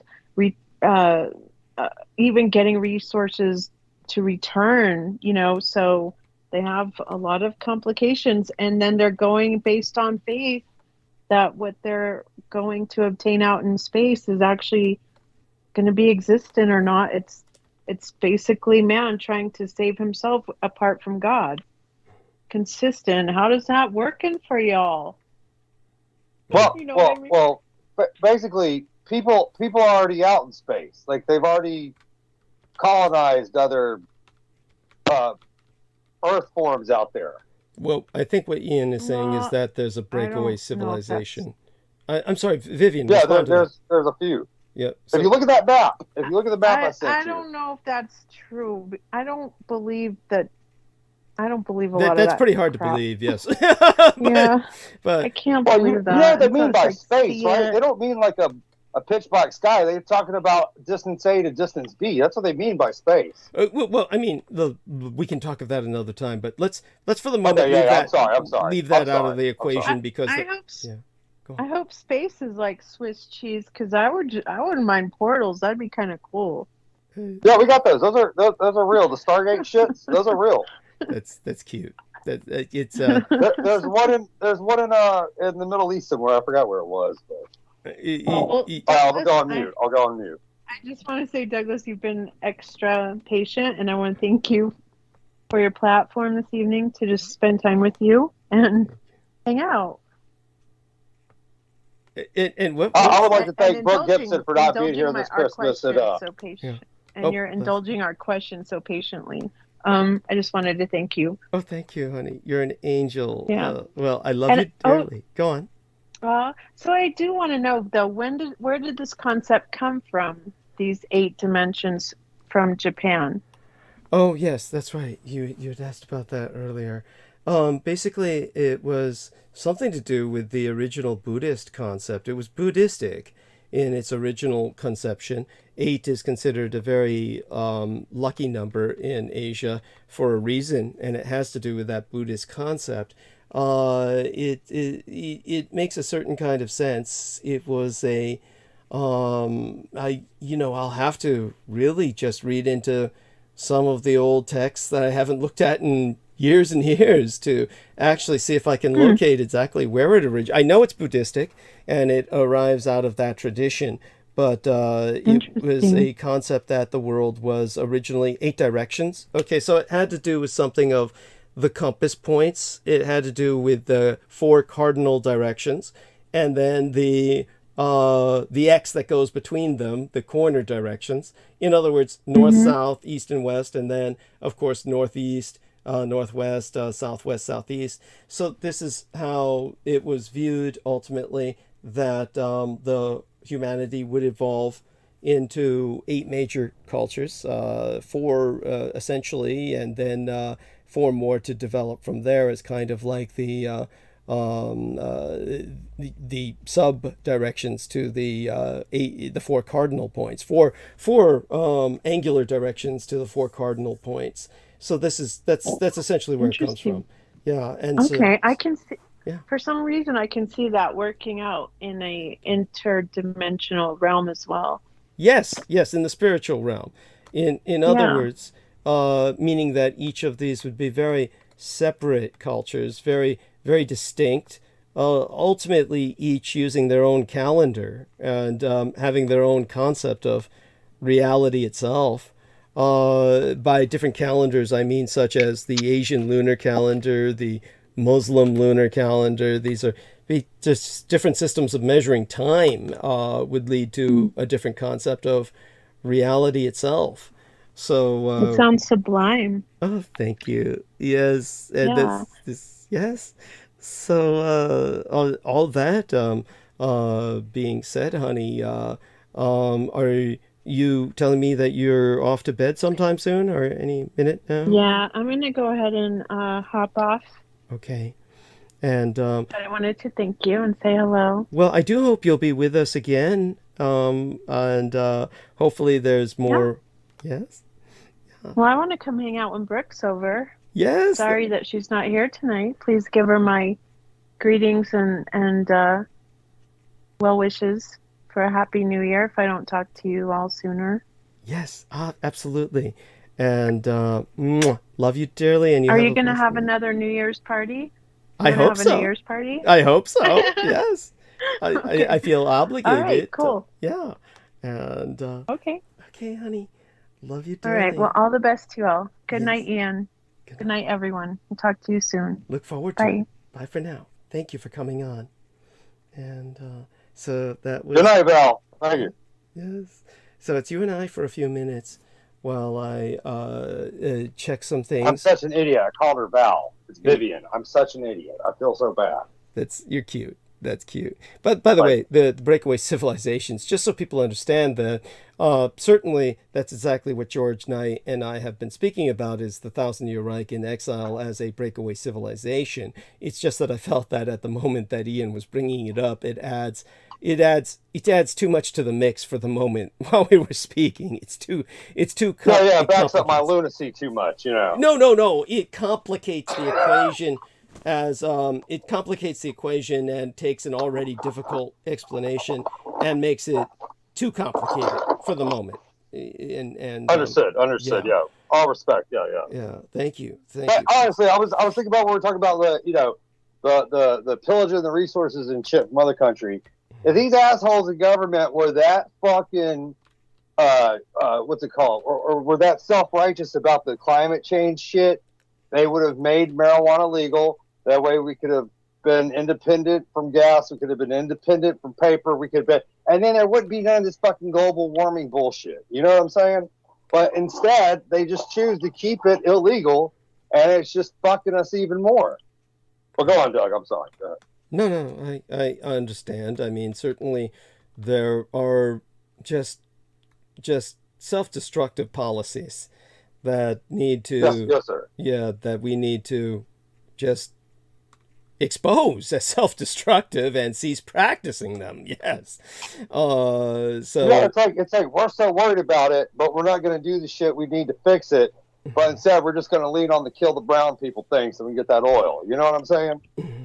It's just saying. Yeah, I mean, well, we live in a universe of abundance, and it's time to yes, sir, correct. Yeah, time to see that. It's time to adapt to that. And so they've not been doing that. Instead, they've been thinking constantly on we live in a limited world, a planet, and its resources are limited, so our choices are limited, and they're limited to basically competition with each other. So we have to mobilize to kind of basically get to a point where we can reorganize the world along different lines, along very different lines, and just begin to instead think of expanding into space and building our empires out there. And that would help immensely with our directing our energy into creative pursuits, and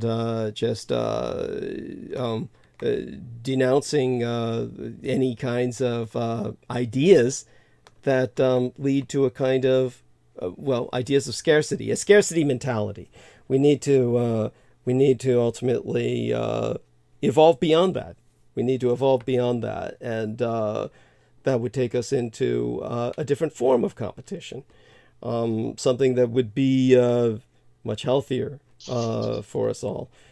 So that being said, let me see if I've got my wits about me and I'm capable of talking, on for hours. The hours remaining. We don't have that much time left. 9 to 10, 10 to 11, 11 to 12, really, only 3 hours left. Well, I was going to ask you, Doug, have you been catching up on this Tartaria history? This mud flood shit? Oh, God. Well, tell me what you think is important about it. Tell me what you think. Right. Okay, this is what I think is important, and I found this dude on BitChute, and he's got these, series of documentaries and shit, from throughout the ages and stuff. And one of them is all about fucking Florida. It's like the true Miami, the true Tampa, the true Pensacola and stuff. And right in the middle of this little documentary thing, they're talking about how northeast Florida around the Suwannee River area, that is the true Garden of Eden that was mentioned in the Bible, and they proved it. And it's kind of weird because every time I've gone to a concert at Suwannee, I've always felt I felt something there. And now that I've learned about the Suwannee part of Florida being the true Garden of Eden, it kind of makes sense. But it's very fascinating. Yeah, it's cute. Yeah. No. They got this dude. This dude's he was a doctor, and he's an old man when they did this interview, but he's like, I searched the world for the true Garden of Eden, and this right here in North Florida is the place. And he goes down a list of saying the Bible said it had a riverhead, a four-headed river, and Noah built the ark out of this wood called gopher, and gopher is really cypress, and cypress is only found here in Florida. Okay. So it's little shit like that. It was just kind of fascinating. It's cute. So I haven't done the research, so I can't really back them up. I'm just taking even Vivian's going from this old white man. Even Vivian's going, what? By the way. Yeah, that's what I'm saying. Yeah. That's what they said. Yeah, right. Yeah, I mean, I can send you a link to it, but I mean, it's a fascinating interview. And then he wrote a book, but I haven't gotten it yet because I've been so broke. But understood. I'll get it soon enough. So, John Miranda, do you want to come on? John Miranda says, as for Elon, it is incorrect to think of his SpaceX as being the property of an individual. He is the #1 contractor with the Department of Defense. Think of him as being Boeing now. I think his dad's Warren von Braun. That's why. He's no Werner von Braun. He's well, they do look like. I'm just saying. Oh God, no, they don't. Oh Jesus. And as Macronomico says, all the land is sacred on this tiny planet. There we are. Oh, Brooke says hi. Shall I bring her on? Did you? Yes, I'd love to. Oh God, yes. Oh please. And so by all means. Yes. And Vivian, you didn't need to retract that. What? She retracted that. You didn't need to do that. Yes, Elon trolls forever, she says. So Brooke, let me ask her if she wants to come on. Brooke, I can't even spell. Of course, if I bring her on, that might delay my going into any monologue. Brooke, would you like to check in? Would you? Well, you might as well just forget it now, Doug. Why? Because Brooke's coming on. You're not going to get the monologue. She's going to say hi 5 different ways till Sunday. Well, it already is Sunday, so how ironic. But then, you know. Okay. You know her. So let's give it a try since she seems to be awake. Oh fuck! How do I? You know, she sounds like one of these drunk women in Pensacola, Florida, at the beach. You know, it's so good. You know, when she gets all angry and hyped up, it's amazing. Oh my God.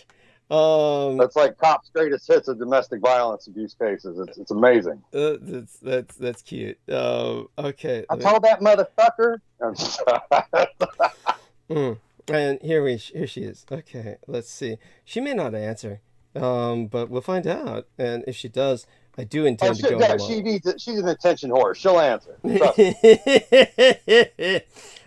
There she is, honey. Hey, baby boys. You know what? I was born on a Sunday, so I am made for taking over the monologue. Yes. So Sunday's child.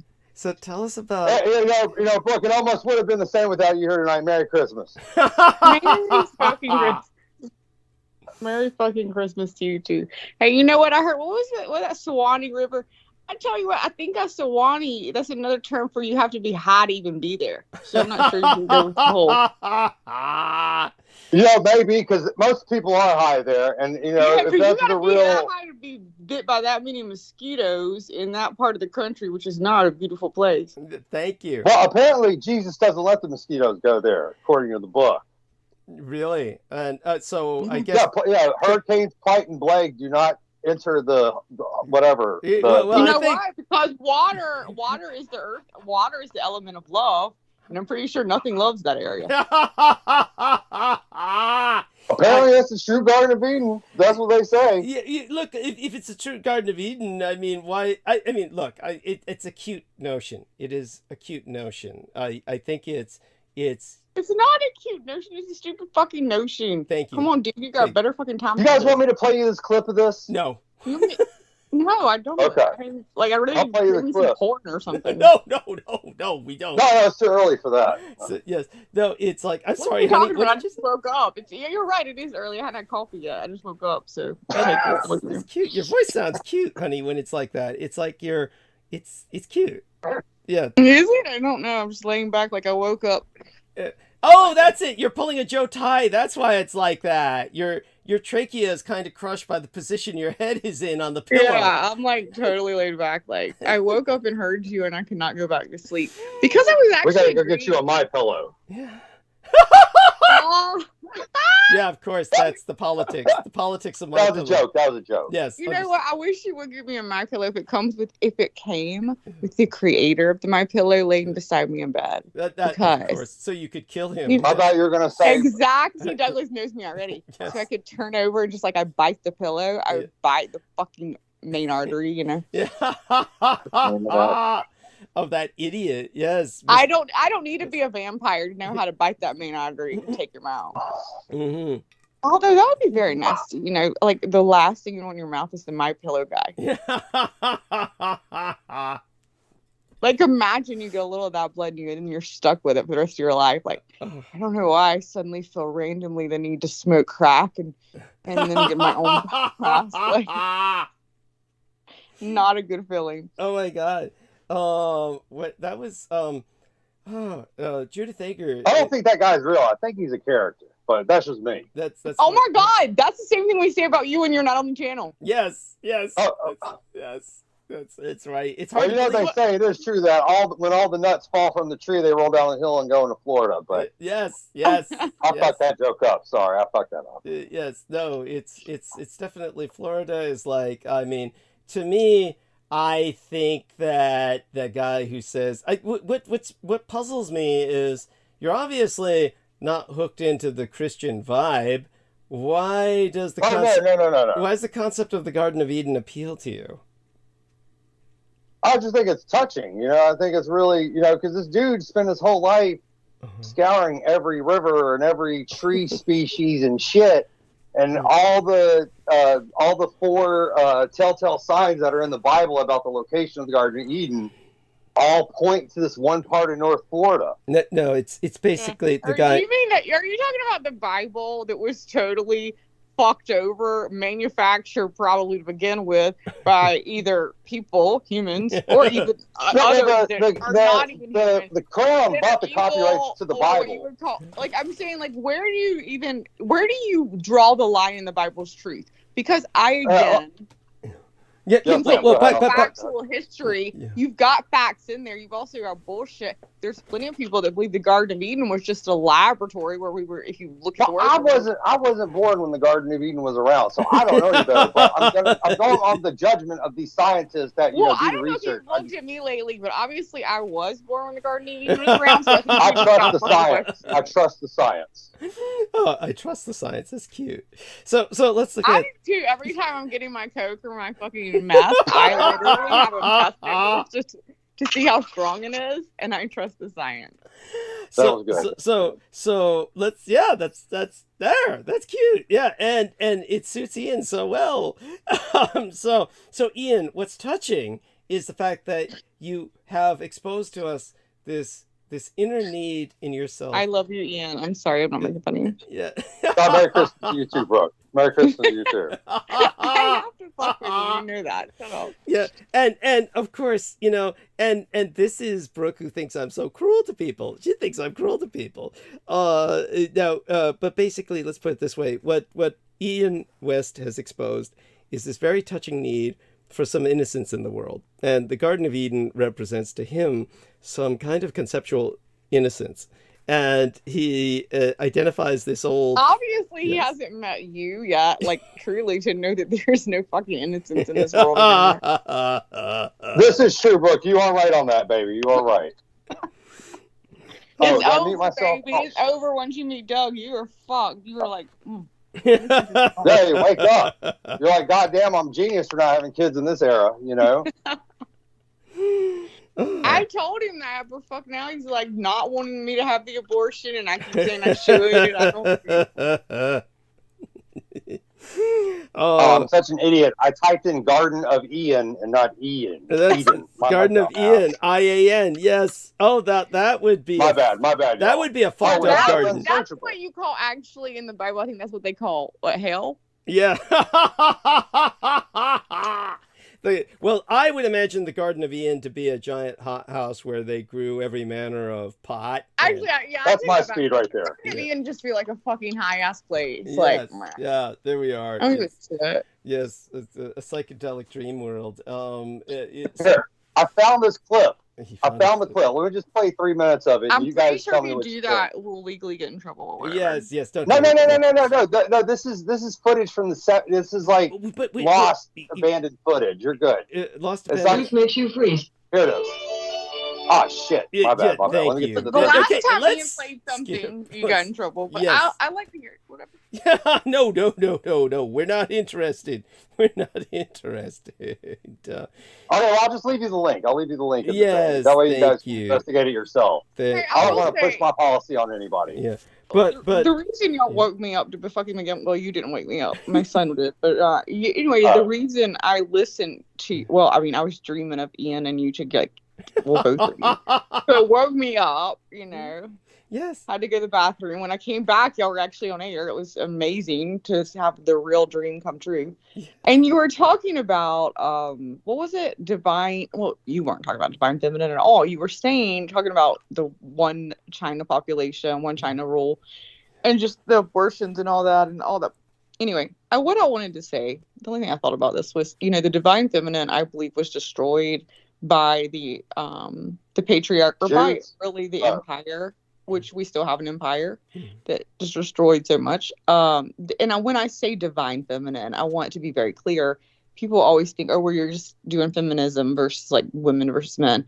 The divine feminine meaning the energy of our planet. Like we have the feminine energy, which is the love, not the aggressor, you know, and the patriarch, that empire took that away.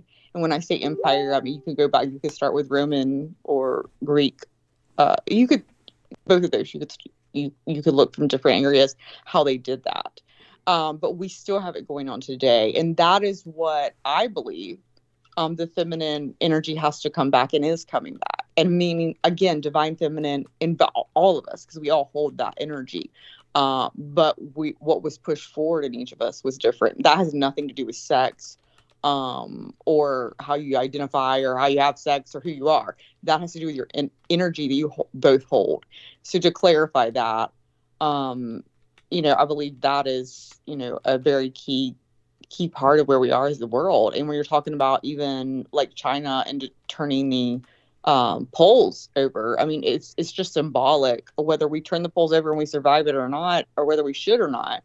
I mean, it's all symbolic of what we've already done, and everything's a cycle. So, you know, who knows, maybe we're meant to just destroy most of us and start over because we were fucked up to begin with. I mean, I don't know.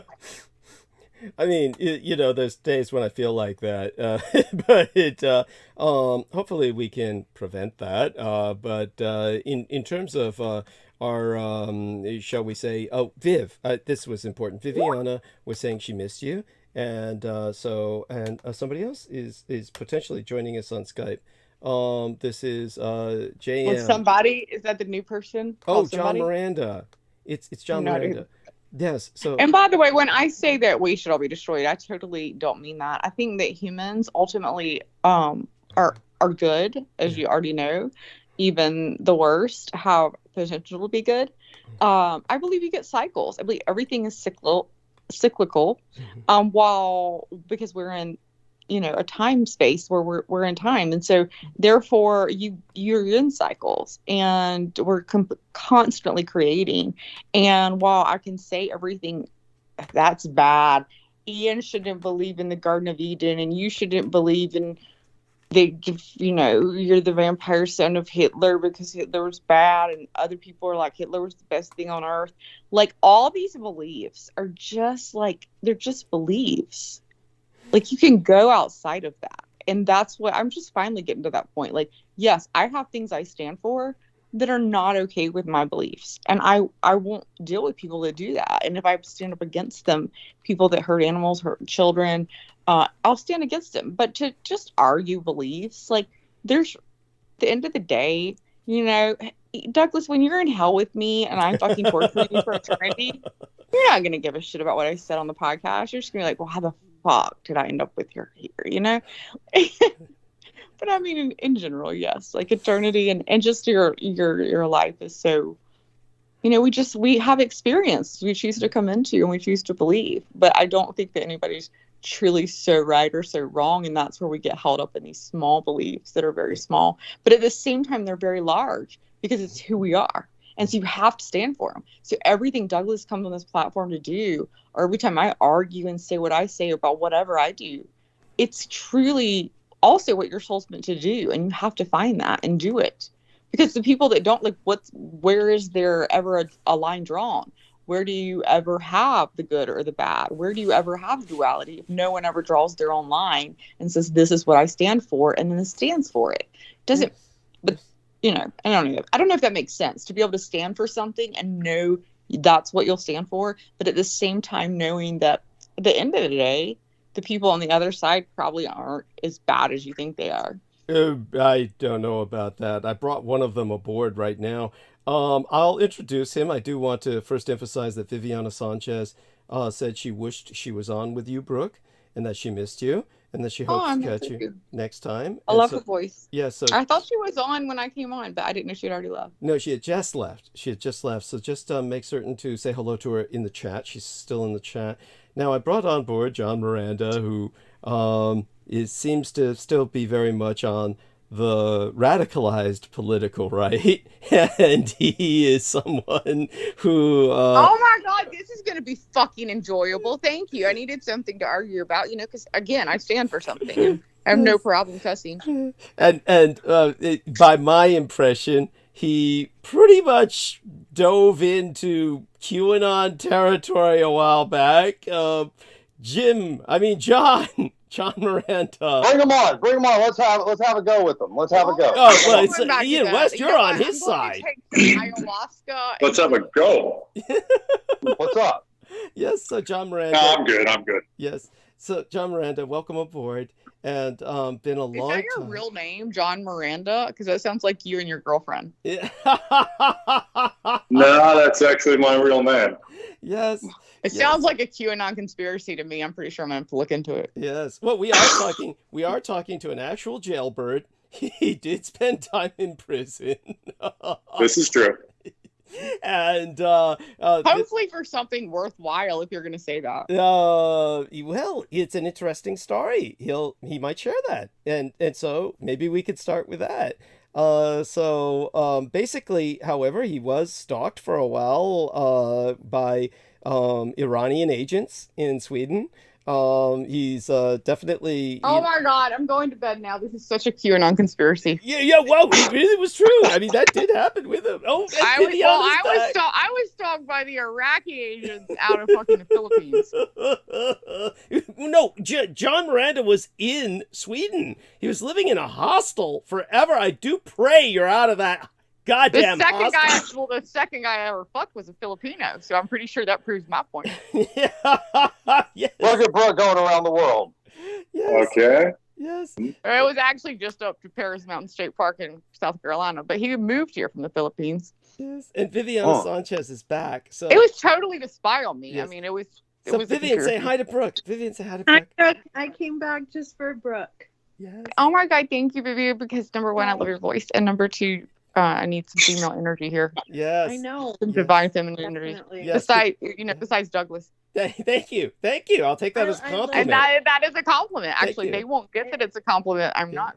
Yes, it is a very good compliment. Thank you. Yeah, I love that Douglas is very in touch with his feminine. Thank you. Yeah. Well, it's what makes the whole show even halfway listenable. Thank you. Because on the other side, not that I'm trying to draw any lines already, but we have Ian West and John Miranda are both basically radicalized right-wing conspiracists. For those who didn't get it, Ian West just brought up the Tartarian theory, which, veers I will be honest. Let's give him some credit. It's a great selling line. Tartaria, like when I saw it, I was like, what is Tartaria? I want to learn about it. I didn't know it either. Blew me away. Sounds cool. I want to be from Tartaria. I think I, in a past life, was from Tartaria. Yeah. Oh, by the way, just so people know, there was a real Tartaria. It's where we derive one of our concepts of hell from. They were a nomadic people who basically were perceived to be diabolic because they were so violent and overran other cultures as raiders, and then of course it came to symbolize tartar sauce, which Brooke actually went searching for in gas stations. You were going to say that because I was going back to number one. You said that, and I already knew about the Tartaria was number one. Then I was about to say, well, that just basically meant they were all from Capricorn. And what was that god we were talking about? The Pan. Yes, Pan. Pan. Thank you.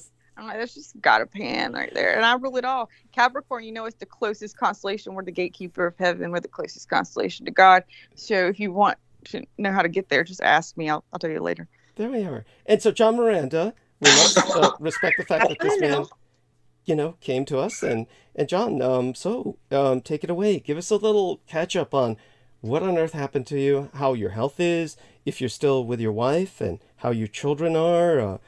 And if you are with your wife, how you're keeping your sex life up, or is there one? Yeah. No, I'm actually divorced. Sorry. The twins are really, So basically, really good. there was no sex life. You just had to let it go. Oh God. Well, sex life could be better, obviously. But no, my sons are doing good. I'm actually a grandfather now. Oh my God! You're Holy older than shit! your Wait, you're telling me the kids she have had kids? No. I had an older one. Oh, thank God. So he's made me a grandfather. He's 28. Oh, because they were really young. I was thinking, Jesus. Yeah. Christ. They were just born back then when we were first talking. They were still in diapers. Yeah. No, those little guys are in first grade. Okay, yeah. That's right. How old are you? It's not, it's because we live in the patriarch. Because I have to live in a society that's very patriarchal. It's one of the great things about it is it's okay to ask a man his age. He's not that old. I mean, he's about maybe. No, I'm a year or two older than Douglas. I'm just 57. Yeah. Yeah. And so now I pray you're out of that goddamn hostel. You are out of the hostel now. Let's not talk about where I'm at. This conversation has gone to hell in a handbasket since I came on. I'm hanging out. Wait, it's joyous news. Anyway. It's too late to plug. We're just gonna have to roll with it. Yes. Really? Yeah. So like John, 10 a.m. Yeah, I want you to kind of give us an outline about your time in sports. I mean, you represented the United States at the Olympics. I actually don't give a shit about that. I don't care because he could be Ye, he could be Kanye, he can be whatever the fuck he wants. I don't care. I want to know what his QAnon beliefs are now, so I can totally make fun of them or go with them, whatever. Okay. Do you? Okay. Actually, I swam at the Pan American Games, not the Olympic Games. Okay. But yeah. Anyway, just to set that straight. Yeah, he wants to set that straight because he doesn't want to be associated with the Olympics, and then he might be trans. So tell us a bit about. Okay, you and I have pretty divergent views on politics, but then so does Ian, and Ian and you have a lot in common. The two of you should probably get together. I mean, you're toxic. Yeah, you could probably make Ian's bed wetter than he's ever had it before. That, by the way, she says that because that was a complaint of Ian that the hurricane that hit Florida that was named after him made his bed wet. So he was all upset. He said he got rid of the mattress. Let's just be clear. Just the corner of the mattress. Just the corner. It was a corner of the mattress got damp. But yet at the same conversation, he said you've been with 3 women in the bed. Yeah. And I was like, but you got rid of your mattress because it got damp on a corner?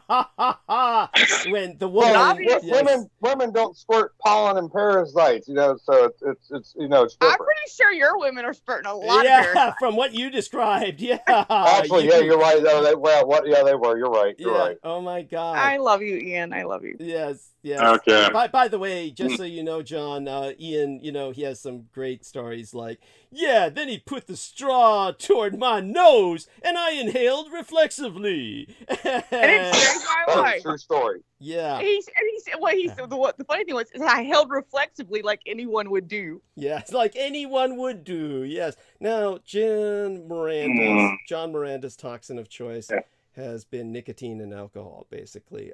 How's that going? Exactly. Yeah. Oh, that's still going good. Wow. I've still got the chewing tobacco, you could say. Okay. And are you doing chewing tobacco or cigarettes? No, I've got my upper and my upper lip is packed right now. Oh, great! So your lower jaw will be removed probably the next couple of years. No, why would it affect my lower jaw? It's my upper jaw where I've got all the chew. Because I've known a couple of people, 2 people in the South that chew tobacco and actually don't know like a lot of really rednecks over there, but they both had their lower jaw removed, which was very scary because they just had to pack like this huge thing. And when he took it off, I couldn't believe what it looked like. Oh. I don't know if they still do that. It was horrible. There was no lower jaw and they chew tobacco. Oh my God. So just be aware of that. But I'm not putting you down. I'm going to get lung cancer. As Douglas points out, I smoke and I vape. So like, I'm just going to go with all of it. I told my daughter the other day, I was like, we need to buy a tanning bed. She's like, you just want to get, like, you want to make sure you get cancer? I'm like, I figure if they're going to have to treat me with chemo, I'd just rather them cover everything at once. Oh my god! You know, I so, might as well be tan while I go out. and that's what I told her. I said, and if the chemo doesn't work, at least my fucking dead body will be tan in the fucking casket. Right? Like, honey, at least I look good. Yes, that's cute. Right, there you go. Oh my god! I will die with my jaw. My lungs, you won't be able to see them; they'll be black. But I'll die with the jaw. Yes, there we are. That's so sexy. So right. So John, okay. Can I ask if you're in Europe or North America? Oh, I'm in Europe. Okay, so you're still in Europe. Okay, and do you have any heat there? They cut the gas. Yeah, how's the heat? No. God, it's been so long. I guess since you were indoors. No. I went Jeremiah Johnson for about a year and a half. You mean homeless or something? Is that what that means? Or something? No. What is Jeremiah? Like camping out in the fucking boondocks, doesn't it? Yeah, out in the woods. Oh yeah, that's what I figured even. And also, like the same thing. What you would know is, remember the guy in America that bombed all the abortion clinics, and then we couldn't find him because he was camping out in the woods for years. That's what But by the way, John Miranda is the subject of the movie about Swedish trolls that they go hunting. That was they found him under a bridge. Yes. Oh my God, John, why? No. I was out in the woods with wolves and bears and everything else. Yeah. Why? Why? Did you kill him with your bare hands? Yes. And how did you resupply your fucking smokes? and your booze? What did you do with all the cans? Well, if you kill a bear with your bare hands, you can drink their blood and get fucking drunk. Yes, there we are. Yes. So at any rate, so John, okay, we've got to give him some space to breathe here. I know. Yeah, it's John. What happened? What's been going on with you? No. I just you could say I took a break from everything for a bit. Oh my God. But now it's been over 2 years. I've been back to some normalcy. Gotten to know the little guys a lot better. I got divorced. So I should say that too. No. Is there anything about that you want to share or are willing to share? I mean, she was a young girl, this bride you married. Kind of like she was 22. Basically, we would like to exploit your marriage and divorce. So if you would like to tell us some good details, we would like to hear them. Yeah, that'll be juicy. No. She's been a good mother, and she's taking care of the little guys. Actually, she just got herself a new apartment, so her life is fine.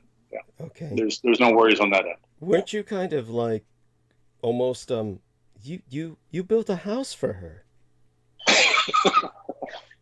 Well, he was also drunk, so let's not say it was the greatest house in the world. Yeah. That reminds me of the movie The Unforgiven. I like to have a beer occasionally, but no, that's behind. I'm not concerned with that. Okay. But no, a lot of things are happening right now. That's for sure. Okay. Obviously, you can have a different perspective on what's going on. As far as Brazil, I have to tell you, like him or not, Bolsonaro won. There is. I know, and so did Trump, and so did that fucking bitch in Arizona. I mean, 70 fucking courts, and he appointed still overturned him, but it's obvious he won. Well, he did win. Anyway, you know what you need to talk about then? The 1 million children out of Australia. By the way, earlier Ian West played some clip of some guy who claimed he was there. Tell us about that, Ian, just briefly, because I do want to give I'll tell you what that guy's name is. I know that guy. He is secret. He's a higher. He's very high up in the government, and he's true. His name, I think, is Michael Christopher something.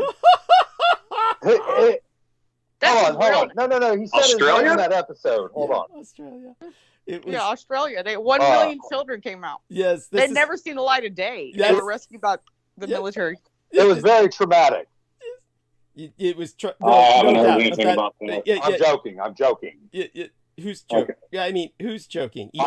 You're joking? No, what? Come on. Yeah, Come on. well, I don't know if it was traumatic. I was just playing along with it. Oh, okay. So you had a clip. So tell us just briefly That's what funny the guy was because I saying. assumed that Ian would be one of the people that hadn't seen the light of day. Yeah. Thank you. You're right. Yeah, ever since Corona, I haven't. But so but then the guy's like, yeah, the guy's like ex special forces shit, and he's like talking about all these missions he goes on underground. He doesn't give his real fucking name or anything you can fucking Well, he does. validate. He probably does. He probably does. Oh, really? Does Can he I really? look Got some up right guidance. Yeah, he gives his name. But on this episode, it took him 6 episodes to do it, and then the kind of like motherfucker that jumped guy on that that. we just found out was the SS. What was the super soldier that we just found out? Like finally, Brandon hit on. What's his name? Exposed. Oh my god. What's his name? His name's Steven Seagal. Yes. So that being Hard to said, kill. yes. Yeah, Yes. I saw that one. There we are. So John, okay, it's been a hard ride. And have you ever thought that one of the reasons you've been through these challenges has been your commitment to a rather radicalized and extremist ideology? This is where I want to say, Douglas, that's where feminine and masculine energy meet. Because see, sometimes I am more masculine than you because I just come off like a bitch, which is Yes. actually my masculine side. Yes. And you can do it in a loving, kind way. Yes. Yes. Just slowly put the knife in, and then you twist. I concur. Good one. So we care about you, John, and so so that being said, okay, so tell us about what's been happening that you're willing to share. I mean, one thing that I think I can describe just succinctly is that so John was in one of his states when he kind of basically hurled, I think, a Turkish guy maybe half a block by kind of just pyramiding his hands and pushing the guy with this. This is almost like Peter Moon's Tai Chi effect, the key energy. Well, this was certainly, I don't think so, because Peter Moon likes to at least believe he's got some feminine energy and diving into something deeper there. Pretty sure that was totally masculine.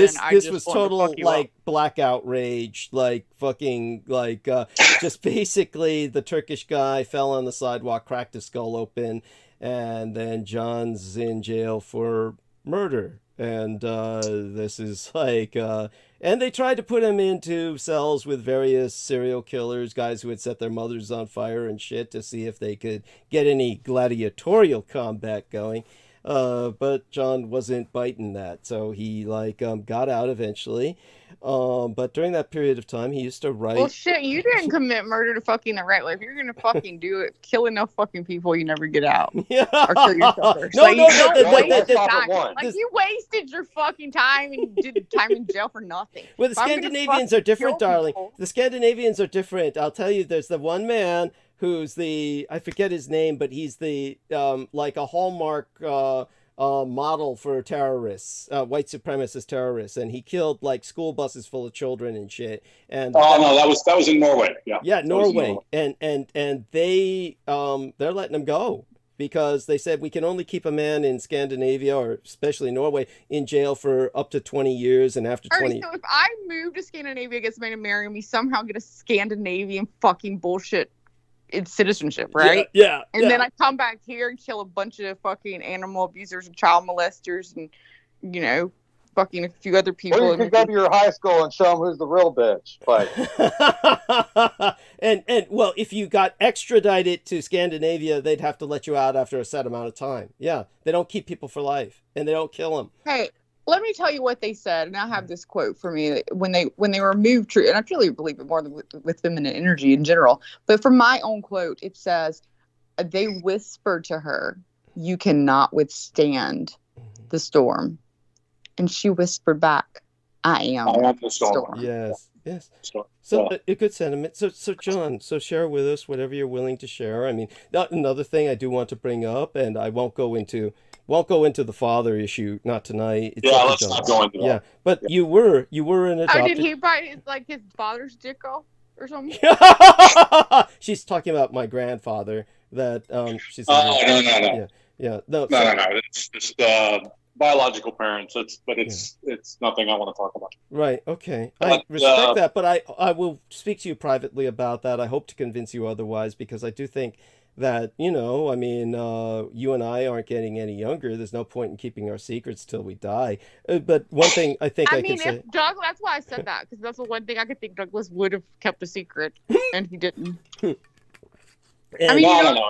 It's just strictly on who the parents were, but nothing to do with. But you were an adopted child. I was adopted at 6 weeks. That's correct. Yeah, and so you were raised in this international family where you were the token white. You were the token white, and so is that where Hitler like relocated to and adopted? Is that how y'all know each other? It's no. You're the biological son, and you're the stepson. You're the adopted son. Actually, I was born in San Francisco. That's what I'm saying. I think Aquino had something to do with all this. No, Aquino's not his dad. But so no, he just made sure he kept the biological son in San Francisco and sent an adopted one out to be adopted by him. Right. Yeah. There you go. Well, his family is in a photograph in the Statue of Liberty, right? This is true. Yeah, this is true. Yeah, because they're so fucking wee pals. It's a rainbow coalition. It's like, you know, it's almost sickening. It's like, it looks so artificial. It's like all the colors of the crayon box. Look at my siblings. You got a Mexican, you got an Italian, you got a Greek, and you got an American Indian. You know, which one are you? Those are them. That's not me. He's the token white guy. He's the token white. But were your parents token white too? Father Portuguese and mother English Scottish. And what was their idea with assembling this miniature United Nations? Basically, my father fell in love with a woman who couldn't have children. So they got on the waiting list. I think they had to wait about 2 years to get my older sister. And then miraculously, they got me about a month later. I wouldn't call that. So something's wrong with you right there. Because a white child doesn't get adopted out. Like they're the last ones to go. Unless they go to Russia. I had two friends. I had a friend that the wife couldn't have a child either, and they wanted a white kid because they were both blonde-haired, blue-eyed. So they did wait for a Russian child out of a Russian orphanage. So unless but usually. No, the history points to my father having been in high school with the biological father. Okay. So they were probably had some type of a relationship, friendship, or whatever. But let's jump past that. Okay. So that's a sensitive spot with him. So I'm sorry. Yeah. I mean, it's me. I brought it up. I brought it up. So as the host, I should, you know, acquiesce to. Well, we know what kind of host you are. So let's use host loosely there.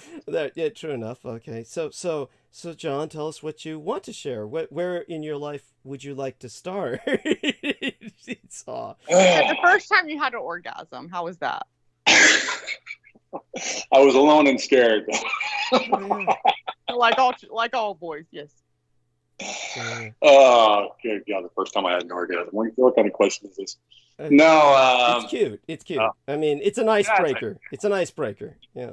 It's an icebreaker. Yeah. So John used to write columns. He used to write columns, and then what happened was when John began being kind of like potentially stalked, kind of like maybe politically identified. He like QAnon. Something like that.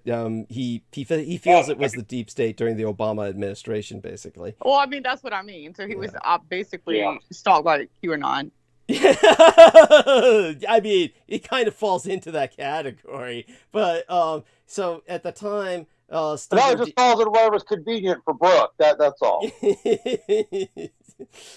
Convenience is not intelligence, which means you've got you want to believe in a deep state, you believe in a military industrial complex, which is true. And if you think that they don't put out more than one fucking narrative in either one that you are fucking falling for is fucking idiotic. Look, in your own words, the god Trump has tricked the white hatters And I'll never forget that. That was the best explanation about Q I've ever heard from you. It was genius. Okay, so John, repeat it again because I might have been drunk. Yeah, I don't get it either, but it's not necessarily something. No, John, the White Hatters. I mean, I don't remember what I said about them, but I mean, the White Hatters were fucking laughing. Like it's the complete. It's a complete thing that the military-industrial complex has put out. They need two narratives, and if to bring people together is the one thing that destroys them. If you have two narratives that are on opposite sides, that's all they fucking do is put out that fucking narrative. You don't think everything white hat you're believing is coming from a higher. That's like saying, okay, just like what Douglas says. I think the trolls that are putting it out. I think it's trolls that are putting out the Q narrative. There's a small number that put it out. Or you call it trolls. There's a small narrative put it out, but the problem is the people that fucking then buy it into it. Right. So I mean, so let's turn to John with that. So Well, John. to address that, obviously, divide and conquer has been played against us. You can go back to the Romans as far as that. But as far as the whole Q thing, I obviously have a different take on it. I think it is a psyop. There's no question about that. But it's a psyop that was meant to counter previous psyops. So I think it had a positive deployment.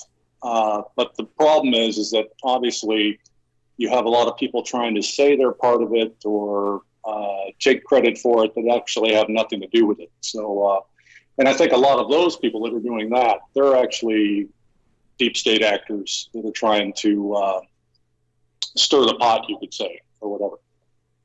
Well, I would just say this. So when you said, okay, well, they were trying to come up, let's just say this. In very simple terms. That one psyop came out to kill another fucking psyop to counteract it. You know what my mom would tell you? She'd tell you, you know what? What was it? What is it? Two birds? You don't kill two, like throwing the stone, like to kill two. Like, what are you fucking doing? Throwing the stone, you killing two birds. I mean, you don't fucking do that. Like that, first of all, it's not an answer. Like, it's a stupid fucking answer. You don't do that. You like one lie to tell another, like, oh, I'll say a lie to cover up for their lie. They're lying, so I'll lie. He killed him, so I can kill them. I mean, what the fuck? That the psyop to go with another psyop was just playing into the whole thing, which again, then goes back to, let's just go to Douglas's favorite person, Elon Musk. He is not, or maybe the man taking us to Mars. Yeah. Okay. Yeah, the man that literally you can go with. He's very intelligent, or he is, using people and intelligent. Like he comes up, he hires the smartest people, and maybe he got lucky and he had money. Whatever your version of Elon Musk is, at the end of the fucking day, you have to sit there and go, well, where is the answer? What is your answer in this whole thing? You're going. You're being played. So if Elon Musk, let's just pretend he's the computer here. Okay. If he is the person hiring people and he's hiring the best, right? So if Elon Musk can hire the best to come up with rockets and fucking cars, and we're all like, well, at least we might not think he's the greatest, but he's done some shit, If that one man can do that bullshit, then you don't think an entire military industrial complex or whatever you want to call it, that's what I call it, but because I don't think it's just even in one nation, obviously. So if you don't think that they have more power and money than even one person and have been thinking this through and have all kinds of scenarios that they run, well, how many people are going to get on there? How many people are going to believe this? How many people are going to come in? Will it fucking create what we want to create? They run those scenarios every fucking day. Your scenario of Q was run and done. And that's how Q got here. I'm sorry, that's my belief. And also, besides the fact that Q's also came out not real, but I'm sure you believe that was a lie put by the military-industrial complex, which again goes back to the narrative that it was completely all created. Like so many other things you have also said, like you agree with, were set to divide and conquer. It's not changed, and you're sitting here defending it. That's what I don't get. No. I'm not going to make an argument against divide and conquer, but waking up people to the fact that we've So done wake me up with the 1 million children that were literally out. I mean, like, In all fairness, John didn't hear about that, but I have seen John post certain posts that were pretty upsetting in the sense that he was kind of like posting, you know, I don't look at most of his posts, but most of the posts that I see are upsetting. So I haven't looked at them in years, but it's mostly, for instance, the Q vocabulary of when people order pizza, they're really ordering children. Pizzagate is totally real though. Like that is the one thing I do believe it, because they were hoarding children underground in the secret pizza place, of course, in the middle of fucking Northeast. The tiny little piece. They were. I mean, that's where they were getting their adrenochrome. Is it adrenochrome? No, that is true though. That is true. I actually, so to be honest, when I found this, is how I know it's real. Like I went there, they wouldn't let me down there, but I ordered a pizza using the secret letters, and fucking A. That's why I still look so fucking good. Man. Yeah, that's how she wound up with her 2 kids. That's I mean, she got them while ordering pizza. She got them instead. I had them. I look fucking 20 now. And Ian West, he lives next to a school where underneath there's tunnels where they traffic the kids, and he knows this because he's got the receipt. That's what he. I got 2 police officers out there occasionally. There were 2 cop cars out there every morning for 2 weeks. They're hiding from work. They're avoiding work. I told this story. You started it with, I know, like it was such a big thing. Like you just like I found out, guys, y'all gotta listen. There's just underground. I was like, I know because school's been closed, and like it's like, and then we're like, well, how do you know? Because I saw 2 cop cars parked out there. Oh yeah, they were there every morning for 2 weeks. A police presence outside of school. Well, it's a closed school. It's a closed school, an abandoned closed school. Yeah, where maybe people are going in and doing drugs, heroin. I don't fucking know. Like most. There you go. I think they're collecting evidence from the tunnel. So let's try and catch up with John. John, tell us what I wish I was in a tunnel right now. I mean, obviously, you wound up at some point. Basically, you say you were kind of like this. Yule Gibson combination, Grizzly Adams kind of. Jeremiah Johnson. Okay, you're homeless. So you wound up homeless for a while. Where did it all go wrong? I love Douglas's feminine energy. I love it. Like I want to be Douglas so fucking bad. No. You're just like, okay, so yes. Deciding to go out in the woods for any length of period is it was a decision. I mean, I just wanted to get away from everything. Isn't that what a man always says? It was my decision. Yes, of course. Yes. Because I'm dying of lung cancer and AIDS, but I decided this is my decision. No. You got to understand, I had a sleeping bag that you could use this sleeping bag at minus 38 degrees. Wow. So it's not like I went out there and I was unprepared. Okay. So I'm pretty sure you were you might not have been unprepared, but you are fucking crazy. If you're like, let me buy a fucking. You know what I'd like to? What sounds good to me is to buy a sleeping bag where it will keep me in the weather negative 38 degrees. I'll still be miserable as fucking hell. My life will be hell, but at least I'll stay alive. You can imagine trying to take a piss. What it was like when he tried to take a piss. It was like he had to unzip that fucker. That's what I'm saying. Yeah, I did. Like. If I was you, I would be looking opposite sleeping bag. I want a sleeping bag that as soon as it gets like negative fucking 20 degrees for more than 10 minutes and I'm outside, it just fucking zaps and kills me. It's like it's murder, like 24 hours. Thank you.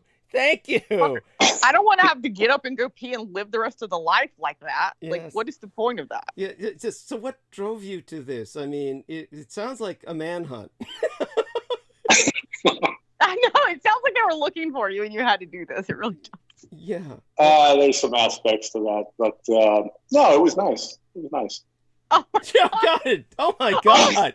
Why am I not convinced? Why am I? Here's why I'm not convinced, because I want to see, like, men like to have sex and say not to jacking off, and I want to see how many times he was getting his dick up and jacking off in negative 38 degree weather. Yeah, I mean, oh my God, it's like, I believe he did this. Believe me. My God. Yeah, I believe he did this. But what I can't believe is that it was nice. Okay, so you're never going to convince me of that. But what's wrong with his concept to go on a quest or just dive deeper into something. Because he came back the same kind of guy. He still believes the same shit. Also, because he won't admit to being on drugs or something to make him do it. So, like, I don't know that should be something wrong.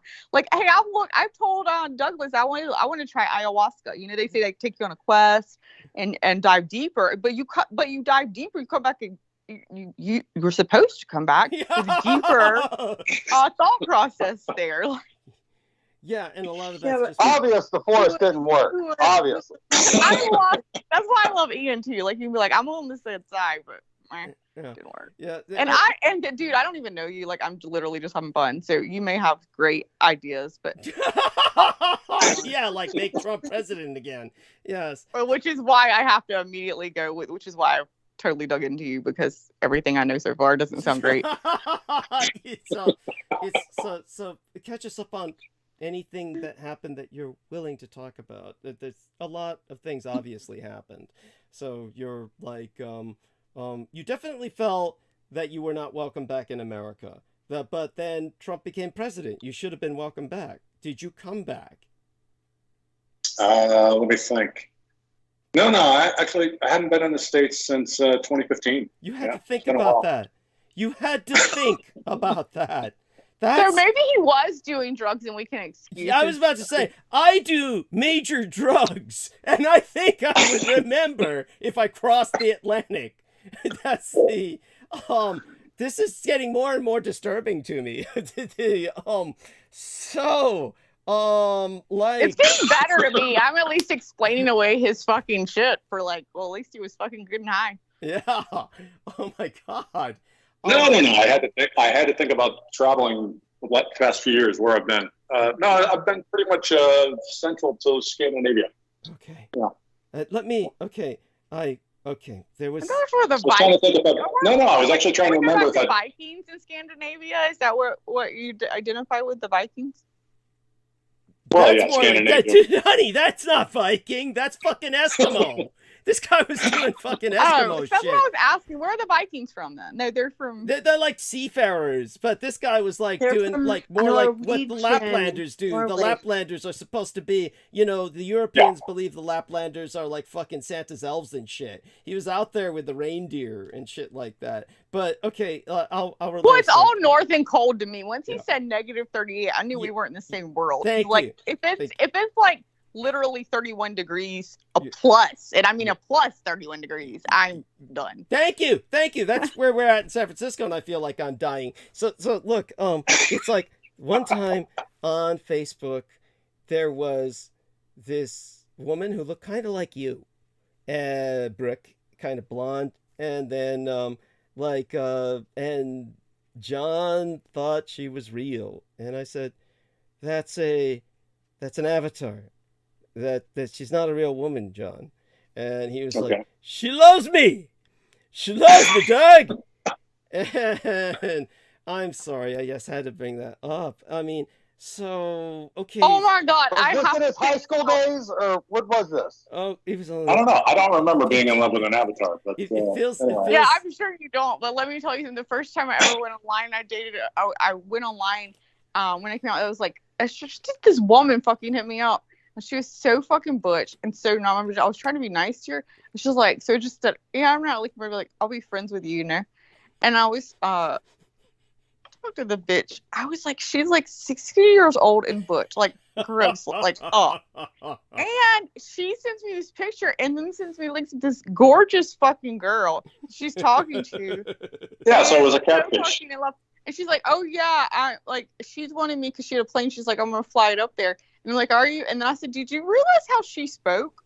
Because this was a girl supposedly like in New York, and her words were all like, her English was literally like, for breakfast you have, it was just like English that you're trying. Like, obviously this was a third world probably boy, like a man living in China or wherever. Or Bangladesh. Yeah, exactly. And it was just hilarious to me. And it ended up being so I ended up getting a message like, you were right, it wasn't a real person. And I was like, no wonder. Yes, thank you. So John. But people don't realize that. People don't realize how much that is like completely all over, not just the internet, like dating sites and things. I mean, I don't see how you look at someone and you're like, this person is so above my level and they're so in love with me. Like there's a big red flag there. Oh yeah. Especially when they're like, I love you on the second fucking time you're talking to them. Can we and let's end up with twin boys. Anyway.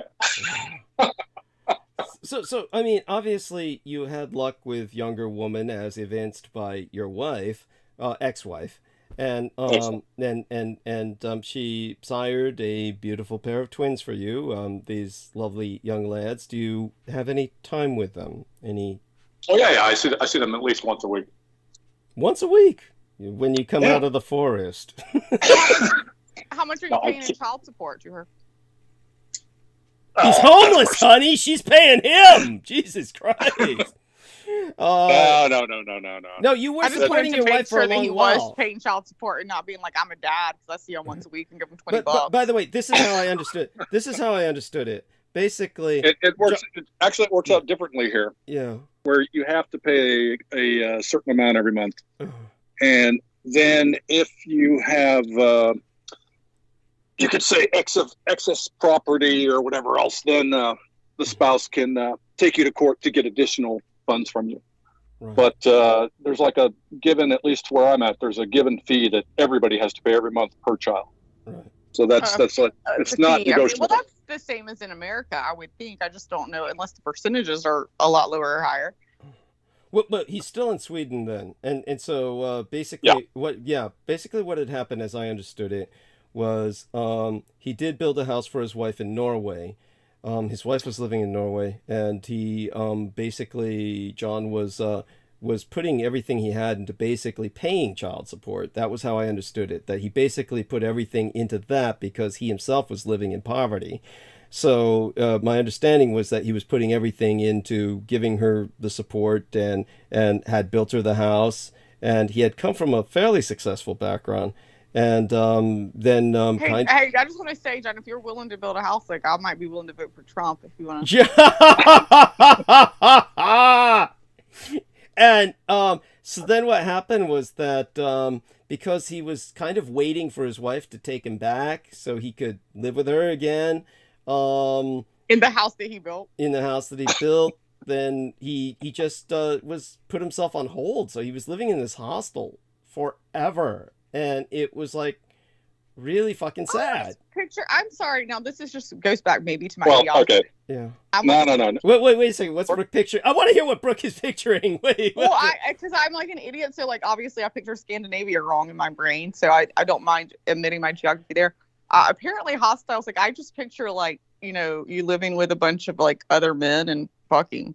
He was living with like Romanian prostitutes. Well, that's what I mean. I figure it's a whorehouse period, but usually when you hear about a lot of them, like it's either a whorehouse one way or the other. And if he was living there long term, I figure it was probably and elderly refugee ladies. I mean, like ladies who had been evicted. Actually, I think the prostitutes were Bulgarian. Okay, so that's and then there was the elderly lady who had been kicked out of her apartment or something, right? There was that. Oh, yeah. And then there were all the students, and then it was just a nightmare. Yeah, me picturing it being a gay hostile was much more actually prettier than what you just described. Thank you. I mean, this would be why he went out in the woods. And now once a week, the caveman in troglodyte fur shows up, and the boys say, "Mommy, who is that?" And then she tells them, "Oh, that's Fred Flintstone." And they say, "Oh, the cartoons are real." And yeah, that's right. So something like that, right? Some of those get away with that. He's just right at the end. You can't cuss him because he's like right. Some of those descriptions are a little off, but no, it's. So you're more like Barney, not Fred. I think you have to have a perspective, and my perspective has been it's been more of an adventure, not the sad, story. Okay. And no, I would say that the year and a half I was basically out there in the woods, I kind of regenerated. I would kind of look at it like that. That you know what? And I'm going to give you that. Like, that is a great, like, that's what we all have to do. And that's where humanity, even as I could make another joke, like I do about stupid stuff. I do believe what you just said is the human experience.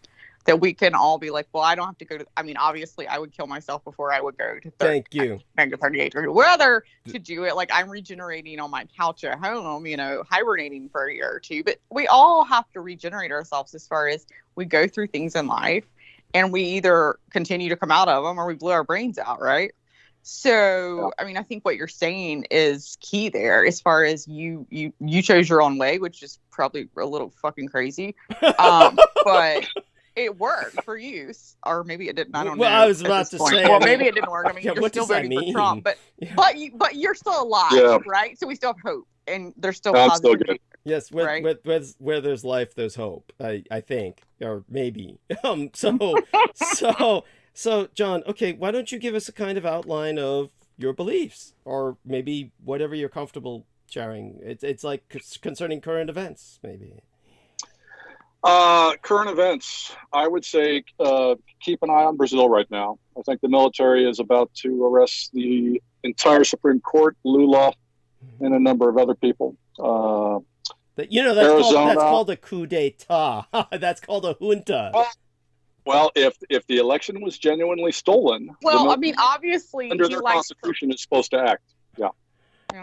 I mean, that's really what we should be doing right now. Like, we should be taking pretty much 56% of America and putting them in prison because they voted for fucking Biden, and then telling them they're fucking liars, and, you know, putting Biden, which, by the way, Biden's not even real. If you really look into the Q conspiracies, he's been dead for a while. That's a reptilian, right?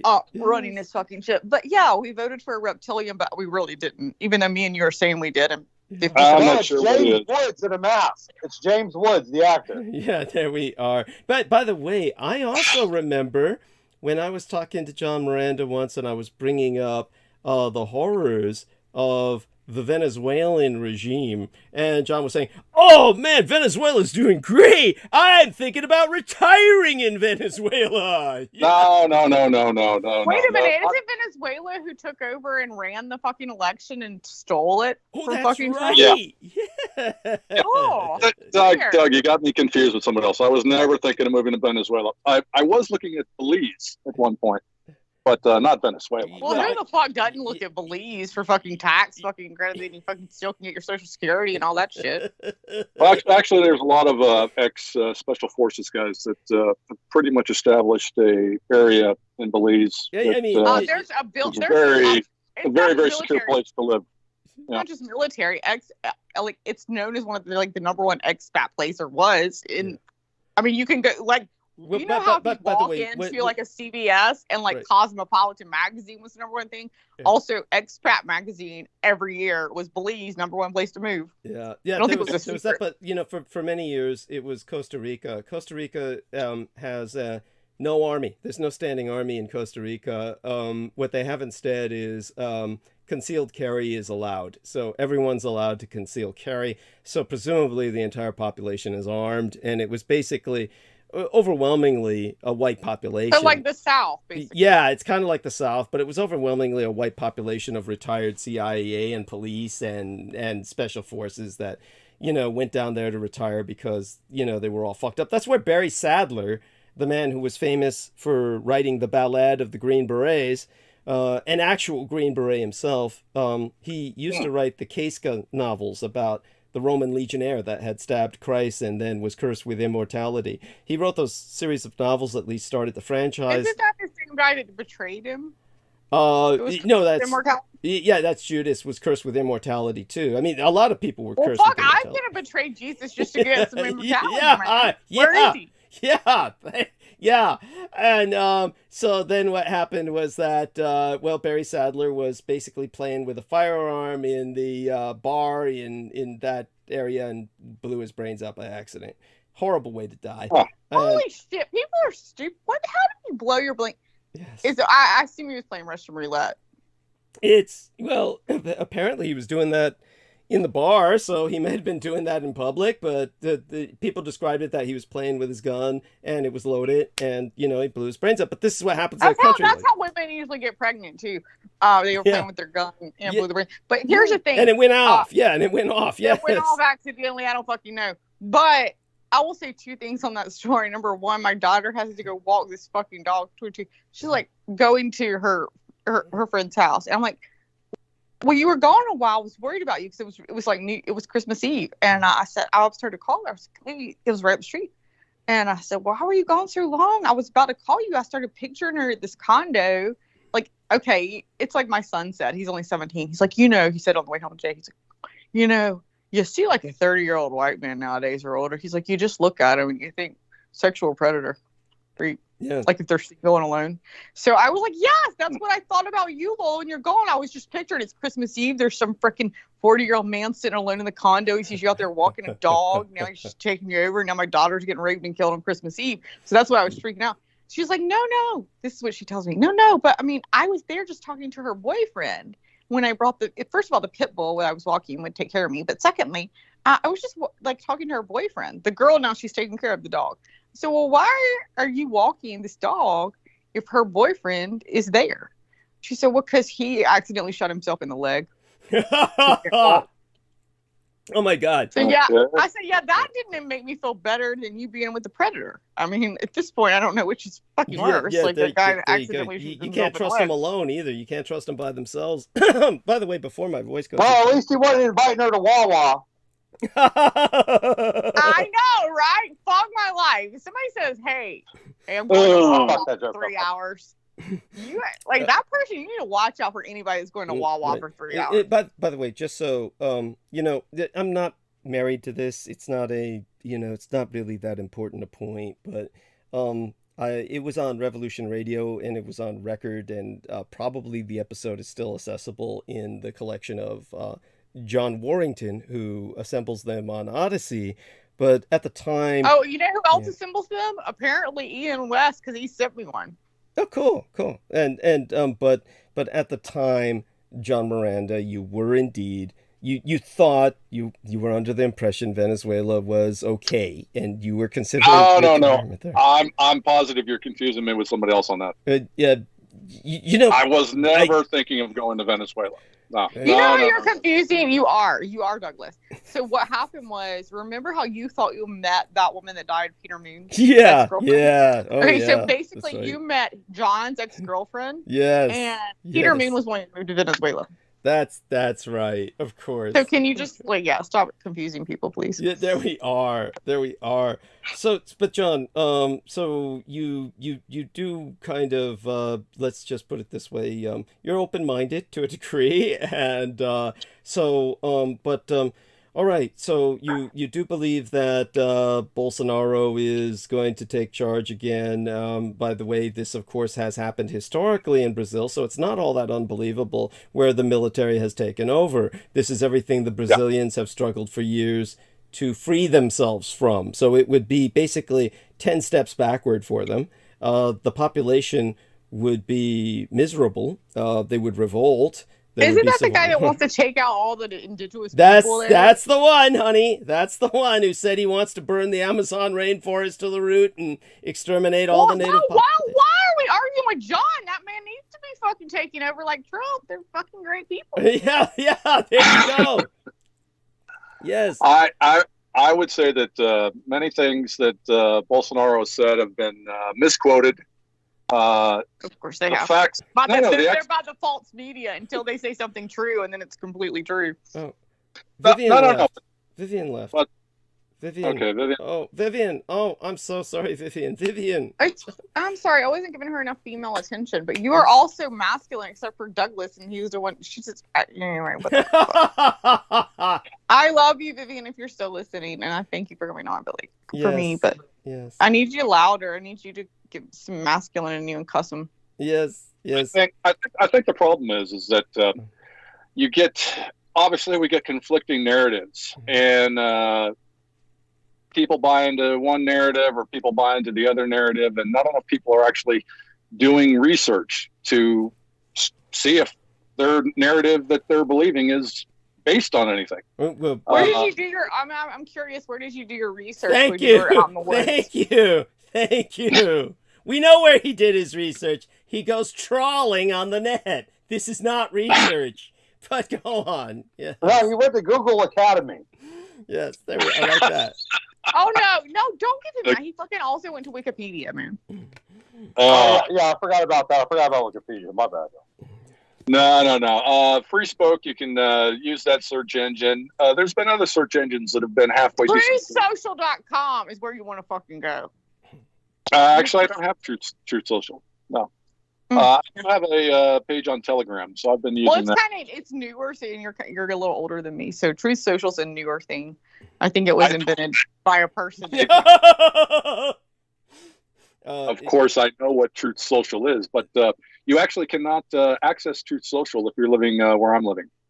There you go. So that's because they're so left wing and socialist, right? This is true. There we are. Why are you there? I've got kids and a grandson here. Of course, I'm over here. Okay. Yeah. Well, you know what? That says something about you. Like, the only people that will sleep with you is someone left fucking wing, but you're like left wing is fucking crazy. So which one is it? No. I would say that definitely I have conservative values. What do you call conservative? Like just not paying lower taxes, or just being like you can't come across my border? We'll build a wall, because you're not good enough, and we think you're murderers, rapists, and fucking drug dealers. Like, what is your version of conservative?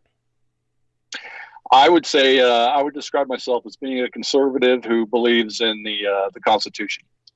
So free speech. But you don't even live here. here. About the Constitution that Donald Trump, the man you're going to vote for, so we need to do away with because it didn't support his views last week. Like randomly, like he's like, oh, the constitutionalist, and then like we should probably do away with the Constitution, which he didn't say those exact words, but those are exactly what he fucking said. Yes.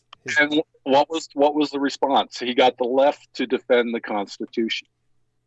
So it was a brilliant maneuver on his part. This is a conspiracy. It was. You're right. Oh my God. Thank you. Because I've been waiting for someone to say this so I can come out against Douglas. Because the whole thing has been a complete fake thing. I fucking am right.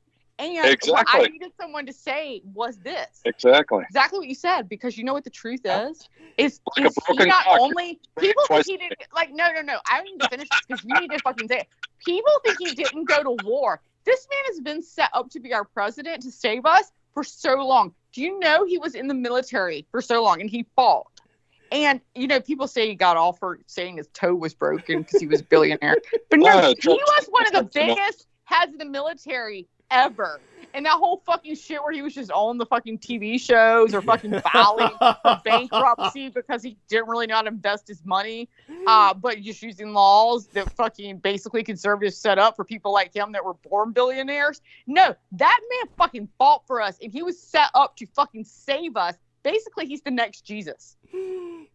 Well, technically his son is because someone's met him in the fucking, one of those few people met him. But either way, regardless, like he's the father, which would be God, really, the father of the next Jesus, or Jesus himself. He is saving us because all this shit about him is just a lie. And like you said, it's just freaking like, yeah, exactly what he said. He totally said something completely idiotic just to set up the left to defend the Constitution. Just like he totally said, I have this big fucking narrative that's going to come out, big thing I'm going to come out tomorrow with. And it was fucking cards of him in a spaceship or fucking sitting on the Dallas Cowboys stadium with a helmet on. Yeah, and shooting lasers from his eyes as Superman. Yes, don't forget like that. Homelander.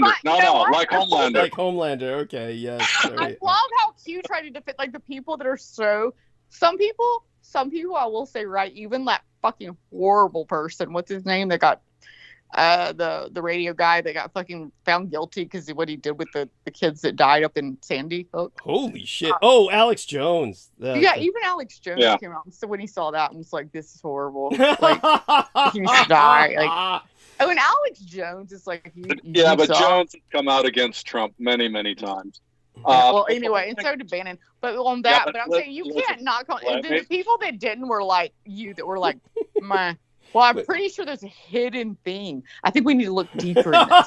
Yes, he came out with NFTs that show him shooting lasers, but maybe the lasers mean that he was shooting one part to the reptilians and one part to the evil, what are they, android, what the fuck are they, whatever they fucking call them. I don't give a shit. But so John, in terms of, okay, so obviously you do have your wife and your kids. No, I am divorced. I'm divorced. Okay. Yeah, good point. My bad.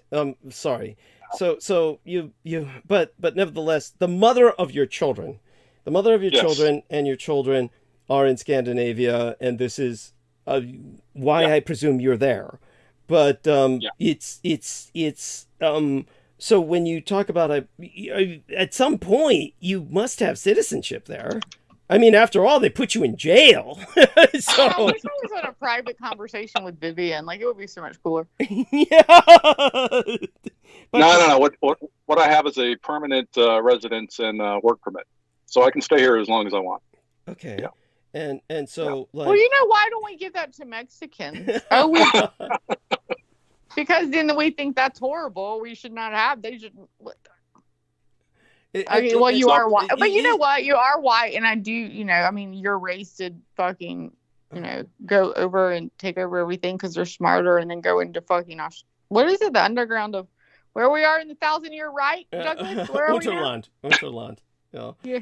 But maybe you should try there. I'm pretty sure you'd be accepted well. Well, honey, I don't think you understand their culture. But such being said, so John, give us. I don't understand their culture, Douglas, and I do not want to. I can assure you. Okay. So John, all right, catch us up on some of the things. Your life is a mystery. So fill us in. What exactly was going on with all the. After jail, you went into the forest. They had a manhunt when he escaped.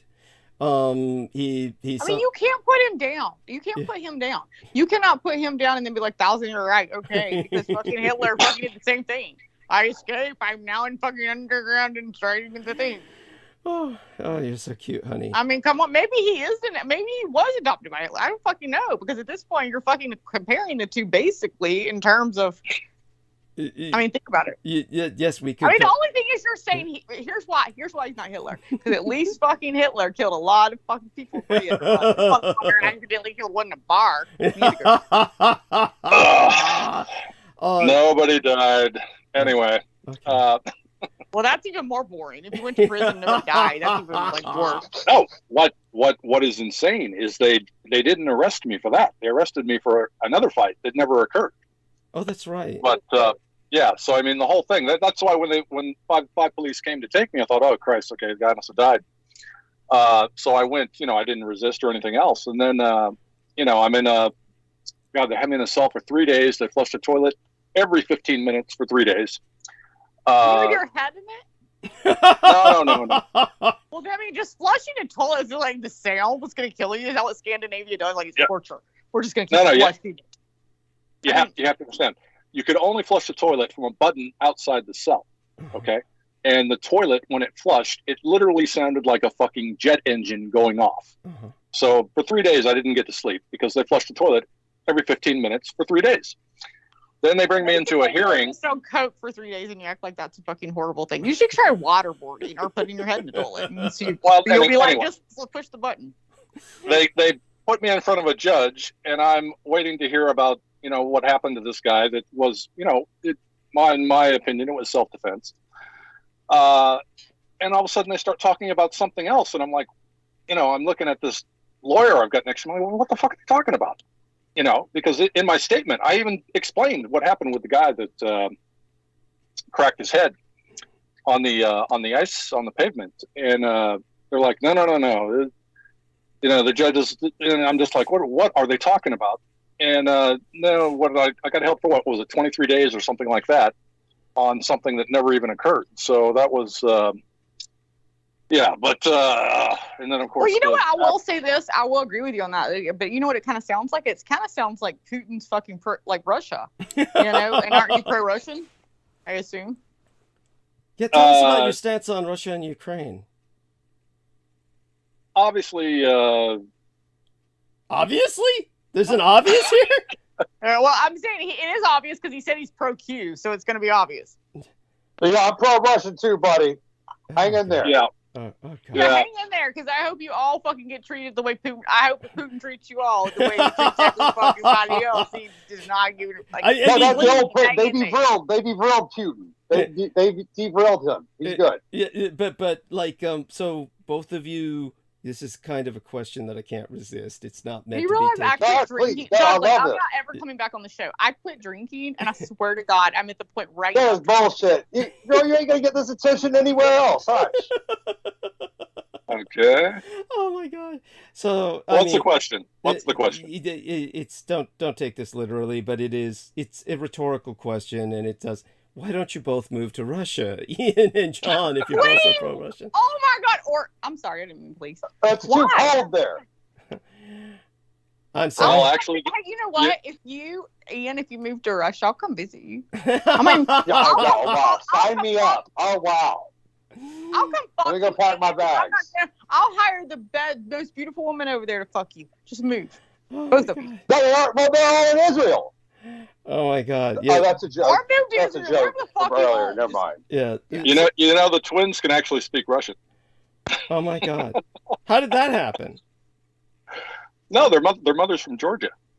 Okay, Georgia, and so just so people know, he's not talking about the state in the United States. No, I knew he wasn't, but if he was, they would basically speak Russian. It would just be fucking Marjorie Taylor Greene's version of it.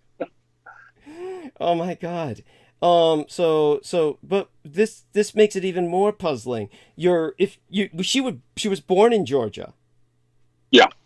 Which basically the Soviet Union basically took over, if I'm not mistaken. Maybe I'm wrong on that. They took over large chunks of it, honey. There was a big war, and they're threatening to take over the rest. But then they got all fucked up in Ukraine. But I don't understand. How did she wind up in Norway with you? It's like that sounds rather complicated. She was out hunting bears, and he was too, and they randomly found. Is that how it happened? I mean, you were both in the forest or something? It's like no. Her family came when they had the conflict with Russia. Okay. They came here. So basically, they ran away. You from married a young lady who was escaping Russian aggression, and you're pro-Russian, and you wonder why she divorced you. Plug my life, thank you. It's like fucking damn Trump. And if you married her, like, oh, this beautiful Mexican lady crossed the border to get away. Yeah. Now we're gonna build this fucking wall. All this fucking horrible. But that's essentially what George Bush Jr.'s brother did. He married the Mexican that they call the dark one, so he could get the Cuban vote. And then after that, he divorced her and parked her over in a hacienda he purchased for her in Mexico. And she's actually Colombian. Okay. They lied about her Mexican ancestry. She's Colombian. Okay. So that makes it even worse. Yeah. Oh my God. So Brooke just went on pause, which means that she's I don't know, feeding her dogs or something. Okay, so that means you can talk. Now's your opportunity to talk because Brooke's not talking at the moment. So take over and tell us a bit about whatever you want to talk about for a bit. So, share with us what you think is important that people should know about, what you think matters in the world. Well, I would say on Ukraine, obviously, that the CIA went in and removed the government back in 2014. And that leads us forward to everything that's happening today. That they had a government that was elected by the people. That got removed in a CIA coup in 2014. There's been a civil war in Ukraine since 2014. And basically, when the coup took place in 2014, Putin went in and took Crimea because you've got a very major naval base on Crimea. So Putin took that in 2014. There's no dispute about that. They did have a referendum in Crimea, I don't know, I want to say 5 years ago, and they overwhelmingly voted to join the Russian Federation. Then you've had this constant NATO buildup in Ukraine since 2014. There's been an ongoing civil war with the Donbass, the eastern part of Ukraine. and Putin, you had the Minsk I and the Minsk II agreements where France and Germany were supposed to, they were signatories to it. So that was supposed to bring about some type of peace and protection for the Donbass area, and it was supposed to remain in Ukraine, but they never fulfilled it. And the Ukrainian military for the past 8 years has been bombing the Donbass. Then, of course, you had the Russian special military operation, which started on February 24th. But the thing that people don't realize is that on February 22nd and 23rd, the Ukrainian military started bombing the Donbass again. So when Russia came in on the 24th, they were provoked to come in because the Ukrainian military was about to destroy the Donbass. So, everything, everybody wants to say it's a Russian aggression going in, but it's actually a Russian response for what's been happening for 8 years. And of course, oh God, I hope Brooke is all right. She just left. We're not supposed to let them know that. We're supposed to let them talk and, show their ignorance. You basically buy into all this, Ian? No, I know for a fact. I've been following it. Oh my God. They come over here on vacation all the time. So again, the question poses itself: why don't the two of you gentlemen move to Russia? It's too cold. It's too cold over there. Yes. And you, Jim, obviously you can handle the cold quite well. Is there a reason why you're not moving to Russia? I mean, you're in a nation that is about to join NATO because of their understanding of the situation, which is quite contrary to yours. So you're trapped in what's going to become a NATO nation. Yes. I would say that within 1 year, NATO doesn't even exist. That's what I say too. I call it. Okay, yeah, and I would also go further to say that the European Union won't exist within 1 year. Ukraine brings an end to both of them. Okay. Yeah. And this will be brought about by how? The corruption that's becoming too big to hide. You get the recent FTX scandal. I'm sure you're somewhat aware of that. Basically, American tax dollars going to Ukraine. Withdrew all funding. Yeah. It's the corruption. The thing that everybody needs to, I think, at least we can all agree upon, is that prior to 2022, Ukraine was the most corrupt country in Europe. Okay. That's documented 1,000 times over, okay? So that you're going to send billions and billions into Ukraine is just insane because it's the most corrupt country in Europe, okay? So whether you think that the Russian military operation was warranted or not, you're still funding the most corrupt country in Europe. How do you think that's going to turn out, okay? The money, we know the money has gone into Ukraine, out of Ukraine, back to American politicians on both the right and the left. Okay, not just the Democrats. Mitch McConnell, McCarthy, they got the FTX money as well. So okay, this is true. But look this is true. Look at the both of you. You're both two guys living alone by yourselves. yeah, because we're smart. And so are you. It's like I'm in. Do you ever wonder why? I mean, this is what this is kind of like what you. This is kind of like what you talk about, and then the girls just go blank. And look at what happened. Both the ladies left. Both the ladies left. I've never look. I'll be honest. Look, most people don't. I can say I'm actively looking for the next mother of my next set of twins. Anyway. And I'll be. I've ran through the run of this litter these days, and they're not all hyped up like they were, back then. But anyway, I mean, I'm just. It's you're blown away. I know. I know. It's like I think it speaks for itself. We had a situation in which we had two ladies here, and they both left the conversation, and both of you. It's because they said they were going to have girl talk. It's what? But have you ever wondered why? Maybe it's because you see how peaceful the show is now. It's really good, I mean, it's like now we can have a serious conversation. Oh my God. Anyway. Oh my God.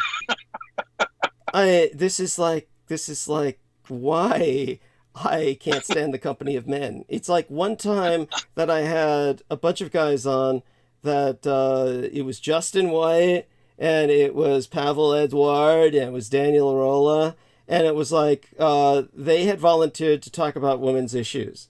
So when I brought them on, they all talked about sports. It was it's just profoundly disturbing. There truly is a gender gap that constantly comes to the fore in situations like this.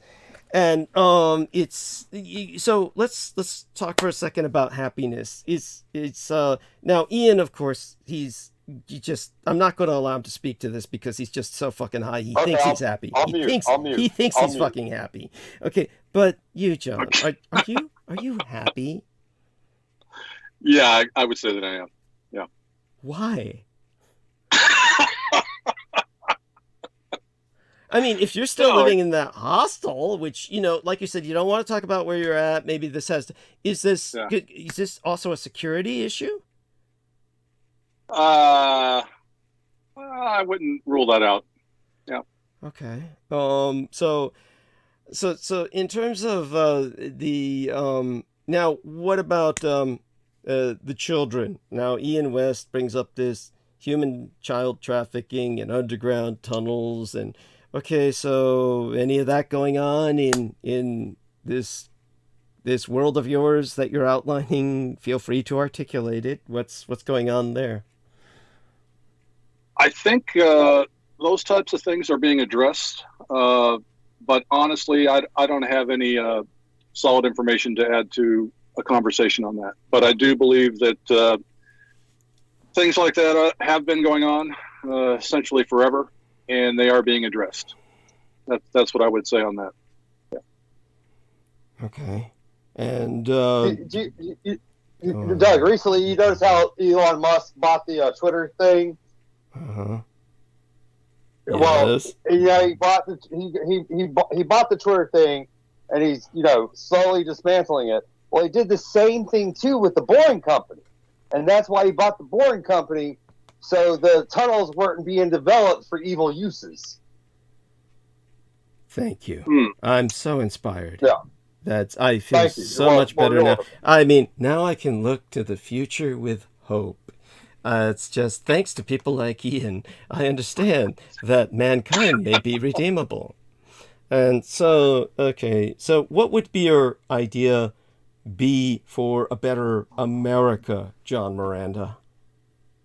I'm pretty sure what he's going to say is that we're already headed there, because aren't Trump going to have, what do they call those trials? What do you call trials? That's what he says is going to happen in Brazil. I mean, he's got the template military down. tribunals. So the tribunals, what John just said, that this is where I had to come back on, and then Thank you. You said, well, basically, I think those are being taken care of. Those are tribunals? Well, I don't know. Are you by your computer? I don't need to be by my Why, you gonna computer send to know her a what the dick fuck. pic? They said the tribunals were going to happen. Well, even after Hey, he's asking if you're by the computer so he can send you a dick pic. No, Brooke, the tribunals have been going on. Is this so tight because you've already tried that? No, Brooke, listen to me. Look, you know how I was right about the birth certificates? I'm going to prove to you I'm right about this, too. Okay, go to this website. It is called, let me get to my browser. Wait, you didn't have to prove anything. I tried even your bullshit when I was sick to get fucking, take fucking dog medication and bathe in bleach. And guess what? I have a doctor's appointment Tuesday with 7 fucking tests to run and go to my endoscopic. I'm pretty sure you have yet to prove anything right to me. Also, I don't believe about the tunnels across the street, because I have yet to see the picture of 2 cops that would completely convince me you were right. I know, I should have saved that footage. Okay, go to jag.navylive.dodlive.nil, and you can get the whole tribunal schedule. Everybody that's being prosecuted. You know what? That's what you're not fucking... Okay, you know what? You're right. Because I am too stupid to come up with a fake website and just put random shit on it to make random people believe that it's fucking real. Why do you guys believe this? Thank you, Brooke. Thank you. Why? You look at that, and it's just like, you believe it. I don't get it. It's like, but that being said... I knew that Hillary was dead. That being said, let's give John his chance to talk here. Well, John. Okay, I'll go on mute. What is a better America in your vision? What is the better America? The better world? Give us your view. What is your vision of a better America and a better world, and a better Scandinavia, a better Europe, with Russia no doubt is the dominant power. But I have to hear this. Come on, outline it. Yeah. I would say the elimination of the EU, the elimination of NATO. Notice how you start. Anybody that starts with elimination, question their judgment, because they're gonna not say everything they want to eliminate, like Mexicans, liberals, half the fucking population. I mean, that is an interesting choice of words to start off with. I'm just saying, you could go back to Freud, whatever, Sigmund Freud, whatever I'm fucking saying. I don't say his name right. Yeah, Freudian. Yeah, a little Freudian slip there. Okay. But go on. That being said, that being clarified. Okay, elimination of the European Union and the elimination of NATO. So, but brings a better world. Yeah. Okay, so you're talking about basically you want the elimination of the West. No. Just of those two institutions.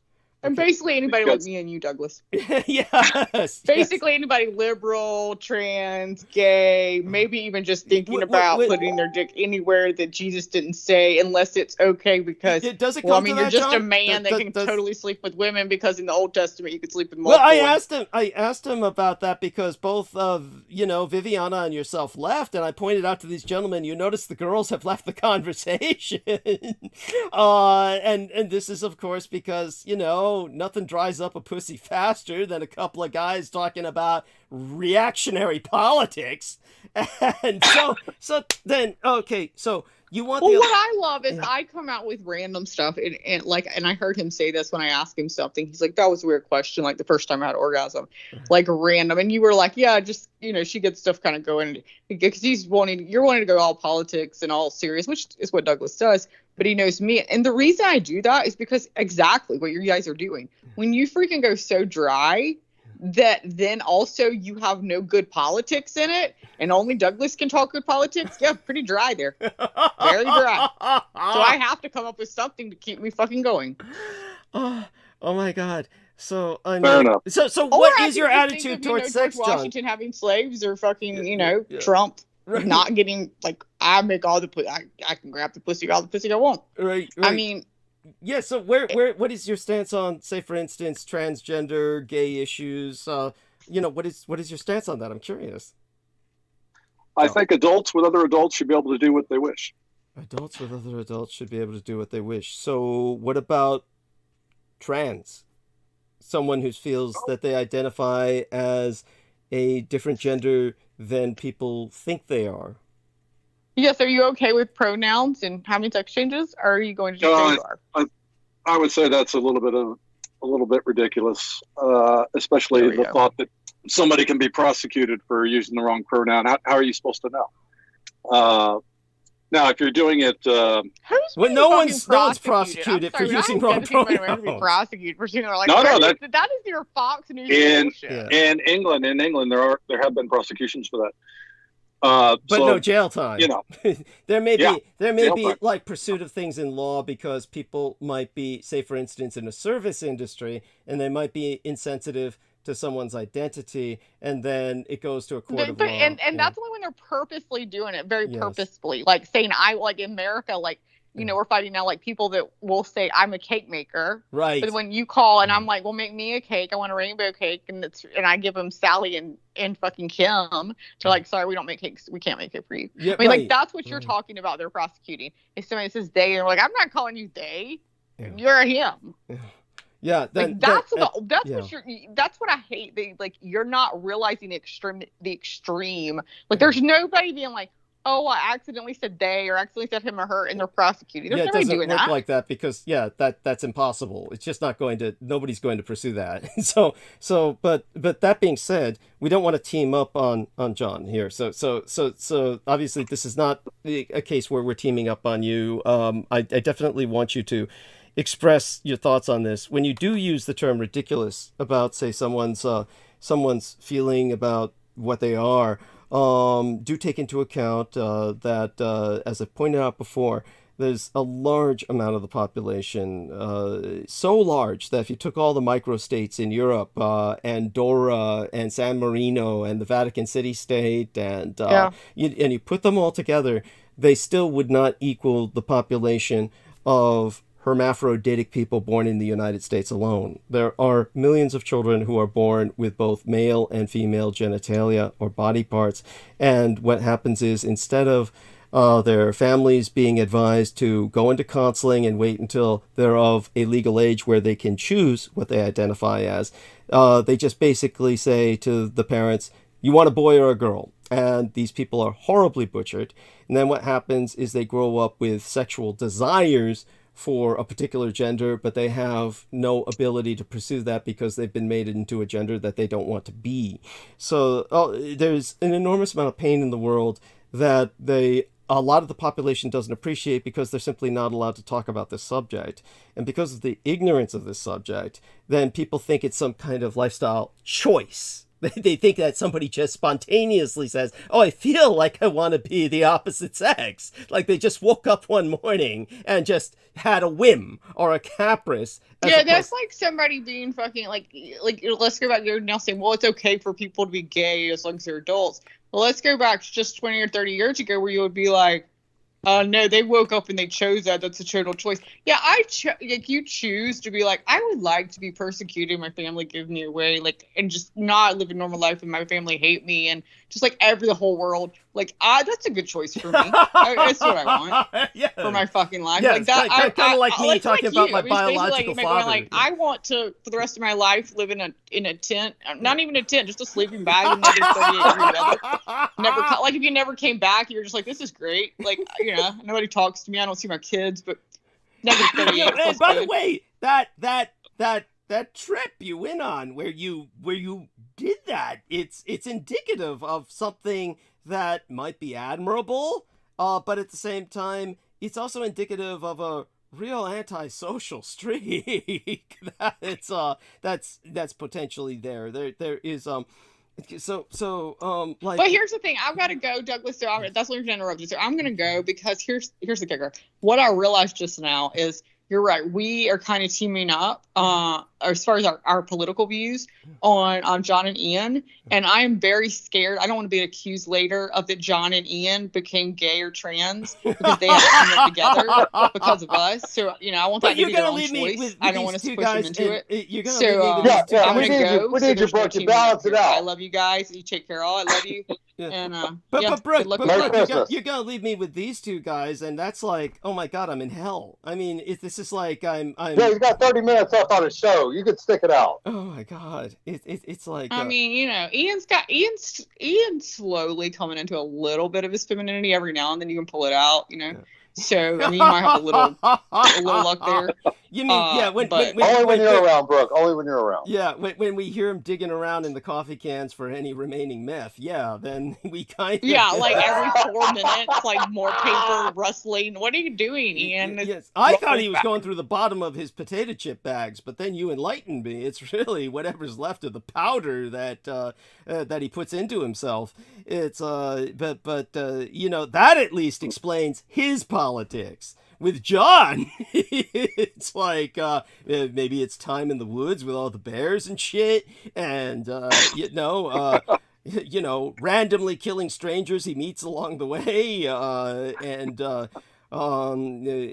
devouring them as well. These immigrants taste pretty good. Yeah, it's I mean, he's in fucking Sweden. There's nothing there but blonde-haired, blue-eyed people. And he goes around like, hey, we gotta guard our borders. Yes. And by the way, honey, he's in a nation which is about to join NATO because it feels threatened by the Russians he says are the good guys. Why is he there? It's like, but then again, it's because the kids. Yeah, the ones you had with the girl who escaped Russian aggression from Georgia. Yeah, though that's why she divorced you, perhaps. Maybe she got tired of you hearing you spout this pro-Putin shit. It's like, come on, do you see a pattern here, John, in your life that maybe you can make a course correction and find love in the world instead of all of this like 38-degree weather where you unzip to and your piss freezes into a fucking icicle stream while you're relieving your bladder. It's like and what was it like to take a shit? I can't even imagine. And what did you wipe with? It's like and God, the stench inside of that sleeping bag must have been unbearable. That's what kept the bears away. I'm sorry. I'm just it leaves me in tears for you.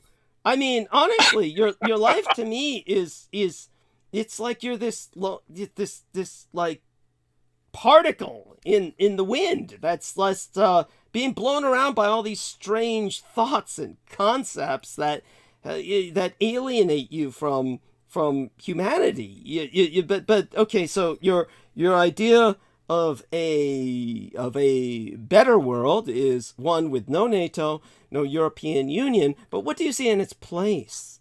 What would replace? Not that I'm a big fan of the European Union, and NATO, of course, is obsolete in some senses, but definitely has come back into its own in terms of validity now that Russia has blundered so incredibly. But that being said, it's like, what would you view as like okay, so there's no European Union and there's no North Atlantic Treaty Organization. So that then what would be in its place? A Russian and American empire on either side of the Atlantic, and what would happen to the Europeans?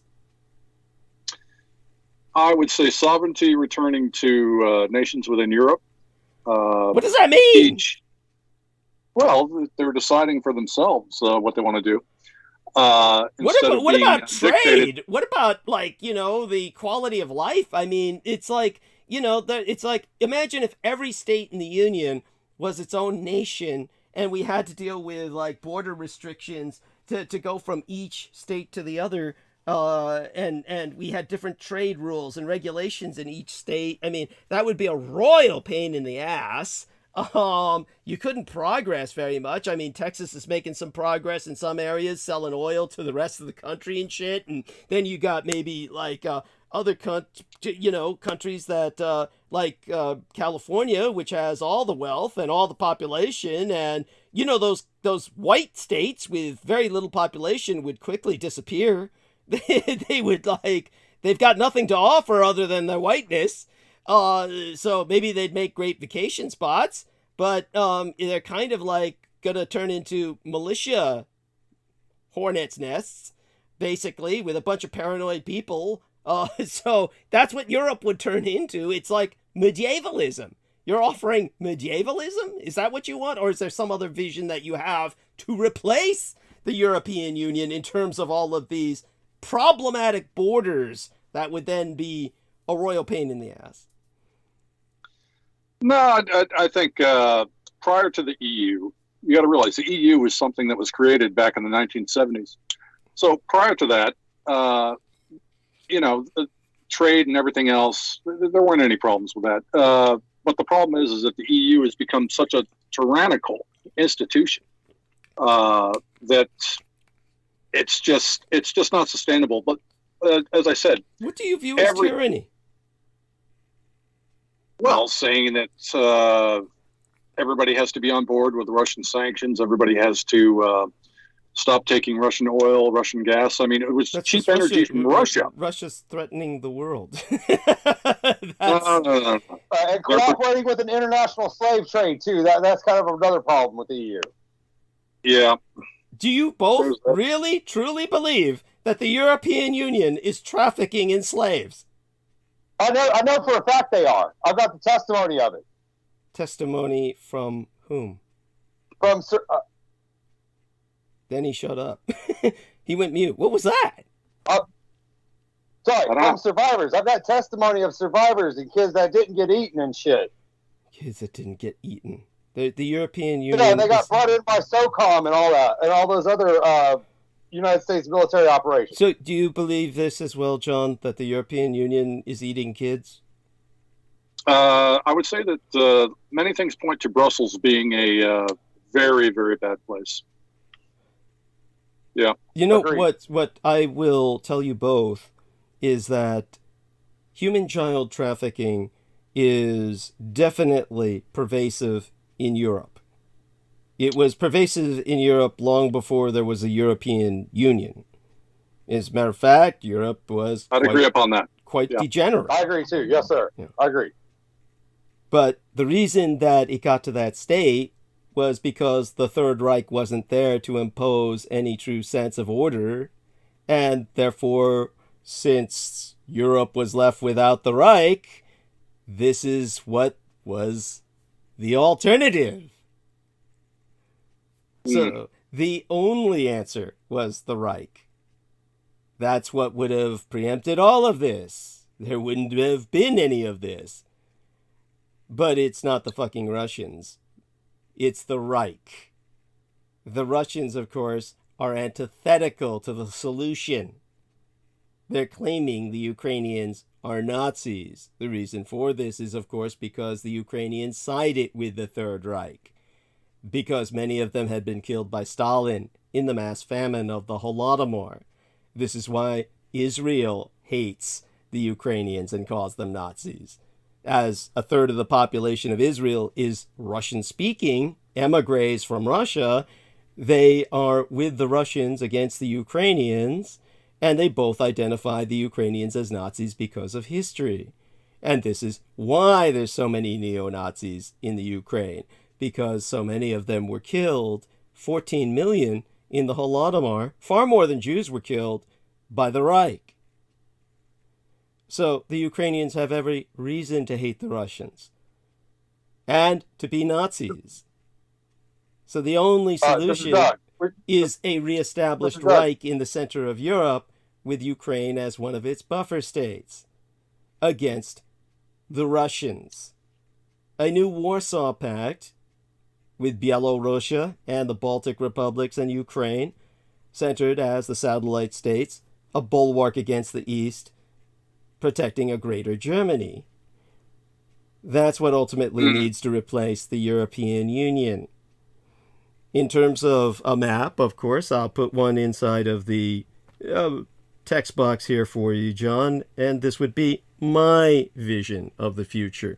While I dig that out of my files, our man Ian, of course, will talk a bit about what's on his mind, and the two of you, being pretty much on the same side, can share some tales of, well, what else would be good for the Western Hemisphere, Asia? What would you see? What do you think of communist China and Taiwan as a situation?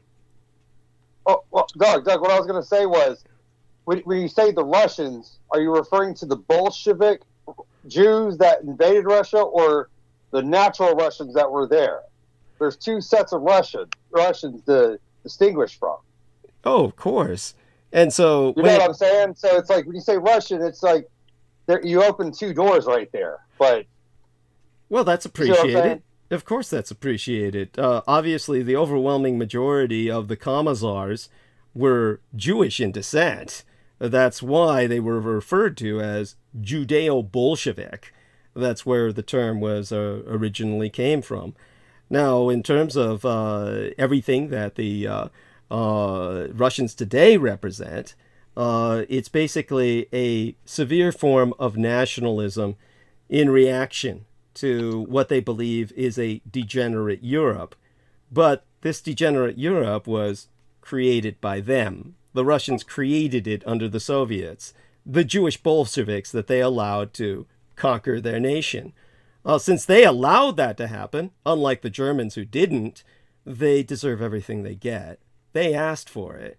They wanted it. And they wanted to impose it on others. So they deserve everything they're getting now. They truly are the enemy. And they're stupid at that. So when it comes to everything they're doing, to think of them as any sort of solution is simply maniacal. It doesn't make any sense. Now, back when I worked with the Department of Defense, I was asked to try and basically come up with a prediction as to what Europe would look like in the near future. And this is what I came up with. Of course, I projected it to 1990 because they said I had to put a year on it. That would be soon and in the future. And this is what I said Europe would look like. I don't know if you can access that, John Miranda or Ian. I can see the map. There we are. And this is what Europe should look like. The only difference would be that the new NATO would instead consist basically I had to present something as simple as possible that the think tank would accept as generally reasonable. I couldn't make it too complicated or simply people would get lost in the details. The message wouldn't come across. But this is the message that needs to be delivered.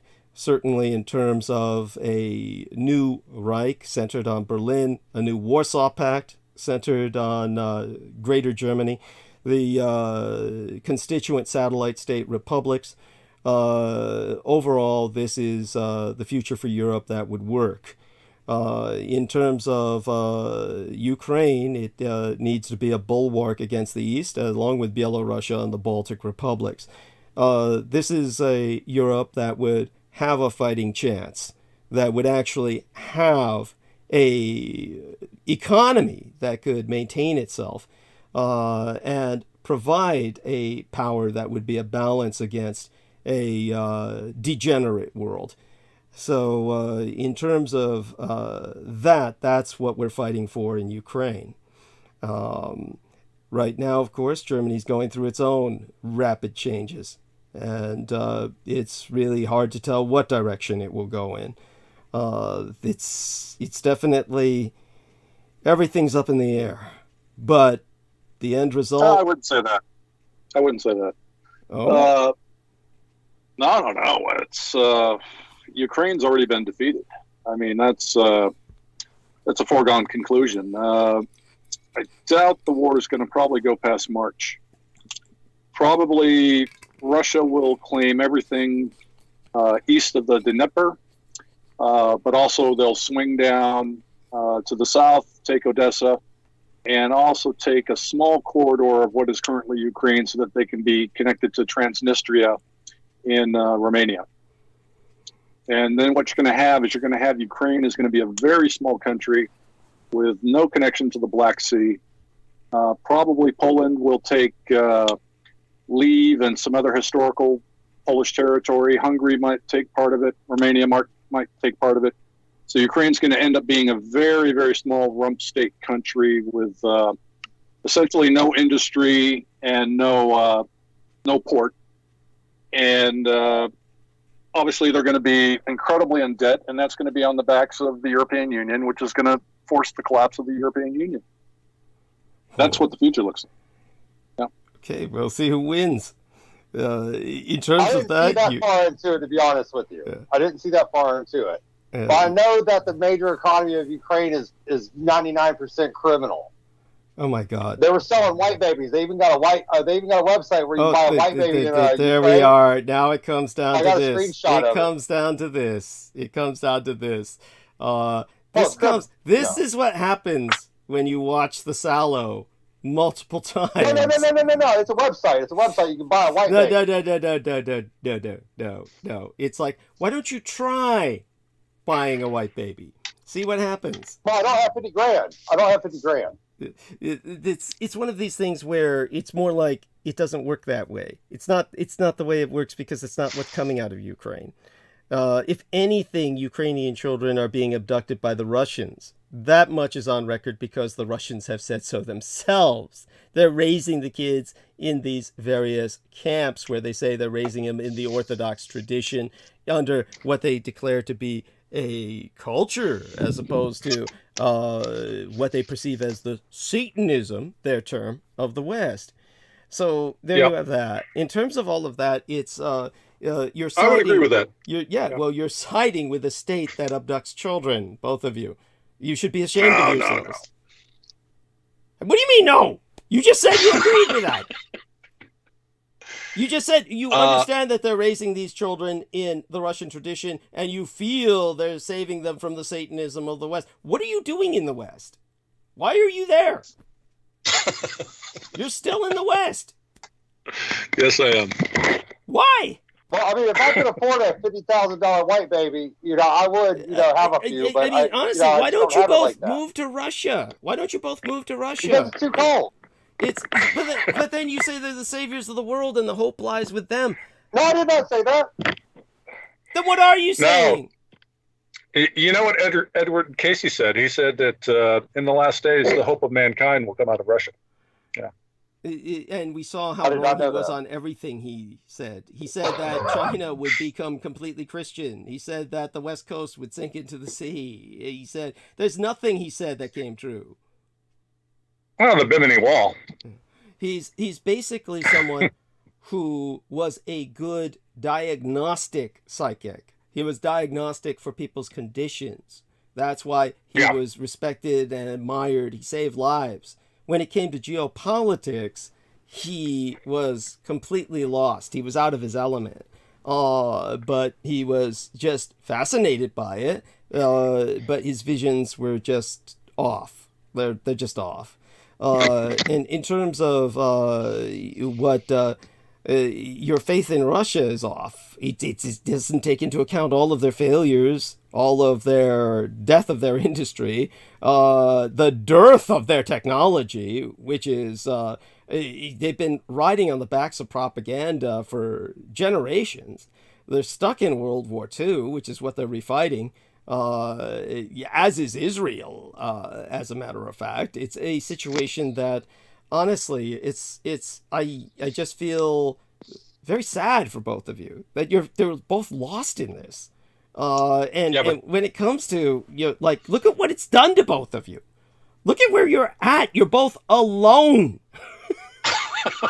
You're both alone. Yeah, but we're not participating in slavery and all this other shit. But nobody else is that you're accusing of doing that. The degeneracy that I mentioned has existed in Europe, but who was the fault for that? You're fucking Russians.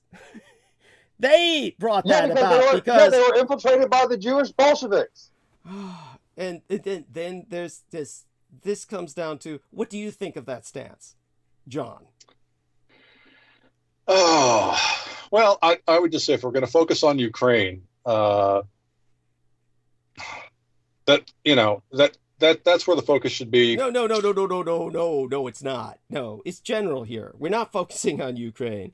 I remember distinctly when you expressed your feelings that I never argued with, that Israel was basically, your words, committing genocide effectively in Palestine.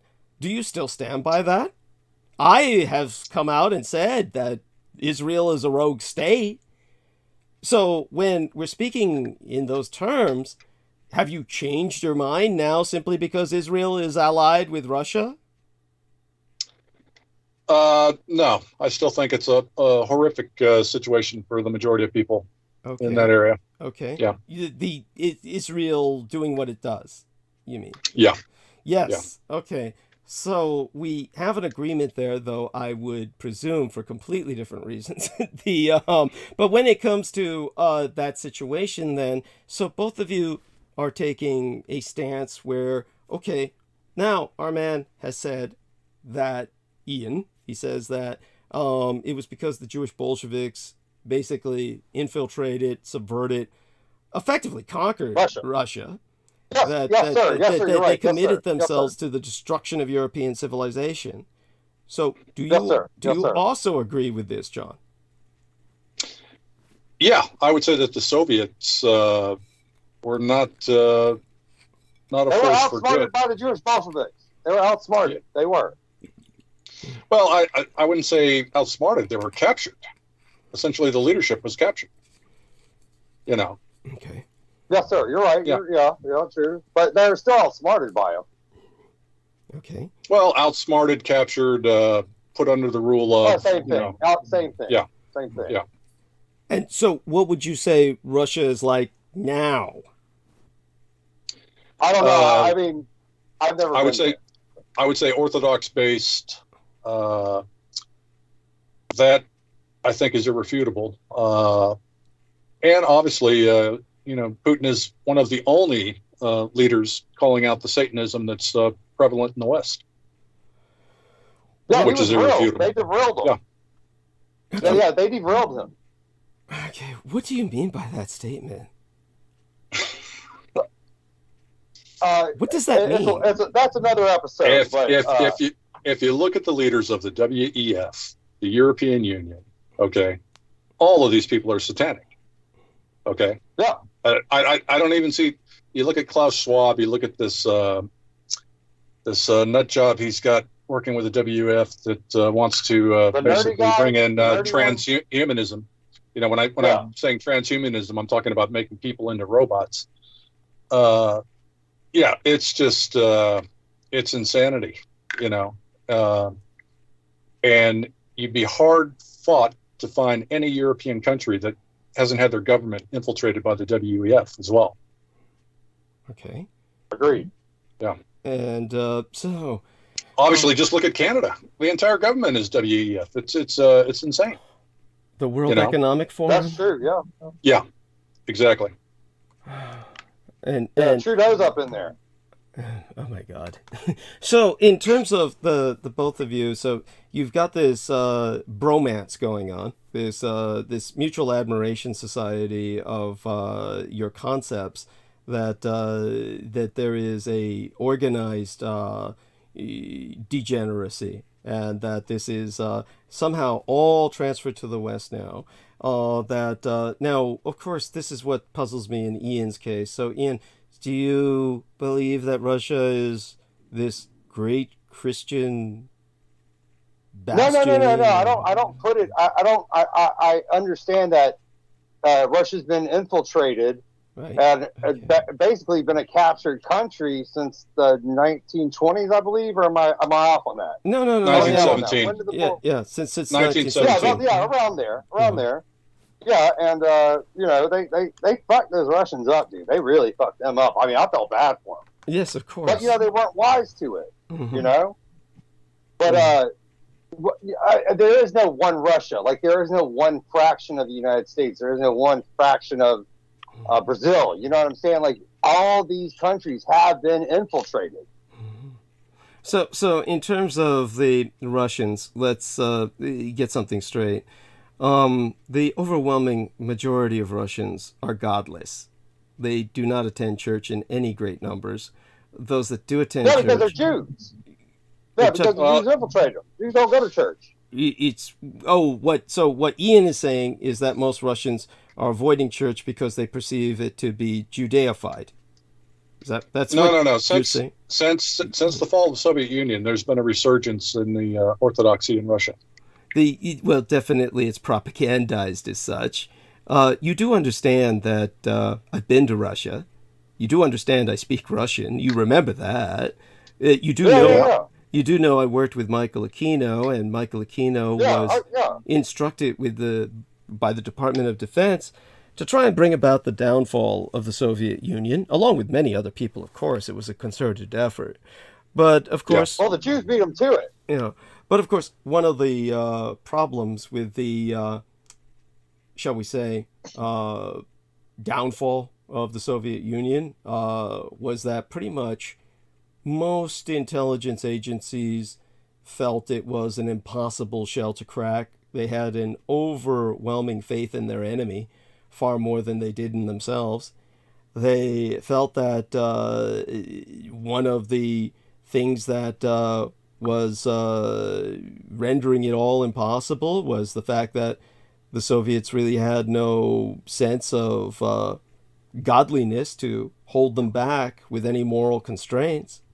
So there was a kind of a merit to their thought, to a degree, but they didn't have the wiliness, the cunning, or the incredible acumen of nuance that Michael Aquino had.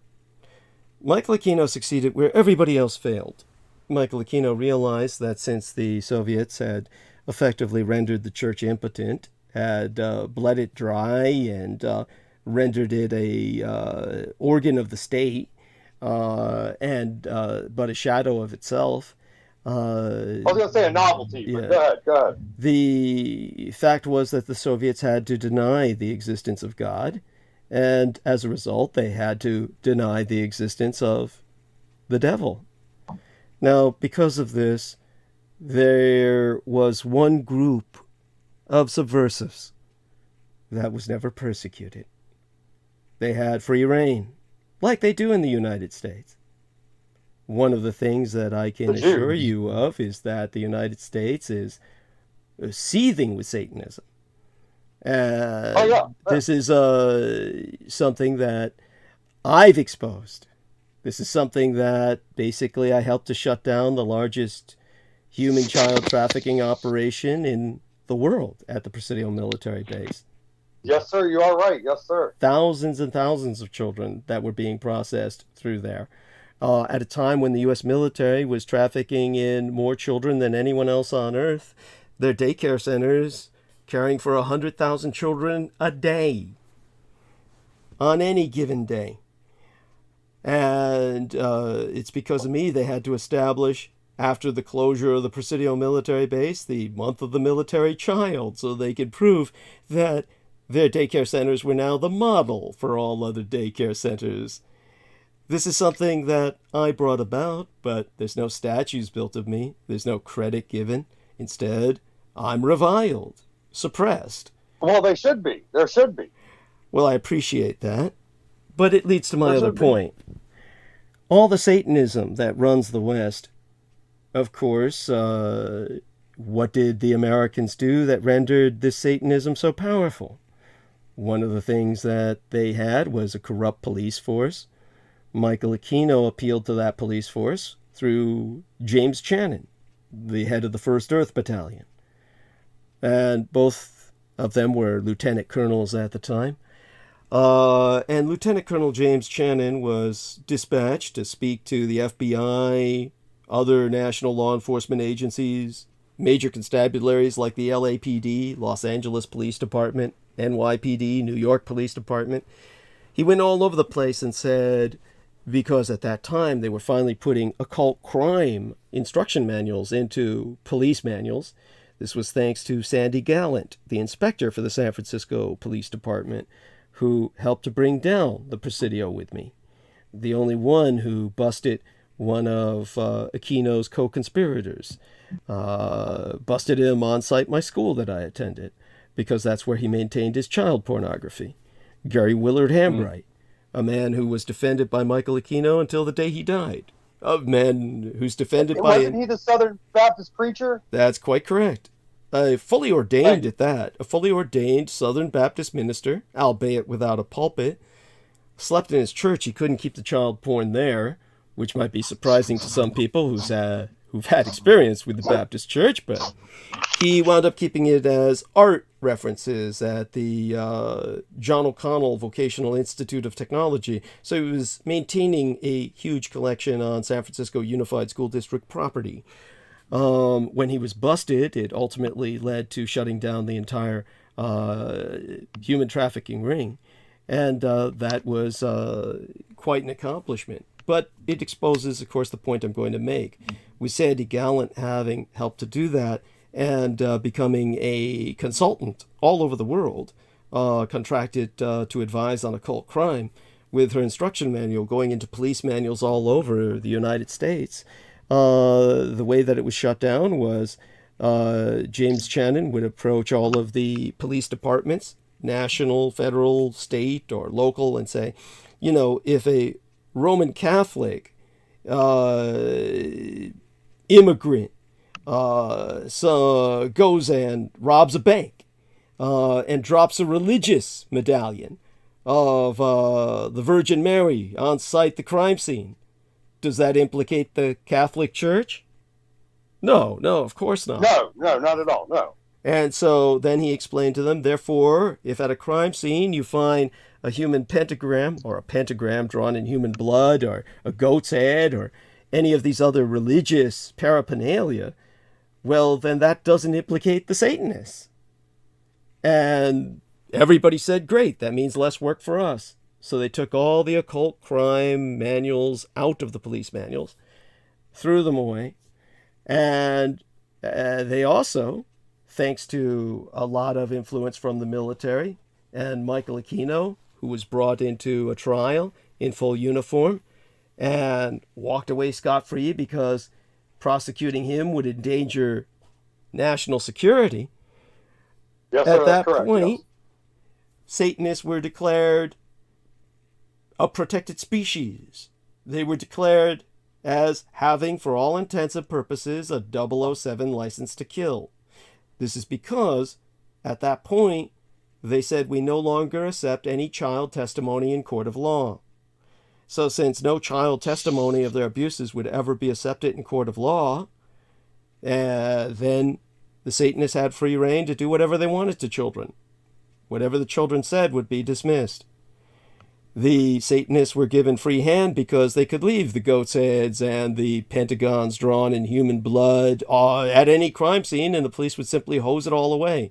Take the goat's head, dispense with it, the dead cats, all the rest of that around the body, everything. The police became enablers of the satanic cult. So as a result, yes, sir, you're correct. Tens of thousands of children disappear every year, and the Satanists have free reign. They get them all, and no one is prosecuted. The police cover their tracks for them. We live under satanic tyranny. I would agree upon that. You're correct. Yeah. So, all that being said, my knowing all of that, then what I can tell you, when Michael Aquino was given his orders, bring down the Soviet Union, do what you can with anything you've got. He contacted the one group of subversives that he knew had total free reign and a 007 license to kill in the Soviet Union, the Satanists. The Satanists, of course, had free reign just like in the United States because the Soviet Union could never pursue them. If they did that, they would be admitting that there's a devil. But there couldn't be a devil because there was no God. So because the Soviet Union said the church is an anachronism that we maintain simply as a museum piece, a cultural heritage kind of deal, and there's no real God behind it, they couldn't pursue the Satanists because that would be admitting that they feared the devil. But there is no devil. So the Satanists were the only subversive terrorist network in the Soviet Union that had the ability to pursue and obtain their goals. When I was dispatched to Russia by Michael Aquino to contact the Russian Satanists, the man that I rendezvoused with was Alexander Dugin. Alexander Dugin is a full-blown Satanist who murdered his own daughter because she had severed with him, giving up on Satanism, finding Christianity. He had her killed. He was proudly introduced repeatedly by Alex Jones as Putin's brain, the man behind Putin's actions, Putin's Rasputin. He's the most powerful man in Russia today. Russia is a satanic empire on par with the United States. Agreed with you. Agreed. I totally disagree on that. I don't think Dugin has had any level of influence that he's been attributed. There we are. Denial. No, not denial. I disagree. Well, maybe he just doesn't know the full story about it. That could be a fraction. I don't know. No, you are right. And I love that story. Like, whenever the preacher guy got out on bail and you ran into him on the bus, yes. You're like, oh, hey, man, what happened to you? That was great. That's right. He said, I thought that was great. Yeah, the last time I saw him, I said, gee, what are your plans for the future? And I knew that Sandy Gallant was setting up a bust for him. And he was drinking grape juice, and his teeth were all stained purple with all that grape juice. And he looked at me with this big shit-eating grin and said, I really want to go into politics. And then that would be such a good sketch. Yeah, and then after he was busted, my gang brother Beaver saw him on TV and said, he's in politics now, up to his ass. Yeah, that's classic. That was classic. That'd be so good as a skit in a movie or something. But definitely, it's the Russians are the enemy. They are on the side of the satanic Americans in this regard. This is World War II all over again. I mean, this obviously destroys this vision that you have, but it's the reality. And Ian accepts it. Ian understands it, and he's looking at all. Oh no, yeah. I watch a lot of Russian porn too. I'm not gonna lie, they do get down over there, but yeah. And by the way, that's the poverty. That's the poverty. One of their few sources of income is incest porn. I mean, that's where you see entire families fucking each other. It's truly incest. And this is is that real? I thought that was like acting. No, it's real. It's like very impoverished Russian families that have they just figure we need money and let's do this because it's a source of income. So those are real families that are having sex over there. So they have a few stars out of that industry over there. I'm very proud of them. Yeah. Well, definitely they have a few stars. I mean, Amalia, the few others. I mean, they're just what they are. Or maybe was Amalia the name of that other young girl who reads the tarot? I forgot. I mean, maybe this other one I'm thinking of has the same name. Actually, they do. Holy shit! It's just spelled differently. Well, all of that being said, it's almost time. Let's take a look at how much time we have left. It's the remaining hour. I will dominate with a monologue, but obviously, John, it was enlightening to have you on. You haven't changed. That's not a positive. Thank you, John, for blowing my cover. Yeah, and Ian definitely is always appreciated. He's able to take a lot of abuse. And it's just, I do want to find out more about yourself as a person, John. Exactly what's been going on with you. I mean, it's like I'm good. I'm good. You keep telling yourself that. It's like it's kind of like, this reminds me of that scene with, oh my God, Tracy Ullman, when Tracy Ullman had the wooden mannequin, the Charlie McCarthy doll that she fell in love with as the comedy skit, and she's telling everybody who's giving her hell about it that I'm happy. Why can't you just be happy that I'm happy? And that's when one of her friends says, "You're not happy. You're crazy." It's John. I mean, you went out into the woods to live like this biblical Old Testament prophet, and this is what you come back preaching. It didn't change you. It made you. It just reinforced this really negative view you have of the world. You're a Duganite. This is what you become, whether you deny his power is the source of his power. That's it's the fact that this man has put Russia on this course of mindless aggression, and you're rooting for them to win and dismantle. They've already won. They've already won. This is your belief system, and it's sad. It's sad. It's just not. It's not reality. And it's kind of like when you said Bolsonaro won and Trump won, and he did. So you're now. Believe me, here's the difference. Okay. I understand what you're going through in a sense, but there's an enormous difference between you and I and the repercussions of what we experience based on our stance. So when it comes to history, like in my book that's recommended for everyone to buy as a Christmas gift for everyone you hate, the Roswell Deception, which basically talks about how the Allies lost World War II, you do realize Russia is still legally at war with Japan. Yes, you do know this, right? No, actually, I did not know that. That I'm not aware of. Okay, well, just so you both know, and you can both look it up, Russia is still legally at war with Japan. They never won the goddamn war. America, of course, had lost the war to the Japanese. Now, there's a difference. See, when I present these facts, people shut down. They condemn me. They basically... Well, I appreciate that, Ian, yes. But when it comes to the majority simply cannot bear this. So all the evidence I amass, no matter what I speak of, it's just something that it's so painful. They simply have to turn away. They just can't deal with it. But you, on the other hand, the stance that you hold is held by millions of people, but they're all people outside of Russia. The people inside of Russia are evacuating Russia as fast as they can. Russia is suffering a demographic exodus. I would disagree with that. Yeah.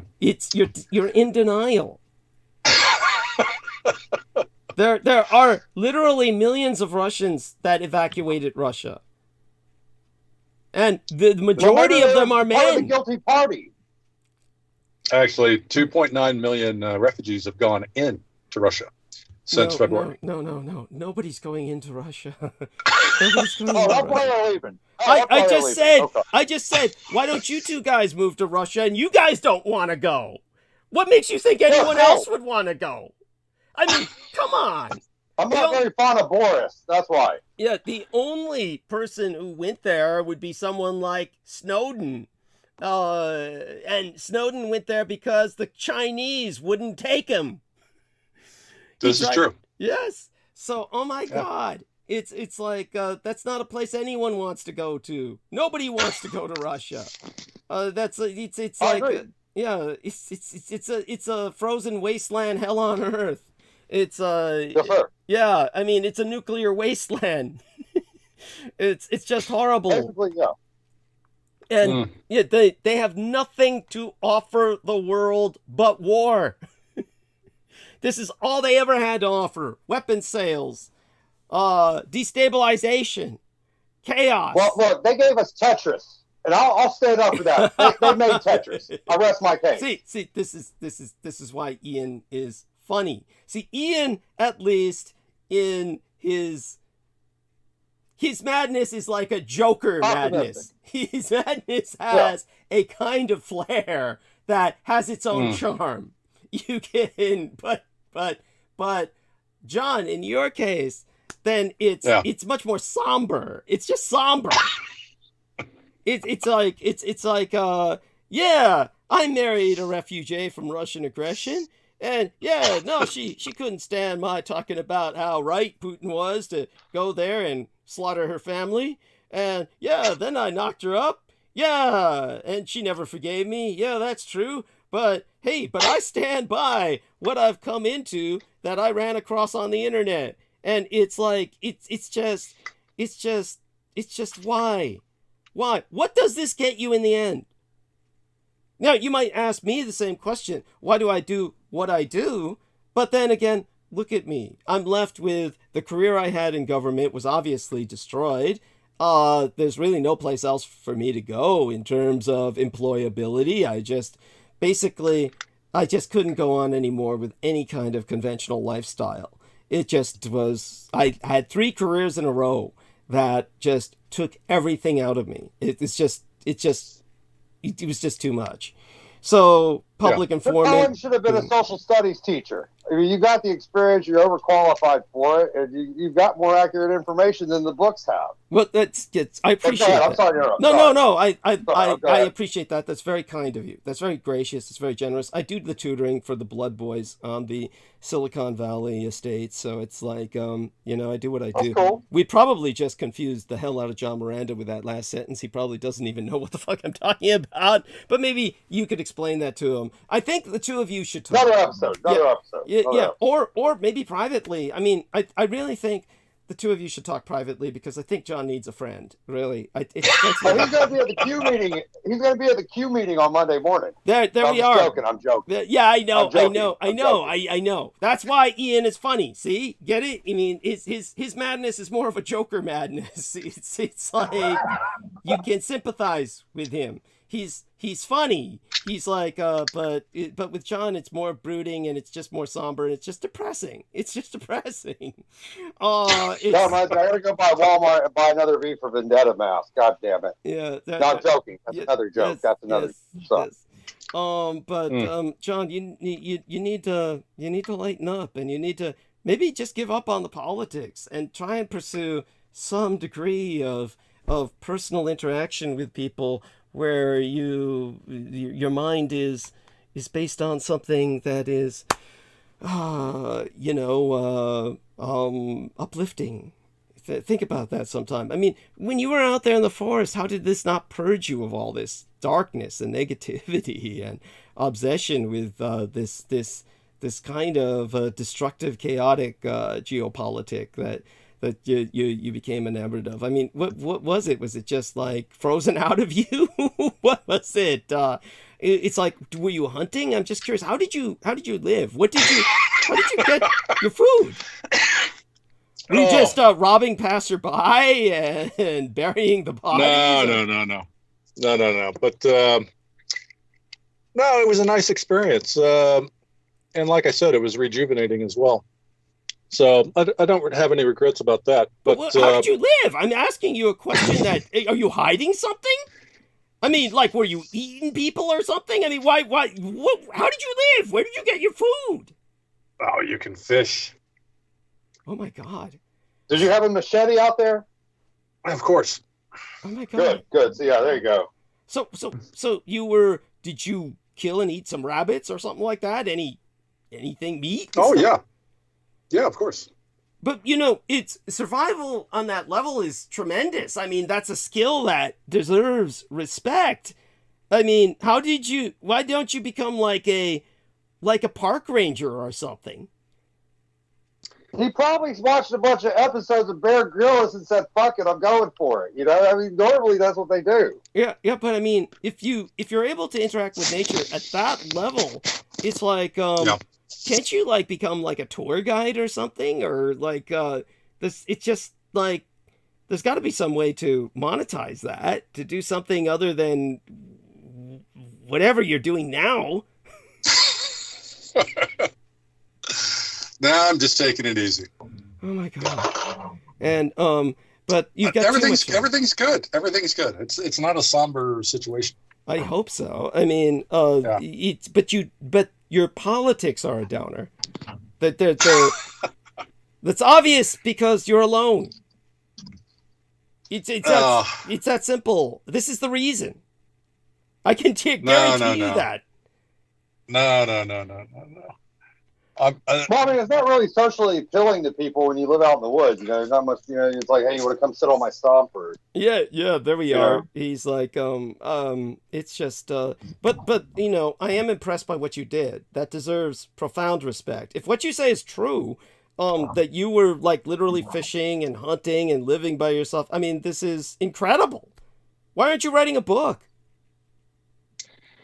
I guess that's a thought. I don't know. Yeah, but to me, it was nothing spectacular. But it is. What about your? No. You got to realize smoking. If you're going to go in a situation, if you're going to go in a situation like that, where you're surrounded by predators. That's another situation. Okay. There's no giant mountain lions or even bears that are dangerous where I was at. So I had a few encounters with wolves, which surprisingly. Those didn't escalate, but no. To me, it was just it was just a period that I spent that was relaxing more than anything else. Okay, I wouldn't call it a hardship. But that makes it even more impressive. That's even more impressive. If what you say is true, then your ability to survive on your own, which is the overwhelming majority of people who have been in the military and active service in the field, don't have that ability. They're dependent on logistical lines. There's very, very few people who can camp alone for any extended period of time like that. That's almost but I'm saying if you're going to do it in an area where there's grizzly bears or mountain lions or something like that, that's an entirely different situation. It's the elements themselves are bad enough. I mean, forget the predators, the elements. It's just hard. It's just for the overwhelming majority of people, it would be impossible. So, I mean, certainly that's to be admired, and I respect that. But at the same time, I also see that it didn't really change you, which is surprising. It's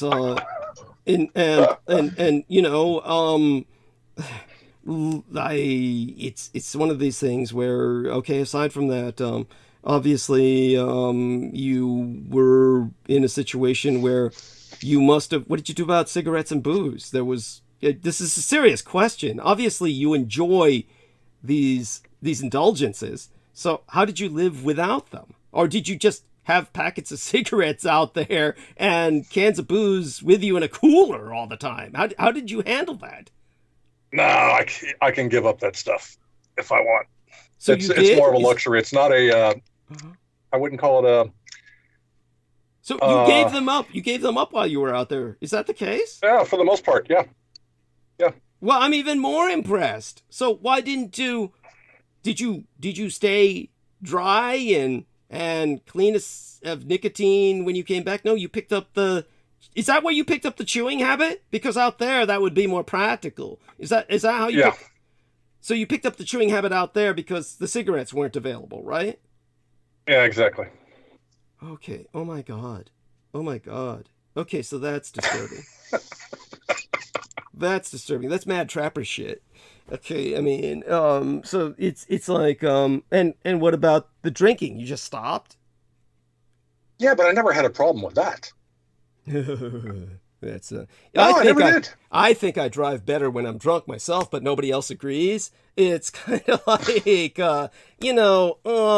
you were pretty heavy on hammering the booze. I mean, I would see you slamming that shit back on camera, like maybe a full can in one swing of the elbow. And oh my God, well, it's just if you're gonna do something, you go all in. Yeah, you did that. Yeah, you did that. Yeah. So yeah, that's I won't deny that. Yeah. So like where are you with that now? Are you how is the situation with that now? Oh, let me think. I think the last time I was in a pub was maybe 6 weeks ago. Yeah. Okay. So you're not drinking regularly. No. Okay. That's probably why you're still alive. So it's I mean, you were that was like daily for you when I knew you in the hostel. That was it's like I didn't think you would. I was surprised you were alive. It was probably going out in the woods that saved you. Okay, so that saved you. Your changes in habit saved you. Probably your tobacco habit saved you in the sense that you stopped. Well, chewing tobacco habit, it saved you in the sense that you stopped, smoking to such a great degree. So all that's impressive. What about you, Ian? What about you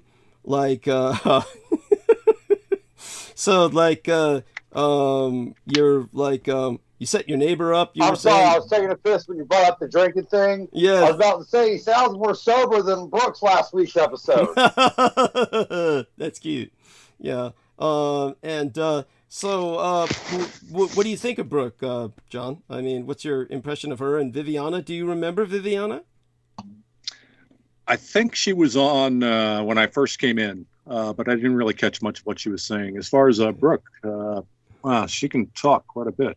But yeah, because Brooke is the one who asked me about my orgasm or something like that. That's right. When was your first orgasm? That was an interesting question to start off with, I'll admit, but you got to admit, son, it's an icebreaker. Yeah. Yeah, it was an icebreaker. Yeah, and so she's good with that. You should hear the shit she pours onto Ian. I mean, it's great. Yeah. I mean, oh my God. He's like her favorite punching bag or teddy bear or a combination of both. But I was like giving her the attention that she so desperately craves. Yes, there we are. Okay. Well, I hope you find somebody and that they gradually deprogram you out of this destructive ideology, John. I really do. Ian, there's more hope for him, I guess, because he's kind of like but you're very dedicated to this perspective. It's like so it's basically it's alarming. It's alarming, and it's like But the thing that's even more alarming about it is you don't seem to be affiliated with any particular interest group. It's like you're not part of some kind of organization or militia over there in Sweden. It's like so this is more like you're alone in this. Is the impression that I get, but maybe I'm wrong. I've had a few groups reach out to me, but I just wasn't interested. Okay. So. And so okay. Well, love you dearly, and take care of yourself. And Ian, of course, the same to you. What I'll do is I'll take over and do my monologue for the last half hour. Let people know a little bit about what it's like in Taiwan with this particular holiday. Okay. And Okay. then, Sounds good. Okay. So my love to both of you. Love you, Doug. Yes. Ciao. You can both hang Okay. up, and I'll Ciao. go on streaming. Yep. Ciao for now. Okay. Hopefully you'll be back at some point, and soon, and sooner than later. With that, they are gone, and I will take over the stream and tell everybody a little bit while it's still Christmas that Chiang Kai-shek, the dictator of Taiwan, was jolly old Santa Claus himself in a certain sense. There's relations between Christmas and Chiang Kai-shek that bear more than alliteration. In other words, Christmas is a CH, Chiang Kai-shek begins with a CH. You could think of an alliterative there, but it's the confusing question for most people would be whether it's Christmas or Constitution Day in Taiwan, because they'll see a lot of red banners, but instead of saying Merry Christmas, they're all going to read Celebrating Constitution Day in Chinese. John Miranda says Merry Christmas and a Happy New Year. I'm glad that he did come on, and of course I'm disappointed that he's still very much involved in some very negative ideology, but I guess that's the way it went for him. Now, obviously, it would never be a typical Christmas season as the West would see it in Taiwan, which is a subtropical island. But what you may not have known is that Taiwanese used to have a day off on Christmas as much as anyone in the West. Beyond that, of course, it does snow in Taiwan. They have some fairly high mountains that do bring snow. And by the way, we're getting some feedback in live stream. George Knight said, just checked in to listen to your monologue, Douglas. God bless Taiwan. So let me respond to him. God bless you, bless you, my noble knight. There we are. And okay, now that I've responded to him on that, a lot of people are already sending me questions. Isn't Christmas a Christian holiday? Or why is a country like Taiwan, where there are only a handful of Christians embracing it? There are, of course, many Christians in Taiwan, in case you didn't know. Another question is, could it be that there is a Buddhism holiday happening on the same day as Christmas? No, Taiwanese people celebrate this day with a different reason. In Taiwan, the 25th of December is Constitution Day. Taiwan's constitution was announced in January of 1947 and came into effect on the 25th of December in the same year. So this day, thus, has been a national holiday between the year my late sister was born, 1963, to the late 1990s, when the government started to implement a 5-workday week instead of 6. Such a coincidence, eh? One might smile at this little surprise that this Asian country celebrates the same holiday out of a different reason across the great, grand, global expanse of the Pacific, which covers most of the surface of the Earth. Yet, is it really coincidence? Well, this is where our great and heroic leader, the proudly fascist dictator, Chiang Kai-shek, enters the stage. You might have heard of him as the leader defending China in World War II, as the general who fought Mao Zedong, or that he sat with Franklin Roosevelt and Winston Churchill in the Cairo conference, albeit they wouldn't have him sit near them, and he was censored out of all of the photographs because people only wanted to emphasize the big three, Churchill and Roosevelt and Stalin, the grand communist. And since he was fighting against communism, they considered him the natural enemy. This is another reason why Chiang Kai-shek switched sides to the Axis, because, of course, he was so disgraced at the Yalta Conference and Cairo Conference, where they just wouldn't let him sit next to the white people. He was given a separate seat very far away and out of camera so they could eliminate him from the photographs. And yet, he was the first person to sign on the Charter of the United Nations. However, after 1970, when the People's Republic of Communist China was included in the United Nations, the record was no longer public. But one thing you might not know, he was also a pious Christian. Now, it is then of no surprise that Chiang Kai-shek picked a date of significance to him to be the day when the Constitution was implemented. We Taiwanese also enjoyed the coincidental holiday and hosted many Christmas parties until it was regulated. Nowadays, thanks to the international brand's effort, you can still stroll down the streets in Xinyi district to appreciate delicately set up gadgets, gizmos, Christmas lights, and Christmas trees. So although Christmas has never been an official holiday in Taiwan, it has been observed as Constitution Day since 1963, when the United States maintained a large military presence on my island, China. The Yanks, unsurprisingly, wanted more of a holiday than the average night at Taipei's notorious combat zone could offer, and nudged Generalissimo Chiang Kai-shek to declare the day an official holiday. According to urban legend, December 25th was chosen as the date because that's when the United States military wanted it.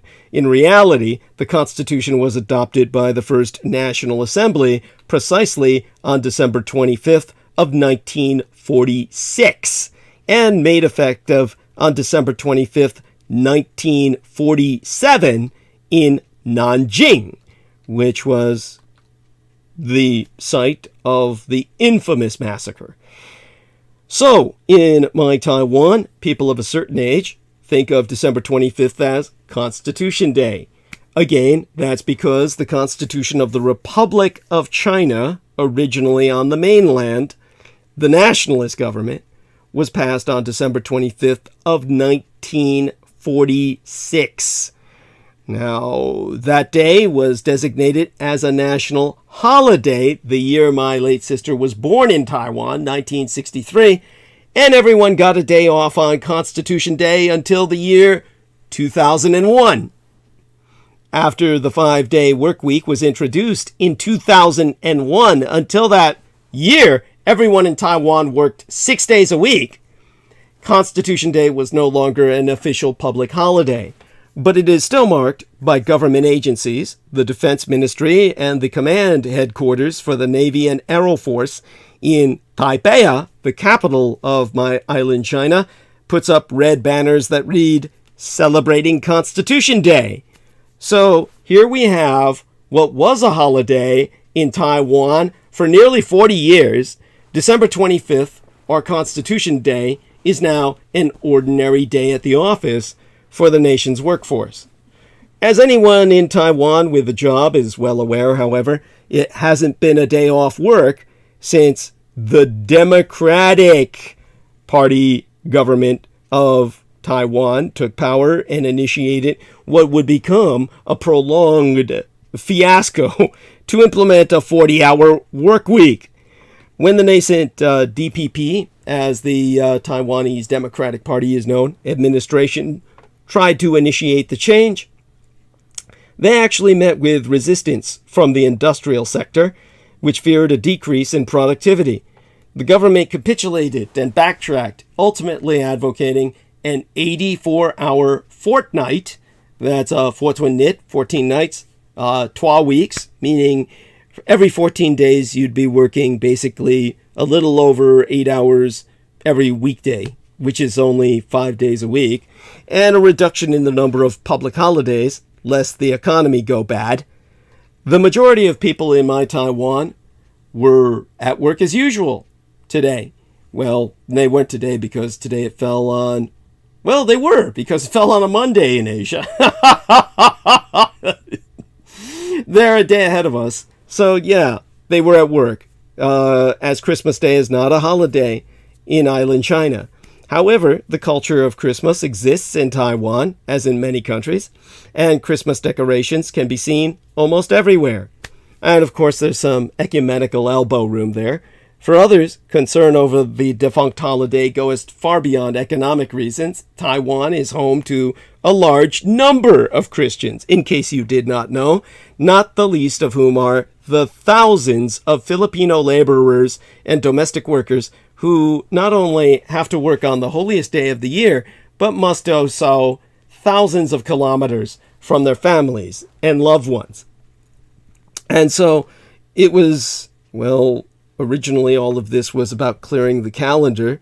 The legislature approved the statute for Memorial Days and holidays, providing for 112 to 114 days off work per year, including 52 trois-day weekends and 8 to 10 national holidays each year, depending on whether or not the holidays fall on a weekend. The days are the Republic of China's founding day on January 1st, and the so-called 228 holiday on a weekend. The other days I can think of are the Republic of China's founding day. I already mentioned that. That's basically New Year's Day for the West. There's 228 Memorial Day on February 28th. That is kind of a memorial for the massacred under Taiwan's fascist dictatorship before they convert it to democracy. There's Tomb Sweeping Day on April 5th. Double 10 Day, our national 4th of July, our National Independence Day, on October 10th. The other holidays that the new statute provided for fall, well, for all year round, actually, they fall on the dates in the lunar calendar and include the eve and the first day of the Lunar New Year, the Asian Lunar New Year, Dragon Boat Festival, and Mid-Autumn Festival. Interestingly, during the debate over which holidays to observe and which to eliminate, a motion was carried to make Buddha's birthday a day off for the nation. It was decided, however, that since neither Confucius nor Jesus were to have their birthdays celebrated, neither would Buddha. Jesus, as one observer I remember pointed out, was even born on Constitution Day. If 12 reasons to have a holiday weren't enough, then surely Buddha should be honored in our hearts, not in our calendar, or so the government argument went. Among the other occasions the government would like Taiwanese to honor while continuing to work are Chiang Kai-shek's birthday and the anniversary of his death. He was born on Halloween, by the way, October 31st, days which were once marked off as dates on which the people should reflect solemnly on Chang and country, Führer and Vaterland, rather than work. The executive Yuan approved a bill that granted our nation's aborigines a holiday of their own each year out of respect for their various tribal beliefs. The day will be in addition to an already established holiday, August 1st, or Aboriginal Day, commemorating the date in 1994 when all references in the Constitution to the island's indigenous groups were changed from the pejorative Shanbao, meaning mountain compatriots, to Yuan Chu Min, or Aborigines. Each of Taiwan's 10 officially recognized tribes must decide for themselves which day to take off. So, Christmas in Taiwan is but another holiday. So, wow, we're maintaining numbers after all this. Was a hell of a night. Christmas, of course, which should be registered and trademarked, is the largest economic stimulus of the year in many Western nations, and Taiwan gets straight to the point. It's a big warm-up for the even bigger Asian Lunar New Year shopping season. This isn't to say Taiwan is materialistic. So many ideas about Christmas are passed along by pop culture and commercialization, and American companies like Coca-Cola set the example a long time ago. I mean, who says capitalism isn't a good influence? And there's religion. In non-Judeo-Christian nations, which is most of Asia, East Asia, I often get the feeling that Christmas is really a commercial affair along with some family and friends time. And Taiwan, generally speaking, is devoted to Buddhist and Taoist temples. There's a clear line between Santa Baby and Baby Buddha. No one is making Matsu, the goddess of Taiwan, wear a Santa hat. Christmas isn't integrated into folklore the way it is in the West. But judging by holiday decorations, Taiwan might be a more festive place than most places in America.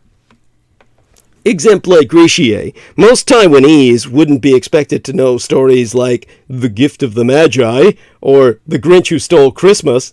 Cindy Lou Who doesn't have the same recognition as Elsa has. You know, Elsa from Disney's Frozen. The biggest difference is Christmas in Taiwan doesn't have the depth of history or the traditions that exist separately from buying things. When it comes to a holiday that's so deeply rooted in both, the rituals can be more important than the expectations for Taiwan's international residents. Purge a few habits, like expecting snow in general. I mean, you can go to the mountains for it. Obviously, there is a subtropical island, but its mountains are so high that you can ski. And time off. American Christmas is a time to be with your family. Taiwanese can receive a call at 10 p.m. on Christmas Eve to come to the lab. Such is work in Taiwan. Yet, this is precisely what happened to myself in these United States for reasons like Chinese people don't celebrate Christmas. Such is casual racism in America. Why did I have to work on Christmas? Well, December 25th in Taiwan is actually Constitution Day, a national holiday, but not a traditional or public holiday. Of course, I wasn't in Taiwan when I had to work, but if I were, I'd probably be working as well. School children used to get the day off, but now schools and businesses both stay open. Graduate students have to give and take presentations and final examinations on Christmas Day. Merry Christmas! Given a choice, most wouldn't plan on practicing this particular holiday ritual in their future. On the other hand, this 2022nd year of our Lord, winter solstice fell on December 22nd, a day which Taiwanese eat a glutinous rice dessert called Tang Yuan. Now, eating Tang Yuan symbolizes unity and completeness, and it's a time to be with the family. I mean, I myself keep eating Tang Yuan the entire winter because I like it. But everyone is still glad to acknowledge Christmas because Christmas spirit, the end of a year, giving and receiving gifts. It feels good. That brings us a bit into the concept of Taiwanese Christmas spirit. The most effective way to be bicultural-ish is practicing its norms. A step beyond buying or celebrating some products and select traditions. If we have a little more appreciation for different ways good things happen in other places, then the world becomes a friendlier place. It's friendlier even if Taiwanese don't go around saying Happy Holidays or Merry Christmas to each other. Taiwanese draw different boundaries when it comes to family, friends, and even emotions. This is what makes us your Vulcan intervention. Researchgram75, or Researchgam75, says, I've been to sleep and back, awake, and you're still going. Laugh out loud. Well, only a few more minutes. Take, for instance, Christmas cards. Far fewer are given out. If you wrote cards to and gave candy canes to workmates and supervisors, people would be confused. Maybe it would be the candy canes. They're not even sold in Costco. Just give out chocolates. As for holiday dinners and gatherings, well, they're more popular amongst friends. It's a lot harder booking a dinner reservation in December. Westerners and their associations tend to expect proper holiday events, however they define proper, with Taiwanese celebrating the end of the year, a festive drink, and a gift exchange is just a nice thing to do. And then there are, of course, free hugs. Every year, a few people find somewhere public to hold free hugs placards. And, well, Taiwan isn't a hugging culture, unless it's normalized within a close circle. In this 2022nd year of our Lord, I take it as a welcome sign that Taiwan survived the pandemic. Okay. Oh, so our man Peter Moon says, I am now up and here. So let's bring him on. I mean, I think people get the general picture, and what the hell, you know, I can tell people more about it next time. And here we are. Peter Moon. Giving him the call.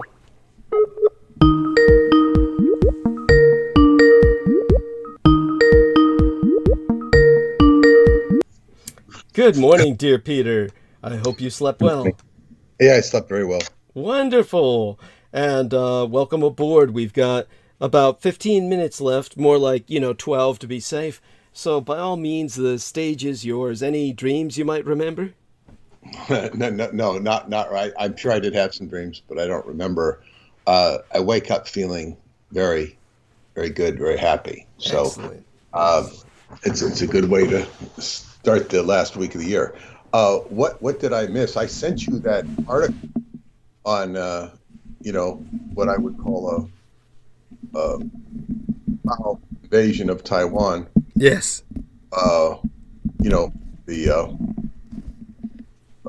China clustering. Yes. To show its protest. Thank you. Yeah, but what did I miss? Where did you go last night?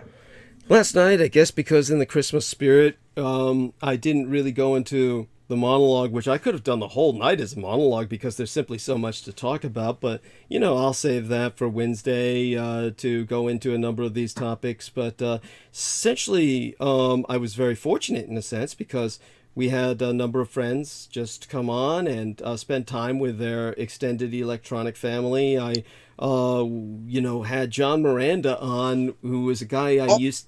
Yeah. What happened to him? Oh, gosh, so you remember him? Oh, God, yeah. Yeah. Yes. Oh, my God. What happened to him? He's still the same in the sense that he's, I have to admit, I just...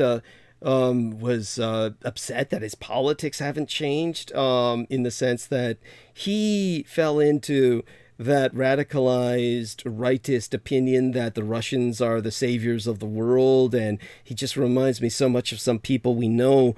But what happened to him was he married a young Georgian girl, meaning a girl from the nation of Georgia that suffered Russian aggression. She was a refugee from Russian aggression. He married her. She had twins by him. He had built a house for her in Norway. He was paying his alimony, and he was serious about that and living up to his responsibilities, so it left him almost nothing. So he was living in a hostel forever. I mean, he was living there with Bulgarian prostitutes. Now, this is still he's in Norway. I thought he was in Sweden at one point. No, he's been in Sweden. He had the house built for her in Norway, but she basically had something like, he might correct me, I might be totally wrong about this, but my impression was she had something like a restraining order on him, and he couldn't cross the border. So he was like living in Sweden, waiting for her to take him back, paying his alimony, living up to his responsibilities, but impoverished enough where he's living in a hostel where he's got old ladies kicked out of their apartments, are living there, entire groups of students, transitory people, and, a lot of minorities, Swedish minorities, meaning that, they're like Asian Indians or Turks or stuff like that. Let me stop. I just was, as I was mentioning this astrologer, Nadia Shah, she was talking about love for the self. Yeah. And when you can love yourself, you have freedom. Yeah. You have freedom. The mind is the only thing that cannot be enslaved. The mind.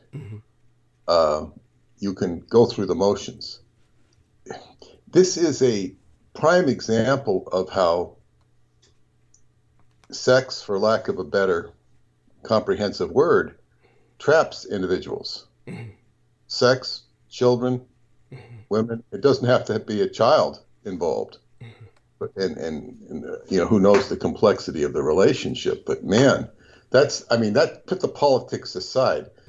This is why I had learned the meaning of absorption in Tai Chi, which is Adam Meisner is a teacher who Aaron has studied under, and he talks about absorption. And if I ever heard the word absorption from my teacher, he probably did. I didn't get it, but absorption is basically what he says. You have to have a moral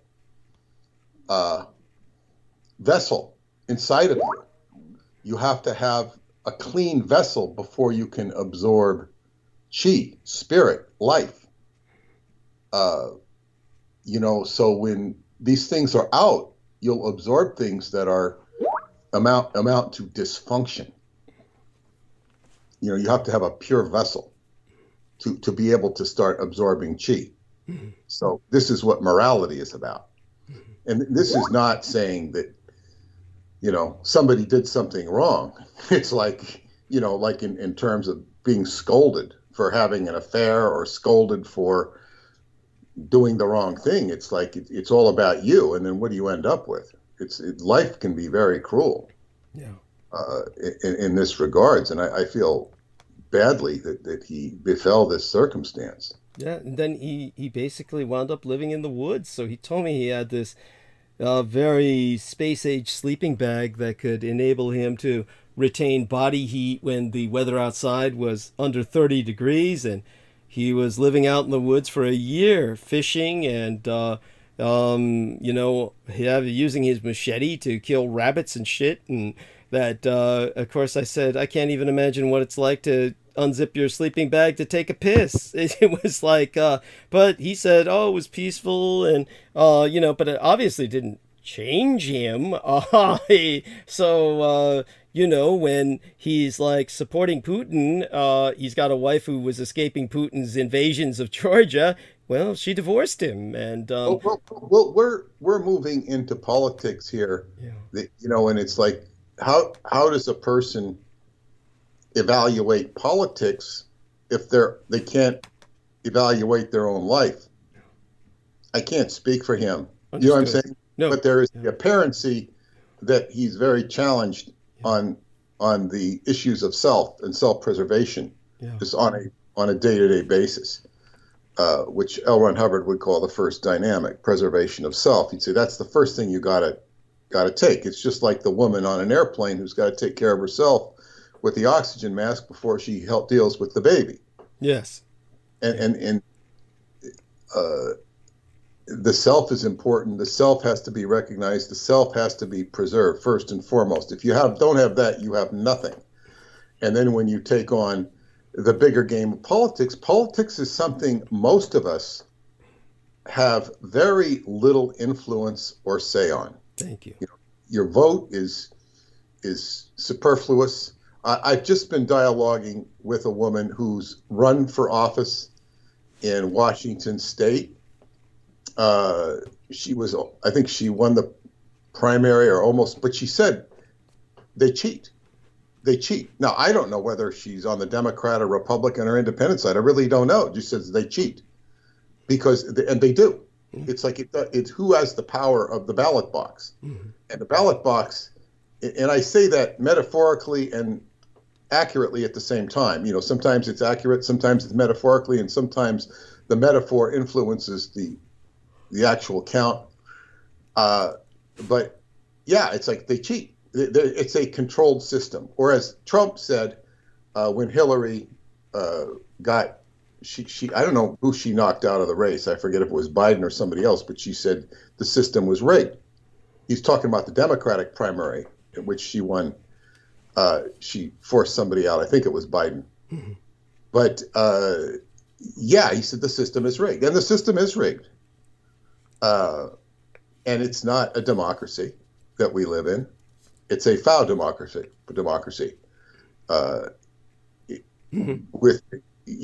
So I guess what I'm saying is, for the individual person to become a pundit, it's like, wow, you can have editorials in the New York Times. Those don't mean what they did before, and even then they were spurious. The main political